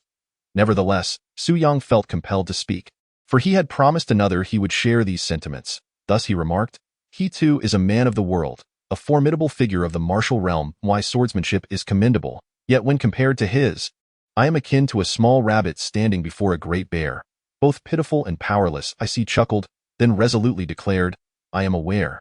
Yet even if I must wager my life, I shall take the plunge. Otherwise, I would regret it for eternity. Su Yang nodded, feeling that no further words were necessary, and rose to depart. Wait, CC suddenly exclaimed as she descended from the bed, swiftly arranging her attire before the large mirror in an effort to present herself with dignity. She then performed a formal bow towards Su Yang's retreating figure, sincerely expressing, Thank you. I know it was my elder sister who sent you to persuade me. I also understand the dangers that accompany a man like him. But everyone deserves the right to pursue happiness. I do not wish to spend my entire life in this place. No woman is inherently inclined towards this vocation. Therefore, please convey to my sister that I shall certainly go. Su Yang did not turn back. I shall deliver your message. And remember, if you wish to lead a long life, refrain from prying into others' secrets. Even if you inadvertently uncover them, one must pretend to be oblivious. With that, he departed, clutching the small piece of nail worth 300 taels of silver, leaving behind the abbot of the post-80s Shaolin. SIC was momentarily taken aback. She had always believed that the men of the world were inherently lonely, and to retain a man's affection, one must share in his secrets and understand his thoughts, thus gaining entry into his heart. There are no universal truths. It merely depends on whose life the principle is applied to. The same reasoning may hold as truth for one individual while proving utterly erroneous for another. At the entrance of the post-80s Shaolin, a grand carriage was stationed, drawn by 4 magnificent steeds, each pure white and devoid of any blemish. The horses matched in height and leg length, ensuring the utmost stability as the carriage moved forward. The curtains were strung with hundreds of pearls, each the size of a thumb. Indeed, these few strands alone could likely purchase the entirety of the Yihong Lu on the yoke of the grand carriage. A character D was adorned with gold powder, while the window was intricately carved with a Qilin design, a symbol reserved solely for the true nobility. Moments later, Cici donned her most resplendent and vibrant attire, accessorizing with jewels typically reserved for the most momentous occasions. Supported by 2 maids, she emerged from the main entrance of Yihong Lu like a bride on her wedding day, before taking her place in the carriage that had come to escort her away. A confident smile graced her face, and her eyes seemed to already behold a future filled with happiness.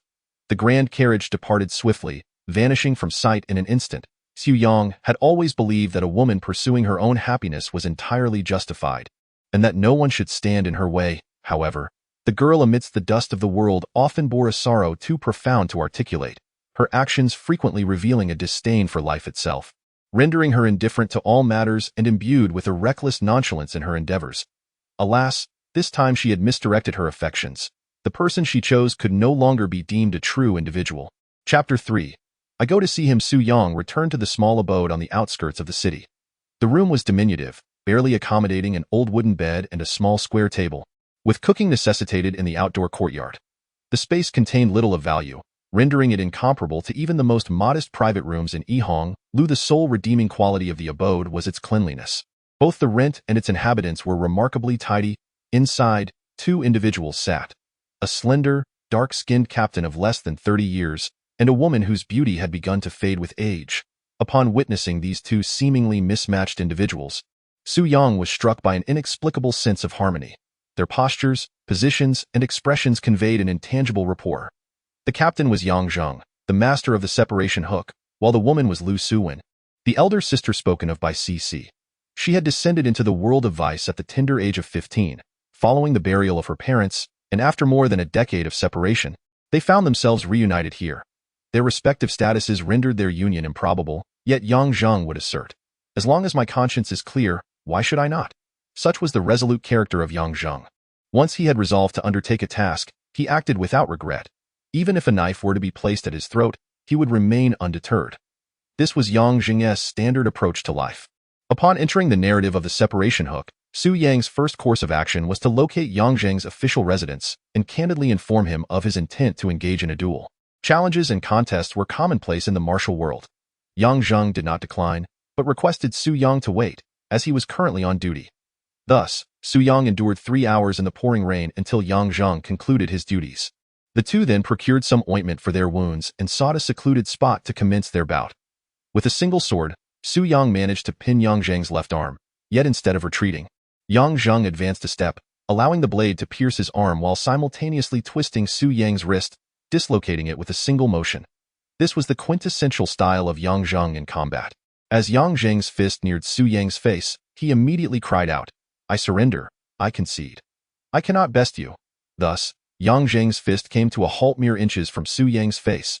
However, Su Yang was acutely aware that if he did not cease, his left palm would transform into a blade, aimed at his throat.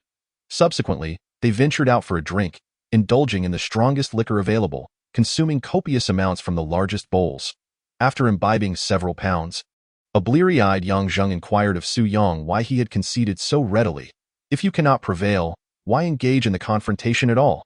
Though losing to another is not inherently disgraceful, the ability to admit it is rare.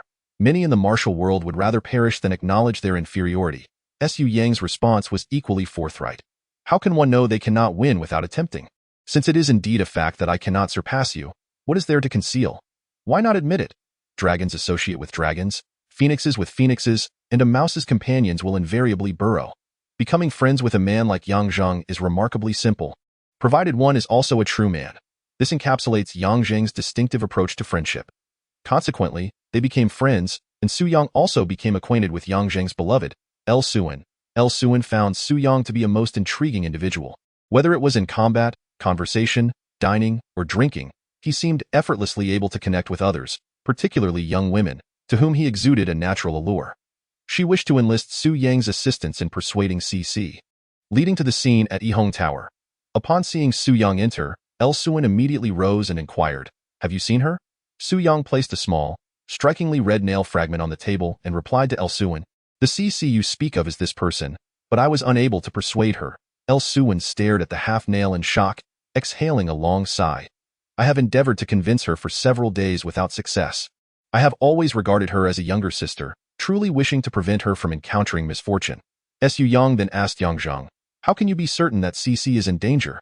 After all, Di Qinglin has only been with her for 10 days, and they were in a public place like Mutin Villa." Having read the original text, Su Yang was aware of CC's impending demise.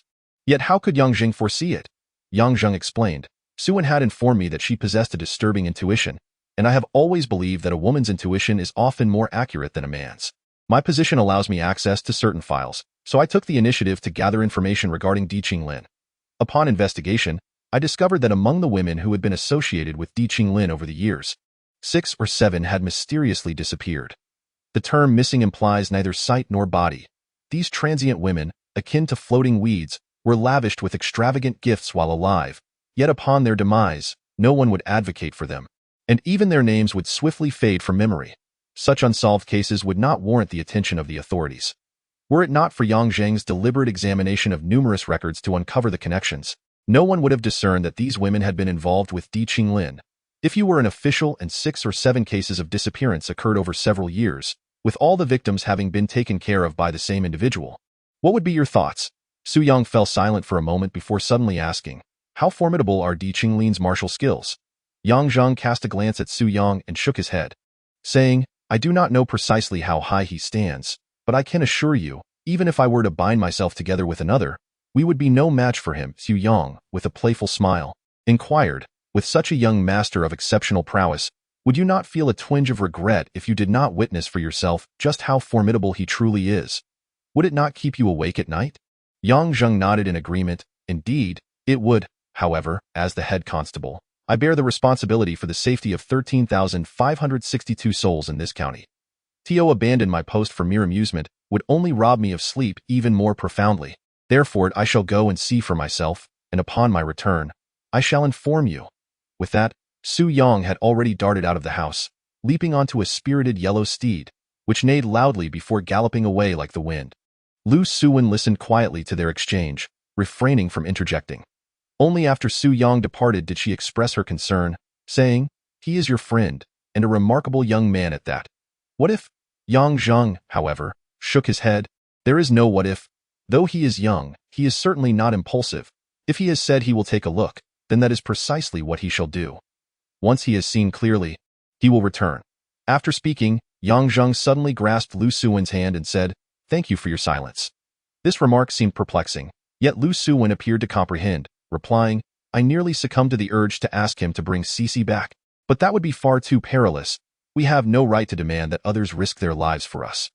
Moreover, if I were to voice such a request, regardless of success or failure, you would owe a debt of gratitude to someone. I look at you earnestly, Yang Zheng, and I understand that while I do not navigate the rivers and lakes, I am aware that owing a favor must eventually be repaid. This particular favor is far too great and fraught with danger. I do not wish for you to come to harm. She was indeed a woman of true wisdom, knowing when to speak and what words to choose. Yet, the sagacity of women often requires the passage of time to fully blossom. What shall we say? Happy weekend? Or perhaps, do not forget national humiliation? Yes, let it be do not forget national humiliation, even if it comes 2 days late. Such sentiments are best never forgotten. Chapter 58. The drunkard meets the old wine. Su Yang spurred his horse towards Peony Villa with great urgency, eager to behold with his own eyes what manner of person this renowned dashing hero of the realm truly was. How could one know how to confront an adversary without even having laid eyes upon them? Furthermore, should he refrain from visiting Peony Villa, would 300 taels of silver not be squandered in vain, rendering him a fool? In Luoyang, March unfolds like a tapestry of flowers. On the slopes behind Peony Villa, peonies bloom in abundance, while in the newly constructed wooden corral below, horses leap with vigor. Yet, it is the multitude of people, the denizens of the martial world, that truly fills the scene. Ever since the news was proclaimed half a month prior by Qiu Xingzhan, the overseer of the Setting Sun stable, that fine steeds would be sold at Peony Villa, a steady stream of gallant figures from the martial realm have flocked here. The horses of the Setting Sun stable are famed across the land. Wherever sunlight graces the earth, there too is found a horse from the Setting Sun stable. The renowned hero of the river and marsh, Wan Junwu, reclined with half-closed eyes, seemingly disinterested in everything, leaning languidly against a chair woven from supple vines. Wan Junwu embarked on his journey at the tender age of 14, and by 16, he had taken a life. 1819, he severed the head of the notorious bandit Feng who with a formidable broadsword at the foot of the Taihang Mountains, by the time he was 23 and had exchanged his beloved broadsword for a scaled purple-gold blade. His reputation had already reverberated throughout the martial world. Before reaching the age of 30, he was venerated in the realm of martial arts as the illustrious hero of Hushua. Perhaps having seen through the intricacies of the martial world, he grew weary of its entanglements. Thus, at the age of 44, he sheathed his sword in front of the assembled heroes and champions, wrapping the blade that had accompanied him for many years in yellow cloth and placing it on a sandalwood stand before the gilded statue of the revered Guan. Yet, a man of his stature could not bear to step outside his abode without a blade at his side, feeling as though he were unclothed. Consequently, he brought with him 3 other swords on this day. The Wan Shang sword of his elder brother Su Tong, the swift blade of his prized disciple Feng Cheng, and the wishful blade of his close comrade Gao Feng. With any of these 3 swords in the possession of his companions, they would be more than sufficient to handle any unforeseen circumstances. Even against the most enigmatic and powerful organization in the martial realm, the Qinglong Society, should they seek his demise. Horses were led before him into the wooden pen, each fetching a high price. While his eyes remained half-closed, it was only when a particularly remarkable steed was brought forth that his eyes finally opened. This horse was personally led in by Qiu Xingjian, its coat as dark as ink, save for a single spot of pure white on its nose. The crowd erupted in gasps of admiration, for it was evident that this was a horse of rare quality. Qiu Xingjian gently patted the horse's head, a look of joy and pride illuminating his face as he introduced it to Wan Junwu. This is Xinjian, and you, Sir Wan, are the modern-day Bo Lu, certainly able to recognize a fine steed. Wan Junwu, however, languidly shook his head. I am not Bo Lu, and this horse is not a fine specimen. Why? Inquired Qiu Xingjian. Before Wan Junwu could respond, a young swordsman with a sword slung at his side descended the hillside. It was Su Yang. The verdant grass, the sun's gentle rays, the blooming peonies, and the noble steeds, combined with Su Yang's beaming smile, created an atmosphere of undeniable comfort. The name alone is unpromising, Su Yang remarked with a grin. An arrow cannot reach far, and its strength wanes after an initial burst. This horse surely lacks endurance. Still reclining in his soft chair, Wan Junwu, given his stature, found that few in the martial world could provoke him to rise and speak. His gaze swept over the unfamiliar young swordsman, ultimately resting on the wine flask and sword at his waist. He asked nonchalantly, "Does the swift swordsman, little Su, possess knowledge of horses?" Su Yang shook his head. "I do not understand horses, but I do understand wine." Qiu Xingjian interjected. "What do you mean by that?" "Today, we are selling horses, not wine in the eyes of a drunkard. Only a horse that appreciates wine is a good horse," Su Yang replied, as he unslung the wine flask from his waist and strolled toward the rear of the pen. Before the pen, where only a few scrawny horses remained, he arrived and uncorked the flask. After taking a generous swig, he waved the flask around before the horses. In one corner stood a horse, emaciated and listless, too lackluster to engage with the others, as if it preferred solitude over companionship. While the other horses exhibited no reaction to the scent of wine in the air, this particular lean steed seemed to be galvanized by some unseen force. It abruptly lifted its head, its large eyes darting about, nostrils flaring as it inhaled. Suddenly, it broke into a brisk trot, shoving aside the horses in its path, and dashed towards Su Yang, opening its mouth wide in front of the wine jug, its purple tongue licking feverishly around its lips, displaying an eager demeanor. Su Yang chuckled heartily, raising the jug to pour into its mouth. Wan Junwu's eyes sparkled with interest, and Qiu Xingjian joined in the laughter. This horse, known as Lao Jiao, demanded fine wine be mixed with its fodder at every meal. Otherwise, it would refuse to eat even a morsel, appearing listless and dispirited. Indeed, it was the most valuable steed at the Sunset Racetrack today. Once it galloped, its power unleashed, even the most skilled practitioners of the martial world would find themselves unable to keep pace. Qinglin's master was one of the foremost experts in the realm, yet Di Qinglin could dispatch his master with a single strike, thereby earning his place among the elite. Consequently, as Su Yang stroked Lao Jiao's neck, his heart brimmed with joy at the thought that the most formidable masters of the martial world could neither kill him nor lay a hand upon him. A notion that brought him immense satisfaction. He fancied himself akin to Sun Wukong, stealthily approaching the Buddha, poised to deliver a crushing blow to the head of the divine figure. Regrettably, not every talent scout is a wealthy patron. While they may possess the eye for a fine horse, they may not have the means to purchase one at least. Su Yang, as a talent scout, lacked the funds necessary, leaving him to watch helplessly as others placed their bids while devising a strategy to acquire Lao Jiao without spending a dime. As more individuals entered the bidding fray, the price of Lao Jiao soared to 9,500 taels after merely a stick of incense had burned. This figure was substantial for a horse. Even the emperor would ponder the ramifications of spending such an amount on a steed, wary of the potential backlash from the censors. Wan Junwu made his move, slowly extending a fist. This singular gesture silenced the clamor of the hillside, plunging the area into stillness in the ensuing quiet. Wan Junwu opened his fist to reveal 3 fingers, signaling his bid. Steward Xiao immediately announced with a booming voice, "Hero Wan bids 30,000 taels. Is there anyone willing to bid higher?" A collective gasp echoed across the hillside, yet everyone fell silent, well aware that challenging Hero Wan was a matter of pride, but the majority of those present could scarcely afford to lose face over such a sum. As Wan Junwu, buoyed by his confidence, prepared to personally lead the horse from its enclosure, a voice suddenly rang out. I bid 30,003 taels. Wan Junwa's expression darkened instantly, muttering to himself. I knew this rascal would come to cause trouble. However, Qiu Xingzhan beamed with delight, laughing. Who would have thought that Di Xiaoho would arrive just in time? The crowd parted like the tide, eager to catch a glimpse of this hereditary first-rank marquis, the most charming and gallant young hero of the present age.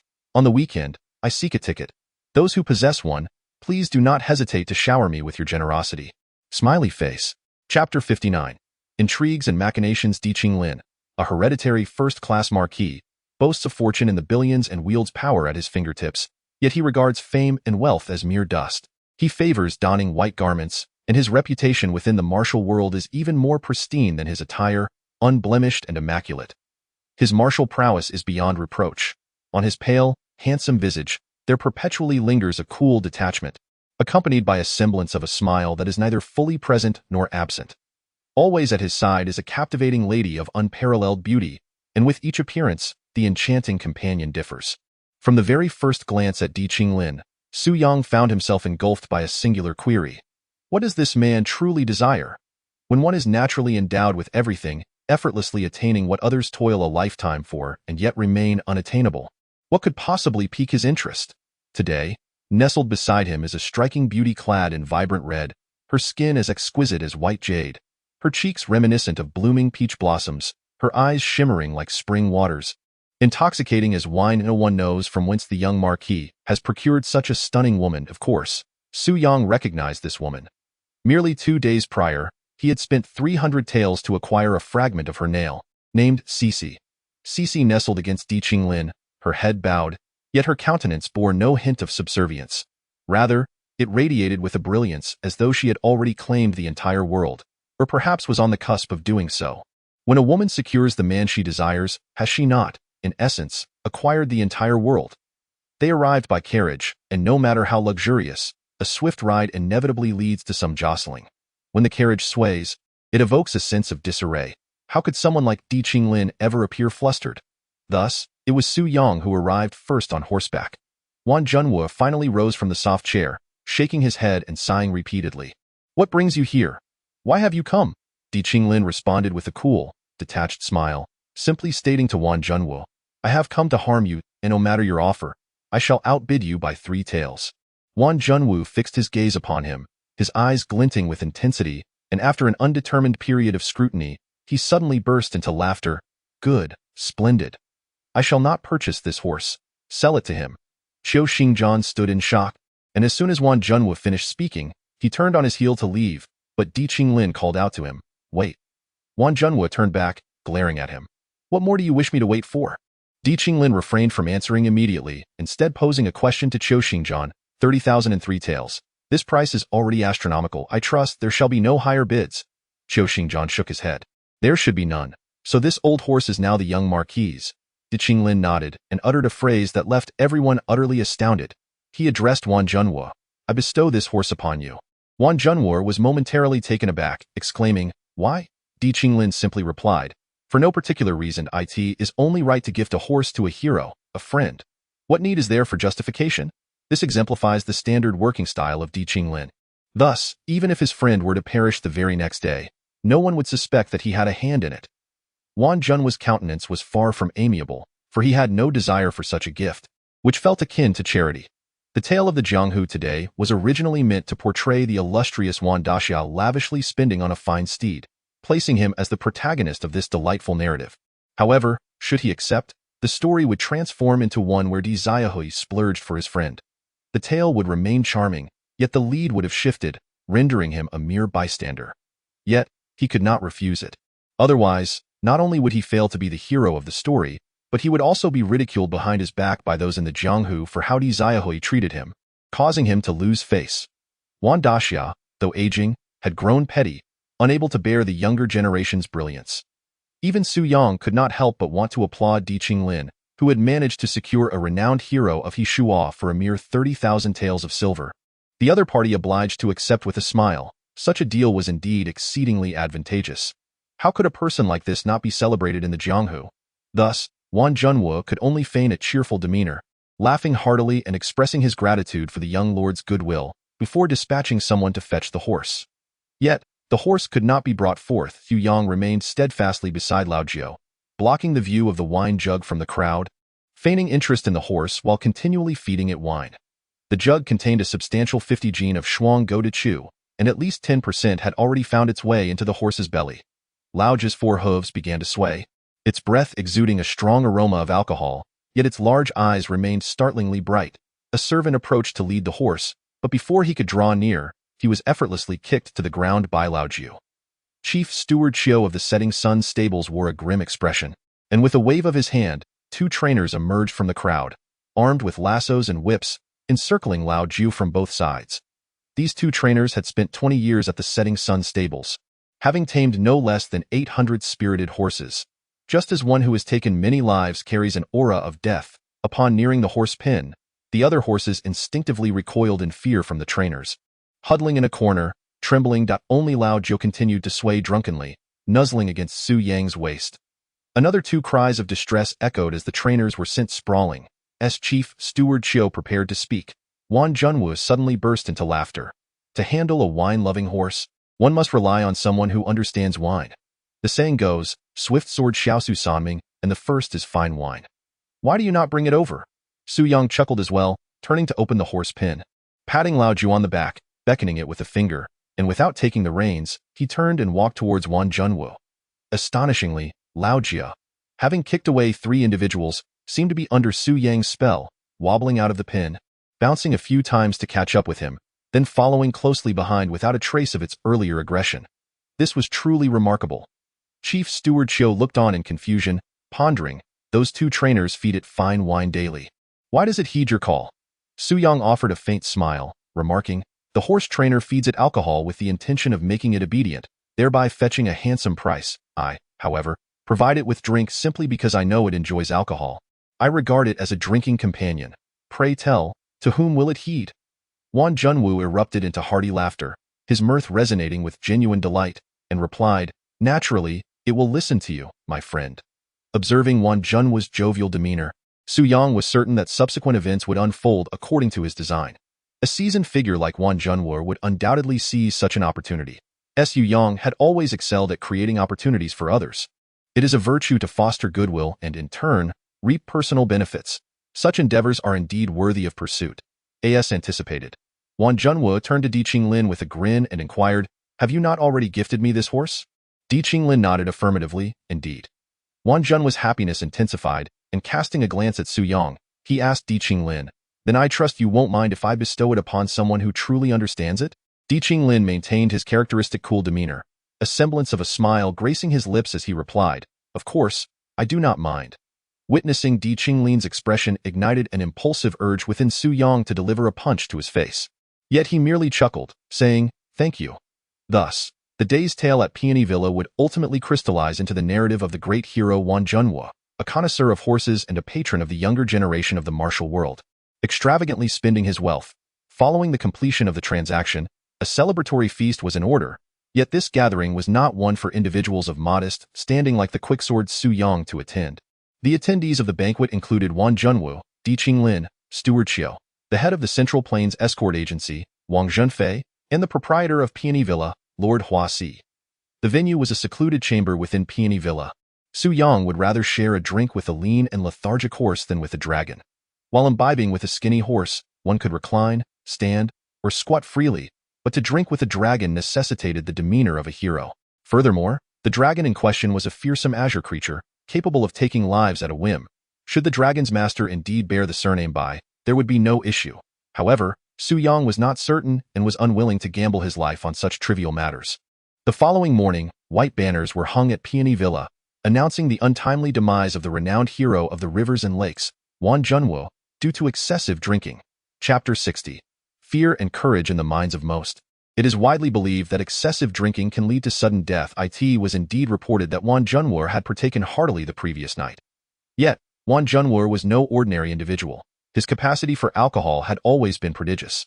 Consequently, Lord Hua Si of Peony Villa, alongside Wang Zhenfei, the head of the Central Plains Escort Agency, examined Wan Junwu's lifeless body with utmost seriousness, scrutinizing it in the presence of the 3 blades he had brought.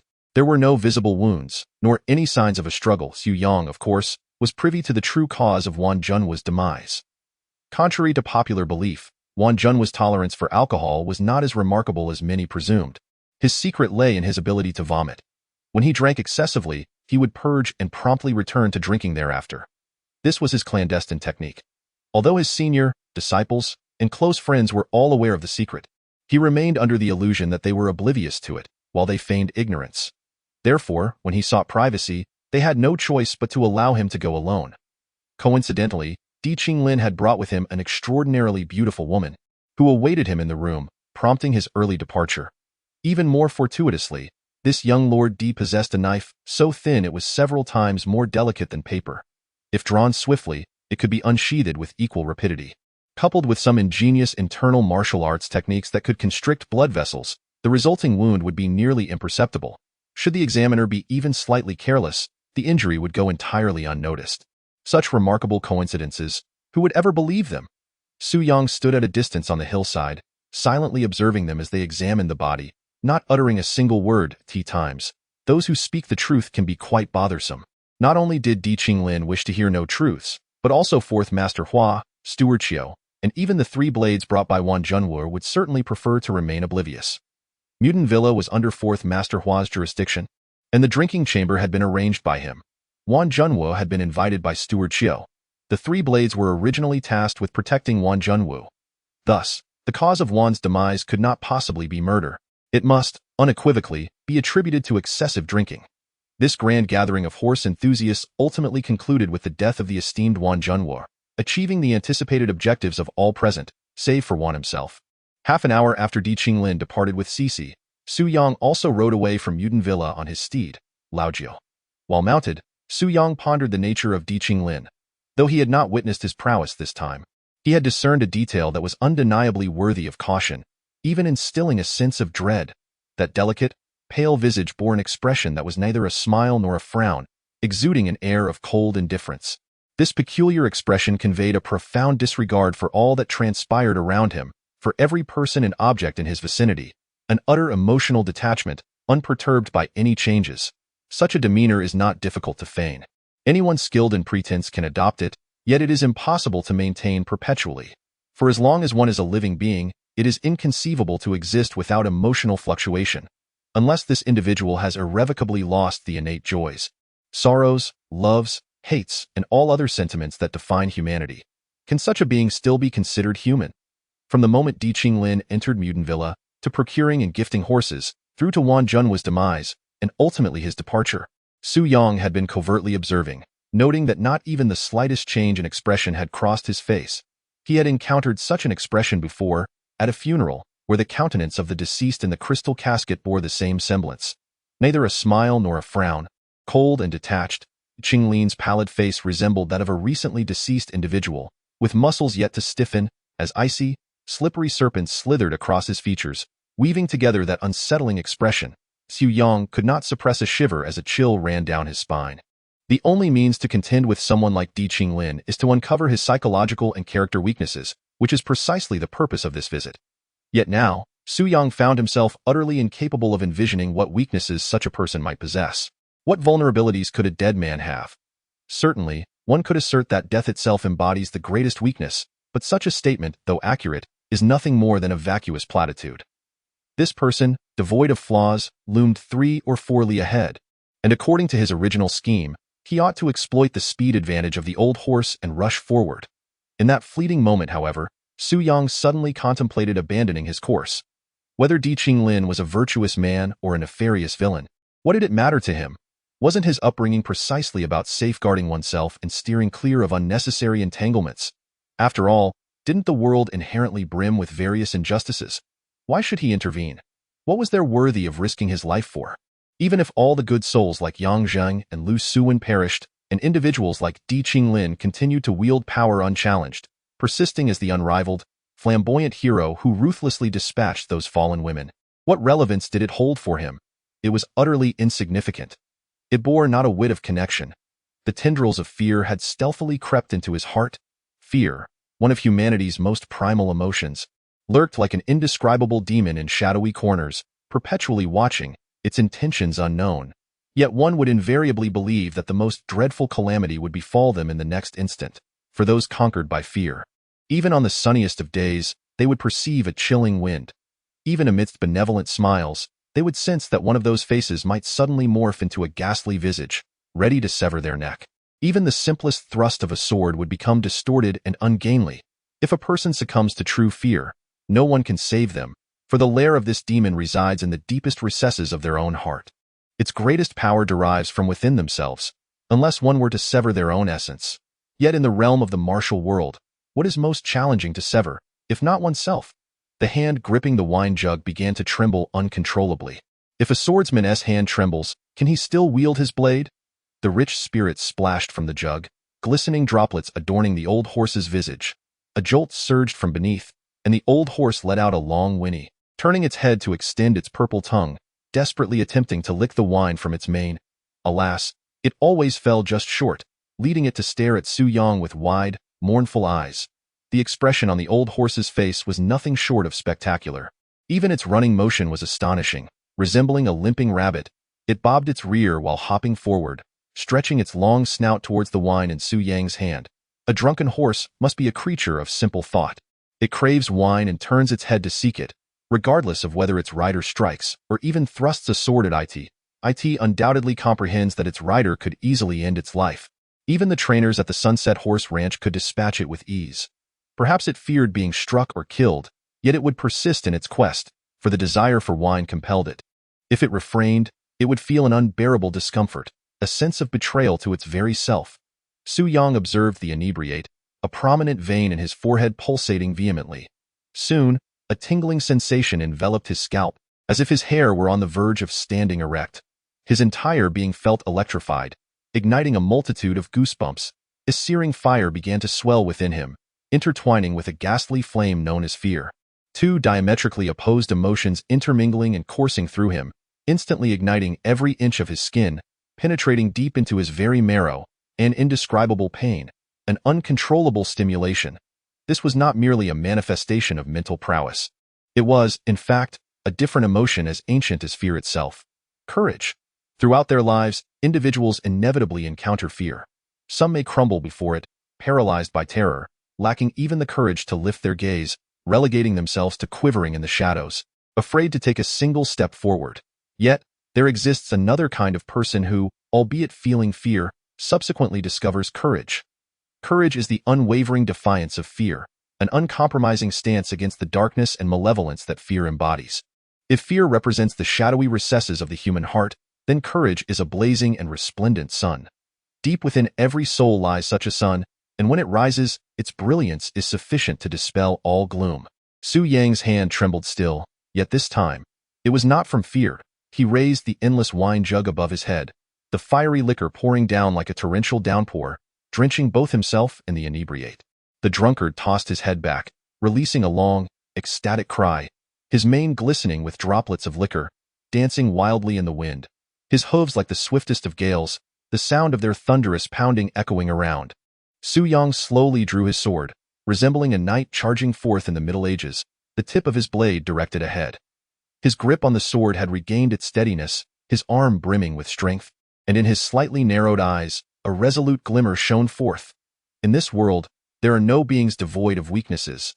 Even the grim reaper fears the light, let alone mere mortals. There are myriad ways to conquer fear, but the most effective is to embrace death. If you do not seek me out, I shall seek you. In the distance, along the official road, a large cart gradually came into view, drawn by four nearly identical tall, long-legged white horses, trotting leisurely along the thoroughfare. Yet, this cart was trembling. After all, a cart is not a human. How could it quiver? Chapter 61. The most precious flavor of a twisted life, CC curled up in a corner of the carriage like a cat. Her delicate hands, stained with the vibrant juice of the balsam flower, peeled a grape nurtured in a greenhouse, feeding it to Di Qinglin. She was acutely aware that this man would never linger too long over any woman, and thus, the moment had arrived where retaining him hinged on her actions. She resolved to devise a means to keep him. Qinglin's hand slipped into her ample silken sleeves, wandering to her firm and upright bosom, gently kneading as his grip steadily intensified. Yet his countenance remained cold and aloof, a half-smile playing on his lips, his gaze seemingly directed forward, devoid of focus, as if lost in a void in such moments. She ought to emit a faint, nasal sound tinged with both anguish and pleasure, a sound that would be exceedingly simple for a woman of her nature to produce, even while dining or sleeping. Yet, she abruptly posed a rather peculiar question. Is there any animosity between Wan Junwu and me? Di Qinglin's actions did not falter, nor did his expression waver as he replied. No. Cece inquired, did he ever offend you in the past? Di Qinglin continued. No. Cece fixed her gaze upon him, articulating each word with precision. Then why did you attempt to kill him? At last, Di Qinglin turned to meet her eyes. Cece persisted. I know for certain that you were the one who killed him, for he met his demise precisely when you were absent from my side, and upon your return, you appeared especially exhilarated. Di Qinglin listened in silence, betraying no reaction whatsoever. Cece added, I also know that you habitually conceal a very thin, almost imperceptible blade. Such a weapon would leave scarcely a trace upon a victim. Di Qinglin remained mute. Was it that he deemed further conversation unnecessary?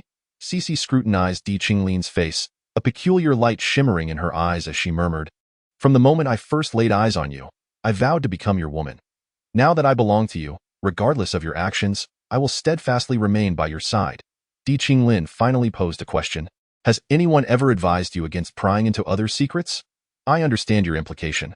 Rest assured, my lips are more tightly sealed than those of most women. I shall only share your secrets with you and will never utter a single word. Not even unto death.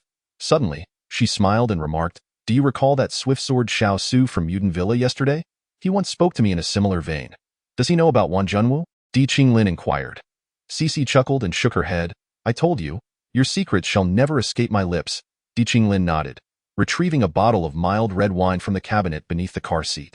After sipping a small glass, he queried, You previously asked me why I sought to kill Wan Junwu. Would you still like me to reveal the reason? As long as you speak, I shall listen. If you choose silence, I shall never inquire again throughout my life. It is solely because a friend of mine wishes for Wan Junwu to no longer exist. He is the leader of a clandestine organization in the martial world and has once rendered me significant assistance, with the sole condition that I cannot refuse when he requires my aid. Cece, brimming with admiration, exclaimed, Is there truly anyone in this world to whom you cannot say no? I refuse to believe it. Di Qinglin nodded, regarding Cece with a smile that was both enigmatic and faintly mocking. Indeed, that is not the primary reason. Then what is it? Cece's voice was abruptly stifled, as though someone had seized her throat. Not merely akin to it, but precisely so. Qinglin's hand, which had been resting upon her chest, suddenly glided to her neck, tightening with a fierce grip. The pressure was indeed severe. Cece's eyes widened, reflecting a profound confusion and terror. She could no longer draw in a single breath. She writhed desperately, yet no matter how she contorted her body, her neck remained firmly pinned to the carriage floor by Di Qinglin's pallid hand. Are you perhaps curious about the true reason behind my desire to kill him? The veins on Di Qinglin's hand were already bulging. With his formidable martial prowess, even throttling a bull would not elicit such a response. The only explanation could be that he was beginning to feel excitement. Cece shook her head, unwilling to listen any longer, struggling with all her might, causing the entire carriage to sway. Yet Di Qinglin continued his monologue, a smile even creeping onto his perpetually expressionless face. Because I take pleasure in killing, employing various methods to end the lives of all kinds of people. His face began to contort, yet his tone remained intoxicated. Secretly eliminating renowned heroes of the martial world, slowly taking the lives of enchanting women, abruptly slaying friends of many years, relishing their expressions of terror, their desperate writhing, their anguished pleas for mercy. All of this brings me Josic twisted her body, her scarlet nails clawing aimlessly at Di Qinglin, who did not flinch nor evade, allowing her to tear at his own arm. You must still be curious as to why I relish killing. Am I right?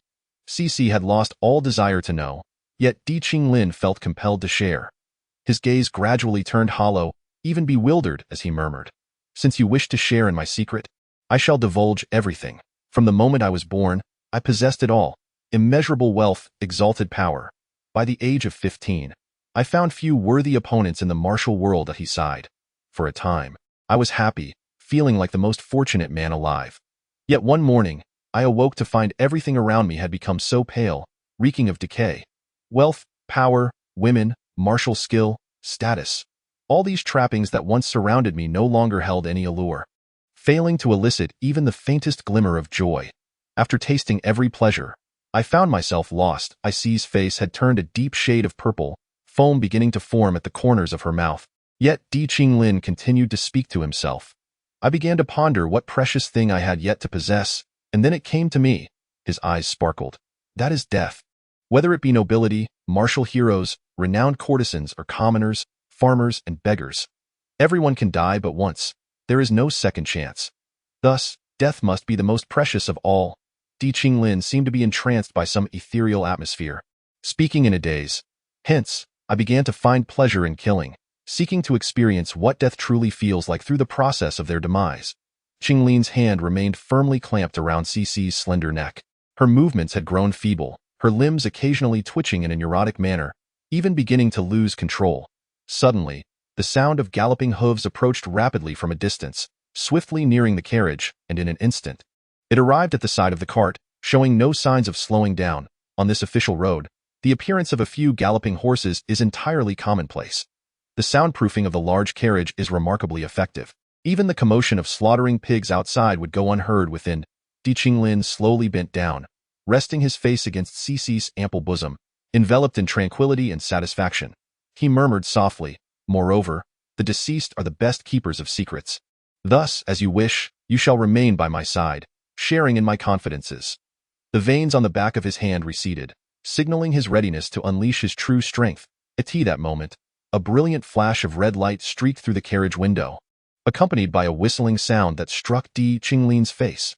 Nonchalantly, he lifted the hand resting on Cici's neck, and without even glancing, he grasped the red light in his hand. How could one hold light? Thus, the luminescence shattered, transforming into several broken nails. The fragments were painted with a vibrant red juice reminiscent of the balsam flower, identical to Cici's own nails. Di Qinglin's expression shifted slightly, although still indifferent. It no longer bore the semblance of a smile. "The murderer shall pay with his life," came a familiar voice from outside the carriage, resounding with authority.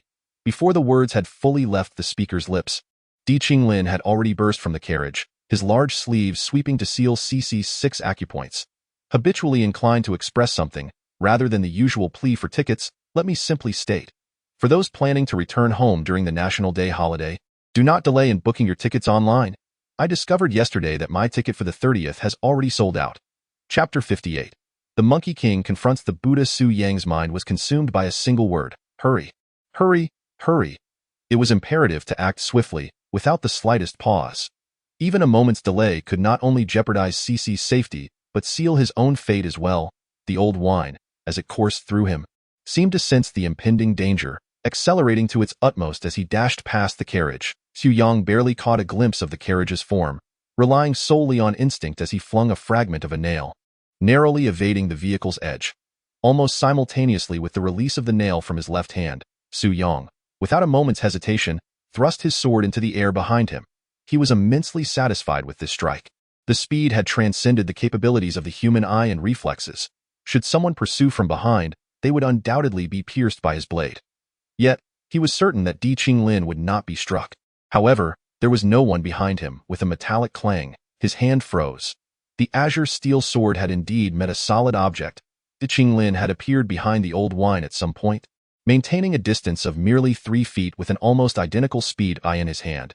He grasped an unremarkable hilt, the blade as thin as a cicada's wing, with the tip of Su Yang's sword pressed against the nearly transparent edge. They were now over 10 zhang away from the carriage, and Di Qinglin resembled a specter, hauntingly lingering behind the old wine, inching ever closer. A palpable sense of death loomed, sending chills down Su Yang's spine. The immense thrill of brushing against mortality ignited an unprecedented potential within him. He angled the sword's tip towards Di Qinglin's face. His hand faltered once more, as the azure steel sword again made contact with the hilt of Di Qinglin's blade. Suddenly, a jet of blood erupted from the rear of the old wine, thin yet forceful, causing his body to tremble violently and emit a mournful cry. Propelling him to even greater speeds, Xu Yang launched 2 swift strikes. Yet Di Qinglin still possessed enough energy to slice the air with his blade, only then redirecting it to parry Su Yang's sword. What a remarkably fast blade! As Su Yang's sword missed its target, a sudden sense of alarm surged within him. Di Qinglin had not even made a move, his hand still gripping the hilt of his sword before him. Yet Su Yang felt an icy chill emanating from a certain spot on his waist. Instinctively, he thrust his steel sword upright behind him, severing any potential routes of attack from his opponent. Before the long sword could fully position itself, an intense tremor coursed through his hand, and 3 sparks suddenly erupted from the blue steel sword, leaving 3 gashes. Yet, there was only a faint sound. Had Su Yang not withdrawn his sword in haste, even if they had struck simultaneously, he would have been cleaved in 2 at that moment. Nevertheless, the tremendous shock transmitted through the sword left his grip tingling, the blue steel sword nearly slipping from his hand. Di Qinglin maintained a distance of 3 feet from the old horse, at least half of his focus directed at pursuing it. For the first time, Su Yang found himself unable to discern the enemy's movements. Despite the formidable skills of previous foes, even those as adept as Wei Tianying, he could always perceive their actions. This instance was entirely different. Although Di Qinglin was merely behind him, Su Yang felt akin to a blind man, utterly oblivious to the opponent's strikes or where the next blow would land. Forced to rely solely on instinct for defense, if his instincts proved correct, survival awaited him. However, a miscalculation regarding the opponent's attack could lead to his demise. A fierce determination ignited within Su Yang as he recklessly left his defenses wide open, executing the swiftest maneuver of the Dream 13 style, 100 lives, a single dream, aimed directly at Di Qinglin's throat. A desperate bid to thwart his adversary. In the exchange between masters, attack without defense bears 2 meanings. One signifies a willingness to perish together. The other implies the ability to eliminate the opponent before they can strike. Di Qinglin clearly wished to avoid mutual destruction, for he desired to experience the sensation of death through others rather than face it himself. While many could potentially slay Su Yang, few could render him incapable of retaliating, unless they struck first. Thus, a spark suddenly erupted from Di Qinglin's throat, the thin blade having inexplicably returned from Su Yang's lower back to intercept this strike.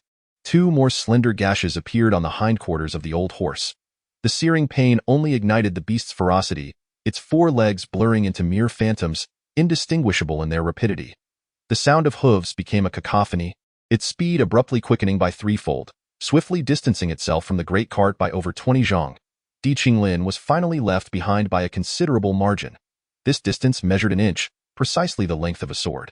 In an instant, the old horse had galloped 20 zhang away, and the 2 engaged in combat several times. Su Yang, seated atop the old horse, initiated 3 strikes, all of which missed. He then defended against 1. Di Qinglin leapt forth from the cart, unleashing 6 strikes. 3 found their mark, while 2 were parried, leaving him trailing by an inch.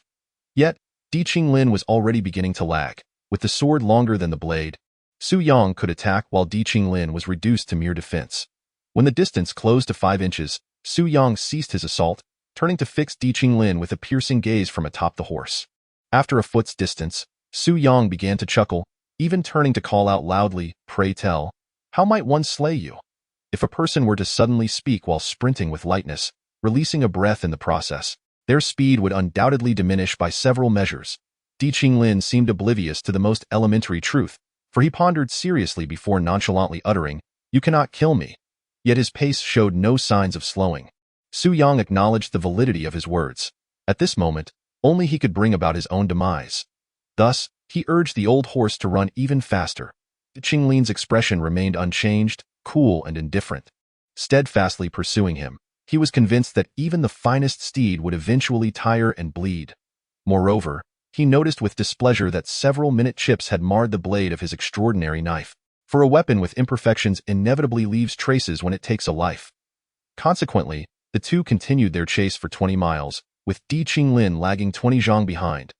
Ahead lay a water pond, approximately 20 zhang wide, with water reaching knee-deep. Su Yang lifted the endless wine jug to the old horse's mouth, pouring it down in hearty gulps. The old horse had endured at least 5 or 6 cuts along the way, consumed 10 jin of wine, and the blood that flowed was imbued with a strong scent of liquor, rendering it even more formidable as it bounded and leaped over the pond. Qinglin's figure swayed as he lightly tapped the water's surface, employing the most common lightness technique.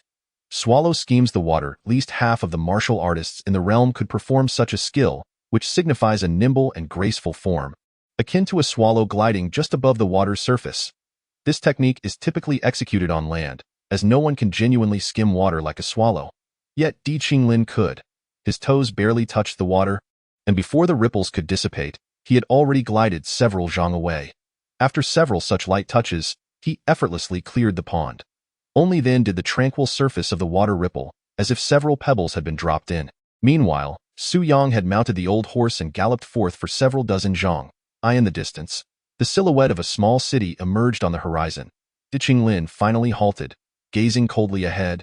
Watching as Su Yang and the old horse receded into the distance, Su Yang turned back to look, seeing Di Qinglin had become a mere speck, and his heart swelled with exhilaration, prompting an uncontrollable laughter that echoed towards the heavens. What of the world's most dashing hero? What of the pinnacle of martial prowess?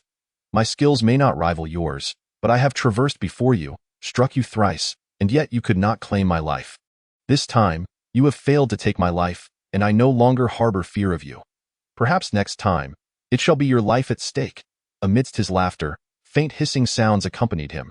Suddenly, blood gushed from his back and thigh, revealing at least a dozen thin wounds across his body. In the initial 30 zhang of their pursuit, Di Qinglin not only struck the old horse, but also landed at least a dozen blows upon Su Yang.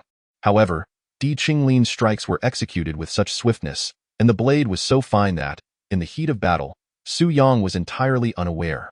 Fortunately, the old horse was remarkably swift, preventing the blade from sinking deeply, merely grazing the muscles, leaving Su Yang in a state of disarray.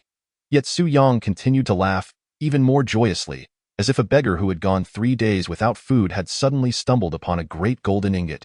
Like the Monkey King, who stealthily approached the Buddha from behind and struck him with a mighty blow, leaving him dazed, the Buddha's attempt to retaliate merely resulted in the monkey escaping from the 5-finger mountain, shedding only a few hairs. If you were the Monkey King, would you not revel in such delight? 30 miles away, Di Qinglin's expression was quite grim, resembling that of a beggar who had just discovered a large golden ingot only to be beset by a thief. The cart lay desolate and empty, with CC's whereabouts shrouded in mystery. Chapter 59. The art of evading pursuit. To kill does not necessarily require skill, and to escape does not inherently signify cowardice or lack of ability. The crux lies in determining whom you have slain and from whom you are fleeing. Even the martial arts world system marveled at Su Yang's prowess in a direct confrontation.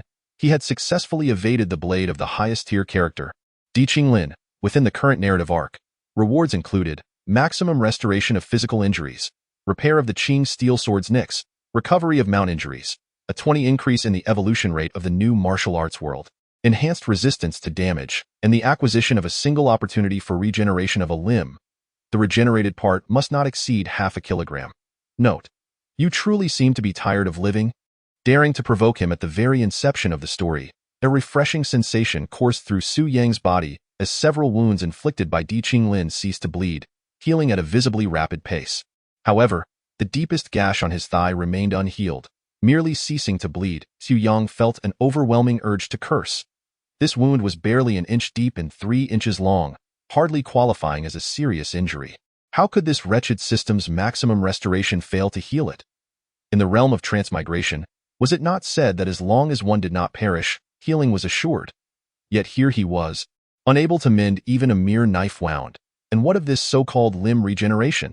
It appeared formidable at first glance, yet upon closer inspection, it was merely a rather useless ability. Half a kilogram translates to just over a pound. Even a moderately sized body part would exceed this weight. Yang Zhang had sacrificed an arm to claim Di Qinglin's life. If the regeneration ability bore no weight limit, he might have attempted the same. However, an arm surely weighed more than half a kilogram. Indeed, even a single hand would likely surpass a pound. Clearly, this regeneration ability was not intended for life-threatening situations. Was this a subtle hint that he could take on the role of a eunuch and practice the Sunflower Manual? Su Yang felt a chill beneath him and could not help but scratch, deciding against the gamble, for it might well exceed a pound. Evidently, this system was as unreliable as the old martial arts master. Relying on mountains may lead to their collapse, and depending on others may result in abandonment. In critical moments, one must rely on oneself. Fortunately, while the system was stringent with Su Yang, it was generously accommodating when it came to tools that could assist him. Upon the return of the old wine, all wounds vanished without a trace, and with a cheeky grin, Su Yang requested wine, feeling invigorated. The Qing steel sword shimmered with a green light, and the tiny nicks on its blade disappeared, restoring its sharpness. A knock echoed from outside. 3 long taps followed by 2 short ones. Su Yang rapped on the table in response. 2 short taps, 3 long ones. With a creak, the door to the small room swung open, revealing Yang Zhang, who entered bearing a woman on the brink of near asphyxiation. Xiao Yu trailed closely behind him. Prior to their journey to Mutant Villa, Su Yong had already instructed Yang Zheng to lie in ambush along the official road. Should he manage to divert Di Qinglin's attention, Yang Zheng would be able to spring into action to rescue her. However, prior to the execution of this plan, even Su Yong himself could not claim with absolute certainty that success was guaranteed. Perhaps Di Qinglin would not pursue her, or perhaps he would eliminate Cici before making his move.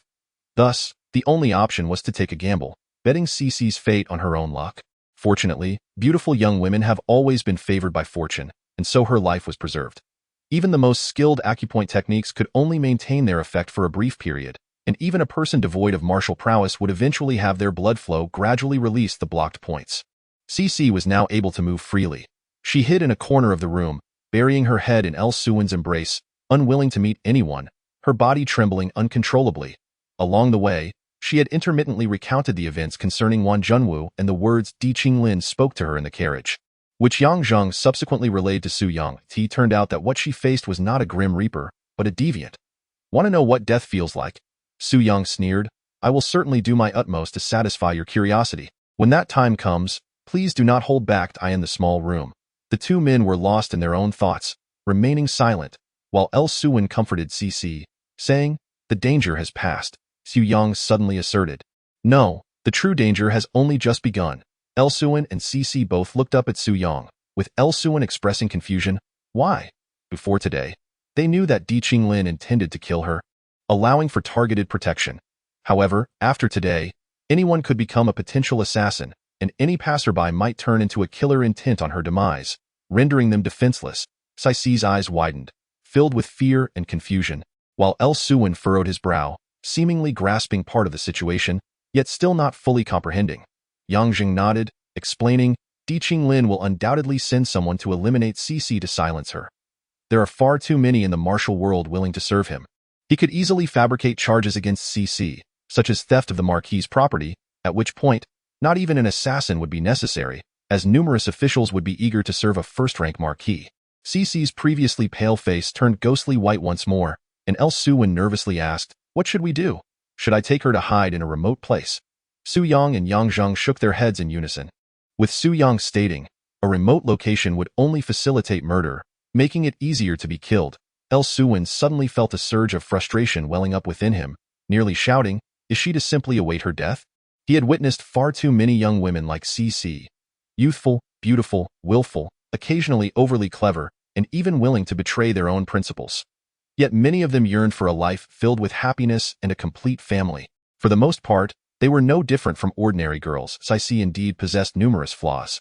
She was vain, self-righteous, restless, and strong-willed, often eliciting exasperation even from El Suwen, who would sometimes wish to cease concerning himself with her affairs. But are not most young and beautiful women like this? Must they truly perish simply for these reasons? Di Qinglin is undoubtedly correct in stating that every individual can only die once. Therefore, regardless of the adversities and anguish one may encounter, one should never entertain thoughts of death lightly. No one possesses the authority to arbitrarily deprive another of their life. Yang Zheng clenched his fists. I am a constable. Hence, Su Yong interrupted him. Even if you were the chief constable of the Six Doors, you would still be powerless to prevent a first-ranking marquis from slandering a courtesan. Even if you were to file a formal complaint and escalate the matter to the emperor would not execute a renowned marquis for the sake of a mere courtesan based solely on your testimony. Confronting power may sound noble and heroic, yet the vast majority of such endeavors end in failure. Even on rare occasions when success is achieved, it merely represents a struggle among the powerful, with you serving as a catalyst or tool. Yang Zheng nodded. I am well aware of what you say and I concur. Then what do you wish to? Su Yong inquired. Yang Zheng continued to nod. I simply wish to express that, at least from my perspective, a first-ranking marquis holds no greater nobility than a courtesan. Yet Su Yong chuckled. In fact, I possess a simpler and more effective solution. Would you care to hear it? Both Yang Zheng and El Suwen raised their heads simultaneously. How could a courtesan, seeking to evade the relentless pursuit of the most infamous young hero and a first-ranking marquis, possibly find a straightforward solution? Su Yong smiled faintly. Since we are unable to protect her, let Di Qinglin be her protector. What? Allow Di Qinglin to safeguard Cici? Chapter 60. Can martial artists truly be deficient in that regard?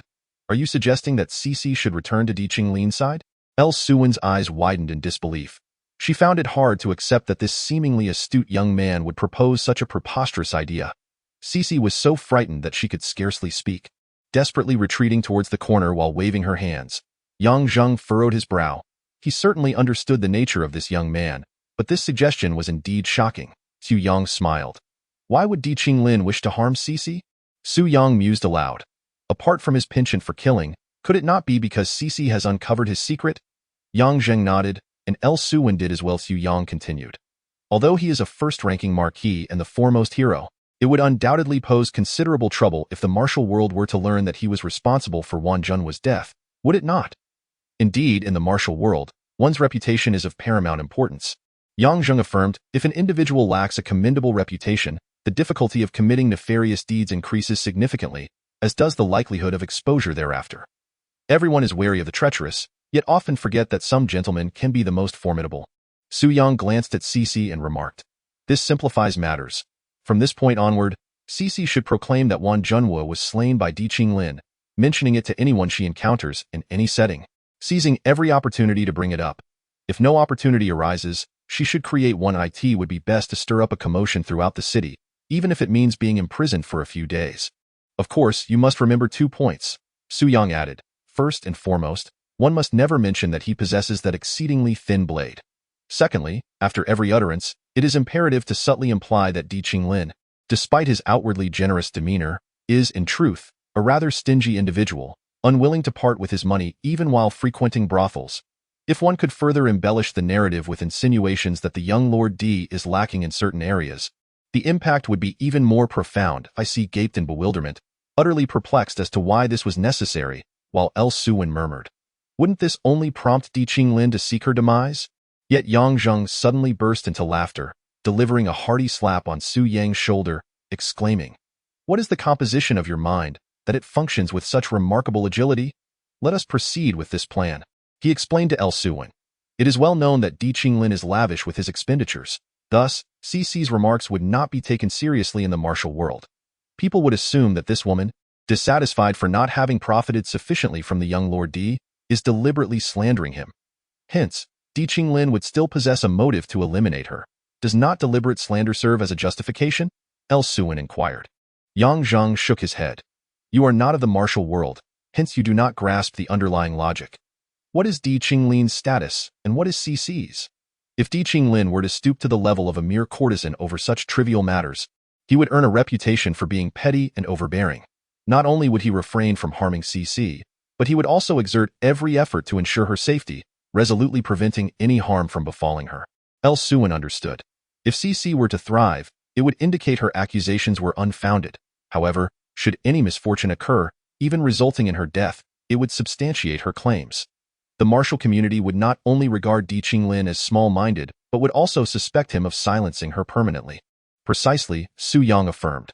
Thus, when the time comes, not only will Di Qinglin refrain from harming her, but he will also become the most concerned about her safety, wishing fervently for her to remain unscathed, hoping she does not choke on an egg, does not drown in a well, and does not get struck by a carriage while venturing outside. Finally broke into laughter, wiping away her tears. Are you cursing me? Laughter, especially when it follows tears, is far more beautiful. Yang Zheng glanced at the 2 women and quietly asked, yet I still find myself somewhat perplexed. Why must Cece assert that he is lacking in that aspect? The friends of the martial world are aware of his generosity, but no one knows whether he is truly capable. Only the women he has kept are privy to that knowledge. Su Yang chuckled. Therefore, I believe that not only will Cece be unharmed, but also none of the women he has kept will go missing anymore. Consequently, the following day, a sensational piece of gossip erupted from Yihong Lu. The world's most flamboyant young hero has slain the esteemed warrior Wan Junhua, claiming he is lavish with his money yet lacking in bed. Even in this martial world, where the means of information dissemination are primitive, the speed at which rumors spread exceeded Su Yang's wildest expectations. Within merely one day, the entire county was abuzz with this tale. Even today, while performing his duties, Yang Zheng was specifically summoned by County Magistrate Xiong to the back hall, where he was gravely instructed to lead a group to the streets to disseminate information and caution the populace against believing and spreading rumors. The scandalous tales of a dashing young hero, involving murder, women, and matters of intimacy, had undoubtedly struck a chord with the most sensitive nerves of humanity, making it impossible to quell such rumors. Subsequently, Magistrate Xiong dismissed his aides, set aside his official responsibilities, and brewed a pot of Dahong Pao tea, engaging Yang Zheng in a curious afternoon discussion on whether martial arts experts might indeed be lacking in that particular aspect. As a practitioner of martial arts, Yang Zheng himself was not entirely certain of the answer to this conundrum. Upon returning to his duties, he began a discussion with Su Yang, and the two of them, with a jar of aged wine and 2 pounds of marinated delicacies, sat in the courtyard to analyze the matter from a professional standpoint, concluding that it was indeed possible for martial artists to be deficient in that regard. Various sensational versions of the tale began to flutter through the streets like butterflies in spring. After a few days, Cece's mental state had significantly improved, to the point where she jokingly suggested that she could change careers to become a storyteller. Claiming she would earn no less than before a storyteller, Su Yang chuckled. Perhaps it was a commendable profession. For a young and beautiful girl, any occupation might be preferable to her previous one. It remained uncertain how the myriad versions of the legends reached the ears of the young Duke D. One wondered if the world's most renowned gallant could maintain his signature enigmatic smile and aloof demeanor amidst all the commotion. Whether rumor or truth, though stimulating, these tales could not sustain one's livelihood. What truly filled the belly was a bowl of beef noodles priced at 15 coins, a pot of rich, red oil broth, purportedly simmered for generations without extinguishing, was ladled over pale, hand-pulled noodles, garnished with tender green and white scallions, and accompanied by succulent, chewy slices of yellow beef, an utterly divine dish that made one's mouth water in anticipation. Taking a hearty bite felt like igniting a firecracker, both scalding and spicy, rushing straight to the brain, causing beads of sweat to form on the forehead, while a wave of warmth surged within, invigorating the entire body. Even if 10 masters held swords to his forehead, his wife were about to elope, and the roof above was on the verge of collapsing, he would insist on finishing this bowl of noodles first. In Old Yang's noodle shop, Su Yang and Yang Zheng sat across from each other, each with a large bowl of beef noodles, slurping away without a care for conversation. Su Yang gulped down the last spoonful of soup, belched contentedly, and then, with a serious expression, placed his bowl down, wiping his mouth as he remarked, "It seems we came here to discuss serious matters, yet you are still eating." His demeanor was exceedingly grave, as if the empty bowl in front of him had no bearing on the conversation at all. P.S. I indulged in a lengthy description of beef noodles, as I personally have a great fondness for them. The spicier, the better, ideally with the broth a deep crimson hue, leaving beads of sweat on my brow for the ultimate satisfaction. Those who share a fondness for beef noodles, please raise your hands to cast your votes. Haha. Chapter 61. Learning to Fight. Yang Zheng continued to bury his face in the bowl, peeking at him with one eye over the rim. Yet he remained silent. It was only after he had devoured the entire bowl of noodles that he let out a satisfied burp. Wiping his mouth, Yang Zheng said with utmost seriousness, "In truth, I had intended to jump out and join you in the fray that day, but upon witnessing his attack, I promptly abandoned that notion. Since then, I have begun to contemplate this dilemma. How can one eliminate Di Qinglin?" Su Yang remarked. "Fortunately, you refrained from intervening. Otherwise, none of us would have escaped unscathed. Have you devised any strategies yet?" Yang Zheng shook his head. "I have no solutions, if you seek my counsel. I can only suggest that the two of us confront him together. After all, we possess 2 lives, while he has but 1. In this regard, we hold a significant advantage. Rarely do you engage in critical thinking. So even if your assertion is flawed, I must commend you. Risking it all is indeed a commendable idea." Su Yang chuckled. "However, that is the final move. Let me first execute the preceding 3 steps meticulously." Yang Zheng's eyes brightened. "I knew your mind was sharper than mine. What are those 3 steps?" "It is not about 3 steps. You ought to inquire what the first step entails," Yang Zheng obediently asked. "Then, what is the first step?" "The first step is quite simple. To enhance our own strength," Su Yang explained. "Although bolstering our abilities may not yield immediate results, it is far better to grasp at fleeting opportunities than to remain idle. And it does not conflict with the subsequent steps. Both can be pursued concurrently." Yang Zheng inquired, "How do we enhance ourselves?" Su Yang replied, "From this day forth, I shall be your shadow. Wherever you go, I shall follow. I wish to learn from you how to fight." Yang Zheng had no formal techniques for combat. He always believed he lacked martial prowess. He only knew how to bring others down. In other words, while Yang Zheng was not only willing to risk everything, he also possessed commendable skills in doing so. When dealing with someone like Di Qinglin, martial skills and courage are undoubtedly vital, but technique is equally indispensable.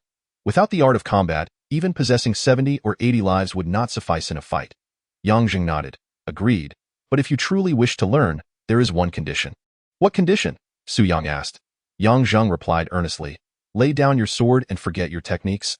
Upon hearing this, even Su Yang could not help but admire him. Those 11 simple words approached the ultimate truth of martial arts. Without a sword in hand, one must have no fixed techniques in mind. If a person is accustomed to wielding a sword, their actions will inevitably conform to the way of the sword. Even without a sword, their body will instinctively replicate sword techniques, with footwork and movements aligning with the swordplay. Each weapon possesses its strengths: long spears for distance, daggers for stealth, and hidden weapons when facing multiple foes. The movements executed while using various weapons differ greatly. Thus, a person accustomed to a specific weapon will inevitably leave behind certain fixed traces in their actions. While there are advantages, there are also inherent weaknesses. Since it is a battle, why must it solely rely on the techniques of swords, guns, axes, hooks, whips, and fists, or even frying pans, hammers, and brooms? As long as one can vanquish the enemy, why be confined to specific styles? Even if one wields a sword, why not unleash a deadly technique reserved for a spear, like the poisonous dragon pierces the heart? With this thought, Su Yang felt as if a vast horizon had suddenly opened before him. As if a brand new gateway to martial arts was gently unveiling itself, even offering him fresh insights into the techniques from the dreaming 13 swords that had once perplexed him. He nodded affirmatively. I accept, Yang Zheng inquired. Then why have you yet to unsheathe the sword at your waist? Su Yang replied with a smile. Since there are no fixed moves, why cling to whether I carry a sword at my waist? I will draw it when the moment calls for it, and refrain when it does not. Yang Zheng scrutinized Su Yang's face and suddenly burst into hearty laughter. Well said. You've ignited a desire in me to fight, and I happen to know a place where a scuffle may ensue. Will you join me? Su Yang said. Wouldn't it be foolish to turn down a chance for a fight? Do I strike you as a fool? The location of the skirmish is in the alley outside the Yihong building. Night had fallen, and 2 red lanterns hung outside the entrance of the Yihong building, resembling the eyes of a menacing beast from afar. The alley lay deserted, and with a playful grin, Su Yang asked, Did you bring me here to brawl on a bed? Certainly not. As the saying goes, one should treat to a meal, not to debauchery, and besides, I have no money. If we continue down this alley, a fight will soon present itself. Rather than proceeding down the path, Su Yang instead leaped onto a shadowy wall. Yang Zheng asked in astonishment, Are you truly planning to watch from atop the wall as I engage in battle? Naturally. Su Yang retorted with a sense of logic. How else would I learn? Does such a minor affair require my intervention? Yang Zheng was left to traverse the alley alone, heading towards the meeting place with Sun Rahai, the second head of the Courageous Waits escort agency. Sun Rahai was quite renowned in the martial world and well-connected in the city, with rumors of his formidable skills. Yet, Yang Zheng had never been fond of him. It was said that he had an ambiguous relationship with the notorious Enai Batai, who had recently committed a significant crime within Yang Zheng's jurisdiction. Thus, Yang Zheng anticipated a confrontation here. Not long after, sure enough, a figure emerged from a side path, grinning and greeting him. It was Sun Rahai. Yang Zheng coolly asked, What brings you here? I have something to deliver to Head Yang, entrusted to me by a friend. Sun Rahai produced a bundle of silver notes from his person. Here are 10,000 taels worth of silver notes from the Shangxi Dadong Bank. Redeemable everywhere, entirely valid. Yang Zheng regarded him coldly and inquired, With this money, can I not purchase an exquisite Sihiyuan and marry a respectable wife, living joyously? Sun Rahai chuckled ambiguously. Precisely as long as Head Yang remains at home tonight and does not venture out, this bundle of silver notes shall belong to you. Yang Zheng maintained a stoic demeanor. He had heard that Enai Batai had ambushed a convoy on Sanglin Road, seizing a staggering sum of 180,000 taels of silver. To receive such a meager portion was, to say the least, rather inadequate. Sun Rahai continued to chuckle. We are all friends here. Everything can be negotiated. How much does Head Yang desire? Yang Zheng replied, I do not ask for much, merely 180,000 taels, along with the addition of 2 individuals. Sun Rahai's smile faltered, yet he inquired, Which 2 individuals? You and your companion, Yang Zheng asserted. You run a security office yet conspire with notorious bandits. Your transgressions are far more grievous. Sun Rahai took a few steps back, having tucked the banknotes into his bosom, and now wielded a pair of gleaming hand forks in his hand, his chilling smirk betraying malevolence. A mere county constable dares to threaten Enai Batai. It is you who shall meet your demise. From the depths of the alley, a harsh and unyielding voice echoed. Not only does he deserve death, but he is also doomed. Chapter 62. The emergence of dominance. The wolf-toothed club is a rare weapon in the realm of martial arts. Its weight and cumbersome size render it inconvenient to carry and wield. Only those with immense strength could hope to maneuver it effectively. Typically, such a weapon is glimpsed only on the blood-soaked battlefields of mighty armies clashing, where corpses litter the ground and rivers of blood flow. In the world of martial artists, few would dare to employ such a brutish and unsightly weapon, as it lacks any semblance of grace. Any individual concerned with their reputation would shun it, except, of course, for mountain bandits. Now, charging from the side alley was a figure wielding a wolf-toothed club that weighed at least 70 or 80 pounds.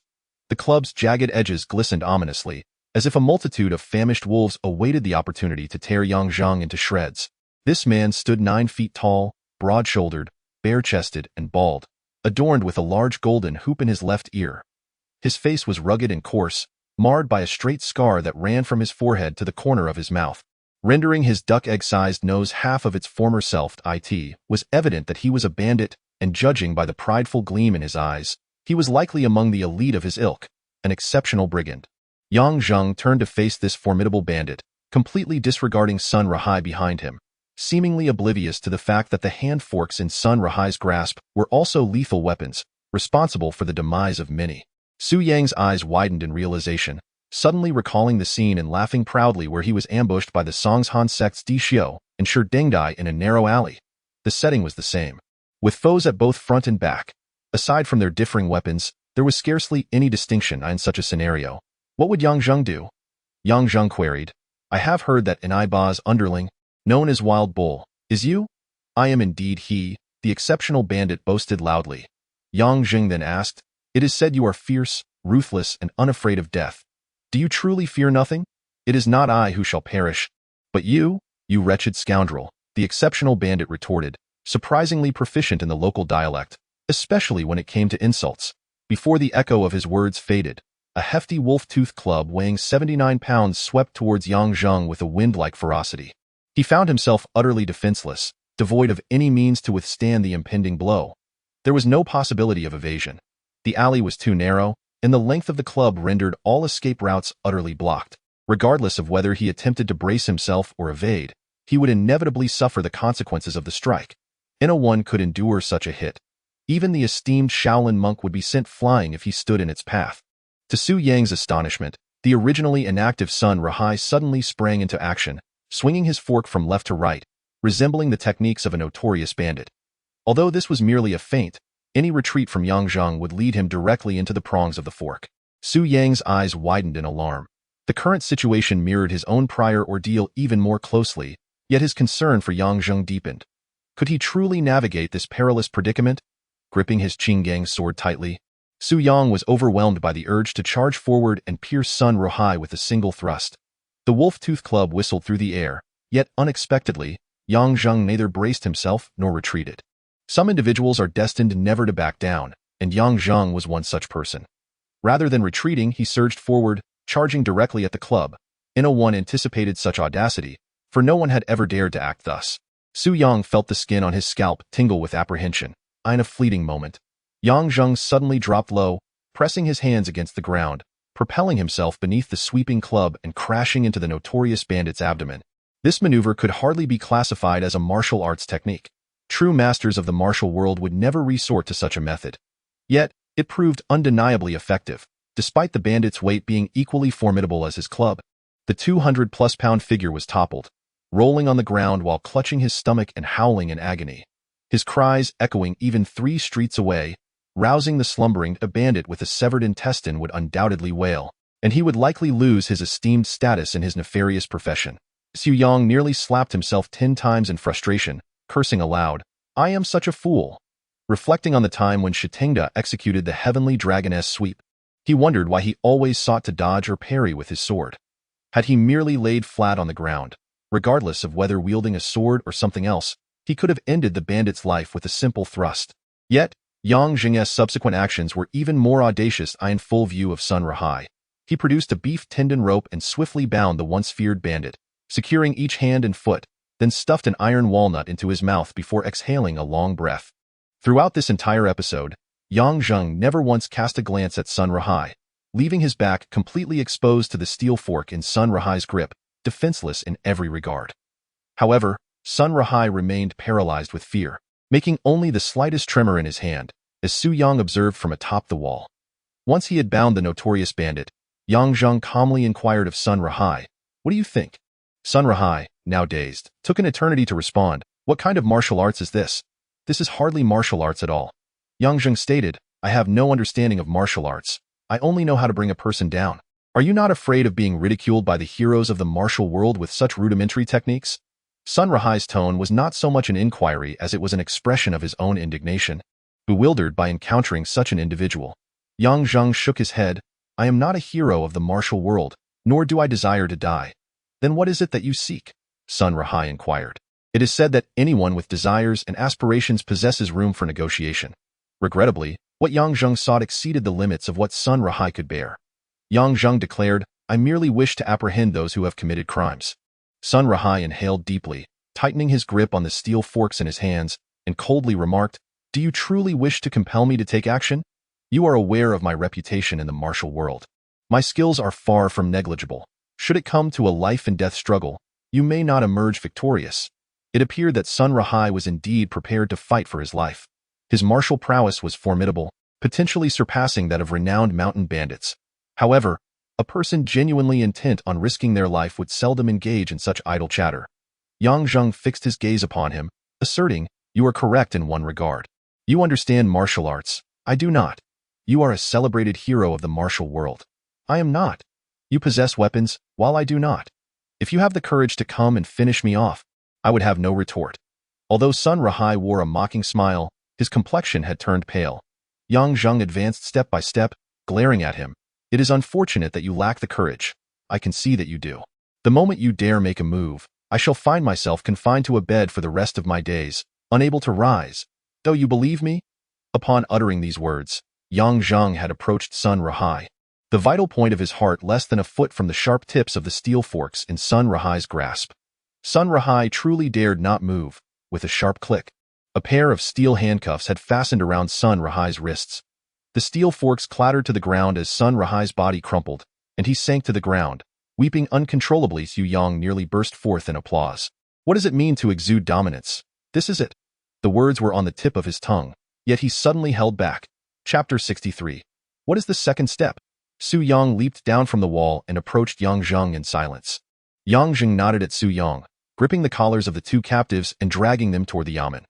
"Once I return these two to the yamen, we shall proceed to capture an bad eye."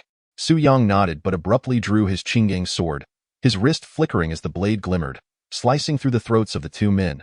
The strike was so forceful that it nearly severed their heads. As Yang Zheng was dragging the two, he suddenly felt a weight in his hands. Turning back, he saw deep, bone-exposing gashes on the necks of Sun Rahai and the wild bull, blood gushing forth from the wounds. Their lives extinguished. Yang Zheng frowned, stating, "They are no longer capable of resistance." Su Yang sheathed his sword and, instead of answering, questioned, "Do these two deserve to die?" Yang Zheng nodded. Su Yang continued, "Then after you return them to the yamen, will they inevitably face death?" Yang Zheng remained silent for a moment before shaking his head in resignation. The yamen is indeed a peculiar establishment. Its role is to mete out punishment corresponding to an individual's actions. However, the majority of these offices manage to thrive without fulfilling this duty, often even more prosperously than those that do. The court must be exceedingly wealthy to afford the maintenance of these idlers who merely complicate matters. You, as the constable, possess only the authority to apprehend. Should someone resist and meet their demise at your hands during the capture, it is merely unfortunate. Yet, should you slay them after apprehension, that constitutes a crime. Su Yang patted his shoulder, saying, "But I am unlike you. As a free spirit of the rivers and lakes, I take the life of one I deem deserving without any pretense of justification. Thus, I am most suited to take action." Yang Zheng lowered his head in contemplation for a moment before suddenly smiling. "It seems there are indeed advantages to having you by my side. Should we seek out Lord Aniba now? Or shall I take the lead, and you do the killing?" This time, however, Su Yang shook his head decisively, "Absolutely not." A resounding no. "Why?" Yang Zheng mused, realizing that since meeting Su Yang, he had uttered the word "why" more than any other. Su Yang appeared to possess an understanding of all things, and Yang Zheng had grown accustomed to inquiring of him. Su Yang continued, "Do you not find this situation exceedingly coincidental?" "Where lies the coincidence? There are far too many points of coincidence. We have just rescued CC from Di Qinglin's clutches. Shortly thereafter, CC begins to spread rumors, and then Lord Ba orchestrates a robbery of such magnitude. The head of the Central Plains Escort Agency, Wang Jinfei, neglects to oversee the escort in person, opting instead to indulge in horse trading at Mutant Mountain Villa. Moreover, this matter fortuitously comes to your attention, and Lord Ba specifically traverses your territory, even sending someone to bribe you beforehand, as if fearing you might remain unaware. Yang Zhang, being a sharp-minded individual, quickly grasped the implications. So many coincidences surely cannot be mere chance. But what, in truth, is the situation? Su Yang, well aware of the circumstances, explained. Wang Jinfei is a member of the Qinglong Society, and the escort silver has been appropriated by them. He has exploited his position as the chief escort to surreptitiously switch the silver, heading to Mutant Mountain Villa to buy horses, thereby creating an alibi that would divert suspicion from him. Thus, what Lord Ba has seized is merely a batch of counterfeit silver. Should Yang Zhang capture Lord Ba and recover the counterfeit silver, astute individuals will inevitably discern the deception, leading to accusations against Yang Zhang of having switched the silver. In due course, he would be silenced, and the matter would be thoroughly buried. In such a scenario, Wang Zhanfei could either pocket the silver or return it, claiming the bounty as his reward. Within this scheme, Yang Zhang is merely a scapegoat caught in the crossfire. Yet, there exists another thread in this web. On that very day, Di Qinglin committed murder at Mutant Mountain Villa, and it was indeed the Qinglong Society that commissioned him. Thus, if Yang Zhang pursues Lord Ba, the elimination of both Yang Zheng and Su Yang would serve as a shared objective for the Qinglong Society and Di Qinglin. Conversely, should Yang Zheng refrain from pursuing Lord Ba, the situation simplifies dramatically, reducing the conflict to merely dealing with Di Qinglin. This batch of escort silver is, in fact, the private property of a high-ranking official within the court. No official, regardless of rank, could amass 180,000 merely through their official salary. The bodyguards of the convoy and the victims are all far from virtuous. It's a case of dogs biting dogs, and such trivial matters are of no concern to Su Yang. The situation is undoubtedly intricate, yet it bears no relevance to you, as Su Yang casually remarked. When I am faced with convoluted issues that baffle me no matter how hard I ponder, I generally choose to set them aside and proceed in accordance with my own style, treating everything else as non-existent. He does his thing, and I do mine. This too is a viable approach. Cutting through the chaos with a swift blade? Yang Zheng inquired. Su Yang nodded. We need only to grasp 2 points. First, if we seek out Lord Ba, we will undoubtedly fall into the traps laid by certain individuals. Hence, we shall refrain from doing so. Whoever wishes to claim this batch of tainted silver may do as they please. Second, Di Qinglin is currently our most formidable adversary, and we lack the energy to be distracted further. In the ensuing days, Su Yang indeed shadowed Yang Zheng, like a specter, never straying from his side, even accompanying him to the restroom and during sleep. Yang Zheng's wife and CC were the closest of friends, and when Su Yang, accompanied by a meddlesome mysterious figure, abducted CC, his presence inevitably intertwined with Yang Zheng's. Di Qinglin, if not a fool, would surely deduce the connections therein. While he was keen on preserving CC's life, he harbored intentions for both Su Yang and Yang Zheng as well. Though Su Yang and Yang Zheng could not overpower Di Qinglin, they were more than capable of dealing with the ordinary assassins he dispatched, even allowing one of them to rest and sleep. Of course, in most instances, Su Yang merely stood by with his arms crossed, grinning as he observed Yang Zheng employing those seemingly chaotic moves against their foes. In addition, Su Yang frequented the noodle shop, sitting in wait for the second step, shrouded in mystery. One day, the assassins abruptly vanished, and for 3 consecutive days, no further assassination attempts occurred, in the small noodle shop. After finishing a hearty bowl, Yang Zheng could no longer contain himself. You keep mentioning the second step, but what is it? Have we completed the first step? The first step is to enhance our strength. My strength? Your strength, Su Yang replied, shaking his head. This step can be taken slowly and can extend to the very end. For the second step. Each time Su Yang reached this juncture, he would abruptly stop, regardless of Yang Zheng's inquiries, never uttering another word. Yang Zheng, having grown accustomed to this, began to drink. After consuming the painfully spicy noodles, he washed it down with equally fiery liquor. This reckless habit had persisted for over a decade. This time, however, Su Yang was unusually forthcoming, stating without prompting to kill someone. No sooner had he spoken than a figure indeed entered the noodle shop. Regardless, all must progress. It is better to update early than late. Delaying until the afternoon to update is less preferable than advancing to the early hours. Thanks to Deshane's continuous generosity, there will undoubtedly be a triple update within this week. If, by Sunday night before midnight, The total number of recommendation votes reaches 2,000. How about a triple update next Monday? I too have sought ways to procure tickets, yet this does not align with the spirit of martial arts. Alas hides face. Chapter 64. The Matter of a Mother, second update. The individual wore a wide-brimmed bamboo hat pulled low, obscuring not only his eyebrows and eyes but also shrouding his entire face in the shadow of the hat, leaving only his hands visible. His palms were notably broad, while his fingers were long and slender, the nails neatly trimmed short, and his hands impeccably clean. Such a pair of hands, regardless of what they grasped, would undoubtedly hold with remarkable steadiness, a quality that is fundamental yet challenging for any swordsman to master. Upon entering, he ordered a bowl of vegetarian noodles and a small dish of marinated delicacies, scarcely glancing at Su Yang or Yang Zheng, and sat down to eat in solitude. His manner of eating was peculiar. The interval between each pair of chopsticks was almost identical, consuming his meal with deliberate slowness, carefully selecting each morsel. Although the noodle shop was modest, it was well kept, and the dishes were free from any unsightly flies or debris. However, the large platter of marinated delicacies rested in a bamboo cabinet by the path, inevitably gathering a bit of dust. Remarkably, it seemed he could perceive even the tiniest speck of dust, meticulously picking it away before each bite. His actions instilled a firm belief that he indeed possessed the ability to discern dust. He donned a faded blue cloth robe, impeccably clean, and carried a long sword sheathed in a small cowhide scabbard on his back, extending at least 7 or 8 inches longer than the average sword. The scabbard was quite worn, yet the hilt was wrapped in pristine blue silk, with the sword's guard and mouth polished to a bright sheen. Observing this man, Su Yang felt a sudden rush of adrenaline, instinctively placing his hand on the sword hilt. Yang Zheng experienced a similar sensation. After glancing at the man a few times, he felt a chill run down his spine, goosebumps rising, and he could not help but clench his fists. The man remained engrossed in his noodles and marinated delicacies, casting not a single glance around, displaying no semblance of hostility towards Su Yang or Yang Zheng. Likewise, Su Yang and Yang Zheng bore no unfounded animosity towards him. The only plausible explanation was that this man was indeed there to kill. Such demeanor is characteristic of one preparing for murder.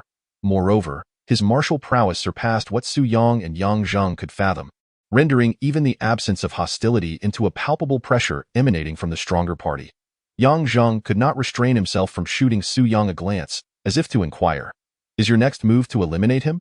Su Yang remained silent, his gaze fixed intently on the blue-clad swordsman, his expression suggesting he was indeed poised to engage in a fierce confrontation. As a series of resounding gong strikes approached, a blind man wielding a green bamboo staff and a small copper gong made his way from afar. With the sound of the gong, Su Yang felt the oppressive aura from the blue-clad swordsman diminish significantly. The blind man ambled forward, pausing momentarily at the entrance of the noodle shop, tilting his head as if to listen intently or perhaps to rest. After lingering for several breaths, he resumed his slow pace, quickly disappearing into the distance as the blind man moved further away.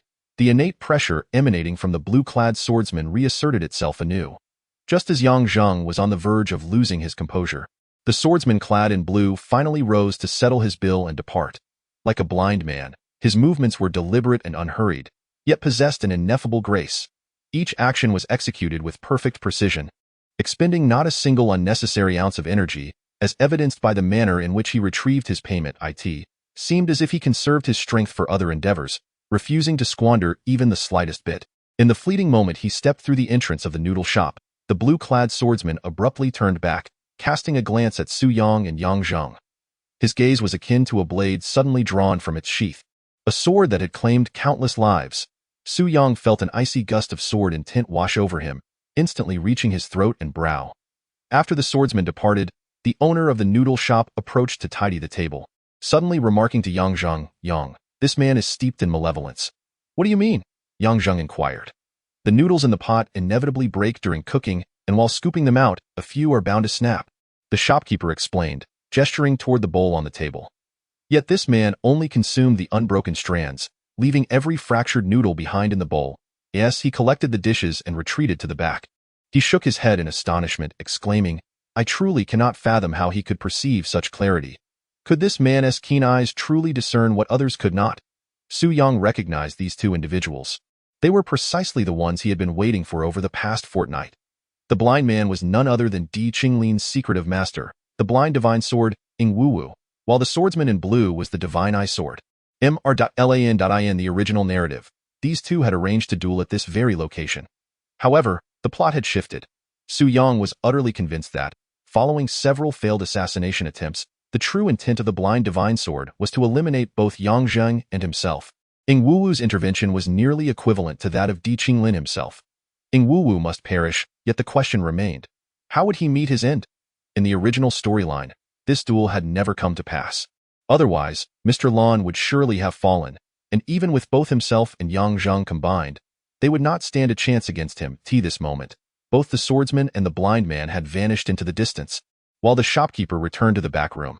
Yang Zheng finally wiped the sweat from his brow and remarked, "The martial prowess of these two is likely unparalleled, perhaps even surpassing that of Di Qinglin. What, then, is your second step? Do you intend to eliminate them? What connection do they have to this matter?" "Do not concern yourself with my second step," Su Yang replied. "Tell me, are there any martial arts masters in this county? Or is it considered a sanctuary for martial arts?" "There are none." Yang Zheng shook his head. "In this county, you would be regarded as an unparalleled expert." "Then what do you suppose the two supreme experts are doing here?" Su Yang inquired. "Could it be a duel?" Yang Zheng questioned. Su Yang chuckled. "Astute. As a constable responsible for maintaining order, when a duel occurs on your turf, it is only natural that someone may be killed, and someone may die. Is this not something you ought to address?" Yang Zheng shot Su Yang a glare. "In the realm of martial arts, if it is a fair duel, what concern is it of mine? Speaking of killings, have you not taken many lives during this time? Do you wish for me to place you in handcuffs?" Su Yang was momentarily taken aback. In the original narrative, Yang Zheng was an exceptionally competent, albeit somewhat impetuous, constable. He would never allow anyone to commit murder within his jurisdiction, even if he were fully aware that the assailant could swiftly take his life. Yet, he felt compelled to intervene in such matters under the pretext of maintaining public order, thereby preventing the duel between the two. Unexpectedly, the Yang Zheng of reality outright refused, articulating his reasoning with such conviction that Su Yang found himself utterly unable to counter his arguments. "They are dueling. What concern is it of yours? No, you must intervene in this matter," Su Yang exclaimed, grabbing Yang Zheng and pulling him towards the exit of the noodle shop. "Why must you insist that I intervene?" Yang Zheng protested, struggling and shouting, "I am the constable, not a meddlesome busybody. This is merely the second step. Without your intervention, the third and fourth steps cannot proceed." Su Yang whispered a few words into Yang Zheng's ear. "Are you certain?" Yang Zheng inquired. "I am quite certain." Su Yang affirmed with resolute nodding. Su Yang's words seemed to possess a certain enchanting quality. As Yang Zheng's attitude swiftly shifted, "Very well, I shall intervene." What a disheartening affair, having endured a morning of rain only to catch 2 fish. To alleviate his gloomy spirits, he decided on a late-night excursion. Chapter 65. The Sword Like the Blue Mountains. The sword like a serpent, late night. As the night began to descend, the world appeared to be enveloped in a shroud of gray. The verdant mountains, azure waters, lush leaves, and crimson flowers all faded into a muted haze, resembling a delicate ink wash painting. Although this state was aesthetically pleasing, the dim light would undoubtedly hinder the vision of most. Even with a pair of divine eyes, one's sight would be greatly diminished in such an environment. Yet, there existed one type of person who would remain unaffected: the blind. The blind often perceive more clearly than those with sight, for they rely not on their eyes but on their hearts. Mr. Londa ambled along the path at the foot of the mountain. Although his pace was slow, a fleeting moment of distraction could lead one to find he had already traversed a considerable distance. Suddenly, a resounding gong echoed from afar, shattering the tranquility of the realm. The blind man, Ing Wuwu, tapped his bamboo staff against the ground, slowly emerging from the woods. Mr. Londa approached him, and as they neared a certain distance, they both came to an abrupt halt. The two stood facing each other like statues, and after a long pause, Ing Wuwu suddenly inquired, "Divine eyes, divine sword, Mr. Londa?" "Indeed. I am Lonnie Chin," Mr. Londa replied, countering. "How did you know it was surely I who had arrived? Though my eyes are blind, my heart is not. What I perceive is precisely what others cannot." "What do you see?" "I see your sword aura and murderous intent," the blind man stated. "Moreover, I have ears and can hear." Lon Ichin sighed. "Indeed, you, the blind divine sword, are truly deserving of your reputation as a paragon among men and a deity among swords." The blind man suddenly chuckled coldly. "Alas, I remain a blind man. How could I possibly compare to your keen and penetrating divine eyes? You summoned me merely because you could not abide the term divine eyes." "Indeed," the blind man acknowledged, "I have devoted 30 years to mastering the sword, acquiring knowledge of every renowned blade across the land. Yet, there remains one unfulfilled desire in my lifetime. I must ascertain whether this blind man can rival your unparalleled divine vision. Lan Yichen sighed once more. Ingwu, your gaze should be devoid of all things. It is unexpected that your heart cannot accommodate them either. Ingwu replied coldly. Lan Yichen, only now do I comprehend why you are named Lan Yichen. It is because there still lingers a trace of dust in your heart, a hint of arrogance that compels you to approach. You are partially correct, Lan Yichen countered, shaking his head. I harbor no pride. Yet indeed, there exists a speck of dust.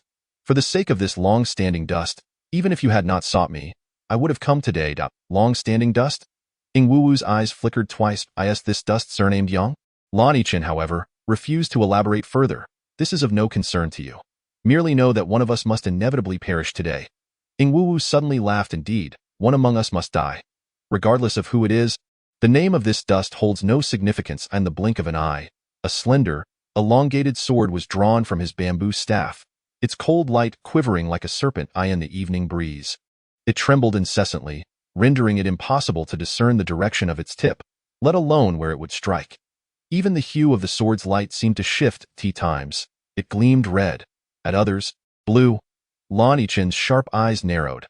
The spirit serpent sword, as agile as green bamboo yet venomous as a red serpent, could sever souls in 7 steps, leaving no trace of life.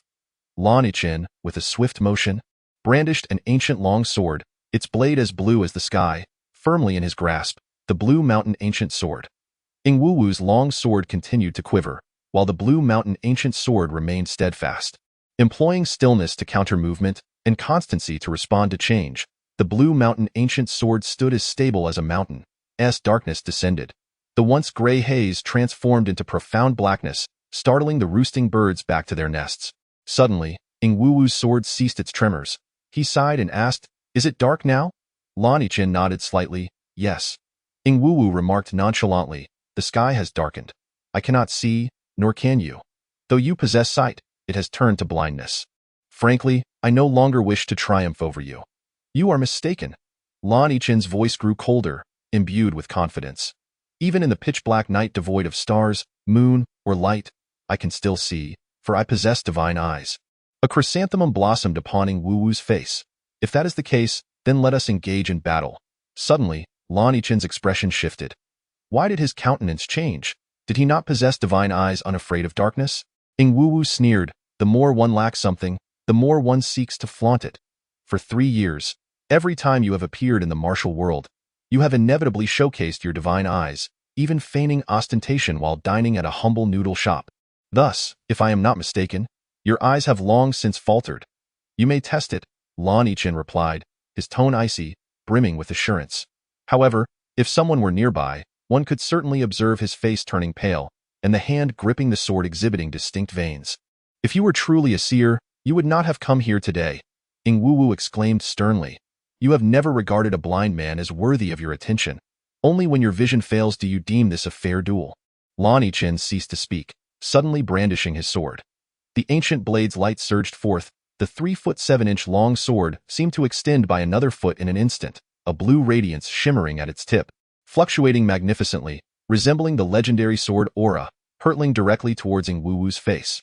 This strike embodied the culmination of his lifelong mastery. A sharp crack resonated as a tree 5 feet away was abruptly severed in 2. Unbeknownst to him, Ingwu had already positioned himself 3 feet beyond the tree, shaking his head coldly. The sword Aura merely extended the reach of the attack. No matter how intense, it could not surpass the length of a spear, and a failed thrust bore no utility.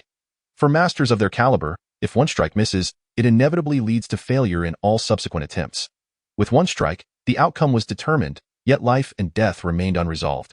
Mr. Lan suddenly sheathed his sword and exhaled heavily. "I am prepared." "Prepared for what?" "In such circumstances, one can only be prepared for death." Ingwu slowly raised the spirit serpent sword, his arm motionless. Yet the blade trembled incessantly, thrusting forward repeatedly, emitting a buzzing sound, as if it required no guidance from its master to execute the most exquisite techniques. Suddenly, the sound of rapid footsteps echoed along the path, and a voice cried out, "Halt! No one is permitted to kill on my territory. It matters not who you are." A constable rushed onto the scene, followed by a swordsman, both panting heavily. The young swordsman complained incessantly. Do you have any idea how rare such duels are? The immense inspiration and assistance they provide for my sword practice.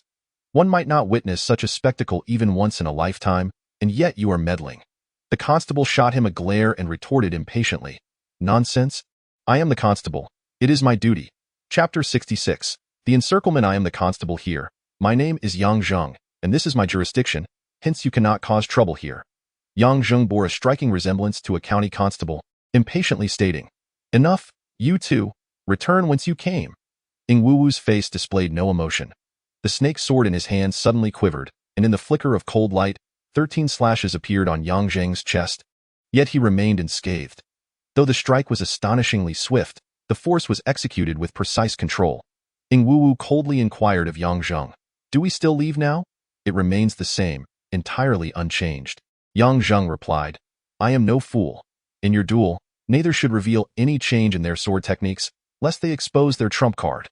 Thus, you dare not kill me, which means you must depart. The young swordsman, of course, was Su Yang, who quickly stepped aside, as if fearing to stand too close to the constable and risk being inadvertently harmed by the two masters. He withdrew his hands from the sword at his waist and brandished it before his chest. You too must have noticed. This man is not quite right in the head, with a foul temper that is truly formidable. If you wish to kill him, then do so. I am merely here to observe and will not interfere. It is not my concern. The reply from Ing Wuwu was succinct, a single word, good. Indeed, it was good. His original intention was to eliminate Yang Zheng and Su Yangda, as for the esteemed Mr. Lan. His eyesight had already deteriorated, and his once formidable spirit had waned, rendering him less of a threat than the swift sword. Young Su Yinglin's martial prowess was a skill he had personally imparted. He was well aware of the caliber of those who could escape alive from Di Qinglin's blade. Fortunately, few in the martial world knew that he was the true master of Di Qinglin. How could a swordsman and a swordsman of blades possibly be teacher and disciple? Thus, he could do much for Di Qinglin. As this word left his lips, the serpent sword had transformed into a flurry of serpentine strikes, with dozens of gleaming sword lights quivering as they pointed menacingly at Yang Zheng's throat. Though blind, his eyes were not. It seemed as if his sword possessed its own vision, and should he aim for the Tian-Tu at your throat, there would be no room for error. Amidst the quivering cold light, the lethal intent surged forth unceasingly, a single sword strike claiming 13 lives, and few in the martial realm could evade such a blow. To his astonishment, Yang Zheng managed to evade it, and in a perilous moment, he had not forgotten to counterattack. Employing a desperate maneuver, he lunged forward beneath the trembling sword light to grasp Ing Wuwu's waist. Yet, Ing Wuwu was not taken aback. He merely smirked. Good. This sword, though formidable, was by no means his ultimate weapon. He rarely revealed his trump card in the presence of others. The serpent sword spun, enveloping Yang Zheng entirely, capable of striking 13 vital points from the back of his head down to his ankles in an instant, each a lethal target. Nevertheless, Yang Zheng persisted, intent on seizing Ing Wuwu's waist, vowing to hold on even unto death. Even if he were to perish, he was determined to bring his opponent down, a lesson learned from years of brawling. Should a man fall, no matter how high his skill, it would be diminished. Naturally, Ing Wuwu could not be toppled, nor could the blind divine sword succumb. Even if he calculated that this strike could surely slay Yang Zheng, he could not be brought down. Even if he could kill Yang Zheng after being toppled, he could not allow himself to fall. A divine sword may perish in battle, but it must never be felled like a common ruffian in a brawl. Such is the dignity and pride of a master of the martial arts. Suddenly, the trembling sword light vanished, and Ing Wuwu retreated 3 paces. Yang Zheng lunged, missing entirely, losing his balance and tumbling to the ground, his face meeting the earth. Just as Ing Wuwu was about to speak, a streak of azure light appeared in the heavens, illuminating his face. An unparalleled blue sword aura had cleaved through the air. Lan Yichen. He stood a mere 4 feet away, having been there all along. A shiver ran down Ing Wuwu's neck, and a chill gripped his heart as he pieced together 3 or 4 truths. Lan Yichen's long-buried sentiments indeed bore the surname Yang, and they had likely conspired in secret. Yet, he continued to sneer. Though this sword was formidable, it paled in comparison to the one that had felled a tree moments ago. If one could evade that strike, naturally, one could evade this one as well. Within his heart, there lingered a peculiar sensation of this is rather splendid. Since the opportunity had presented itself so fortuitously, it would be prudent to eliminate the threat in one decisive stroke, thus avoiding the need for repeated exertion. As Ing Wuwu's heel was lifted, his body instinctively prepared to spring forth. Yet, he had forgotten one critical truth in the course of a lifetime. One may forget a multitude of things, even the most basic details such as one's name or surname, but certain memories must never fade, for forgetting could prove fatal. Just moments ago, Yang Zhang had failed to encircle his waist, and now he lay sprawled at Ing Wuwu's feet.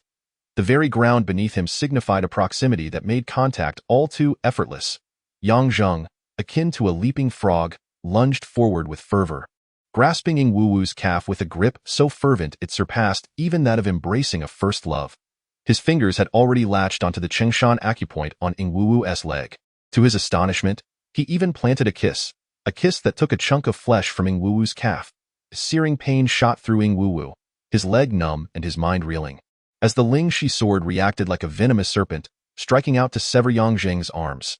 Typically, even in death, one's muscles retain their premortal state for a brief period, often becoming rigid, necessitating that Ing Wuwu sever the arms clinging to his leg. The blind sword, if it sought to cleave a man's arms, would find even iron limbs no obstacle. Should Yang Zhang remain still, his arms would surely be severed, and his head might follow in swift succession. Yet should he evade, Ing Wuwu would seize the opportunity to leap aside, thereby avoiding Mr. Lan's impending strike. In that eventuality, Yang Zhang, Su Yang, and Lanichen would still meet their demise, perhaps in even more harrowing fashion. The Ling Shi sword had already brushed against Yang Zhang's upper arm, even slicing through the fabric of his sleeve. At that very moment, the Qing Gang sword arrived. No soul could outpace the blind sword. Not Lanichen, not Yang Zhang, nor Su Yang. The instant Lanichen made his move, the Qing Gang sword had already been drawn, as if guided by prophetic foresight, positioning itself to intercept the advance of the Ling Shi sword. With a sharp clang, sword met sword, and the slender Ling Shi sword was cleaved in two. Yet Su Yang felt a violent jolt in his hand, akin to an electric shock, as the Qing Gang sword slipped from his grasp. Fortunately, at that moment, no one could come to Ing Wuwu's aid. The blade of the Lanshan ancient sword had already reached his throat. However, Ing Wuwu was still capable of inflicting harm, for he wielded a half-broken sword. The fractured blade slashed towards Su Yang's throat as Su Yang, like a bird taking flight, leapt towards Ing Wuwu in midair. He found no leverage to evade. Thus, Su Yang did not withdraw.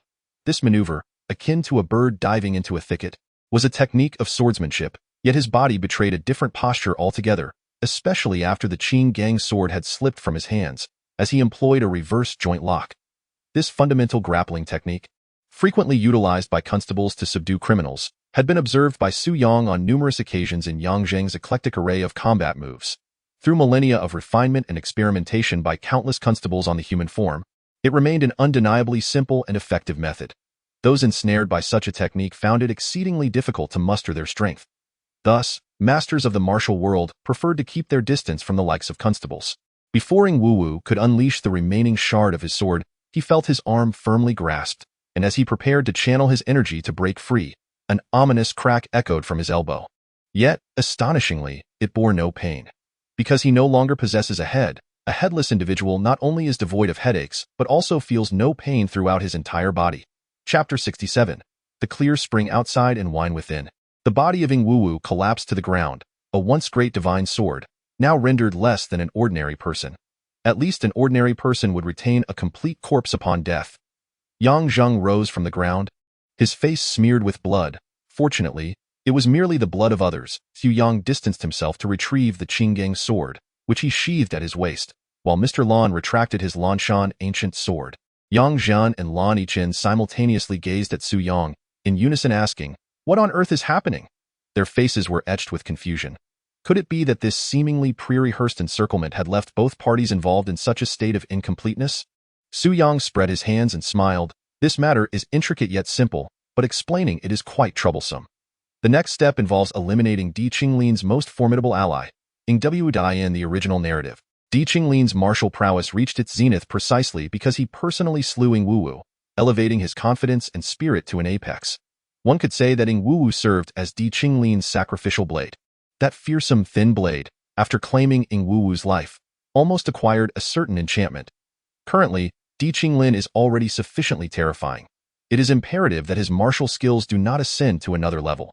Should Di Qinglin refrain from killing Ing Wuwu, the latter would remain perpetually by his side. Confronting Di Qinglin is already a matter of life and death. Adding a divine sword whose abilities are on par with Di Qinglin's is utterly perilous. Moreover, the narrative has shifted. Su Yang is highly confident that Ing Wuwu's primary intent this time is to eliminate both himself and Yang Zheng. Thus, to slay Di Qinglin, one must first eliminate Ing Wuwu. Yet, Su Yang is acutely aware that Lan Yiqin cannot vanquish Ing Wuwu, as his eyesight has indeed deteriorated. However, this may present a unique opportunity for a strike. To accomplish this task, several critical points must align. Yang Zheng must grapple. Lan Yiqin must draw his sword, and Su Yang must leap to intercept and seize the sword. These three actions must be executed in seamless succession. Any slight misalignment could result in Ing Wuwu surviving today. Thus, Su Yang has shadowed Yang Zheng for over 10 days, learning his desperate techniques and observing his patterns of attack, ensuring their coordination is flawless. As for Mr. Lan, Su Yang trusts that, given his experience in the martial world, once Yang Zheng entangles Ing Wuwu, he will not miss the opportunity. However, prior to this, two prerequisites must be met. First, how to persuade Yang Zheng to intervene in this duel. Second, Mr. Lan possesses his own pride. A person of such stature, even if bereft of his own head, would not exploit another's vulnerability without sufficient justification to act after Yang Zheng has ensnared Ing Wuwu. Yang Zheng has misconstrued a crucial point. His father indeed had true friends. Had he lacked such bonds, he would have been slain in the years following his injury, and Yang Zheng would not have survived to this age. There exists a type of friend in the world who does not frequently appear before you, perhaps not seen for many years, yet occasionally sends a simple greeting. Once you find yourself ensnared in adversity, and all your erstwhile friends have vanished, he will unexpectedly appear at your doorstep, leading you to mistakenly believe he has resided in the room next door for years. In truth, he may have traversed countless miles to reach you. Some friends can be entrusted with wealth, others with the care of your offspring. Yet this kind of friend is one to whom you can entrust your very life. Lan Yiqin is such a friend, to whom Yang Zheng's father entrusted both his own life and that of his son. Few are privy to the relationship between Ing Wuwu and Di Qinglin, and most presume that Lan Yiqin and Yang Zheng's father are sworn enemies. Often, it is your adversaries who know you best. Both Ing Wuwu and Lan Yiqin are acutely aware of each other's secrets. Ing Wuwu's true intention in coming is to eliminate Yang Zheng, while Lan Yiqin's mission is to safeguard him. Thus, this is not a fair duel rooted in the ethics of the martial world. Ing Wuwu and Lan Yiqin share a singular aim: to vanquish one another. Given the opportunity, they will assuredly strike. Ultimately, the only lingering challenge is how to persuade Yang Zheng of the connection between Ing Wuwu and Di Qinglin. Su Yang initially planned to concoct a plausible excuse to deceive him, for he could not simply confess, "I have read the original text." Unexpectedly, Di Qinglin proactively lent assistance. During the previous fortnight, the assassins dispatched by Di Qinglin were mostly apprehended by Yang Zheng himself.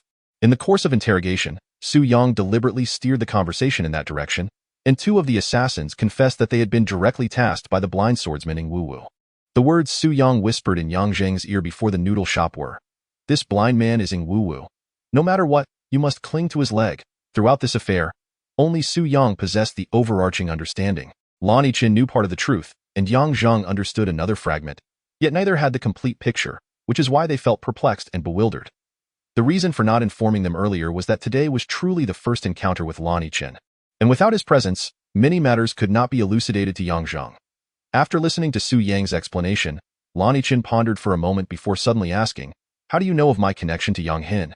Yang Hin is none other than Yang Zheng's father, the legendary lone bandit who once roamed the world. Few are aware of the bond between Lan Yiqin and Yang Hin, but if Su Yang were not already privy to this relationship, everything he had just articulated would lack a foundation. Su Yang internally chuckled ruefully, realizing this was the one aspect he could not elucidate. He had thought his words were so convoluted that they might not grasp them, yet he had been seen through by the esteemed Mr. Lan. Fortunately, Su Yang was adept at deception. At this juncture, he had no choice but to continue. Deception is indeed an art, as long as one can speak convincingly, leaving no cracks for others to exploit. Even the most skeptical must acquiesce, for humans have an intrinsic tendency to seek a reason for events that transpire, especially those who are meticulous in their thoughts. The sole flaw in Su Yang's subsequent ruse lay with Yang Hin. As long as Yang Hin was present, he would undoubtedly expose him. Would Yang Hin be present? Certainly not. How could a man who had been dead for nearly 20 years possibly appear? Thus, Su Yang succeeded once more in his deception. The three of them exchanged knowing glances and suddenly erupted into hearty laughter. Yang Zheng expressed his gratitude to Mr. Landa. "Thank you." Mr. Landa reciprocated the sentiment to Su Yang. Thank you. Lan Yichen felt he owed a life to Yang Zheng's father, yet he had now repaid too. Thus, Yang Zheng felt compelled to say thank you to him. Conversely, Lan Yichen believed he owed a life to Yang Zheng's father and should, therefore, exert every effort to protect the Yang family. Su Yang had devised this scheme to help him fulfill his promise, and hence he wished to say thank you to Su Yang. While this may appear to be a complex web of relationships, it can ultimately be distilled into two words. Loyalty, Su Yang remarked. Isn't this exchange of thanks becoming rather cloying? If we truly wish to express our gratitude, let us go drink. Whoever you wish to thank, drown them in drink. That is the essence of true appreciation. Thus, they set off to drink. The small noodle shop had already closed, leaving them no place to seek accompaniments for their libations, yet they discovered an even finer source of entertainment. They spoke of Yang Hin, the notorious figure who once wielded a parting hook to carve out his dominance across the realm. When recounting how Yang Hin had severed the head of Ming Fizi, one of the 7 sons of Wudong, they downed an entire vat of drink. Ming Fizi was utterly oblivious to right and wrong, his indiscriminate slaughter rendering him far more brutal than the common ruffian. As they discussed how Yang Hin had first slain the provincial governor in Hunan and subsequently intercepted 20,000 taels of silver from the Central Plains Escort Agency, they drained another vat. That year, Hunan was besieged by devastating floods, while the provincial governor embezzled half of the 40,000 taels allocated for disaster relief, entrusting the Central Plains Escort Agency to transport the funds back to his hometown. When they spoke of how Yang Hin had annihilated the 3 major sword sects of Jinling in a single night, they indulged in yet another vat. The 3 sword sects had conspired to monopolize 80% of the flower boats along the Qinhuai River, leading countless virtuous women to be cast into the flames of perdition each year. Su Yang drank the most and the fastest, losing count of how many vats he had consumed. His mind was reduced to a singular image, a solitary thief wielding a peculiar hook, slaying with such ferocity that the heavens darkened and the earth trembled, carving out a realm of clarity amidst chaos. Yang Zheng, swaying unsteadily, inquired of Lan Yichen. Uncle Lan, what has become of your eyes? Lan Yichen shook his head, stating, Ing Wu speaks truly. My eyesight has long since failed me, and I have boasted of my divine vision everywhere. Just now, I could scarcely perceive Ing Wu's movement. The moment he drew his sword, I knew my demise was inevitable. Is there no remedy? Lan Yichen laughed heartily and waved his hand dismissively. There is no remedy, nor is there any need for one. I am grateful for these eyes of mine. Decades ago, they earned me renown, and now they have resolved a significant dilemma for me. Yang Zheng asked, What dilemma? Lan Yichen gazed into the distant night, his once divine eyes softening for the first time in decades, and slowly replied. 10 years ago, I purchased a few acres of land in a small village, built several rooms, and behind my house stood hundreds of bamboo stalks, while dozens of plum trees graced the front. Amidst the green bamboo and red plums flowed a few small, clear springs. I had long planned to retreat there after washing my hands of worldly affairs to spend a few tranquil years. However, the burden of fame has wearied me, preventing me from making up my mind, and I do not know when I shall be able to cast aside this heavy load. Yet, these eyes have aided me in making this decision. Lan Yichen looked at Yang Zheng and Su Yang, his gaze reminiscent of an elder observing 2 young relatives, yet also akin to that of a friend. When you have the time, do not hesitate to visit me in that small village. I recall that behind your abode, there are elegant bamboos, and before the hall, the plum blossoms bloom. Within my dwelling, I still have wine. Very well. As long as I remain alive, I shall undoubtedly go. Indeed, as long as I breathe, I shall await your arrival. While I draw breath, I am resolute in my intent to embark on this journey. What a splendid atmosphere it is, yet alas, there are those who seek to disrupt it.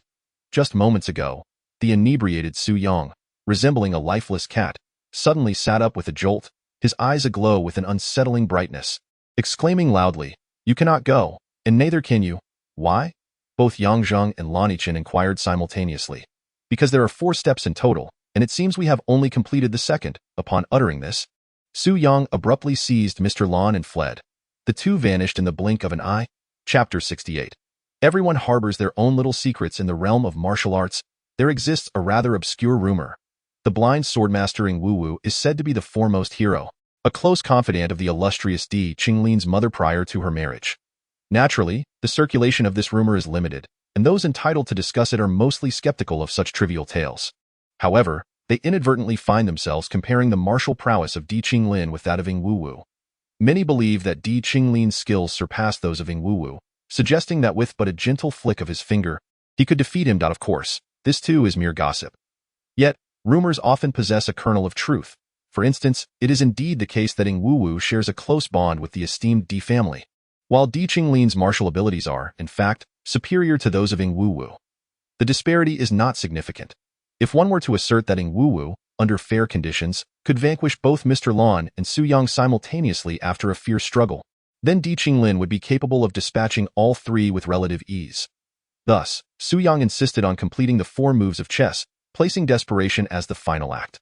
However, just as Su Yang completed the 2nd move and prepared for the 3rd, he inexplicably vanished. He truly disappeared, leaving even Yang Zheng in the dark as to his whereabouts, as if the swift swordsman Xiao Su had never existed, rendering Yang Zheng's experiences akin to a fleeting dream. Before his departure, Su Yang had uttered a solitary remark to Yang Zheng. "I am bound for the darkest place in this world." What constitutes the darkest place? Is it not the abyss into which one descends upon forsaking their ideals and convictions? Whispers soon spread through the martial world, claiming that the enigmatic swordmaster Mr. Lan had issued a challenge to the foremost hero, Di Qinglin. The realm of martial arts is rife with such tales. Those who practice the sword and the blade often have a youthful attendant by their side, typically a young boy of tender years, fair of face, and clad in white. The role of this young lad is manifold. He may carry swords and blades, and in public gatherings, he serves to uphold his master's reputation. Of course, at times, this charming boy may fulfill other, less spoken of purposes. Therefore, as long as there are indolent individuals, those who revel in ostentation and peculiar sorts, such enchanting young boys shall undeniably persist. Beside Di Qinglin stood a striking young boy, around 12 or 13 years of age, adorned in a slightly less radiant white robe than Di Qinglin's own. With rosy lips and pearly teeth, his cherubic face was charmingly flushed, making him exceedingly endearing. Kneeling before Di Qinglin was a balding man. If the boy behind Di Qinglin resembled a delicately crafted porcelain doll, then the balding man appeared as a grotesque, mended clay figure, marred by the ravages of time. It was surprising to realize that I was indeed serving the young lord, an endeavor that shone with prestige. The balding man bowed his head heavily to the ground, his voice and appearance perfectly matched, both lacking the essence of humanity. Di Qinglin remained silent, while the porcelain doll inquired, "Are you certain that Cici was brought back by Yang Zheng?" The doll's voice harmonized beautifully with his appearance. The balding man nodded. "I witnessed it with my own eyes." The doll pressed further. "Are you certain that quick sword Xiao Su has departed?" The balding man confidently elaborated. "I have observed Yang Zheng for 5 days without seeing anyone else. He even brought Lu Suan back. If he resided in a single room with another man, it would undoubtedly be inconvenient for his wife to return." The doll asked, "Was there no suspicion?" The balding man replied proudly, "I lived directly across from Captain Yang, seeing him daily. Moreover, I fell gravely ill last year and lacked funds for medicine. He covered my expenses, so he would never suspect me of surveilling him and his wife." Remarkably, the balding man spoke these words without a hint of shame, exuding a sense of righteous pride as if he were immensely capable. The porcelain doll nodded and smiled. "You do possess some skill." The balding man puffed up with pride. The doll continued, "You have performed admirably this time. The Lord rewards you with 1,000 taels of silver." The doll, with his refined features and charming demeanor, was particularly likable, especially when presenting silver. The balding man's eyes immediately narrowed with anticipation as he reached out for the banknote. Unfortunately, he failed to grasp it, for he only noticed one hand of the doll holding the note, oblivious to the other hand concealing a knife. With effortless precision, the blade was plunged into the balding man's heart, delivering a fatal blow without a trace of mercy. Although Di Qinglin relished the taste of death, he deemed such a wretched individual beneath his notice. A soft click echoed, and the room was shrouded in darkness as the balding man's body vanished. The porcelain doll was not only beautiful but also astute, seemingly aware of every detail. "My lord, Master Ing has perished under the blade of Lan Dajian, with Yang Zheng and Su Yang present at the scene. Yang Zheng's wife, Lu Suan, and Cici are close friends, while Su Yang and Yang Zheng share a strong camaraderie. Eliminate Lu Suan, and Yang Zheng shall be left to me." Di Qinglin uttered this statement before rising and departing. Outside awaited a grand carriage drawn by 4 white horses, though the driver had been replaced. The previous driver, who had escorted him to Peony Mountain, had received a handsome reward. Such laborers, once enriched, are prone to indulge in a few extra drinks. A drunken laborer slipping and drowning in a lake would be a most plausible misfortune, one that would attract no scrutiny, merely a tragic tale of fate in this world. There exists a multitude of unfortunate events that are both reasonable and beyond the scrutiny of others. The great carriage slowly commenced its journey towards the pinnacle of Huangshan. Merely half a month had passed, and a new rumor began to circulate within the martial world. Mr. Lan's challenge to Di Qinglin had astonishingly gone unanswered. This revelation was even more sensational than the previous challenge. The fact that Mr. Lan initiated a duel yet failed to appear undoubtedly implied his trepidation towards the young noble, Di. Henceforth, the martial world seemed to have lost the formidable figure of the divine eye sword. With the disappearance of Lan and Su Yang, Yang Zheng found himself alone to confront the tumultuous tide of events. El Suin urged him, "As long as we refrain from provoking Di Qinglin, perhaps he shall cease to pursue us. Your most trusted friend and reliable mentor have both departed. Why do you linger here? I have saved a modest sum over the years, sufficient for us to live comfortably for the latter half of our lives." Yang Zheng was a man of obstinate conviction. He had always believed that a person like Di Qinglin deserved to perish, even if it meant sacrificing his own life in exchange. Life, like death, is singular and infinitely precious, thus it must be expended in the most necessary of circumstances to yield the most worthy of returns. Even in his most destitute days, when sustenance was scarce, his eyes remained bright and resolute.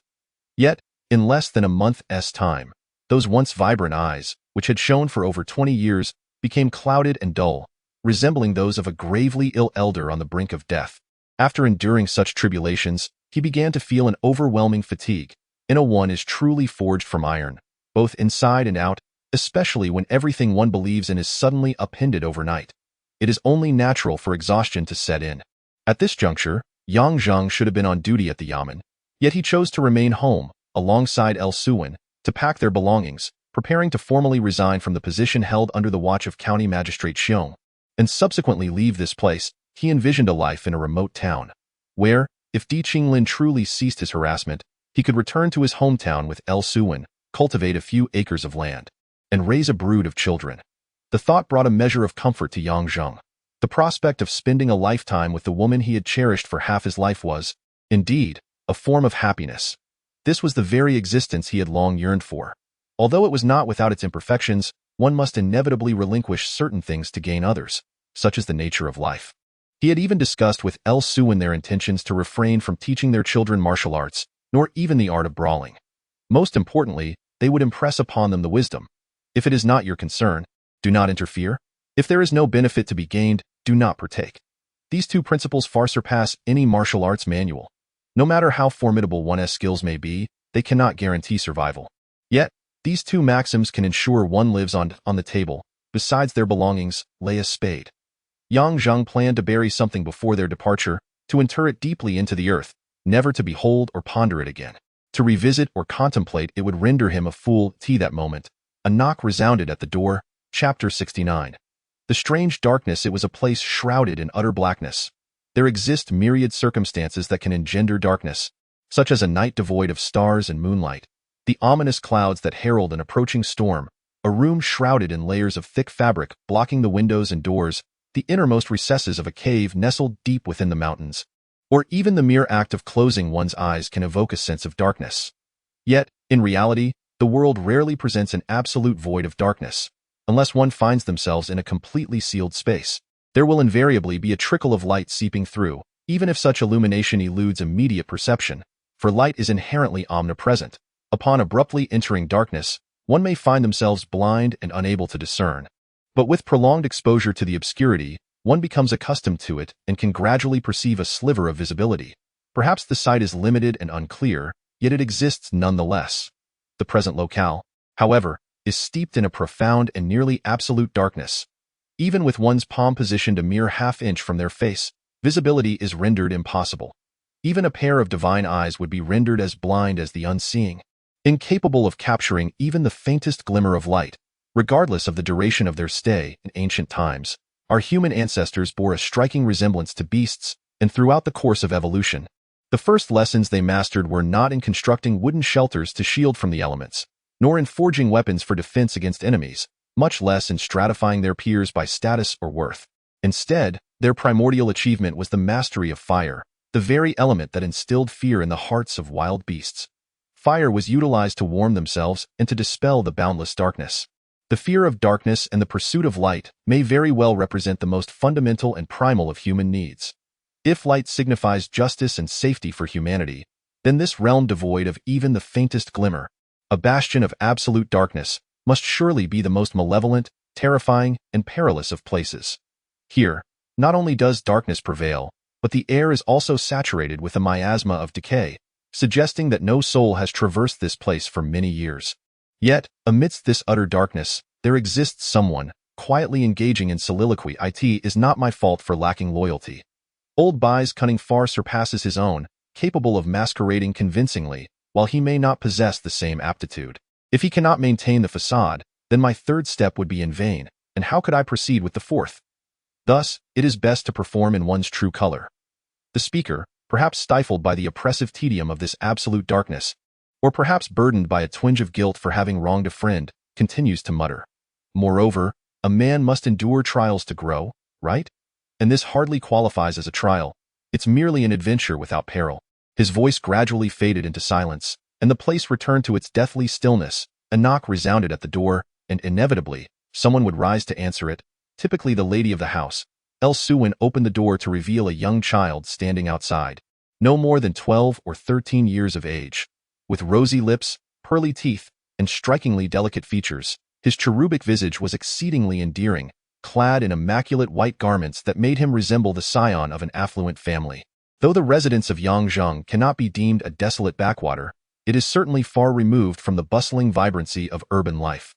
Within a 30-mile radius, no households of considerable stature can be found, and one would expect that the young masters of affluent families would be accompanied by a retinue of maids and servants. Yet, the child before us stands alone. Suwen bent down with a smile and inquired, "Are you lost?" The boy shook his head and, with a demeanor of utmost politeness, replied, "I am here to find a Miss Ruiyu." Suwen was convinced that this young master hailed from a wealthy family and that he was certainly not lost. Ruiyu was the name Suwen used in the establishment. The young women there often aspired to reform their ways, which is why few would employ their true names. Besides, Suwen was rather too plain. "I am Ruiyu." "What brings you to me?"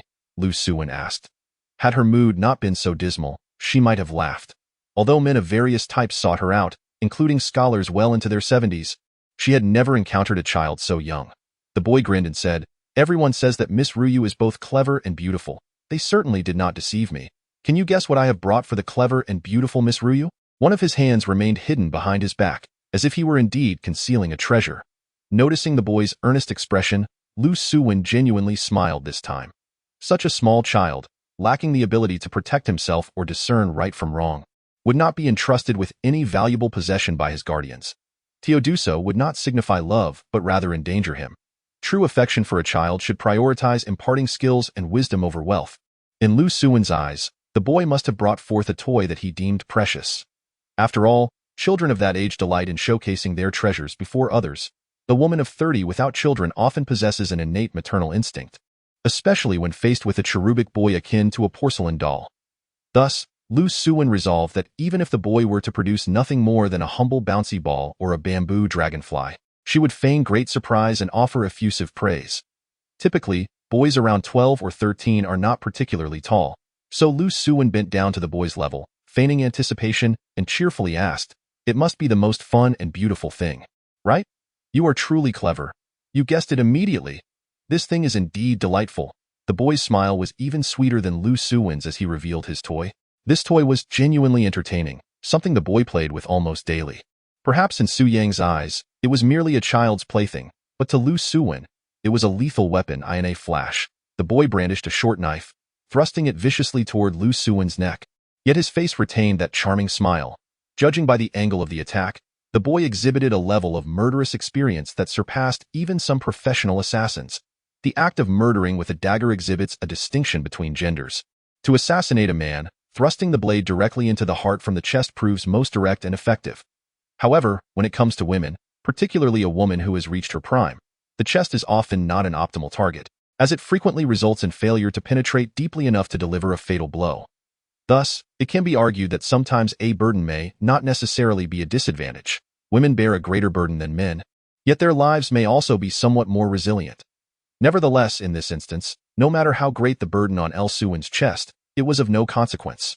Her neck bore no such encumbrance, slender and elongated, and merely a foot away from the dagger's edge. The weekend has arrived once more. Let us have some tickets. I have just learned that the requirements for a strong push to the shelves seem to necessitate a certain proportion of recommendation votes. Chapter 70.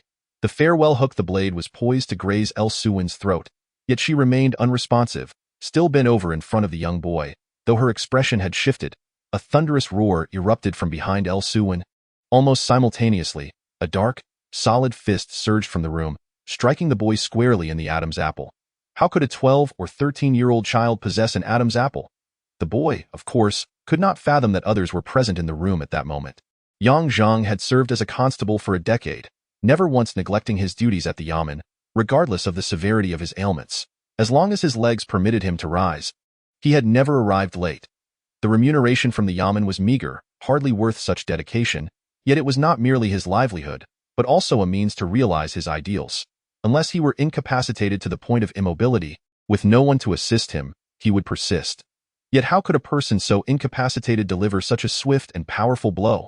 However, the boy did not panic or falter. He had come to kill. Regardless of the circumstances or any changes, he was resolute in fulfilling his mission.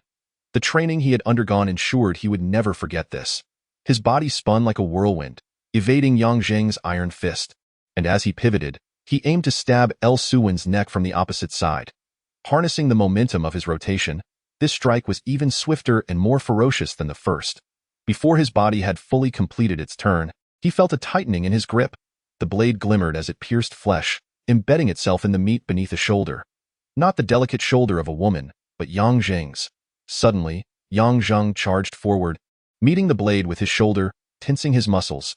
The edge of the dagger became ensnared in his iron-like flesh, unable to advance or withdraw. The boy, initially elated, soon found himself astonished. How could a woman's neck possess such hardness and strength? In that fleeting moment, Yang Zheng's iron hand had already swept across the boy's throat. The boy's body jerked backward, his eyes bulging in astonishment as he gazed at Yang Zheng, only to find his body collapsing like a limp ragdoll. Yang Zheng withdrew the dagger from his shoulder, tearing a strip of cloth to staunch the bleeding from the wound. Throughout these actions, his face darkened like the bottom of a pot, an expression flickering across his countenance akin to flashes of lightning. Had it not been for his fortuitous presence at home today, had he not caught a glimpse of the boy's Adam's apple through a narrow crack by the door, had he delayed his action by but a moment, Lu Suwen would now be a lifeless corpse. At that point, what would it matter if he eliminated 10 such assassins? What difference would it make if he vanquished all the killers in the world? He had resolved to relinquish everything, even the beliefs he had steadfastly upheld, choosing instead to live a simple life with the one he loved. Yet, such a modest wish now seemed utterly unattainable. In that fleeting moment, he began to comprehend his father's extremities, why his life was fraught with such intensity, why he never offered explanations, and why he preferred weapons over words. Yang Zheng's eyes gradually brightened. Lu Suwen, still shaken, murmured, "He is still but a child. How could he? Such children may cross our paths many times in the future." Yang Zheng abruptly yanked down the boy's trousers, exclaiming, "Do you still see him as a child?" Lu Suwen gazed at the boy in astonishment. It was evident to anyone that he had outgrown childhood, having matured completely. How can you assert he is no longer a child? He has developed an Adam's apple, and wields his blade with remarkable skill.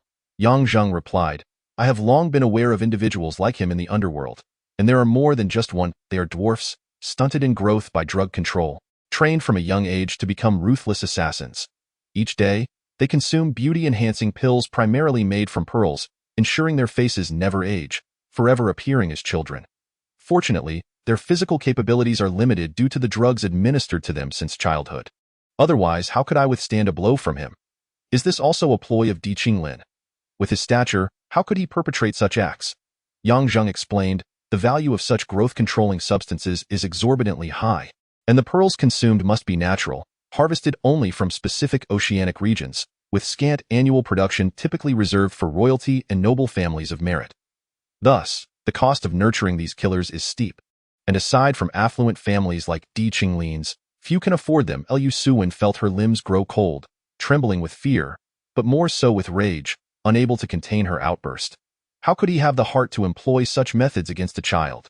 She envisioned trees forced into bonsai shapes, to ensure the aesthetic appeal of the bonsai. Gardeners prune branches and use iron frames to stifle their growth, coercing the young trees into forms favored by adults. The young trees may not feel pain, but humans certainly do. To think there are those who would treat their own kind as mere trees to be cultivated. She recalled her agreement with Yang Zhang to have several children in the future.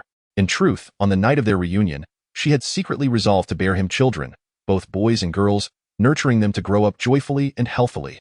Upon seeing this little boy for the first time, she even imagined her own children would be as endearing as he. Yet now, as she reflects upon her previous thoughts, a chill envelopes her, rendering her unable to suppress the urge to retch. Her affection for children, a natural inclination of womanhood, deepens after a kind woman entrusts herself to a man. The mere contemplation that there exist countless children who ought to thrive under the sun, yet face such tragic fates, rends her heart as if a gaping wound has been inflicted upon it. Although the blade did not pierce her neck, it plunged deeply into her heart. Slowly, she bent down to retrieve the short knife that Yang Zhang had cast aside, gripping it tightly in her hand, her entire arm trembling with exertion. Moments later, Yang Zhang, with one hand clasping Lu Suwen's, shouldered the burden and exited the modest dwelling. Lu Suwen nestled against Yang Zhang's shoulder, letting out a gentle sigh. At times, I truly cannot fathom how you come to know so much. It seems no enigmatic dealings in the world can escape your notice. A complex expression of both respect and sorrow suddenly graced Yang Zhang's face, and after a considerable pause he replied, "These matters were imparted to me by someone." "Who taught you?" Lu Suwen inquired. Yang Zhang merely smiled faintly, offering no answer, and quickened his pace. They departed from the county, yet their destination was not the originally intended remote village, but rather their ancestral home, Dalin village. Behind a young village lies a dense, shadowy forest, deep within which stands a small cabin housing a box containing a hook, the parting hook. In the morning, he went fishing again, eager to transmit this chapter early. Fishing serves to enhance one's soft skills. With a full skill set, one can grasp the ultimate technique of Qian Kuren Nua Yi. Chapter 71. The Final Showdown, Part 1. Dalin Village is a diminutive settlement, comprising merely over 30 households, totaling fewer than 200 souls.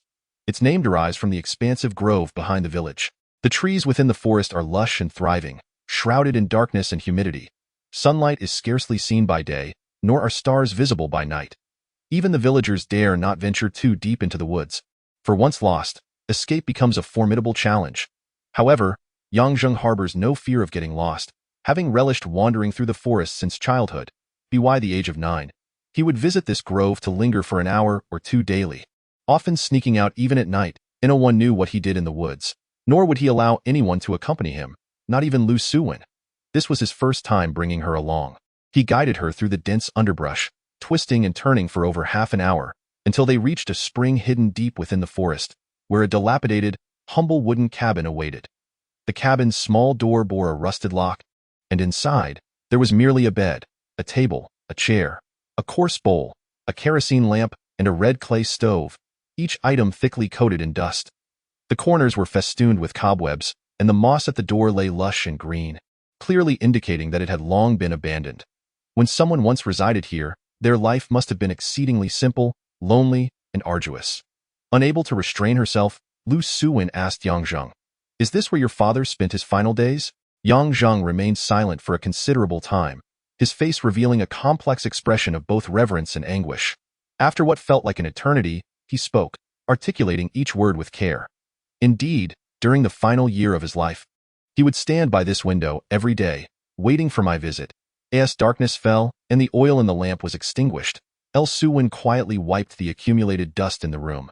Yet Yang Zheng lifted a wooden plank from the floor, retrieving a rusty iron box from the hollow beneath. To his astonishment, the box contained a fire starter. As he ignited it, Lu Suwen beheld a weapon she had never seen before. The moment the flame flickered to life, an oddly shaped blade within the iron box gleamed with a chilling radiance, threatening to pierce Lu Suwen's brow. She shivered involuntarily and asked, "What is this?" "This is a weapon, one that my father wielded in his lifetime," Yang Zheng replied, his expression darkening. "It is the only relic he left for me. Yet he repeatedly cautioned me that unless faced with life and death, not only must I refrain from using it, but I must not even speak of it. I have encountered numerous martial artists and witnessed a variety of weapons in my time," Lu Suwen remarked.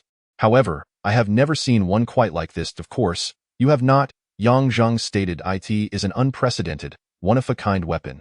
He continued, "My father bestowed upon it a special name. The parting hook, for whatever it ensnares, it brings about separation.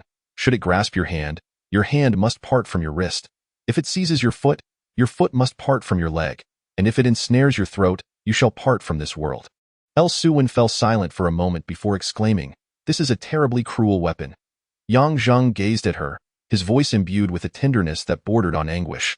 "I do not wish for parting, nor do I wish to part from you. I intend to wield this parting hook solely to remain united with you, for eternity, never to part again." Suwen comprehended his meaning, fully aware of his feelings for her, and she understood profoundly. Yet, tears could not help but cascade down her cheeks. Fortunately, at that moment, the fire starter had extinguished, rendering her face invisible to Yang Zheng, obscuring the sight of her tears. In a realm devoid of slaughter and hatred, the two remained perpetually at peace and tranquility together. Even in darkness, it was a sweetness to behold. Suwen's heart ached, her lips bitten until they bled. She yearned in every conceivable way to keep Yang Zheng by her side, to share her life with him in this desolate place.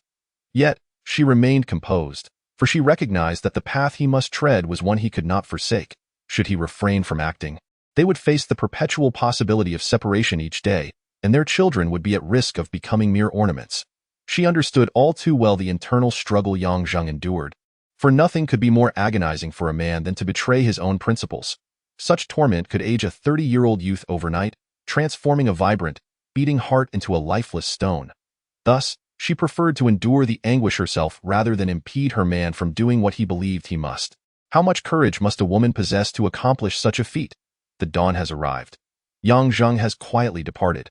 She is aware of his departure, yet she feigns a deep slumber, and he does not disturb her, for they can no longer endure the pain of parting. The stone steps outside the Marquis's residence are long and broad, polished to a reflective sheen. From the entrance, one can scarcely discern the happenings within. Inside, there stands a colossal stone screen, intricately crafted from colorful porcelain, depicting 9 qilin, completely obstructing the view. Behind the wall, silence reigns, not a single sound can be heard. Suddenly, footsteps emerge from behind the screen, and a portly steward appears, his eyes nearly bulging from his head as he tilts his face upwards to address Yang Zheng, stating, "The Marquis wishes to meet you. He beckons you to enter." This individual must hold considerable status within the Marquis's household. Had he lacked such standing, he would not exhibit such arrogance, and if he were not a servant, there would be no need for such pretentiousness. Beyond the high walls lies an expansive courtyard, devoid of flowers or trees, and no goldfish swim in ponds. The courtyard is dominated by a large, ancient iron cauldron, which only accentuates its solemnity and vastness. The doors to the main hall are closed, concealing the interior, revealing only the intricately carved columns that 2 individuals could scarcely encircle, soaring beneath the white clouds with their eaves dripping with elegance. In such a place, one can truly grasp the power of wealth and authority. It is overwhelmingly grand, ample enough to bury all evidence and deeply suppress any unfavorable truths about its master. Yang Zheng walked 300 paces before reaching the threshold of the hall, extending his hand to push open the door. The entrance is at least twice the height of a person, wide enough for 7 or 8 to walk side by side.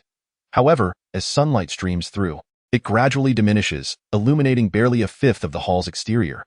This hall is even larger and deeper than the courtyard, requiring the illumination of several hundred thick candles to perceive anything clearly in broad daylight.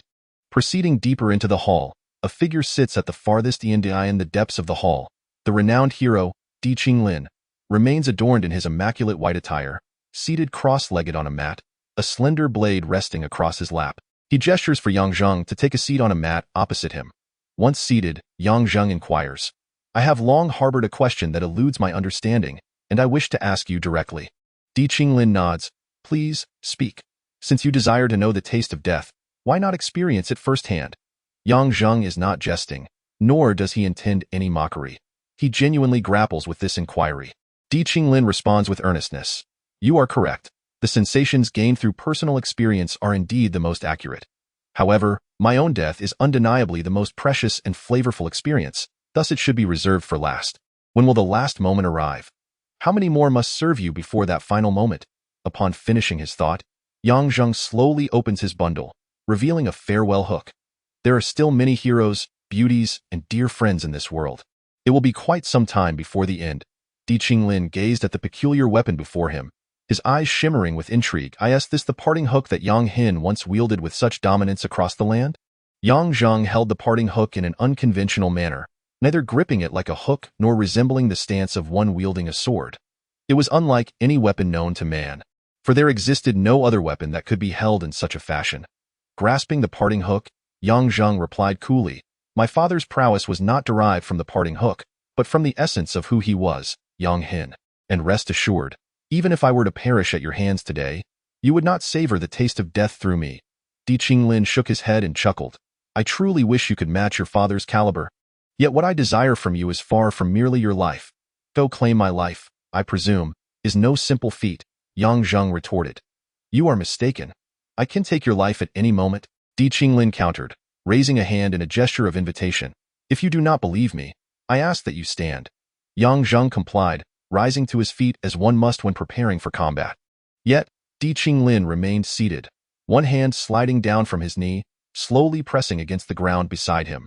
With a sudden crack, the cushion upon which Yang Zheng had sat shifted, revealing not the earth beneath but a dark chasm, void of any light, a seemingly bottomless abyss.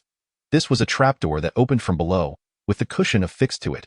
Had Yang Zheng remained seated, he would have plunged into that gaping void the moment the door gave way. Unable to resist, Yang Zheng leaned closer to inspect, and upon glimpsing its depths, he hunched over, nearly succumbing to nausea.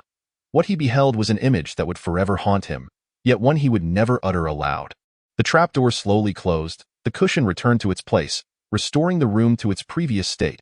Di Qinglin then inquired, "Do you understand why I have not subjected you to such a fate?" Yang Zheng shook his head, struggling to contain his revulsion. Di Qinglin continued, "For a blade to achieve its ultimate form, it requires a sacrificial knife-bearer. Why original knife-bearer was in Wu, but alas, he perished at your hands. Fortunately, the master of the parting hook suffices to serve as the sacrificial knife-bearer for my martial arts to reach their zenith. While this abyss may be your final resting place, it is not the manner of your demise." Having delivered this declaration, Di Qinglin finally rose from the cushion, his grip firm upon the slender blade, his posture eerily reminiscent of Yang Zheng's. The two stood facing each other, neither making the first move, yet each poised to strike at any moment. Their bodies were completely relaxed, yet ready to unleash tremendous power at a moment's notice. They locked eyes, simultaneously attuned to their own presence. The hall descended into an absolute stillness, the air itself beginning to congeal, ceasing to flow. The profound silence of the hall ensured no breeze could disturb it, yet a candle flickered, unable to withstand the oppressive atmosphere. Releasing a tiny spark with a soft pop in an instant, two figures vanished from sight, colliding with a resounding force in the grand hall. Two rows of candles appeared to be swept by a sudden gust of wind, toppling in unison to one side with a whoosh, instantly plunging the space into darkness. A spray of crimson erupted from the intersection of two shadows, adding a vivid splash of color to the palette.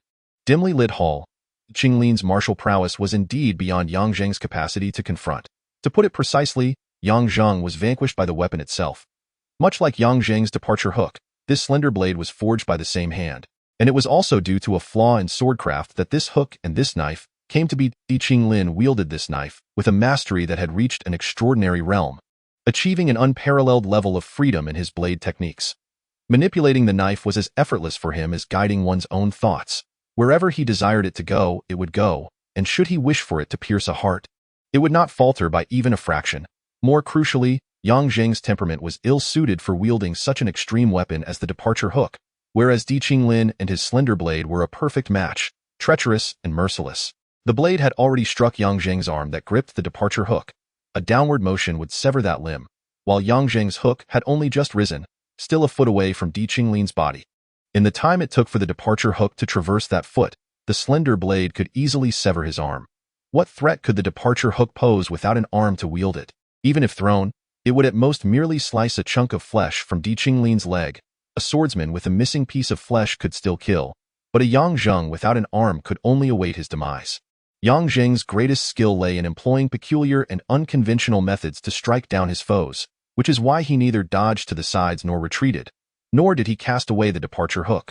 Instead, he crouched down on the spot. The knife was descending, and regardless of how the struck individual attempted to evade, it would only serve to widen the wound. Only by crouching could he possibly evade the blade's edge. Yang Zheng summoned all his strength, propelling his body swiftly toward the ground. Yet, Di Qinglin's blade was swifter. Before Yang Zheng had fully crouched, The edge was nearly grazing his bones. Even if he lay flat against the ground, that strike could still sever his arm. The flickering candlelight in the hall finally returned, illuminating the space brightly. Yet, only one figure remained within the hall. A drop of blood slid down the blade, dripping onto the smooth marble floor as Di Qinglin gazed at the gaping void before him, shaking his head with a cold smirk. Are you so eager to join them in companionship? Very well, it is indeed your destined abode. Them? Which them? Could it be that Di Qinglin already knew everything? Chapter 73. The Final Battle, Part 2. Before Di Qinglin lay a pit that was both deep and dark.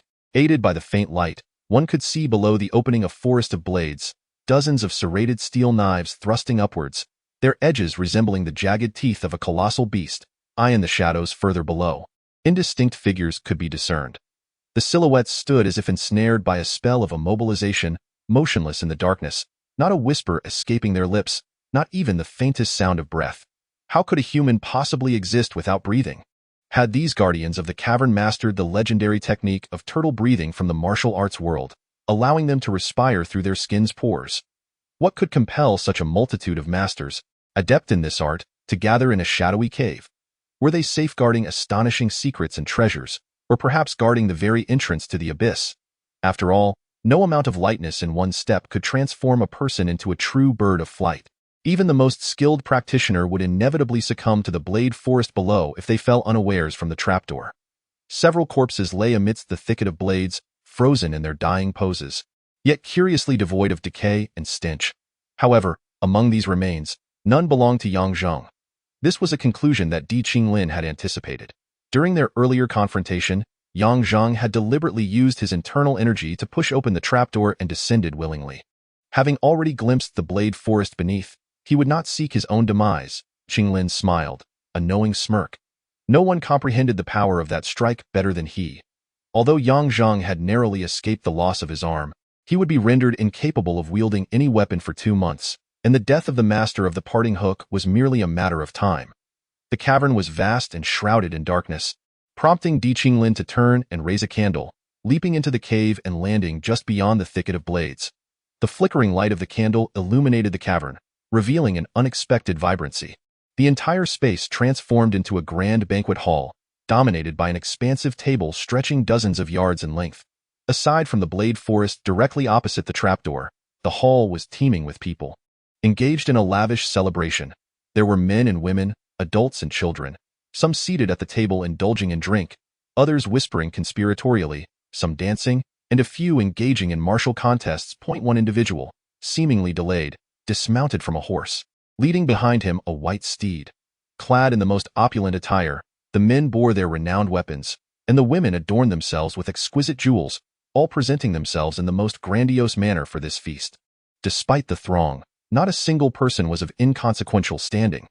Any seasoned individual from the martial world would undoubtedly be astonished to recognize among them illustrious heroes, captivating courtesans, prodigious poets, and sagacious hermits who had renounced the world.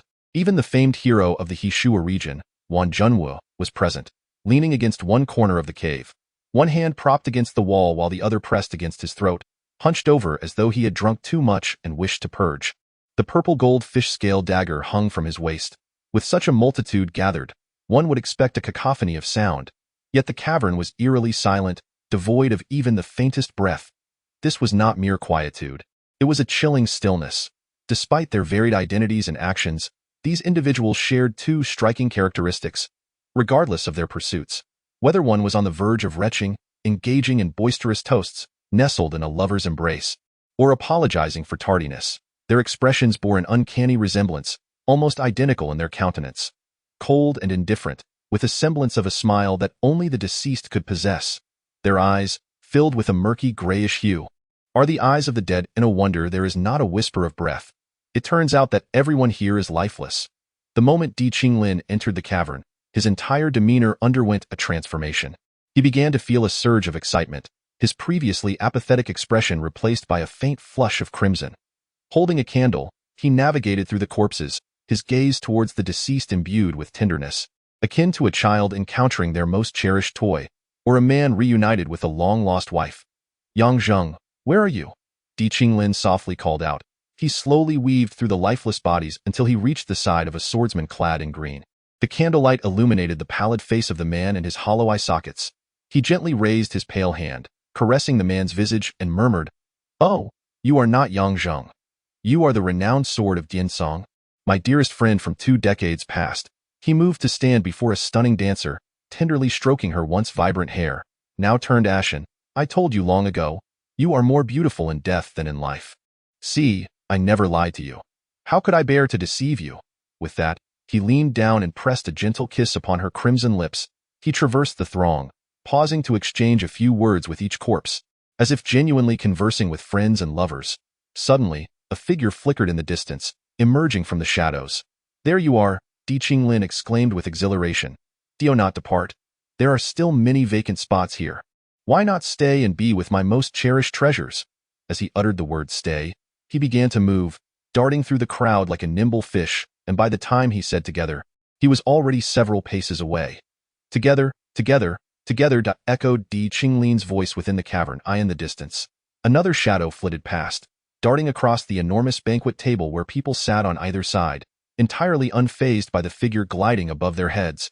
Remaining in their drinking postures, unmoving, Di Qinglin followed suit, leaping into the air. Finally, someone expressed discontent. Just as he found himself suspended, with no leverage to rely upon, the corpse lying on the table abruptly lifted its head. Not just the head. The entire body surged upward, straight as an arrow, like a zombie. But how could a corpse raise its head, and how could the eyes of a zombie gleam with such intensity? A beam of sword light erupted as if from the depths of the earth, hurtling towards Di Qinglin. Xu Yang tightened his grip, the blue steel sword piercing Di Qinglin's flesh. Yet, that was merely the beginning. Simultaneously, Xu Yang's other hand clamped down on Di Qinglin's ankle with the force of an iron vice, yanking him downward. Suddenly, an oddly shaped weapon emerged from beneath the table, obstructing Di Qinglin's descent. The parting hook, Yang Zheng's parting hook. Who was that figure earlier, standing a distance of several paces from the table? Could it be that the resentment of the corpses here has coalesced, transforming into vengeful spirits seeking retribution against Di Qinglin? Di Qinglin let out a strange cry, his body trembling slightly, as he swung his blade down toward his ankle. When Wu Wu was grasped by Yang Zheng around the legs, he struck Yang Zheng's hand. Di Qinglin, however, was far more ruthless, choosing instead to sever his own foot. The climactic battle, Part 2, has yet to conclude. Can you guess what the next chapter will be called? Chapter 74. The climactic battle, Part 2, of course. It shall be the climactic battle, Part 2. The instant Yang Zheng beheld the dark abyss on the ground, he recalled the last words spoken to him by Su Yang before his departure. "I am going to the darkest place in this world." In that moment, he comprehended everything. Even without Di Qinglin's blade, he would have exhausted every means to lure Di Qinglin into this cavern. The slender knife spun rapidly around his ankle, splattering blood. He did not sever his own foot, but rather the fingers gripping it. Su Yang's palm grew cool, and with a slight release, it seemed that something he had grasped slipped away, as his left thumb, index, and middle fingers detached from his hand. The severed digits, however, did not fall downward. Rather, they appeared to be drawn upward by an invisible thread, one after another soaring diagonally aloft. This invisible thread was the very force of Di Qinglin's blade. Di Qinglin plummeted swiftly. The tip of his left foot lightly touched the first severed finger, causing his descent to momentarily halt. Almost simultaneously, the second severed finger flew beneath him, and with a gentle touch from his right foot, he ceased to fall, instead propelling himself upward. At that moment, the third severed finger arrived before him, and with another tap of his left foot, he glided over the grand table like a wraith. The ordinary technique of swallow skimming water was executed beneath him, surpassing all conventional agility, approaching the realm of the divine. In a flash, Su Yang's severed digits met with Di Qinglin's blade. With a heavy stomp upon the ground, Su Yang's arm quivered, propelling both himself and his sword into the air. Mid-flight, Di Qinglin's candle flame abruptly split into two, collapsing toward either side. His pupils constricted sharply, as the flame illuminated a sharp sword point. Once more, Su Yang's sword reappeared. In the final flicker of light, Yang Zheng had already passed beneath the grand table, his departure hook sweeping across Di Qinglin's shins. The candlelight was finally extinguished. Simultaneously, a crisp sound echoed as the trapdoor mechanism of the cavern closed once more, plunging the interior into utter darkness, where one could not see one's own hand before one's face. Yet, amidst the obscurity, there were sounds. A cacophony of swords clashing, hooks slicing, fists and feet whipping through the air, the sounds of impact and weapons colliding, the splatter of blood and muffled groans. Yet, most prominent among these was the sound of blades, like a fierce wind sweeping across the prairie, waves crashing upon the sea, thunder cracking in the sky, and fine rain merging with all things.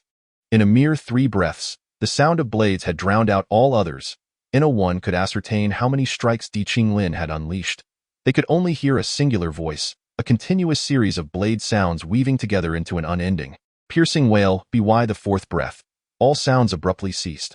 Within the cavern, light emerged once more, initially just a flickering flame, which gradually illuminated the cavern and its occupants as the candleless glow returned. Su Yang reclined partially against a chair, his body marred by an indeterminate number of wounds, now drenched in a dark crimson hue. 3 severed fingers oozed blood like springs, while the whereabouts of the Qinggang sword remained a mystery. His right arm hung at an unusual angle, limp by his side. Yang Zheng lay 3 feet away from Su Yang, his hands empty. The parting hook had tumbled far into the thicket of blades. A massive scar marred his chest, stretching from his right shoulder across to his left rib, the wound narrow and thin, yet devoid of any blood seeping forth. Nevertheless, he appeared capable of further combat. As he leaned against a nearby corpse and unsteadily rose to his feet, a soft sound escaped. A faint pop, as Yang Zheng's chest wound suddenly gaped open, blood gushing forth like a fountain. Spraying over a foot in distance, before he fell backward, gasping for air, Di Qinglin, too, was in dire straits. Half of his white trousers had been stained a vivid red, a pool of blood spreading beneath his feet. His arm, holding a candle, trembled uncontrollably, while a transparent hole appeared in his shoulder, 3 broken ribs piercing deeply into his body. Yet he still stood, a blade still clutched in his hand. I have long asserted that you cannot kill me, nor can you vanquish me. Di Qinglin's voice echoed coldly within the cavern. Su Yang struggled to sit upright, a languid smile perpetually gracing his face, seemingly indifferent to the grave wounds that, given time, could claim his life. His hands were no longer capable of wielding a sword, and the man before him posed an ever-present threat. He turned to Yang Zheng, chuckling. I have always maintained that martial prowess can be summarized in 2 strokes, one horizontal and one vertical. The strong stand tall, while the weak lie down. It appears I was entirely correct. Yang Zheng, seemingly reduced to the mobility of only his tongue, replied in a halting manner. I too believe that fighting with all one's might was an effective strategy. Alas, we possess 2 lives, yet cannot contend against his single one. Di Qinglin placed the obstruction upon the table, speaking matter-of-factly. Even if you had 3 lives, it would be futile, Su Yang inquired. From where do we derive these 3 lives? Di Qinglin scoffed. Lan Yichen's life counts as a life.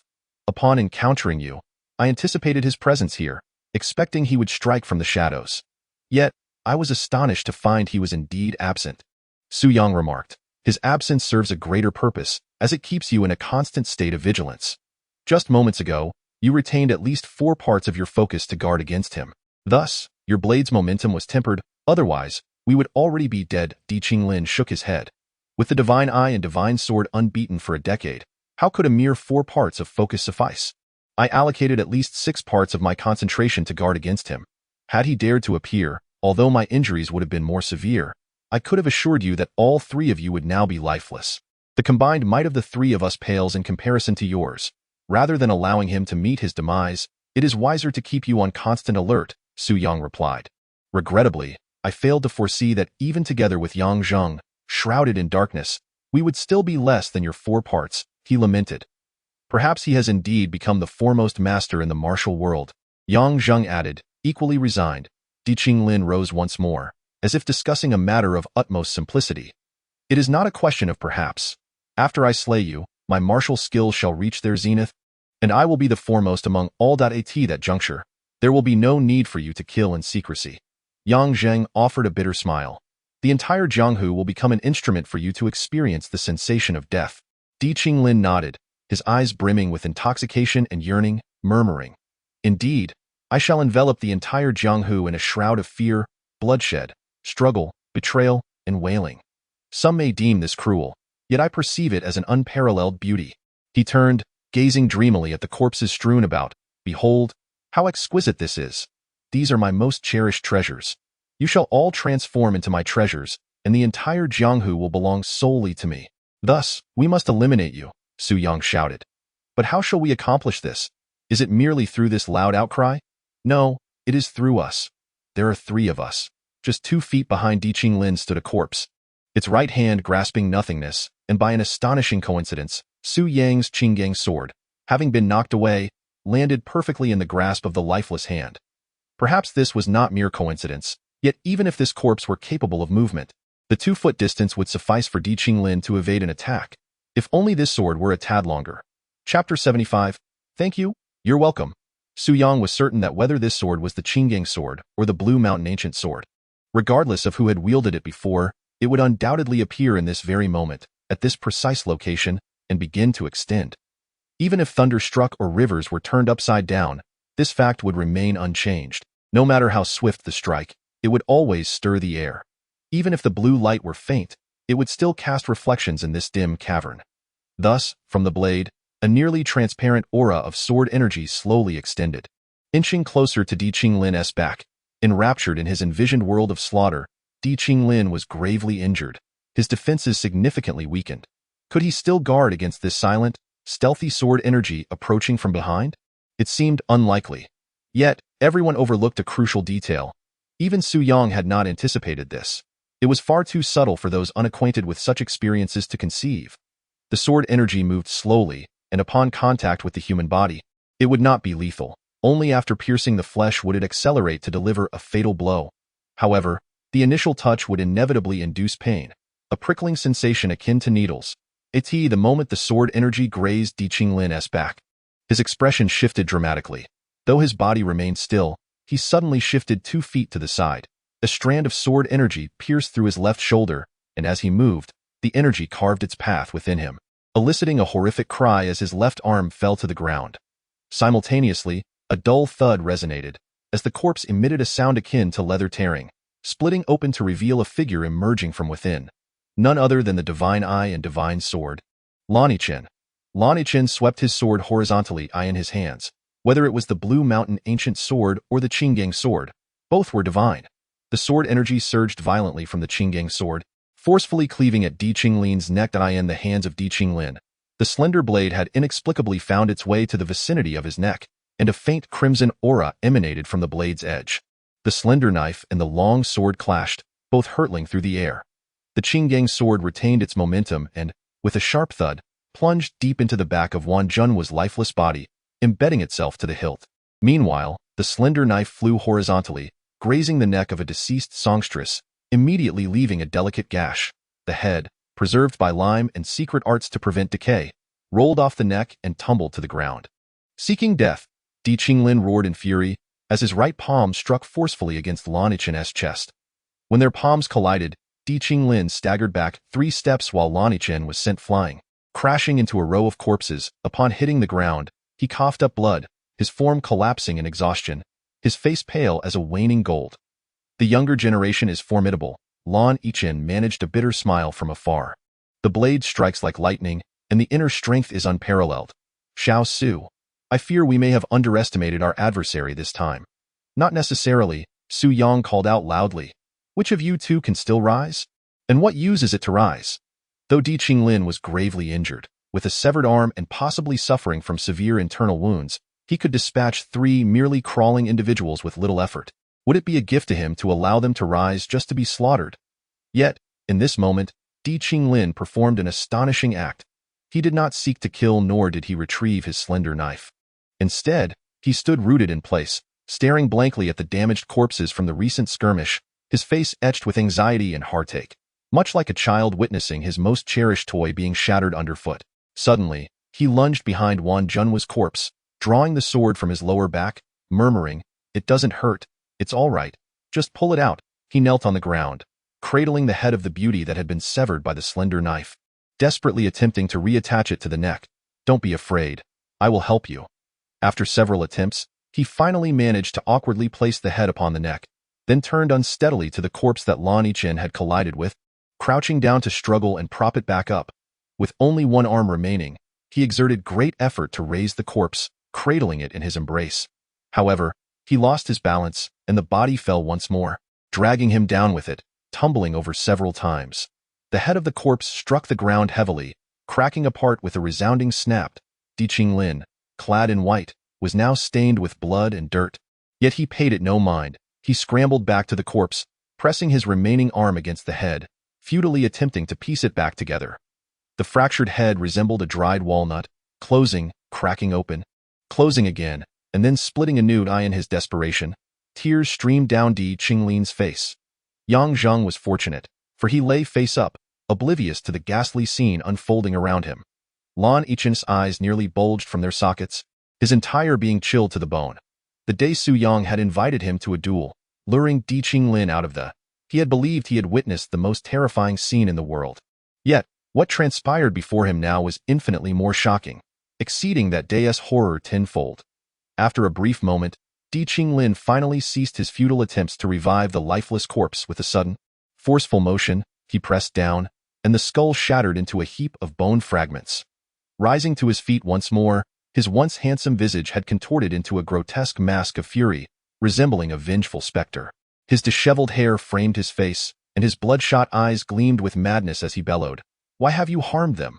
I demand your lives." With that, he raised his right hand, a frenzied glint in his gaze, and began to advance towards Yang Zheng step by step. Among the crowd, only Su Yang remained lucid. "Destroy these corpses," Su Yang shouted, stifling the excruciating pain coursing through his body as he shifted. Colliding forcefully with the nearest corpse, Di Qinglin abruptly halted, revealing a lifeless eye peering through his long hair, fixating intently on Su Yang, murmuring, "I will kill you first, kill you first, kill you first." Not far off, Lan Yichen grasped Su Yang's intention and scrambled into the area of the cave where the corpses were most densely clustered. Lacking a sword and suffering internal injuries that robbed him of any residual power, he resorted to his fists, feet, and head, striking, kicking, and even biting, toppling corpses in his wake.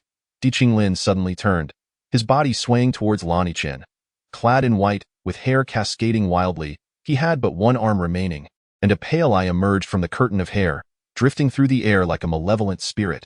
Before he even reached Lan Yichen, his sole hand lunged toward Lan's face. Lan Yichen had no time to evade. Nor could he. In a frantic moment, he seized a nearby corpse to shield himself. The force of Di Qinglin's palm stirred a gust of wind, ruffling the hair of the fallen. Just as his hand was about to strike the corpse's face, Di Qinglin abruptly retracted his power, redirecting his palm into the air. The momentum caused him to tumble to the ground, his forehead crashing heavily against a sharp table edge, blood gushing forth. Lan Yichen spat out another mouthful of blood, darkness enveloping his vision as he collapsed alongside the corpse. Di Qinglin, heedless of his forehead wound, rolled and crawled to the fallen body, fiercely pushing Lan Yichen aside and embracing the corpse tightly. Fear not, I shall not harm you, never." His voice suddenly faltered. His eyes, filled with disbelief, slowly lowered to behold a bright sword tip protruding from his chest. Su Yang stood behind him, precariously supporting himself on the table with the remaining 2 fingers of his left hand, while gripping the hilt of the Qingang sword tightly in his right. His right arm, broken, made even the simplest withdrawal of the sword a near-fainting ordeal. The long sword withdrew from Di Qinglin's back. Yet little blood flowed from the wound. In truth, after a fierce battle, the 4 souls within the cavern had little blood left to shed. Perhaps it was a fleeting glimpse of life, as a semblance of humanity flickered back into Di Qinglin's eyes. He turned his body, leaning against the corpse, staring vacantly at his chest, and stammered, Am I going to die? So this is what it feels like." Su Yang struck his right arm heavily with 2 fingers of his left hand. An overwhelming surge of pain instantaneously coursed through him, yet paradoxically steadied his trembling limb. Gripping the Qing sword tightly, he declared, "Rest assured. This time you shall surely perish if you do not die. I shall compensate you with whatever sum you desire." Di Qinglin lifted his gaze, locking eyes with Su Yang, and earnestly replied, "Thank you. This is, for me, the happiest day of my life. No need for gratitude. It is my honor." Su Yang raised his hand and swung his sword. A head soared into the sky, and a faint smile, tinged with satisfaction, graced his lips. However, that smile was cleaved in 2 by his own blade. He would never smile again, neither in jest nor in fulfillment. Only mockery remained. After a day's arduous journey home, he had visited a sick relative who was gravely ill. The helplessness of witnessing life ebb away right before one's eyes was profoundly unsettling. Chapter 76. Epilogue. Seeking collections and recommendations, a great fire erupted, illuminating the darkest horizon before dawn. The conflagration at the Duke's mansion raged for a full 10 days, consuming this grand edifice, symbol of power and harbor of vice, until nothing but ashes remained. Many years later, those residing near the Duke's residence recalled the sudden blaze with lingering trepidation. They could vividly remember the anguished cries of countless souls echoing amidst the flames, and the grotesque visages that emerged from the inferno. All of this ultimately vanished with the rise and fall of the fire. Whether hailed as the greatest under heaven or as a dashing rogue in death, they all reduced to mere dust. Like the countless corpses in the grave, they became a handful of pale ash. Not even the most divine of eyes could discern their once magnificent status or formidable prowess from this residue. Di Qinglin was finally united with his beloved ones for eternity. No one could sever their bond, not even the most potent of separations. They were intertwined, each existing within the other. Perhaps in hell, Di Qinglin might sincerely thank those he had slain, or perhaps he would defiantly curse them. Perhaps he would retain that cold, indifferent demeanor, or perhaps those souls would band together to seek vengeance against him. Yet, none of this mattered anymore. Su Yang merely wished to send Di Qinglin to hell, and that was sufficient. Regardless of how Di Qinglin fared in the afterlife, Su Yang was certain that he would find joy in this act. One can only live for so many years. If every desire is met with hesitation and restraint, over time, even the most skilled practitioners, no matter how empowered, would inevitably succumb to internal strife. Such a life would be better ended by a fatal collision. Di Qinglin desired to kill, and he did so, living with a sense of liberation. Su Yang wished to slay Di Qinglin, and not only did he succeed, but he also survived, experiencing even greater exhilaration. Fortunately, in his battle against Di Qinglin, a master nearly at the pinnacle of his craft, he only lost 3 fingers. The weight of 3 fingers, of course, does not amount to a pound. Thus, after quietly expending the system's granted opportunity for rebirth, Su Yang's injuries appeared considerably lighter than those of Yang Zheng. 3 months later, these two individuals, who had endured countless wounds, finally managed to rise unsteadily to their feet. Upon regaining the ability to move, their first act was to sneak out the door while Lu Suwen was out shopping for groceries, supporting each other as they stumbled towards the noodle shop. In the short span of just over 3 miles, they fell a total of 8 times, tearing open numerous wounds and bumping their heads several times. Yet they erupted into hearty laughter, breathless with mirth.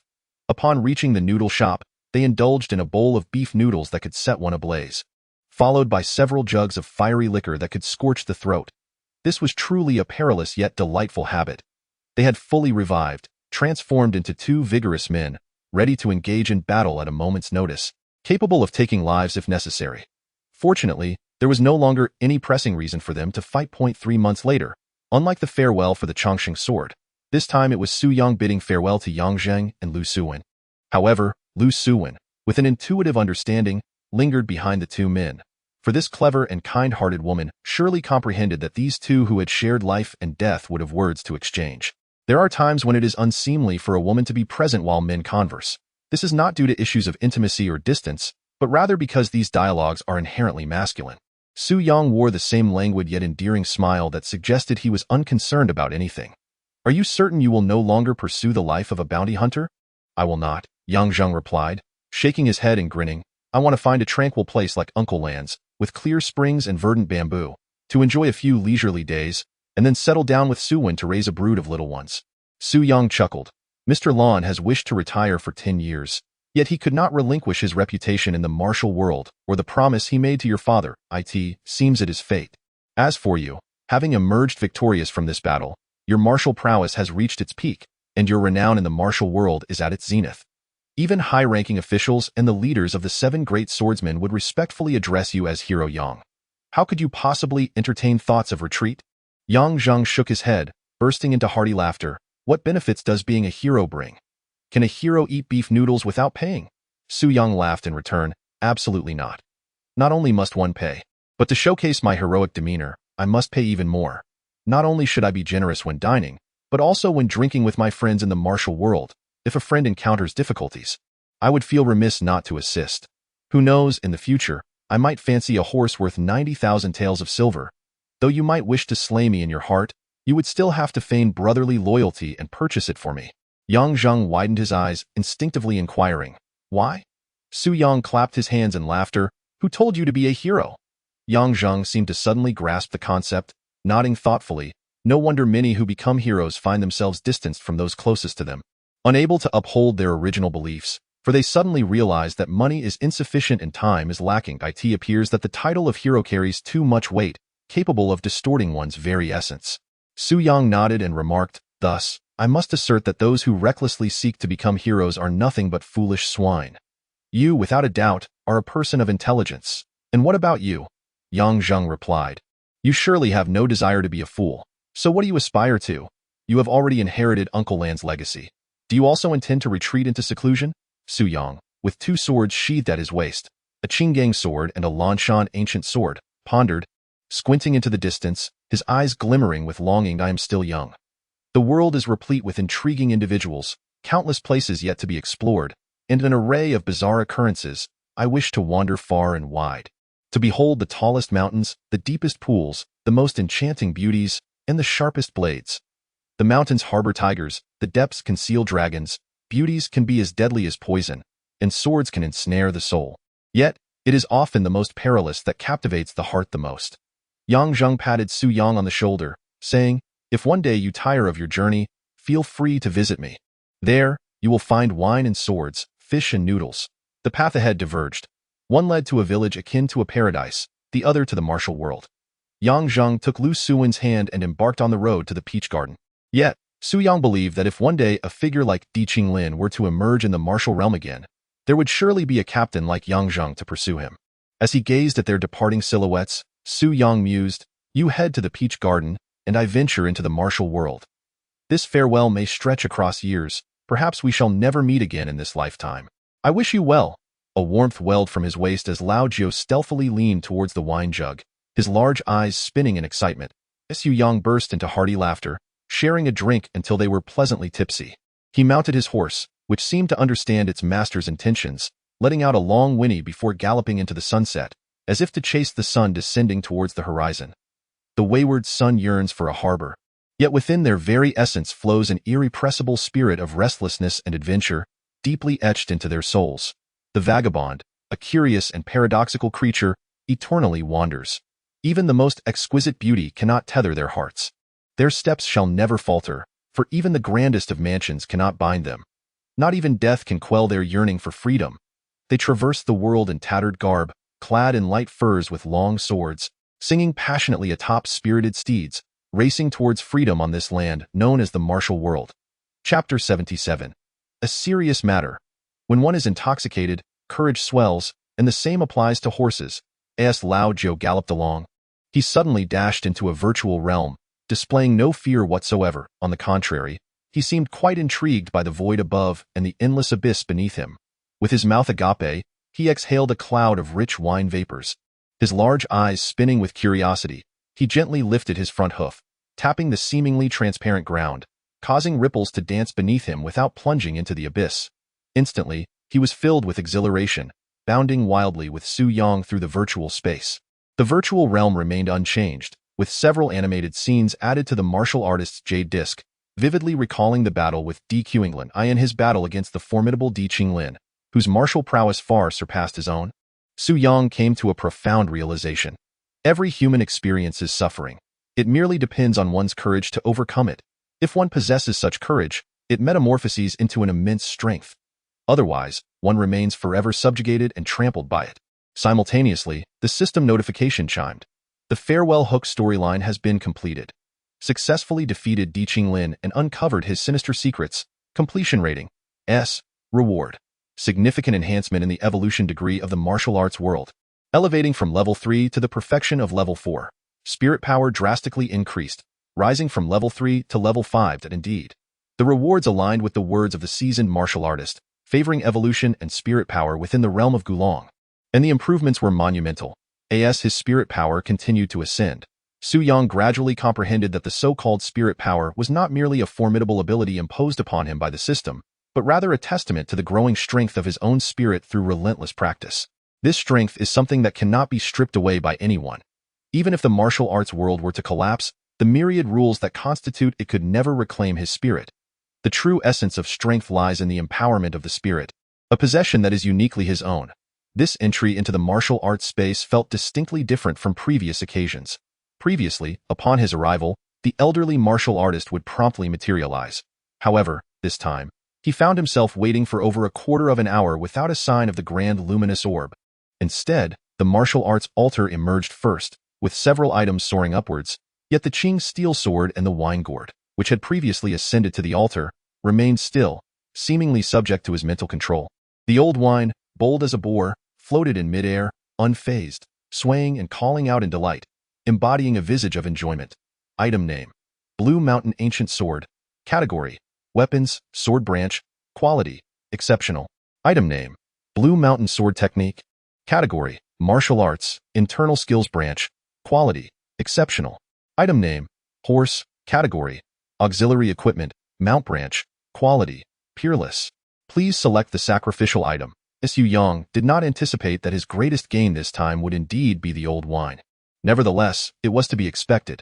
Even at full speed, the old wine could outpace Di Qinglin, truly deserving of the title Peerless. This companion, capable of quenching thirst during leisurely moments and providing life-saving assistance in dire situations, must not be sacrificed. As for the Blue Mountain Ancient Sword, it currently appears superior to his Qing Steel Sword. The latter had previously been rated as a quasi-exceptional item. However, the Qing Steel Sword has the potential for level enhancement, whereas the Blue Mountain Ancient Sword does not. Moreover, the blade of the Blue Mountain Ancient Sword is entirely suffused with a vivid azure hue. Upon its unsheathing, a brilliant blue light emanates, as if it seeks to proclaim its master's prowess to all. While aesthetically pleasing, in the realm of combat, the virtues of steadiness, precision, and ferocity are paramount. Such ostentatious displays hold little significance and may inadvertently alert one's adversary. The only aspect that raises a modicum of hesitation is the Blue Mountain Sword Technique. Though it bears the name of a sword technique, it fundamentally relies on internal cultivation, a fact that Lan Yichen has elucidated in detail. The essence of the Blue Mountain Sword Technique lies in the mastery of inner strength, akin to the Huashan sect's energy-based swordplay, where the spirit guides the blade. However, the Blue Mountain Sword Technique is not merely a method for cultivating internal power. Rather, it is a technique for employing that power.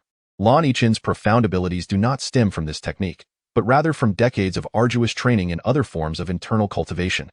Despite his formidable strength, conjuring a sword aura that extends a mere couple of feet with ease proves challenging, particularly when it comes to precise control. His ability to achieve such feats is primarily attributed to the Blue Mountain Sword Technique. The greatest utility of this internal cultivation lies in the control of one's inner energy, allowing it to manifest externally and take form upon a weapon. When wielding a sword, it becomes sword aura.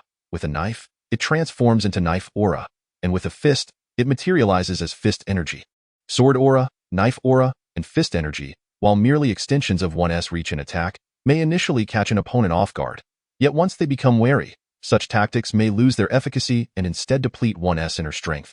Naturally, if one could unleash sword aura stretching several feet or even dozens of feet, or if it could fly like a concealed weapon, that would be a different matter altogether, though it would likely demand an immense reservoir of internal power. With such a level of internal strength, what need remains for sword aura or weapon techniques? One could simply strike with their fists against the likes of Damo, kick Huang Chong, ride atop Dongfang Bubi, or even spit to vanquish Zhang Sanfeng. Thus, the Blue Mountain Sword Technique is merely a refined piece of art. Xiu Yang, for the time being, chose not to offer a sacrificial item. Instead, he retrieved a book and placed it upon the altar. This was the complete version of the Sanjiang Heart Method, which he had penned while recuperating from injuries sustained in a narrative dungeon. Previously, he had been uncertain of the Sanjiang Heart Method's true caliber. If it turned out to be subpar, it would be a sheer waste of time. The Sanjiang Heart Method ascended gently to the altar, gradually ensnared by a swirling azure light emanating from the cauldron. Item name: Sanjiang Heart Method. Category: Martial Arts, Internal Cultivation Branch. Quality: Refined. Xiu Yang furrowed his brow. How could it merely be classified as refined, akin to the sun-melting heart method of the monk Wujia?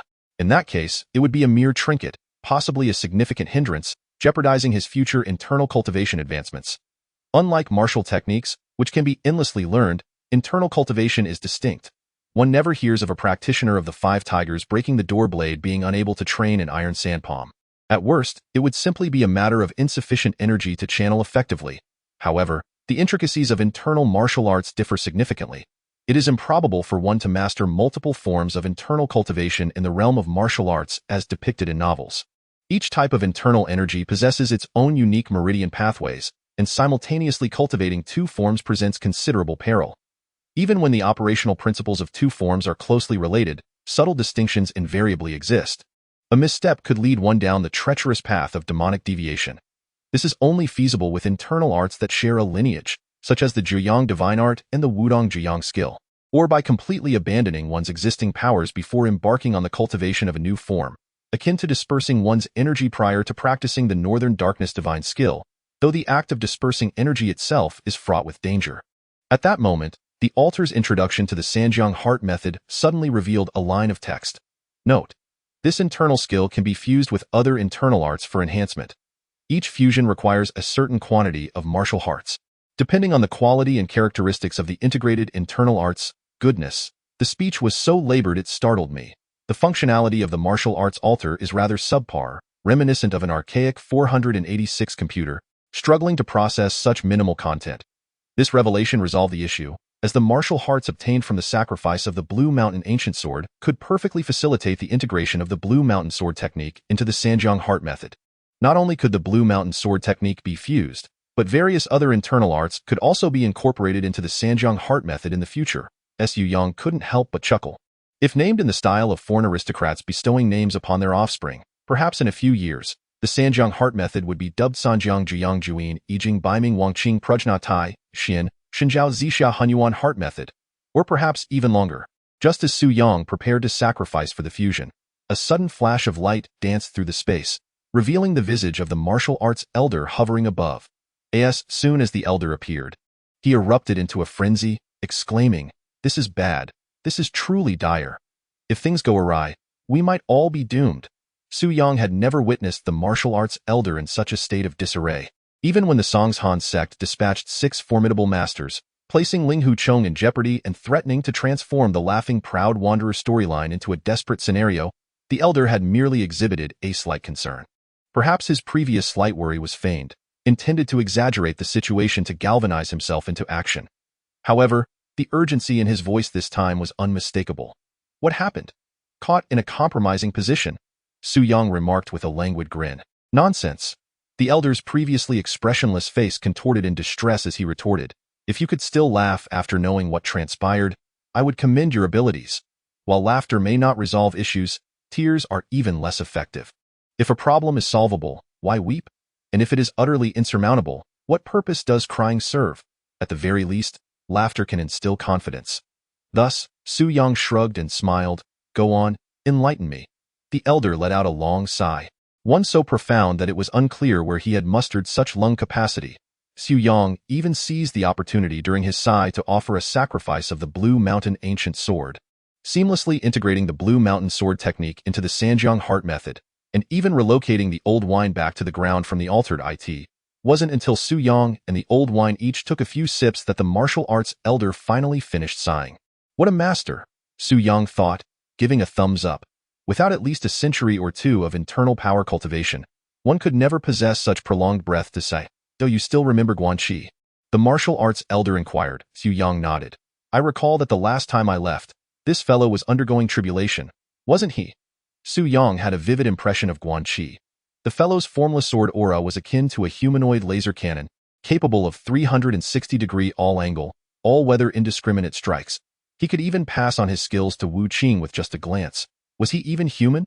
However, what astounded Su Yang the most was that, as a character within a narrative, he could influence the rules of the martial arts world with his own martial prowess, causing thunderclouds and lightning in the Wen Ruian world, which prevented his entry into that realm.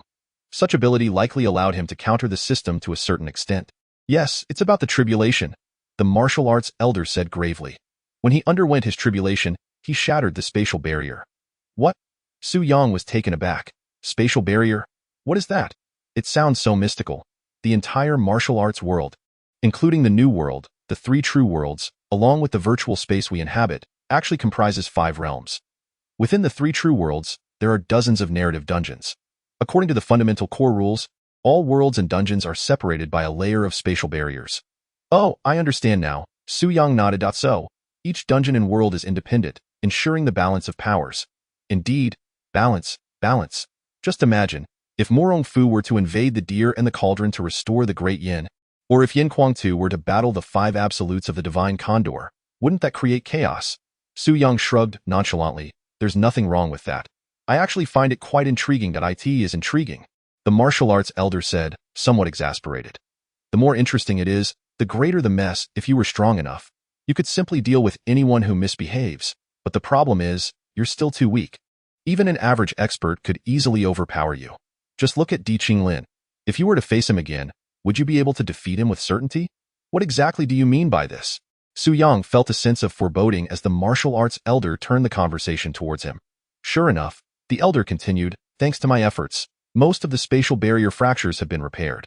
The remaining minor fissures have minimal impact, but I currently have no way to address the spatial barrier of the new martial arts world and other martial arts realms, especially in the Wen Ruian world. Characters or even scenes may appear in the new martial arts world, so I am responsible for dealing with these anomalies that arise. Su Yang chuckled. Do you think I can handle the likes of Li Qinzhou, Yin Kuangtu, or Xiao Qiushui? If Guan were to cross over, wouldn't the entire world be doomed? That is not necessarily the case. The spatial fissures are currently not significant enough to allow these unparalleled masters to pass through. The martial arts realm asserts that the foundational rules are undeniably potent. At present, the evolution level of martial arts in the new world is at the 4th stage of perfection. Transitioning to the 5th stage would be untenable for those of excessively high prowess, at most exceeding the evolutionary limit by 3 stages. However, should this situation be allowed to escalate, and the fissures be widened, the scenario you described could indeed manifest. The gap of 3 stages is far too considerable. Su Yang recalled that when he first entered, the evolution level of the new world was at stage 1, where the masters within were scarcely superior to farmers. Yet, upon his last return, having reached the 2nd stage of perfection and entering the 3rd stage, several of his more gifted junior disciples had already approached the prowess of 2nd-generation disciples from the Songshan sect. This illustrates the disparity of merely 2 stages. The crux of the matter lies here. The chasm of 3 stages is insurmountable. If those who traverse into this realm remain compliant, it may be manageable, but should a significant number of martial artists in the new world face death and massacre, the evolution level of the new world could regress, or worse, the entire world may collapse. At that juncture, we would both be doomed. From a long-term perspective, it is imperative to expedite the evolution of martial arts in the new world, enabling it to naturally cultivate masters capable of contending with external threats. However, this is not a task that can be accomplished swiftly. Therefore, each time you enter the new world, if you encounter masters from other realms, you must devise ways to mitigate any threats they may pose to the new world. Do they realize they have traversed dimensions? Su Yang inquired. Not necessarily. It depends on the circumstances. Yet, one thing is certain. Even if you reach the new world's capacity limit, and with the aid of divine powers, your martial prowess will not surpass the 3rd stage. Hence, it is perilous. Su Yang, having long accustomed himself to the burdens of debt, chuckled cheerfully. Since it is so dangerous, it would be quite unreasonable of you not to offer me any benefits or assistance. The martial arts elder, sensing that he had nearly swayed Su Yang, began to shamelessly expound. In truth, the rupture of space itself is a boon, akin to bacteria entering the human body. As long as one survives, their immunity will gradually strengthen. The same applies to the martial arts of the new world. Its evolution will slowly enhance through the repeated incursions of outsiders, and a plethora of heroes and champions will emerge, some of whom may even surpass your capabilities. Viewed from another angle, this effectively reduces your workload. Su Yang, unperturbed, laughed heartily. I see through your scheme. The rupture of space is likely your doing, isn't it? You feign a visage of despair merely to deter me from striking. Such words should not be spoken lightly. The martial arts elder exclaimed, genuinely taken aback. Absolutely not. This is truly an unforeseen incident. As the enforcer of the rules, I must act in accordance with them. Rules? Su Yang scoffed. What if the rupture of space is, in itself, a component of the rules? By those rules, you are now obliged to remain in the new world for at least 15 days. Should fortune favor you, you may not even encounter any invaders. Do you know what I am inclined to say to you now? It is ill-mannered to curse. I have lived a long life.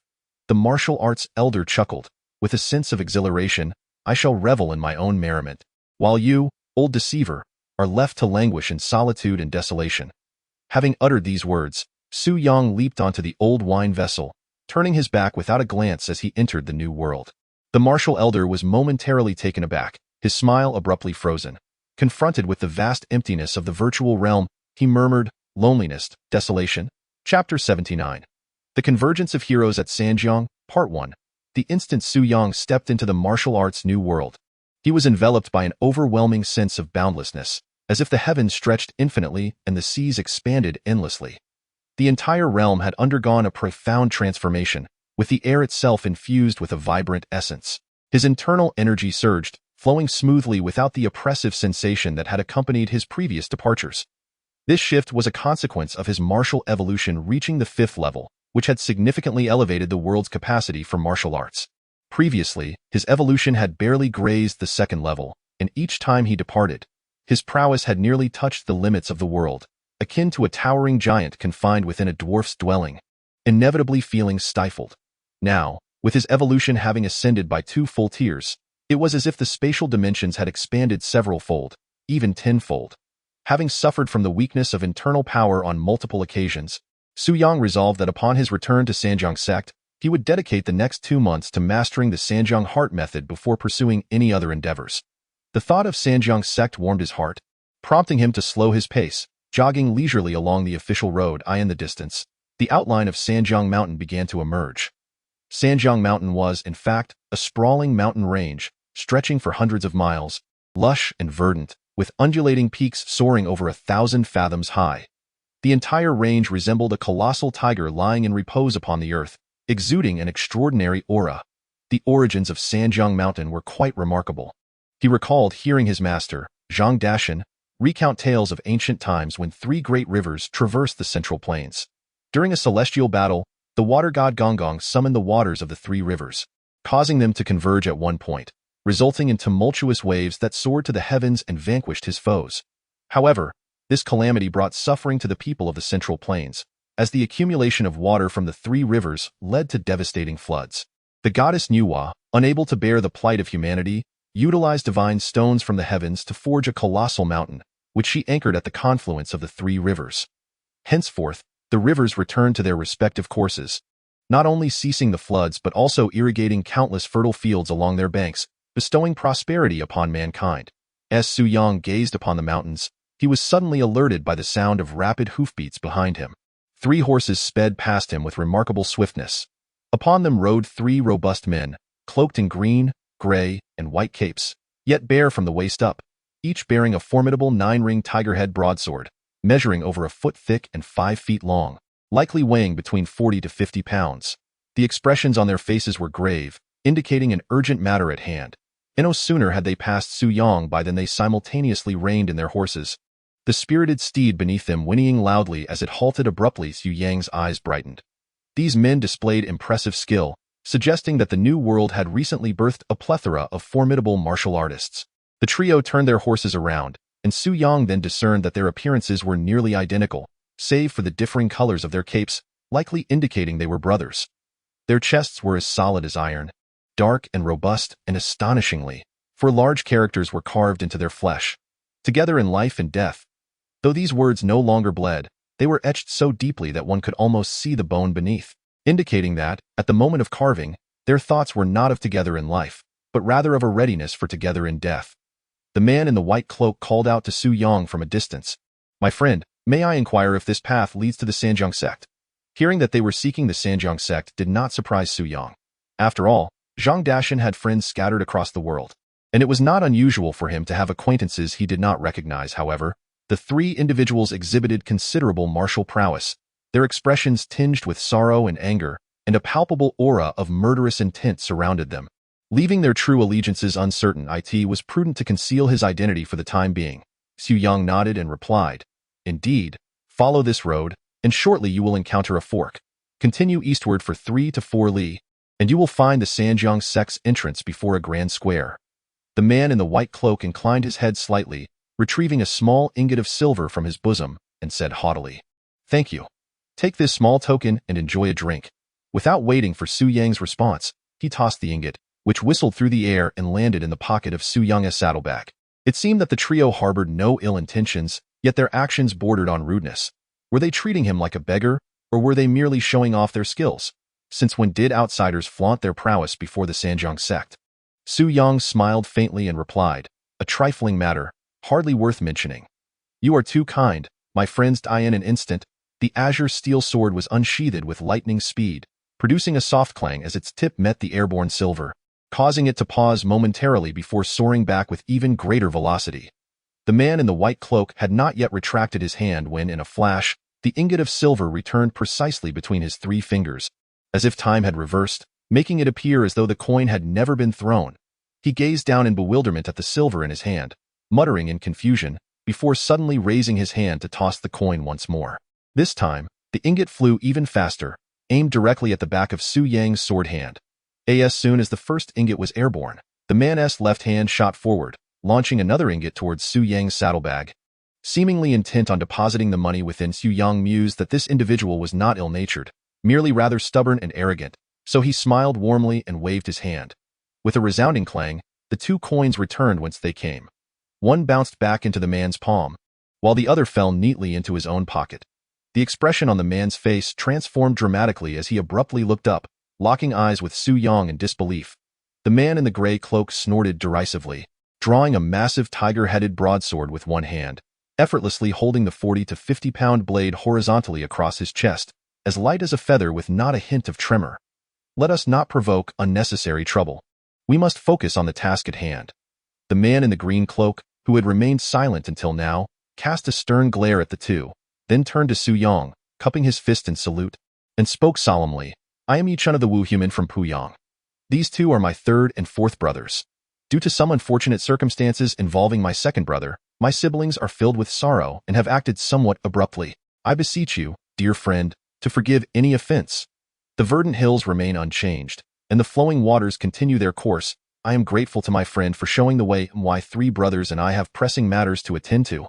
So I must take my leave with that. The figure in the green cloak turned his steed and gave a firm crack of the whip upon the flanks of his mount, galloping away in a cloud of dust. The other 2 exchanged glances and swiftly spurred their horses to pursue, and in the blink of an eye, the trio had vanished from sight. Su Yang's mind raced as he recalled the tales of the New World's martial arts lore that Zhang Dashan had shared with him. It seemed that in Puyang, there existed a 5-tiger gate, employing the 5-tiger breaking door blade technique, and the sect comprised merely 4 individuals, all of whom were brothers, bearing the surname Yi, with names that echoed the seasons: spring, summer, autumn, and winter. It dawned on him that the 2nd brother, Yi Xia, must have encountered trouble, explaining their urgent rush towards the Sanjiang sect. Master Zhang Dashan wielded considerable influence in the martial world, and with unparalleled skills, the Sanjiang sect was indeed a first-rate faction in the New World's martial arts scene. It was likely that Yi Xia had either stirred up some trouble or had been harmed, prompting these 3 to seek their master's assistance in mediation. After traversing a stretch of road, a melodic voice resonated from the roadside. With sword in hand, I journey 1,000 miles. A mere whisper dares to escape my lips. Following the sound, he beheld a figure approaching from the wild fields beside the official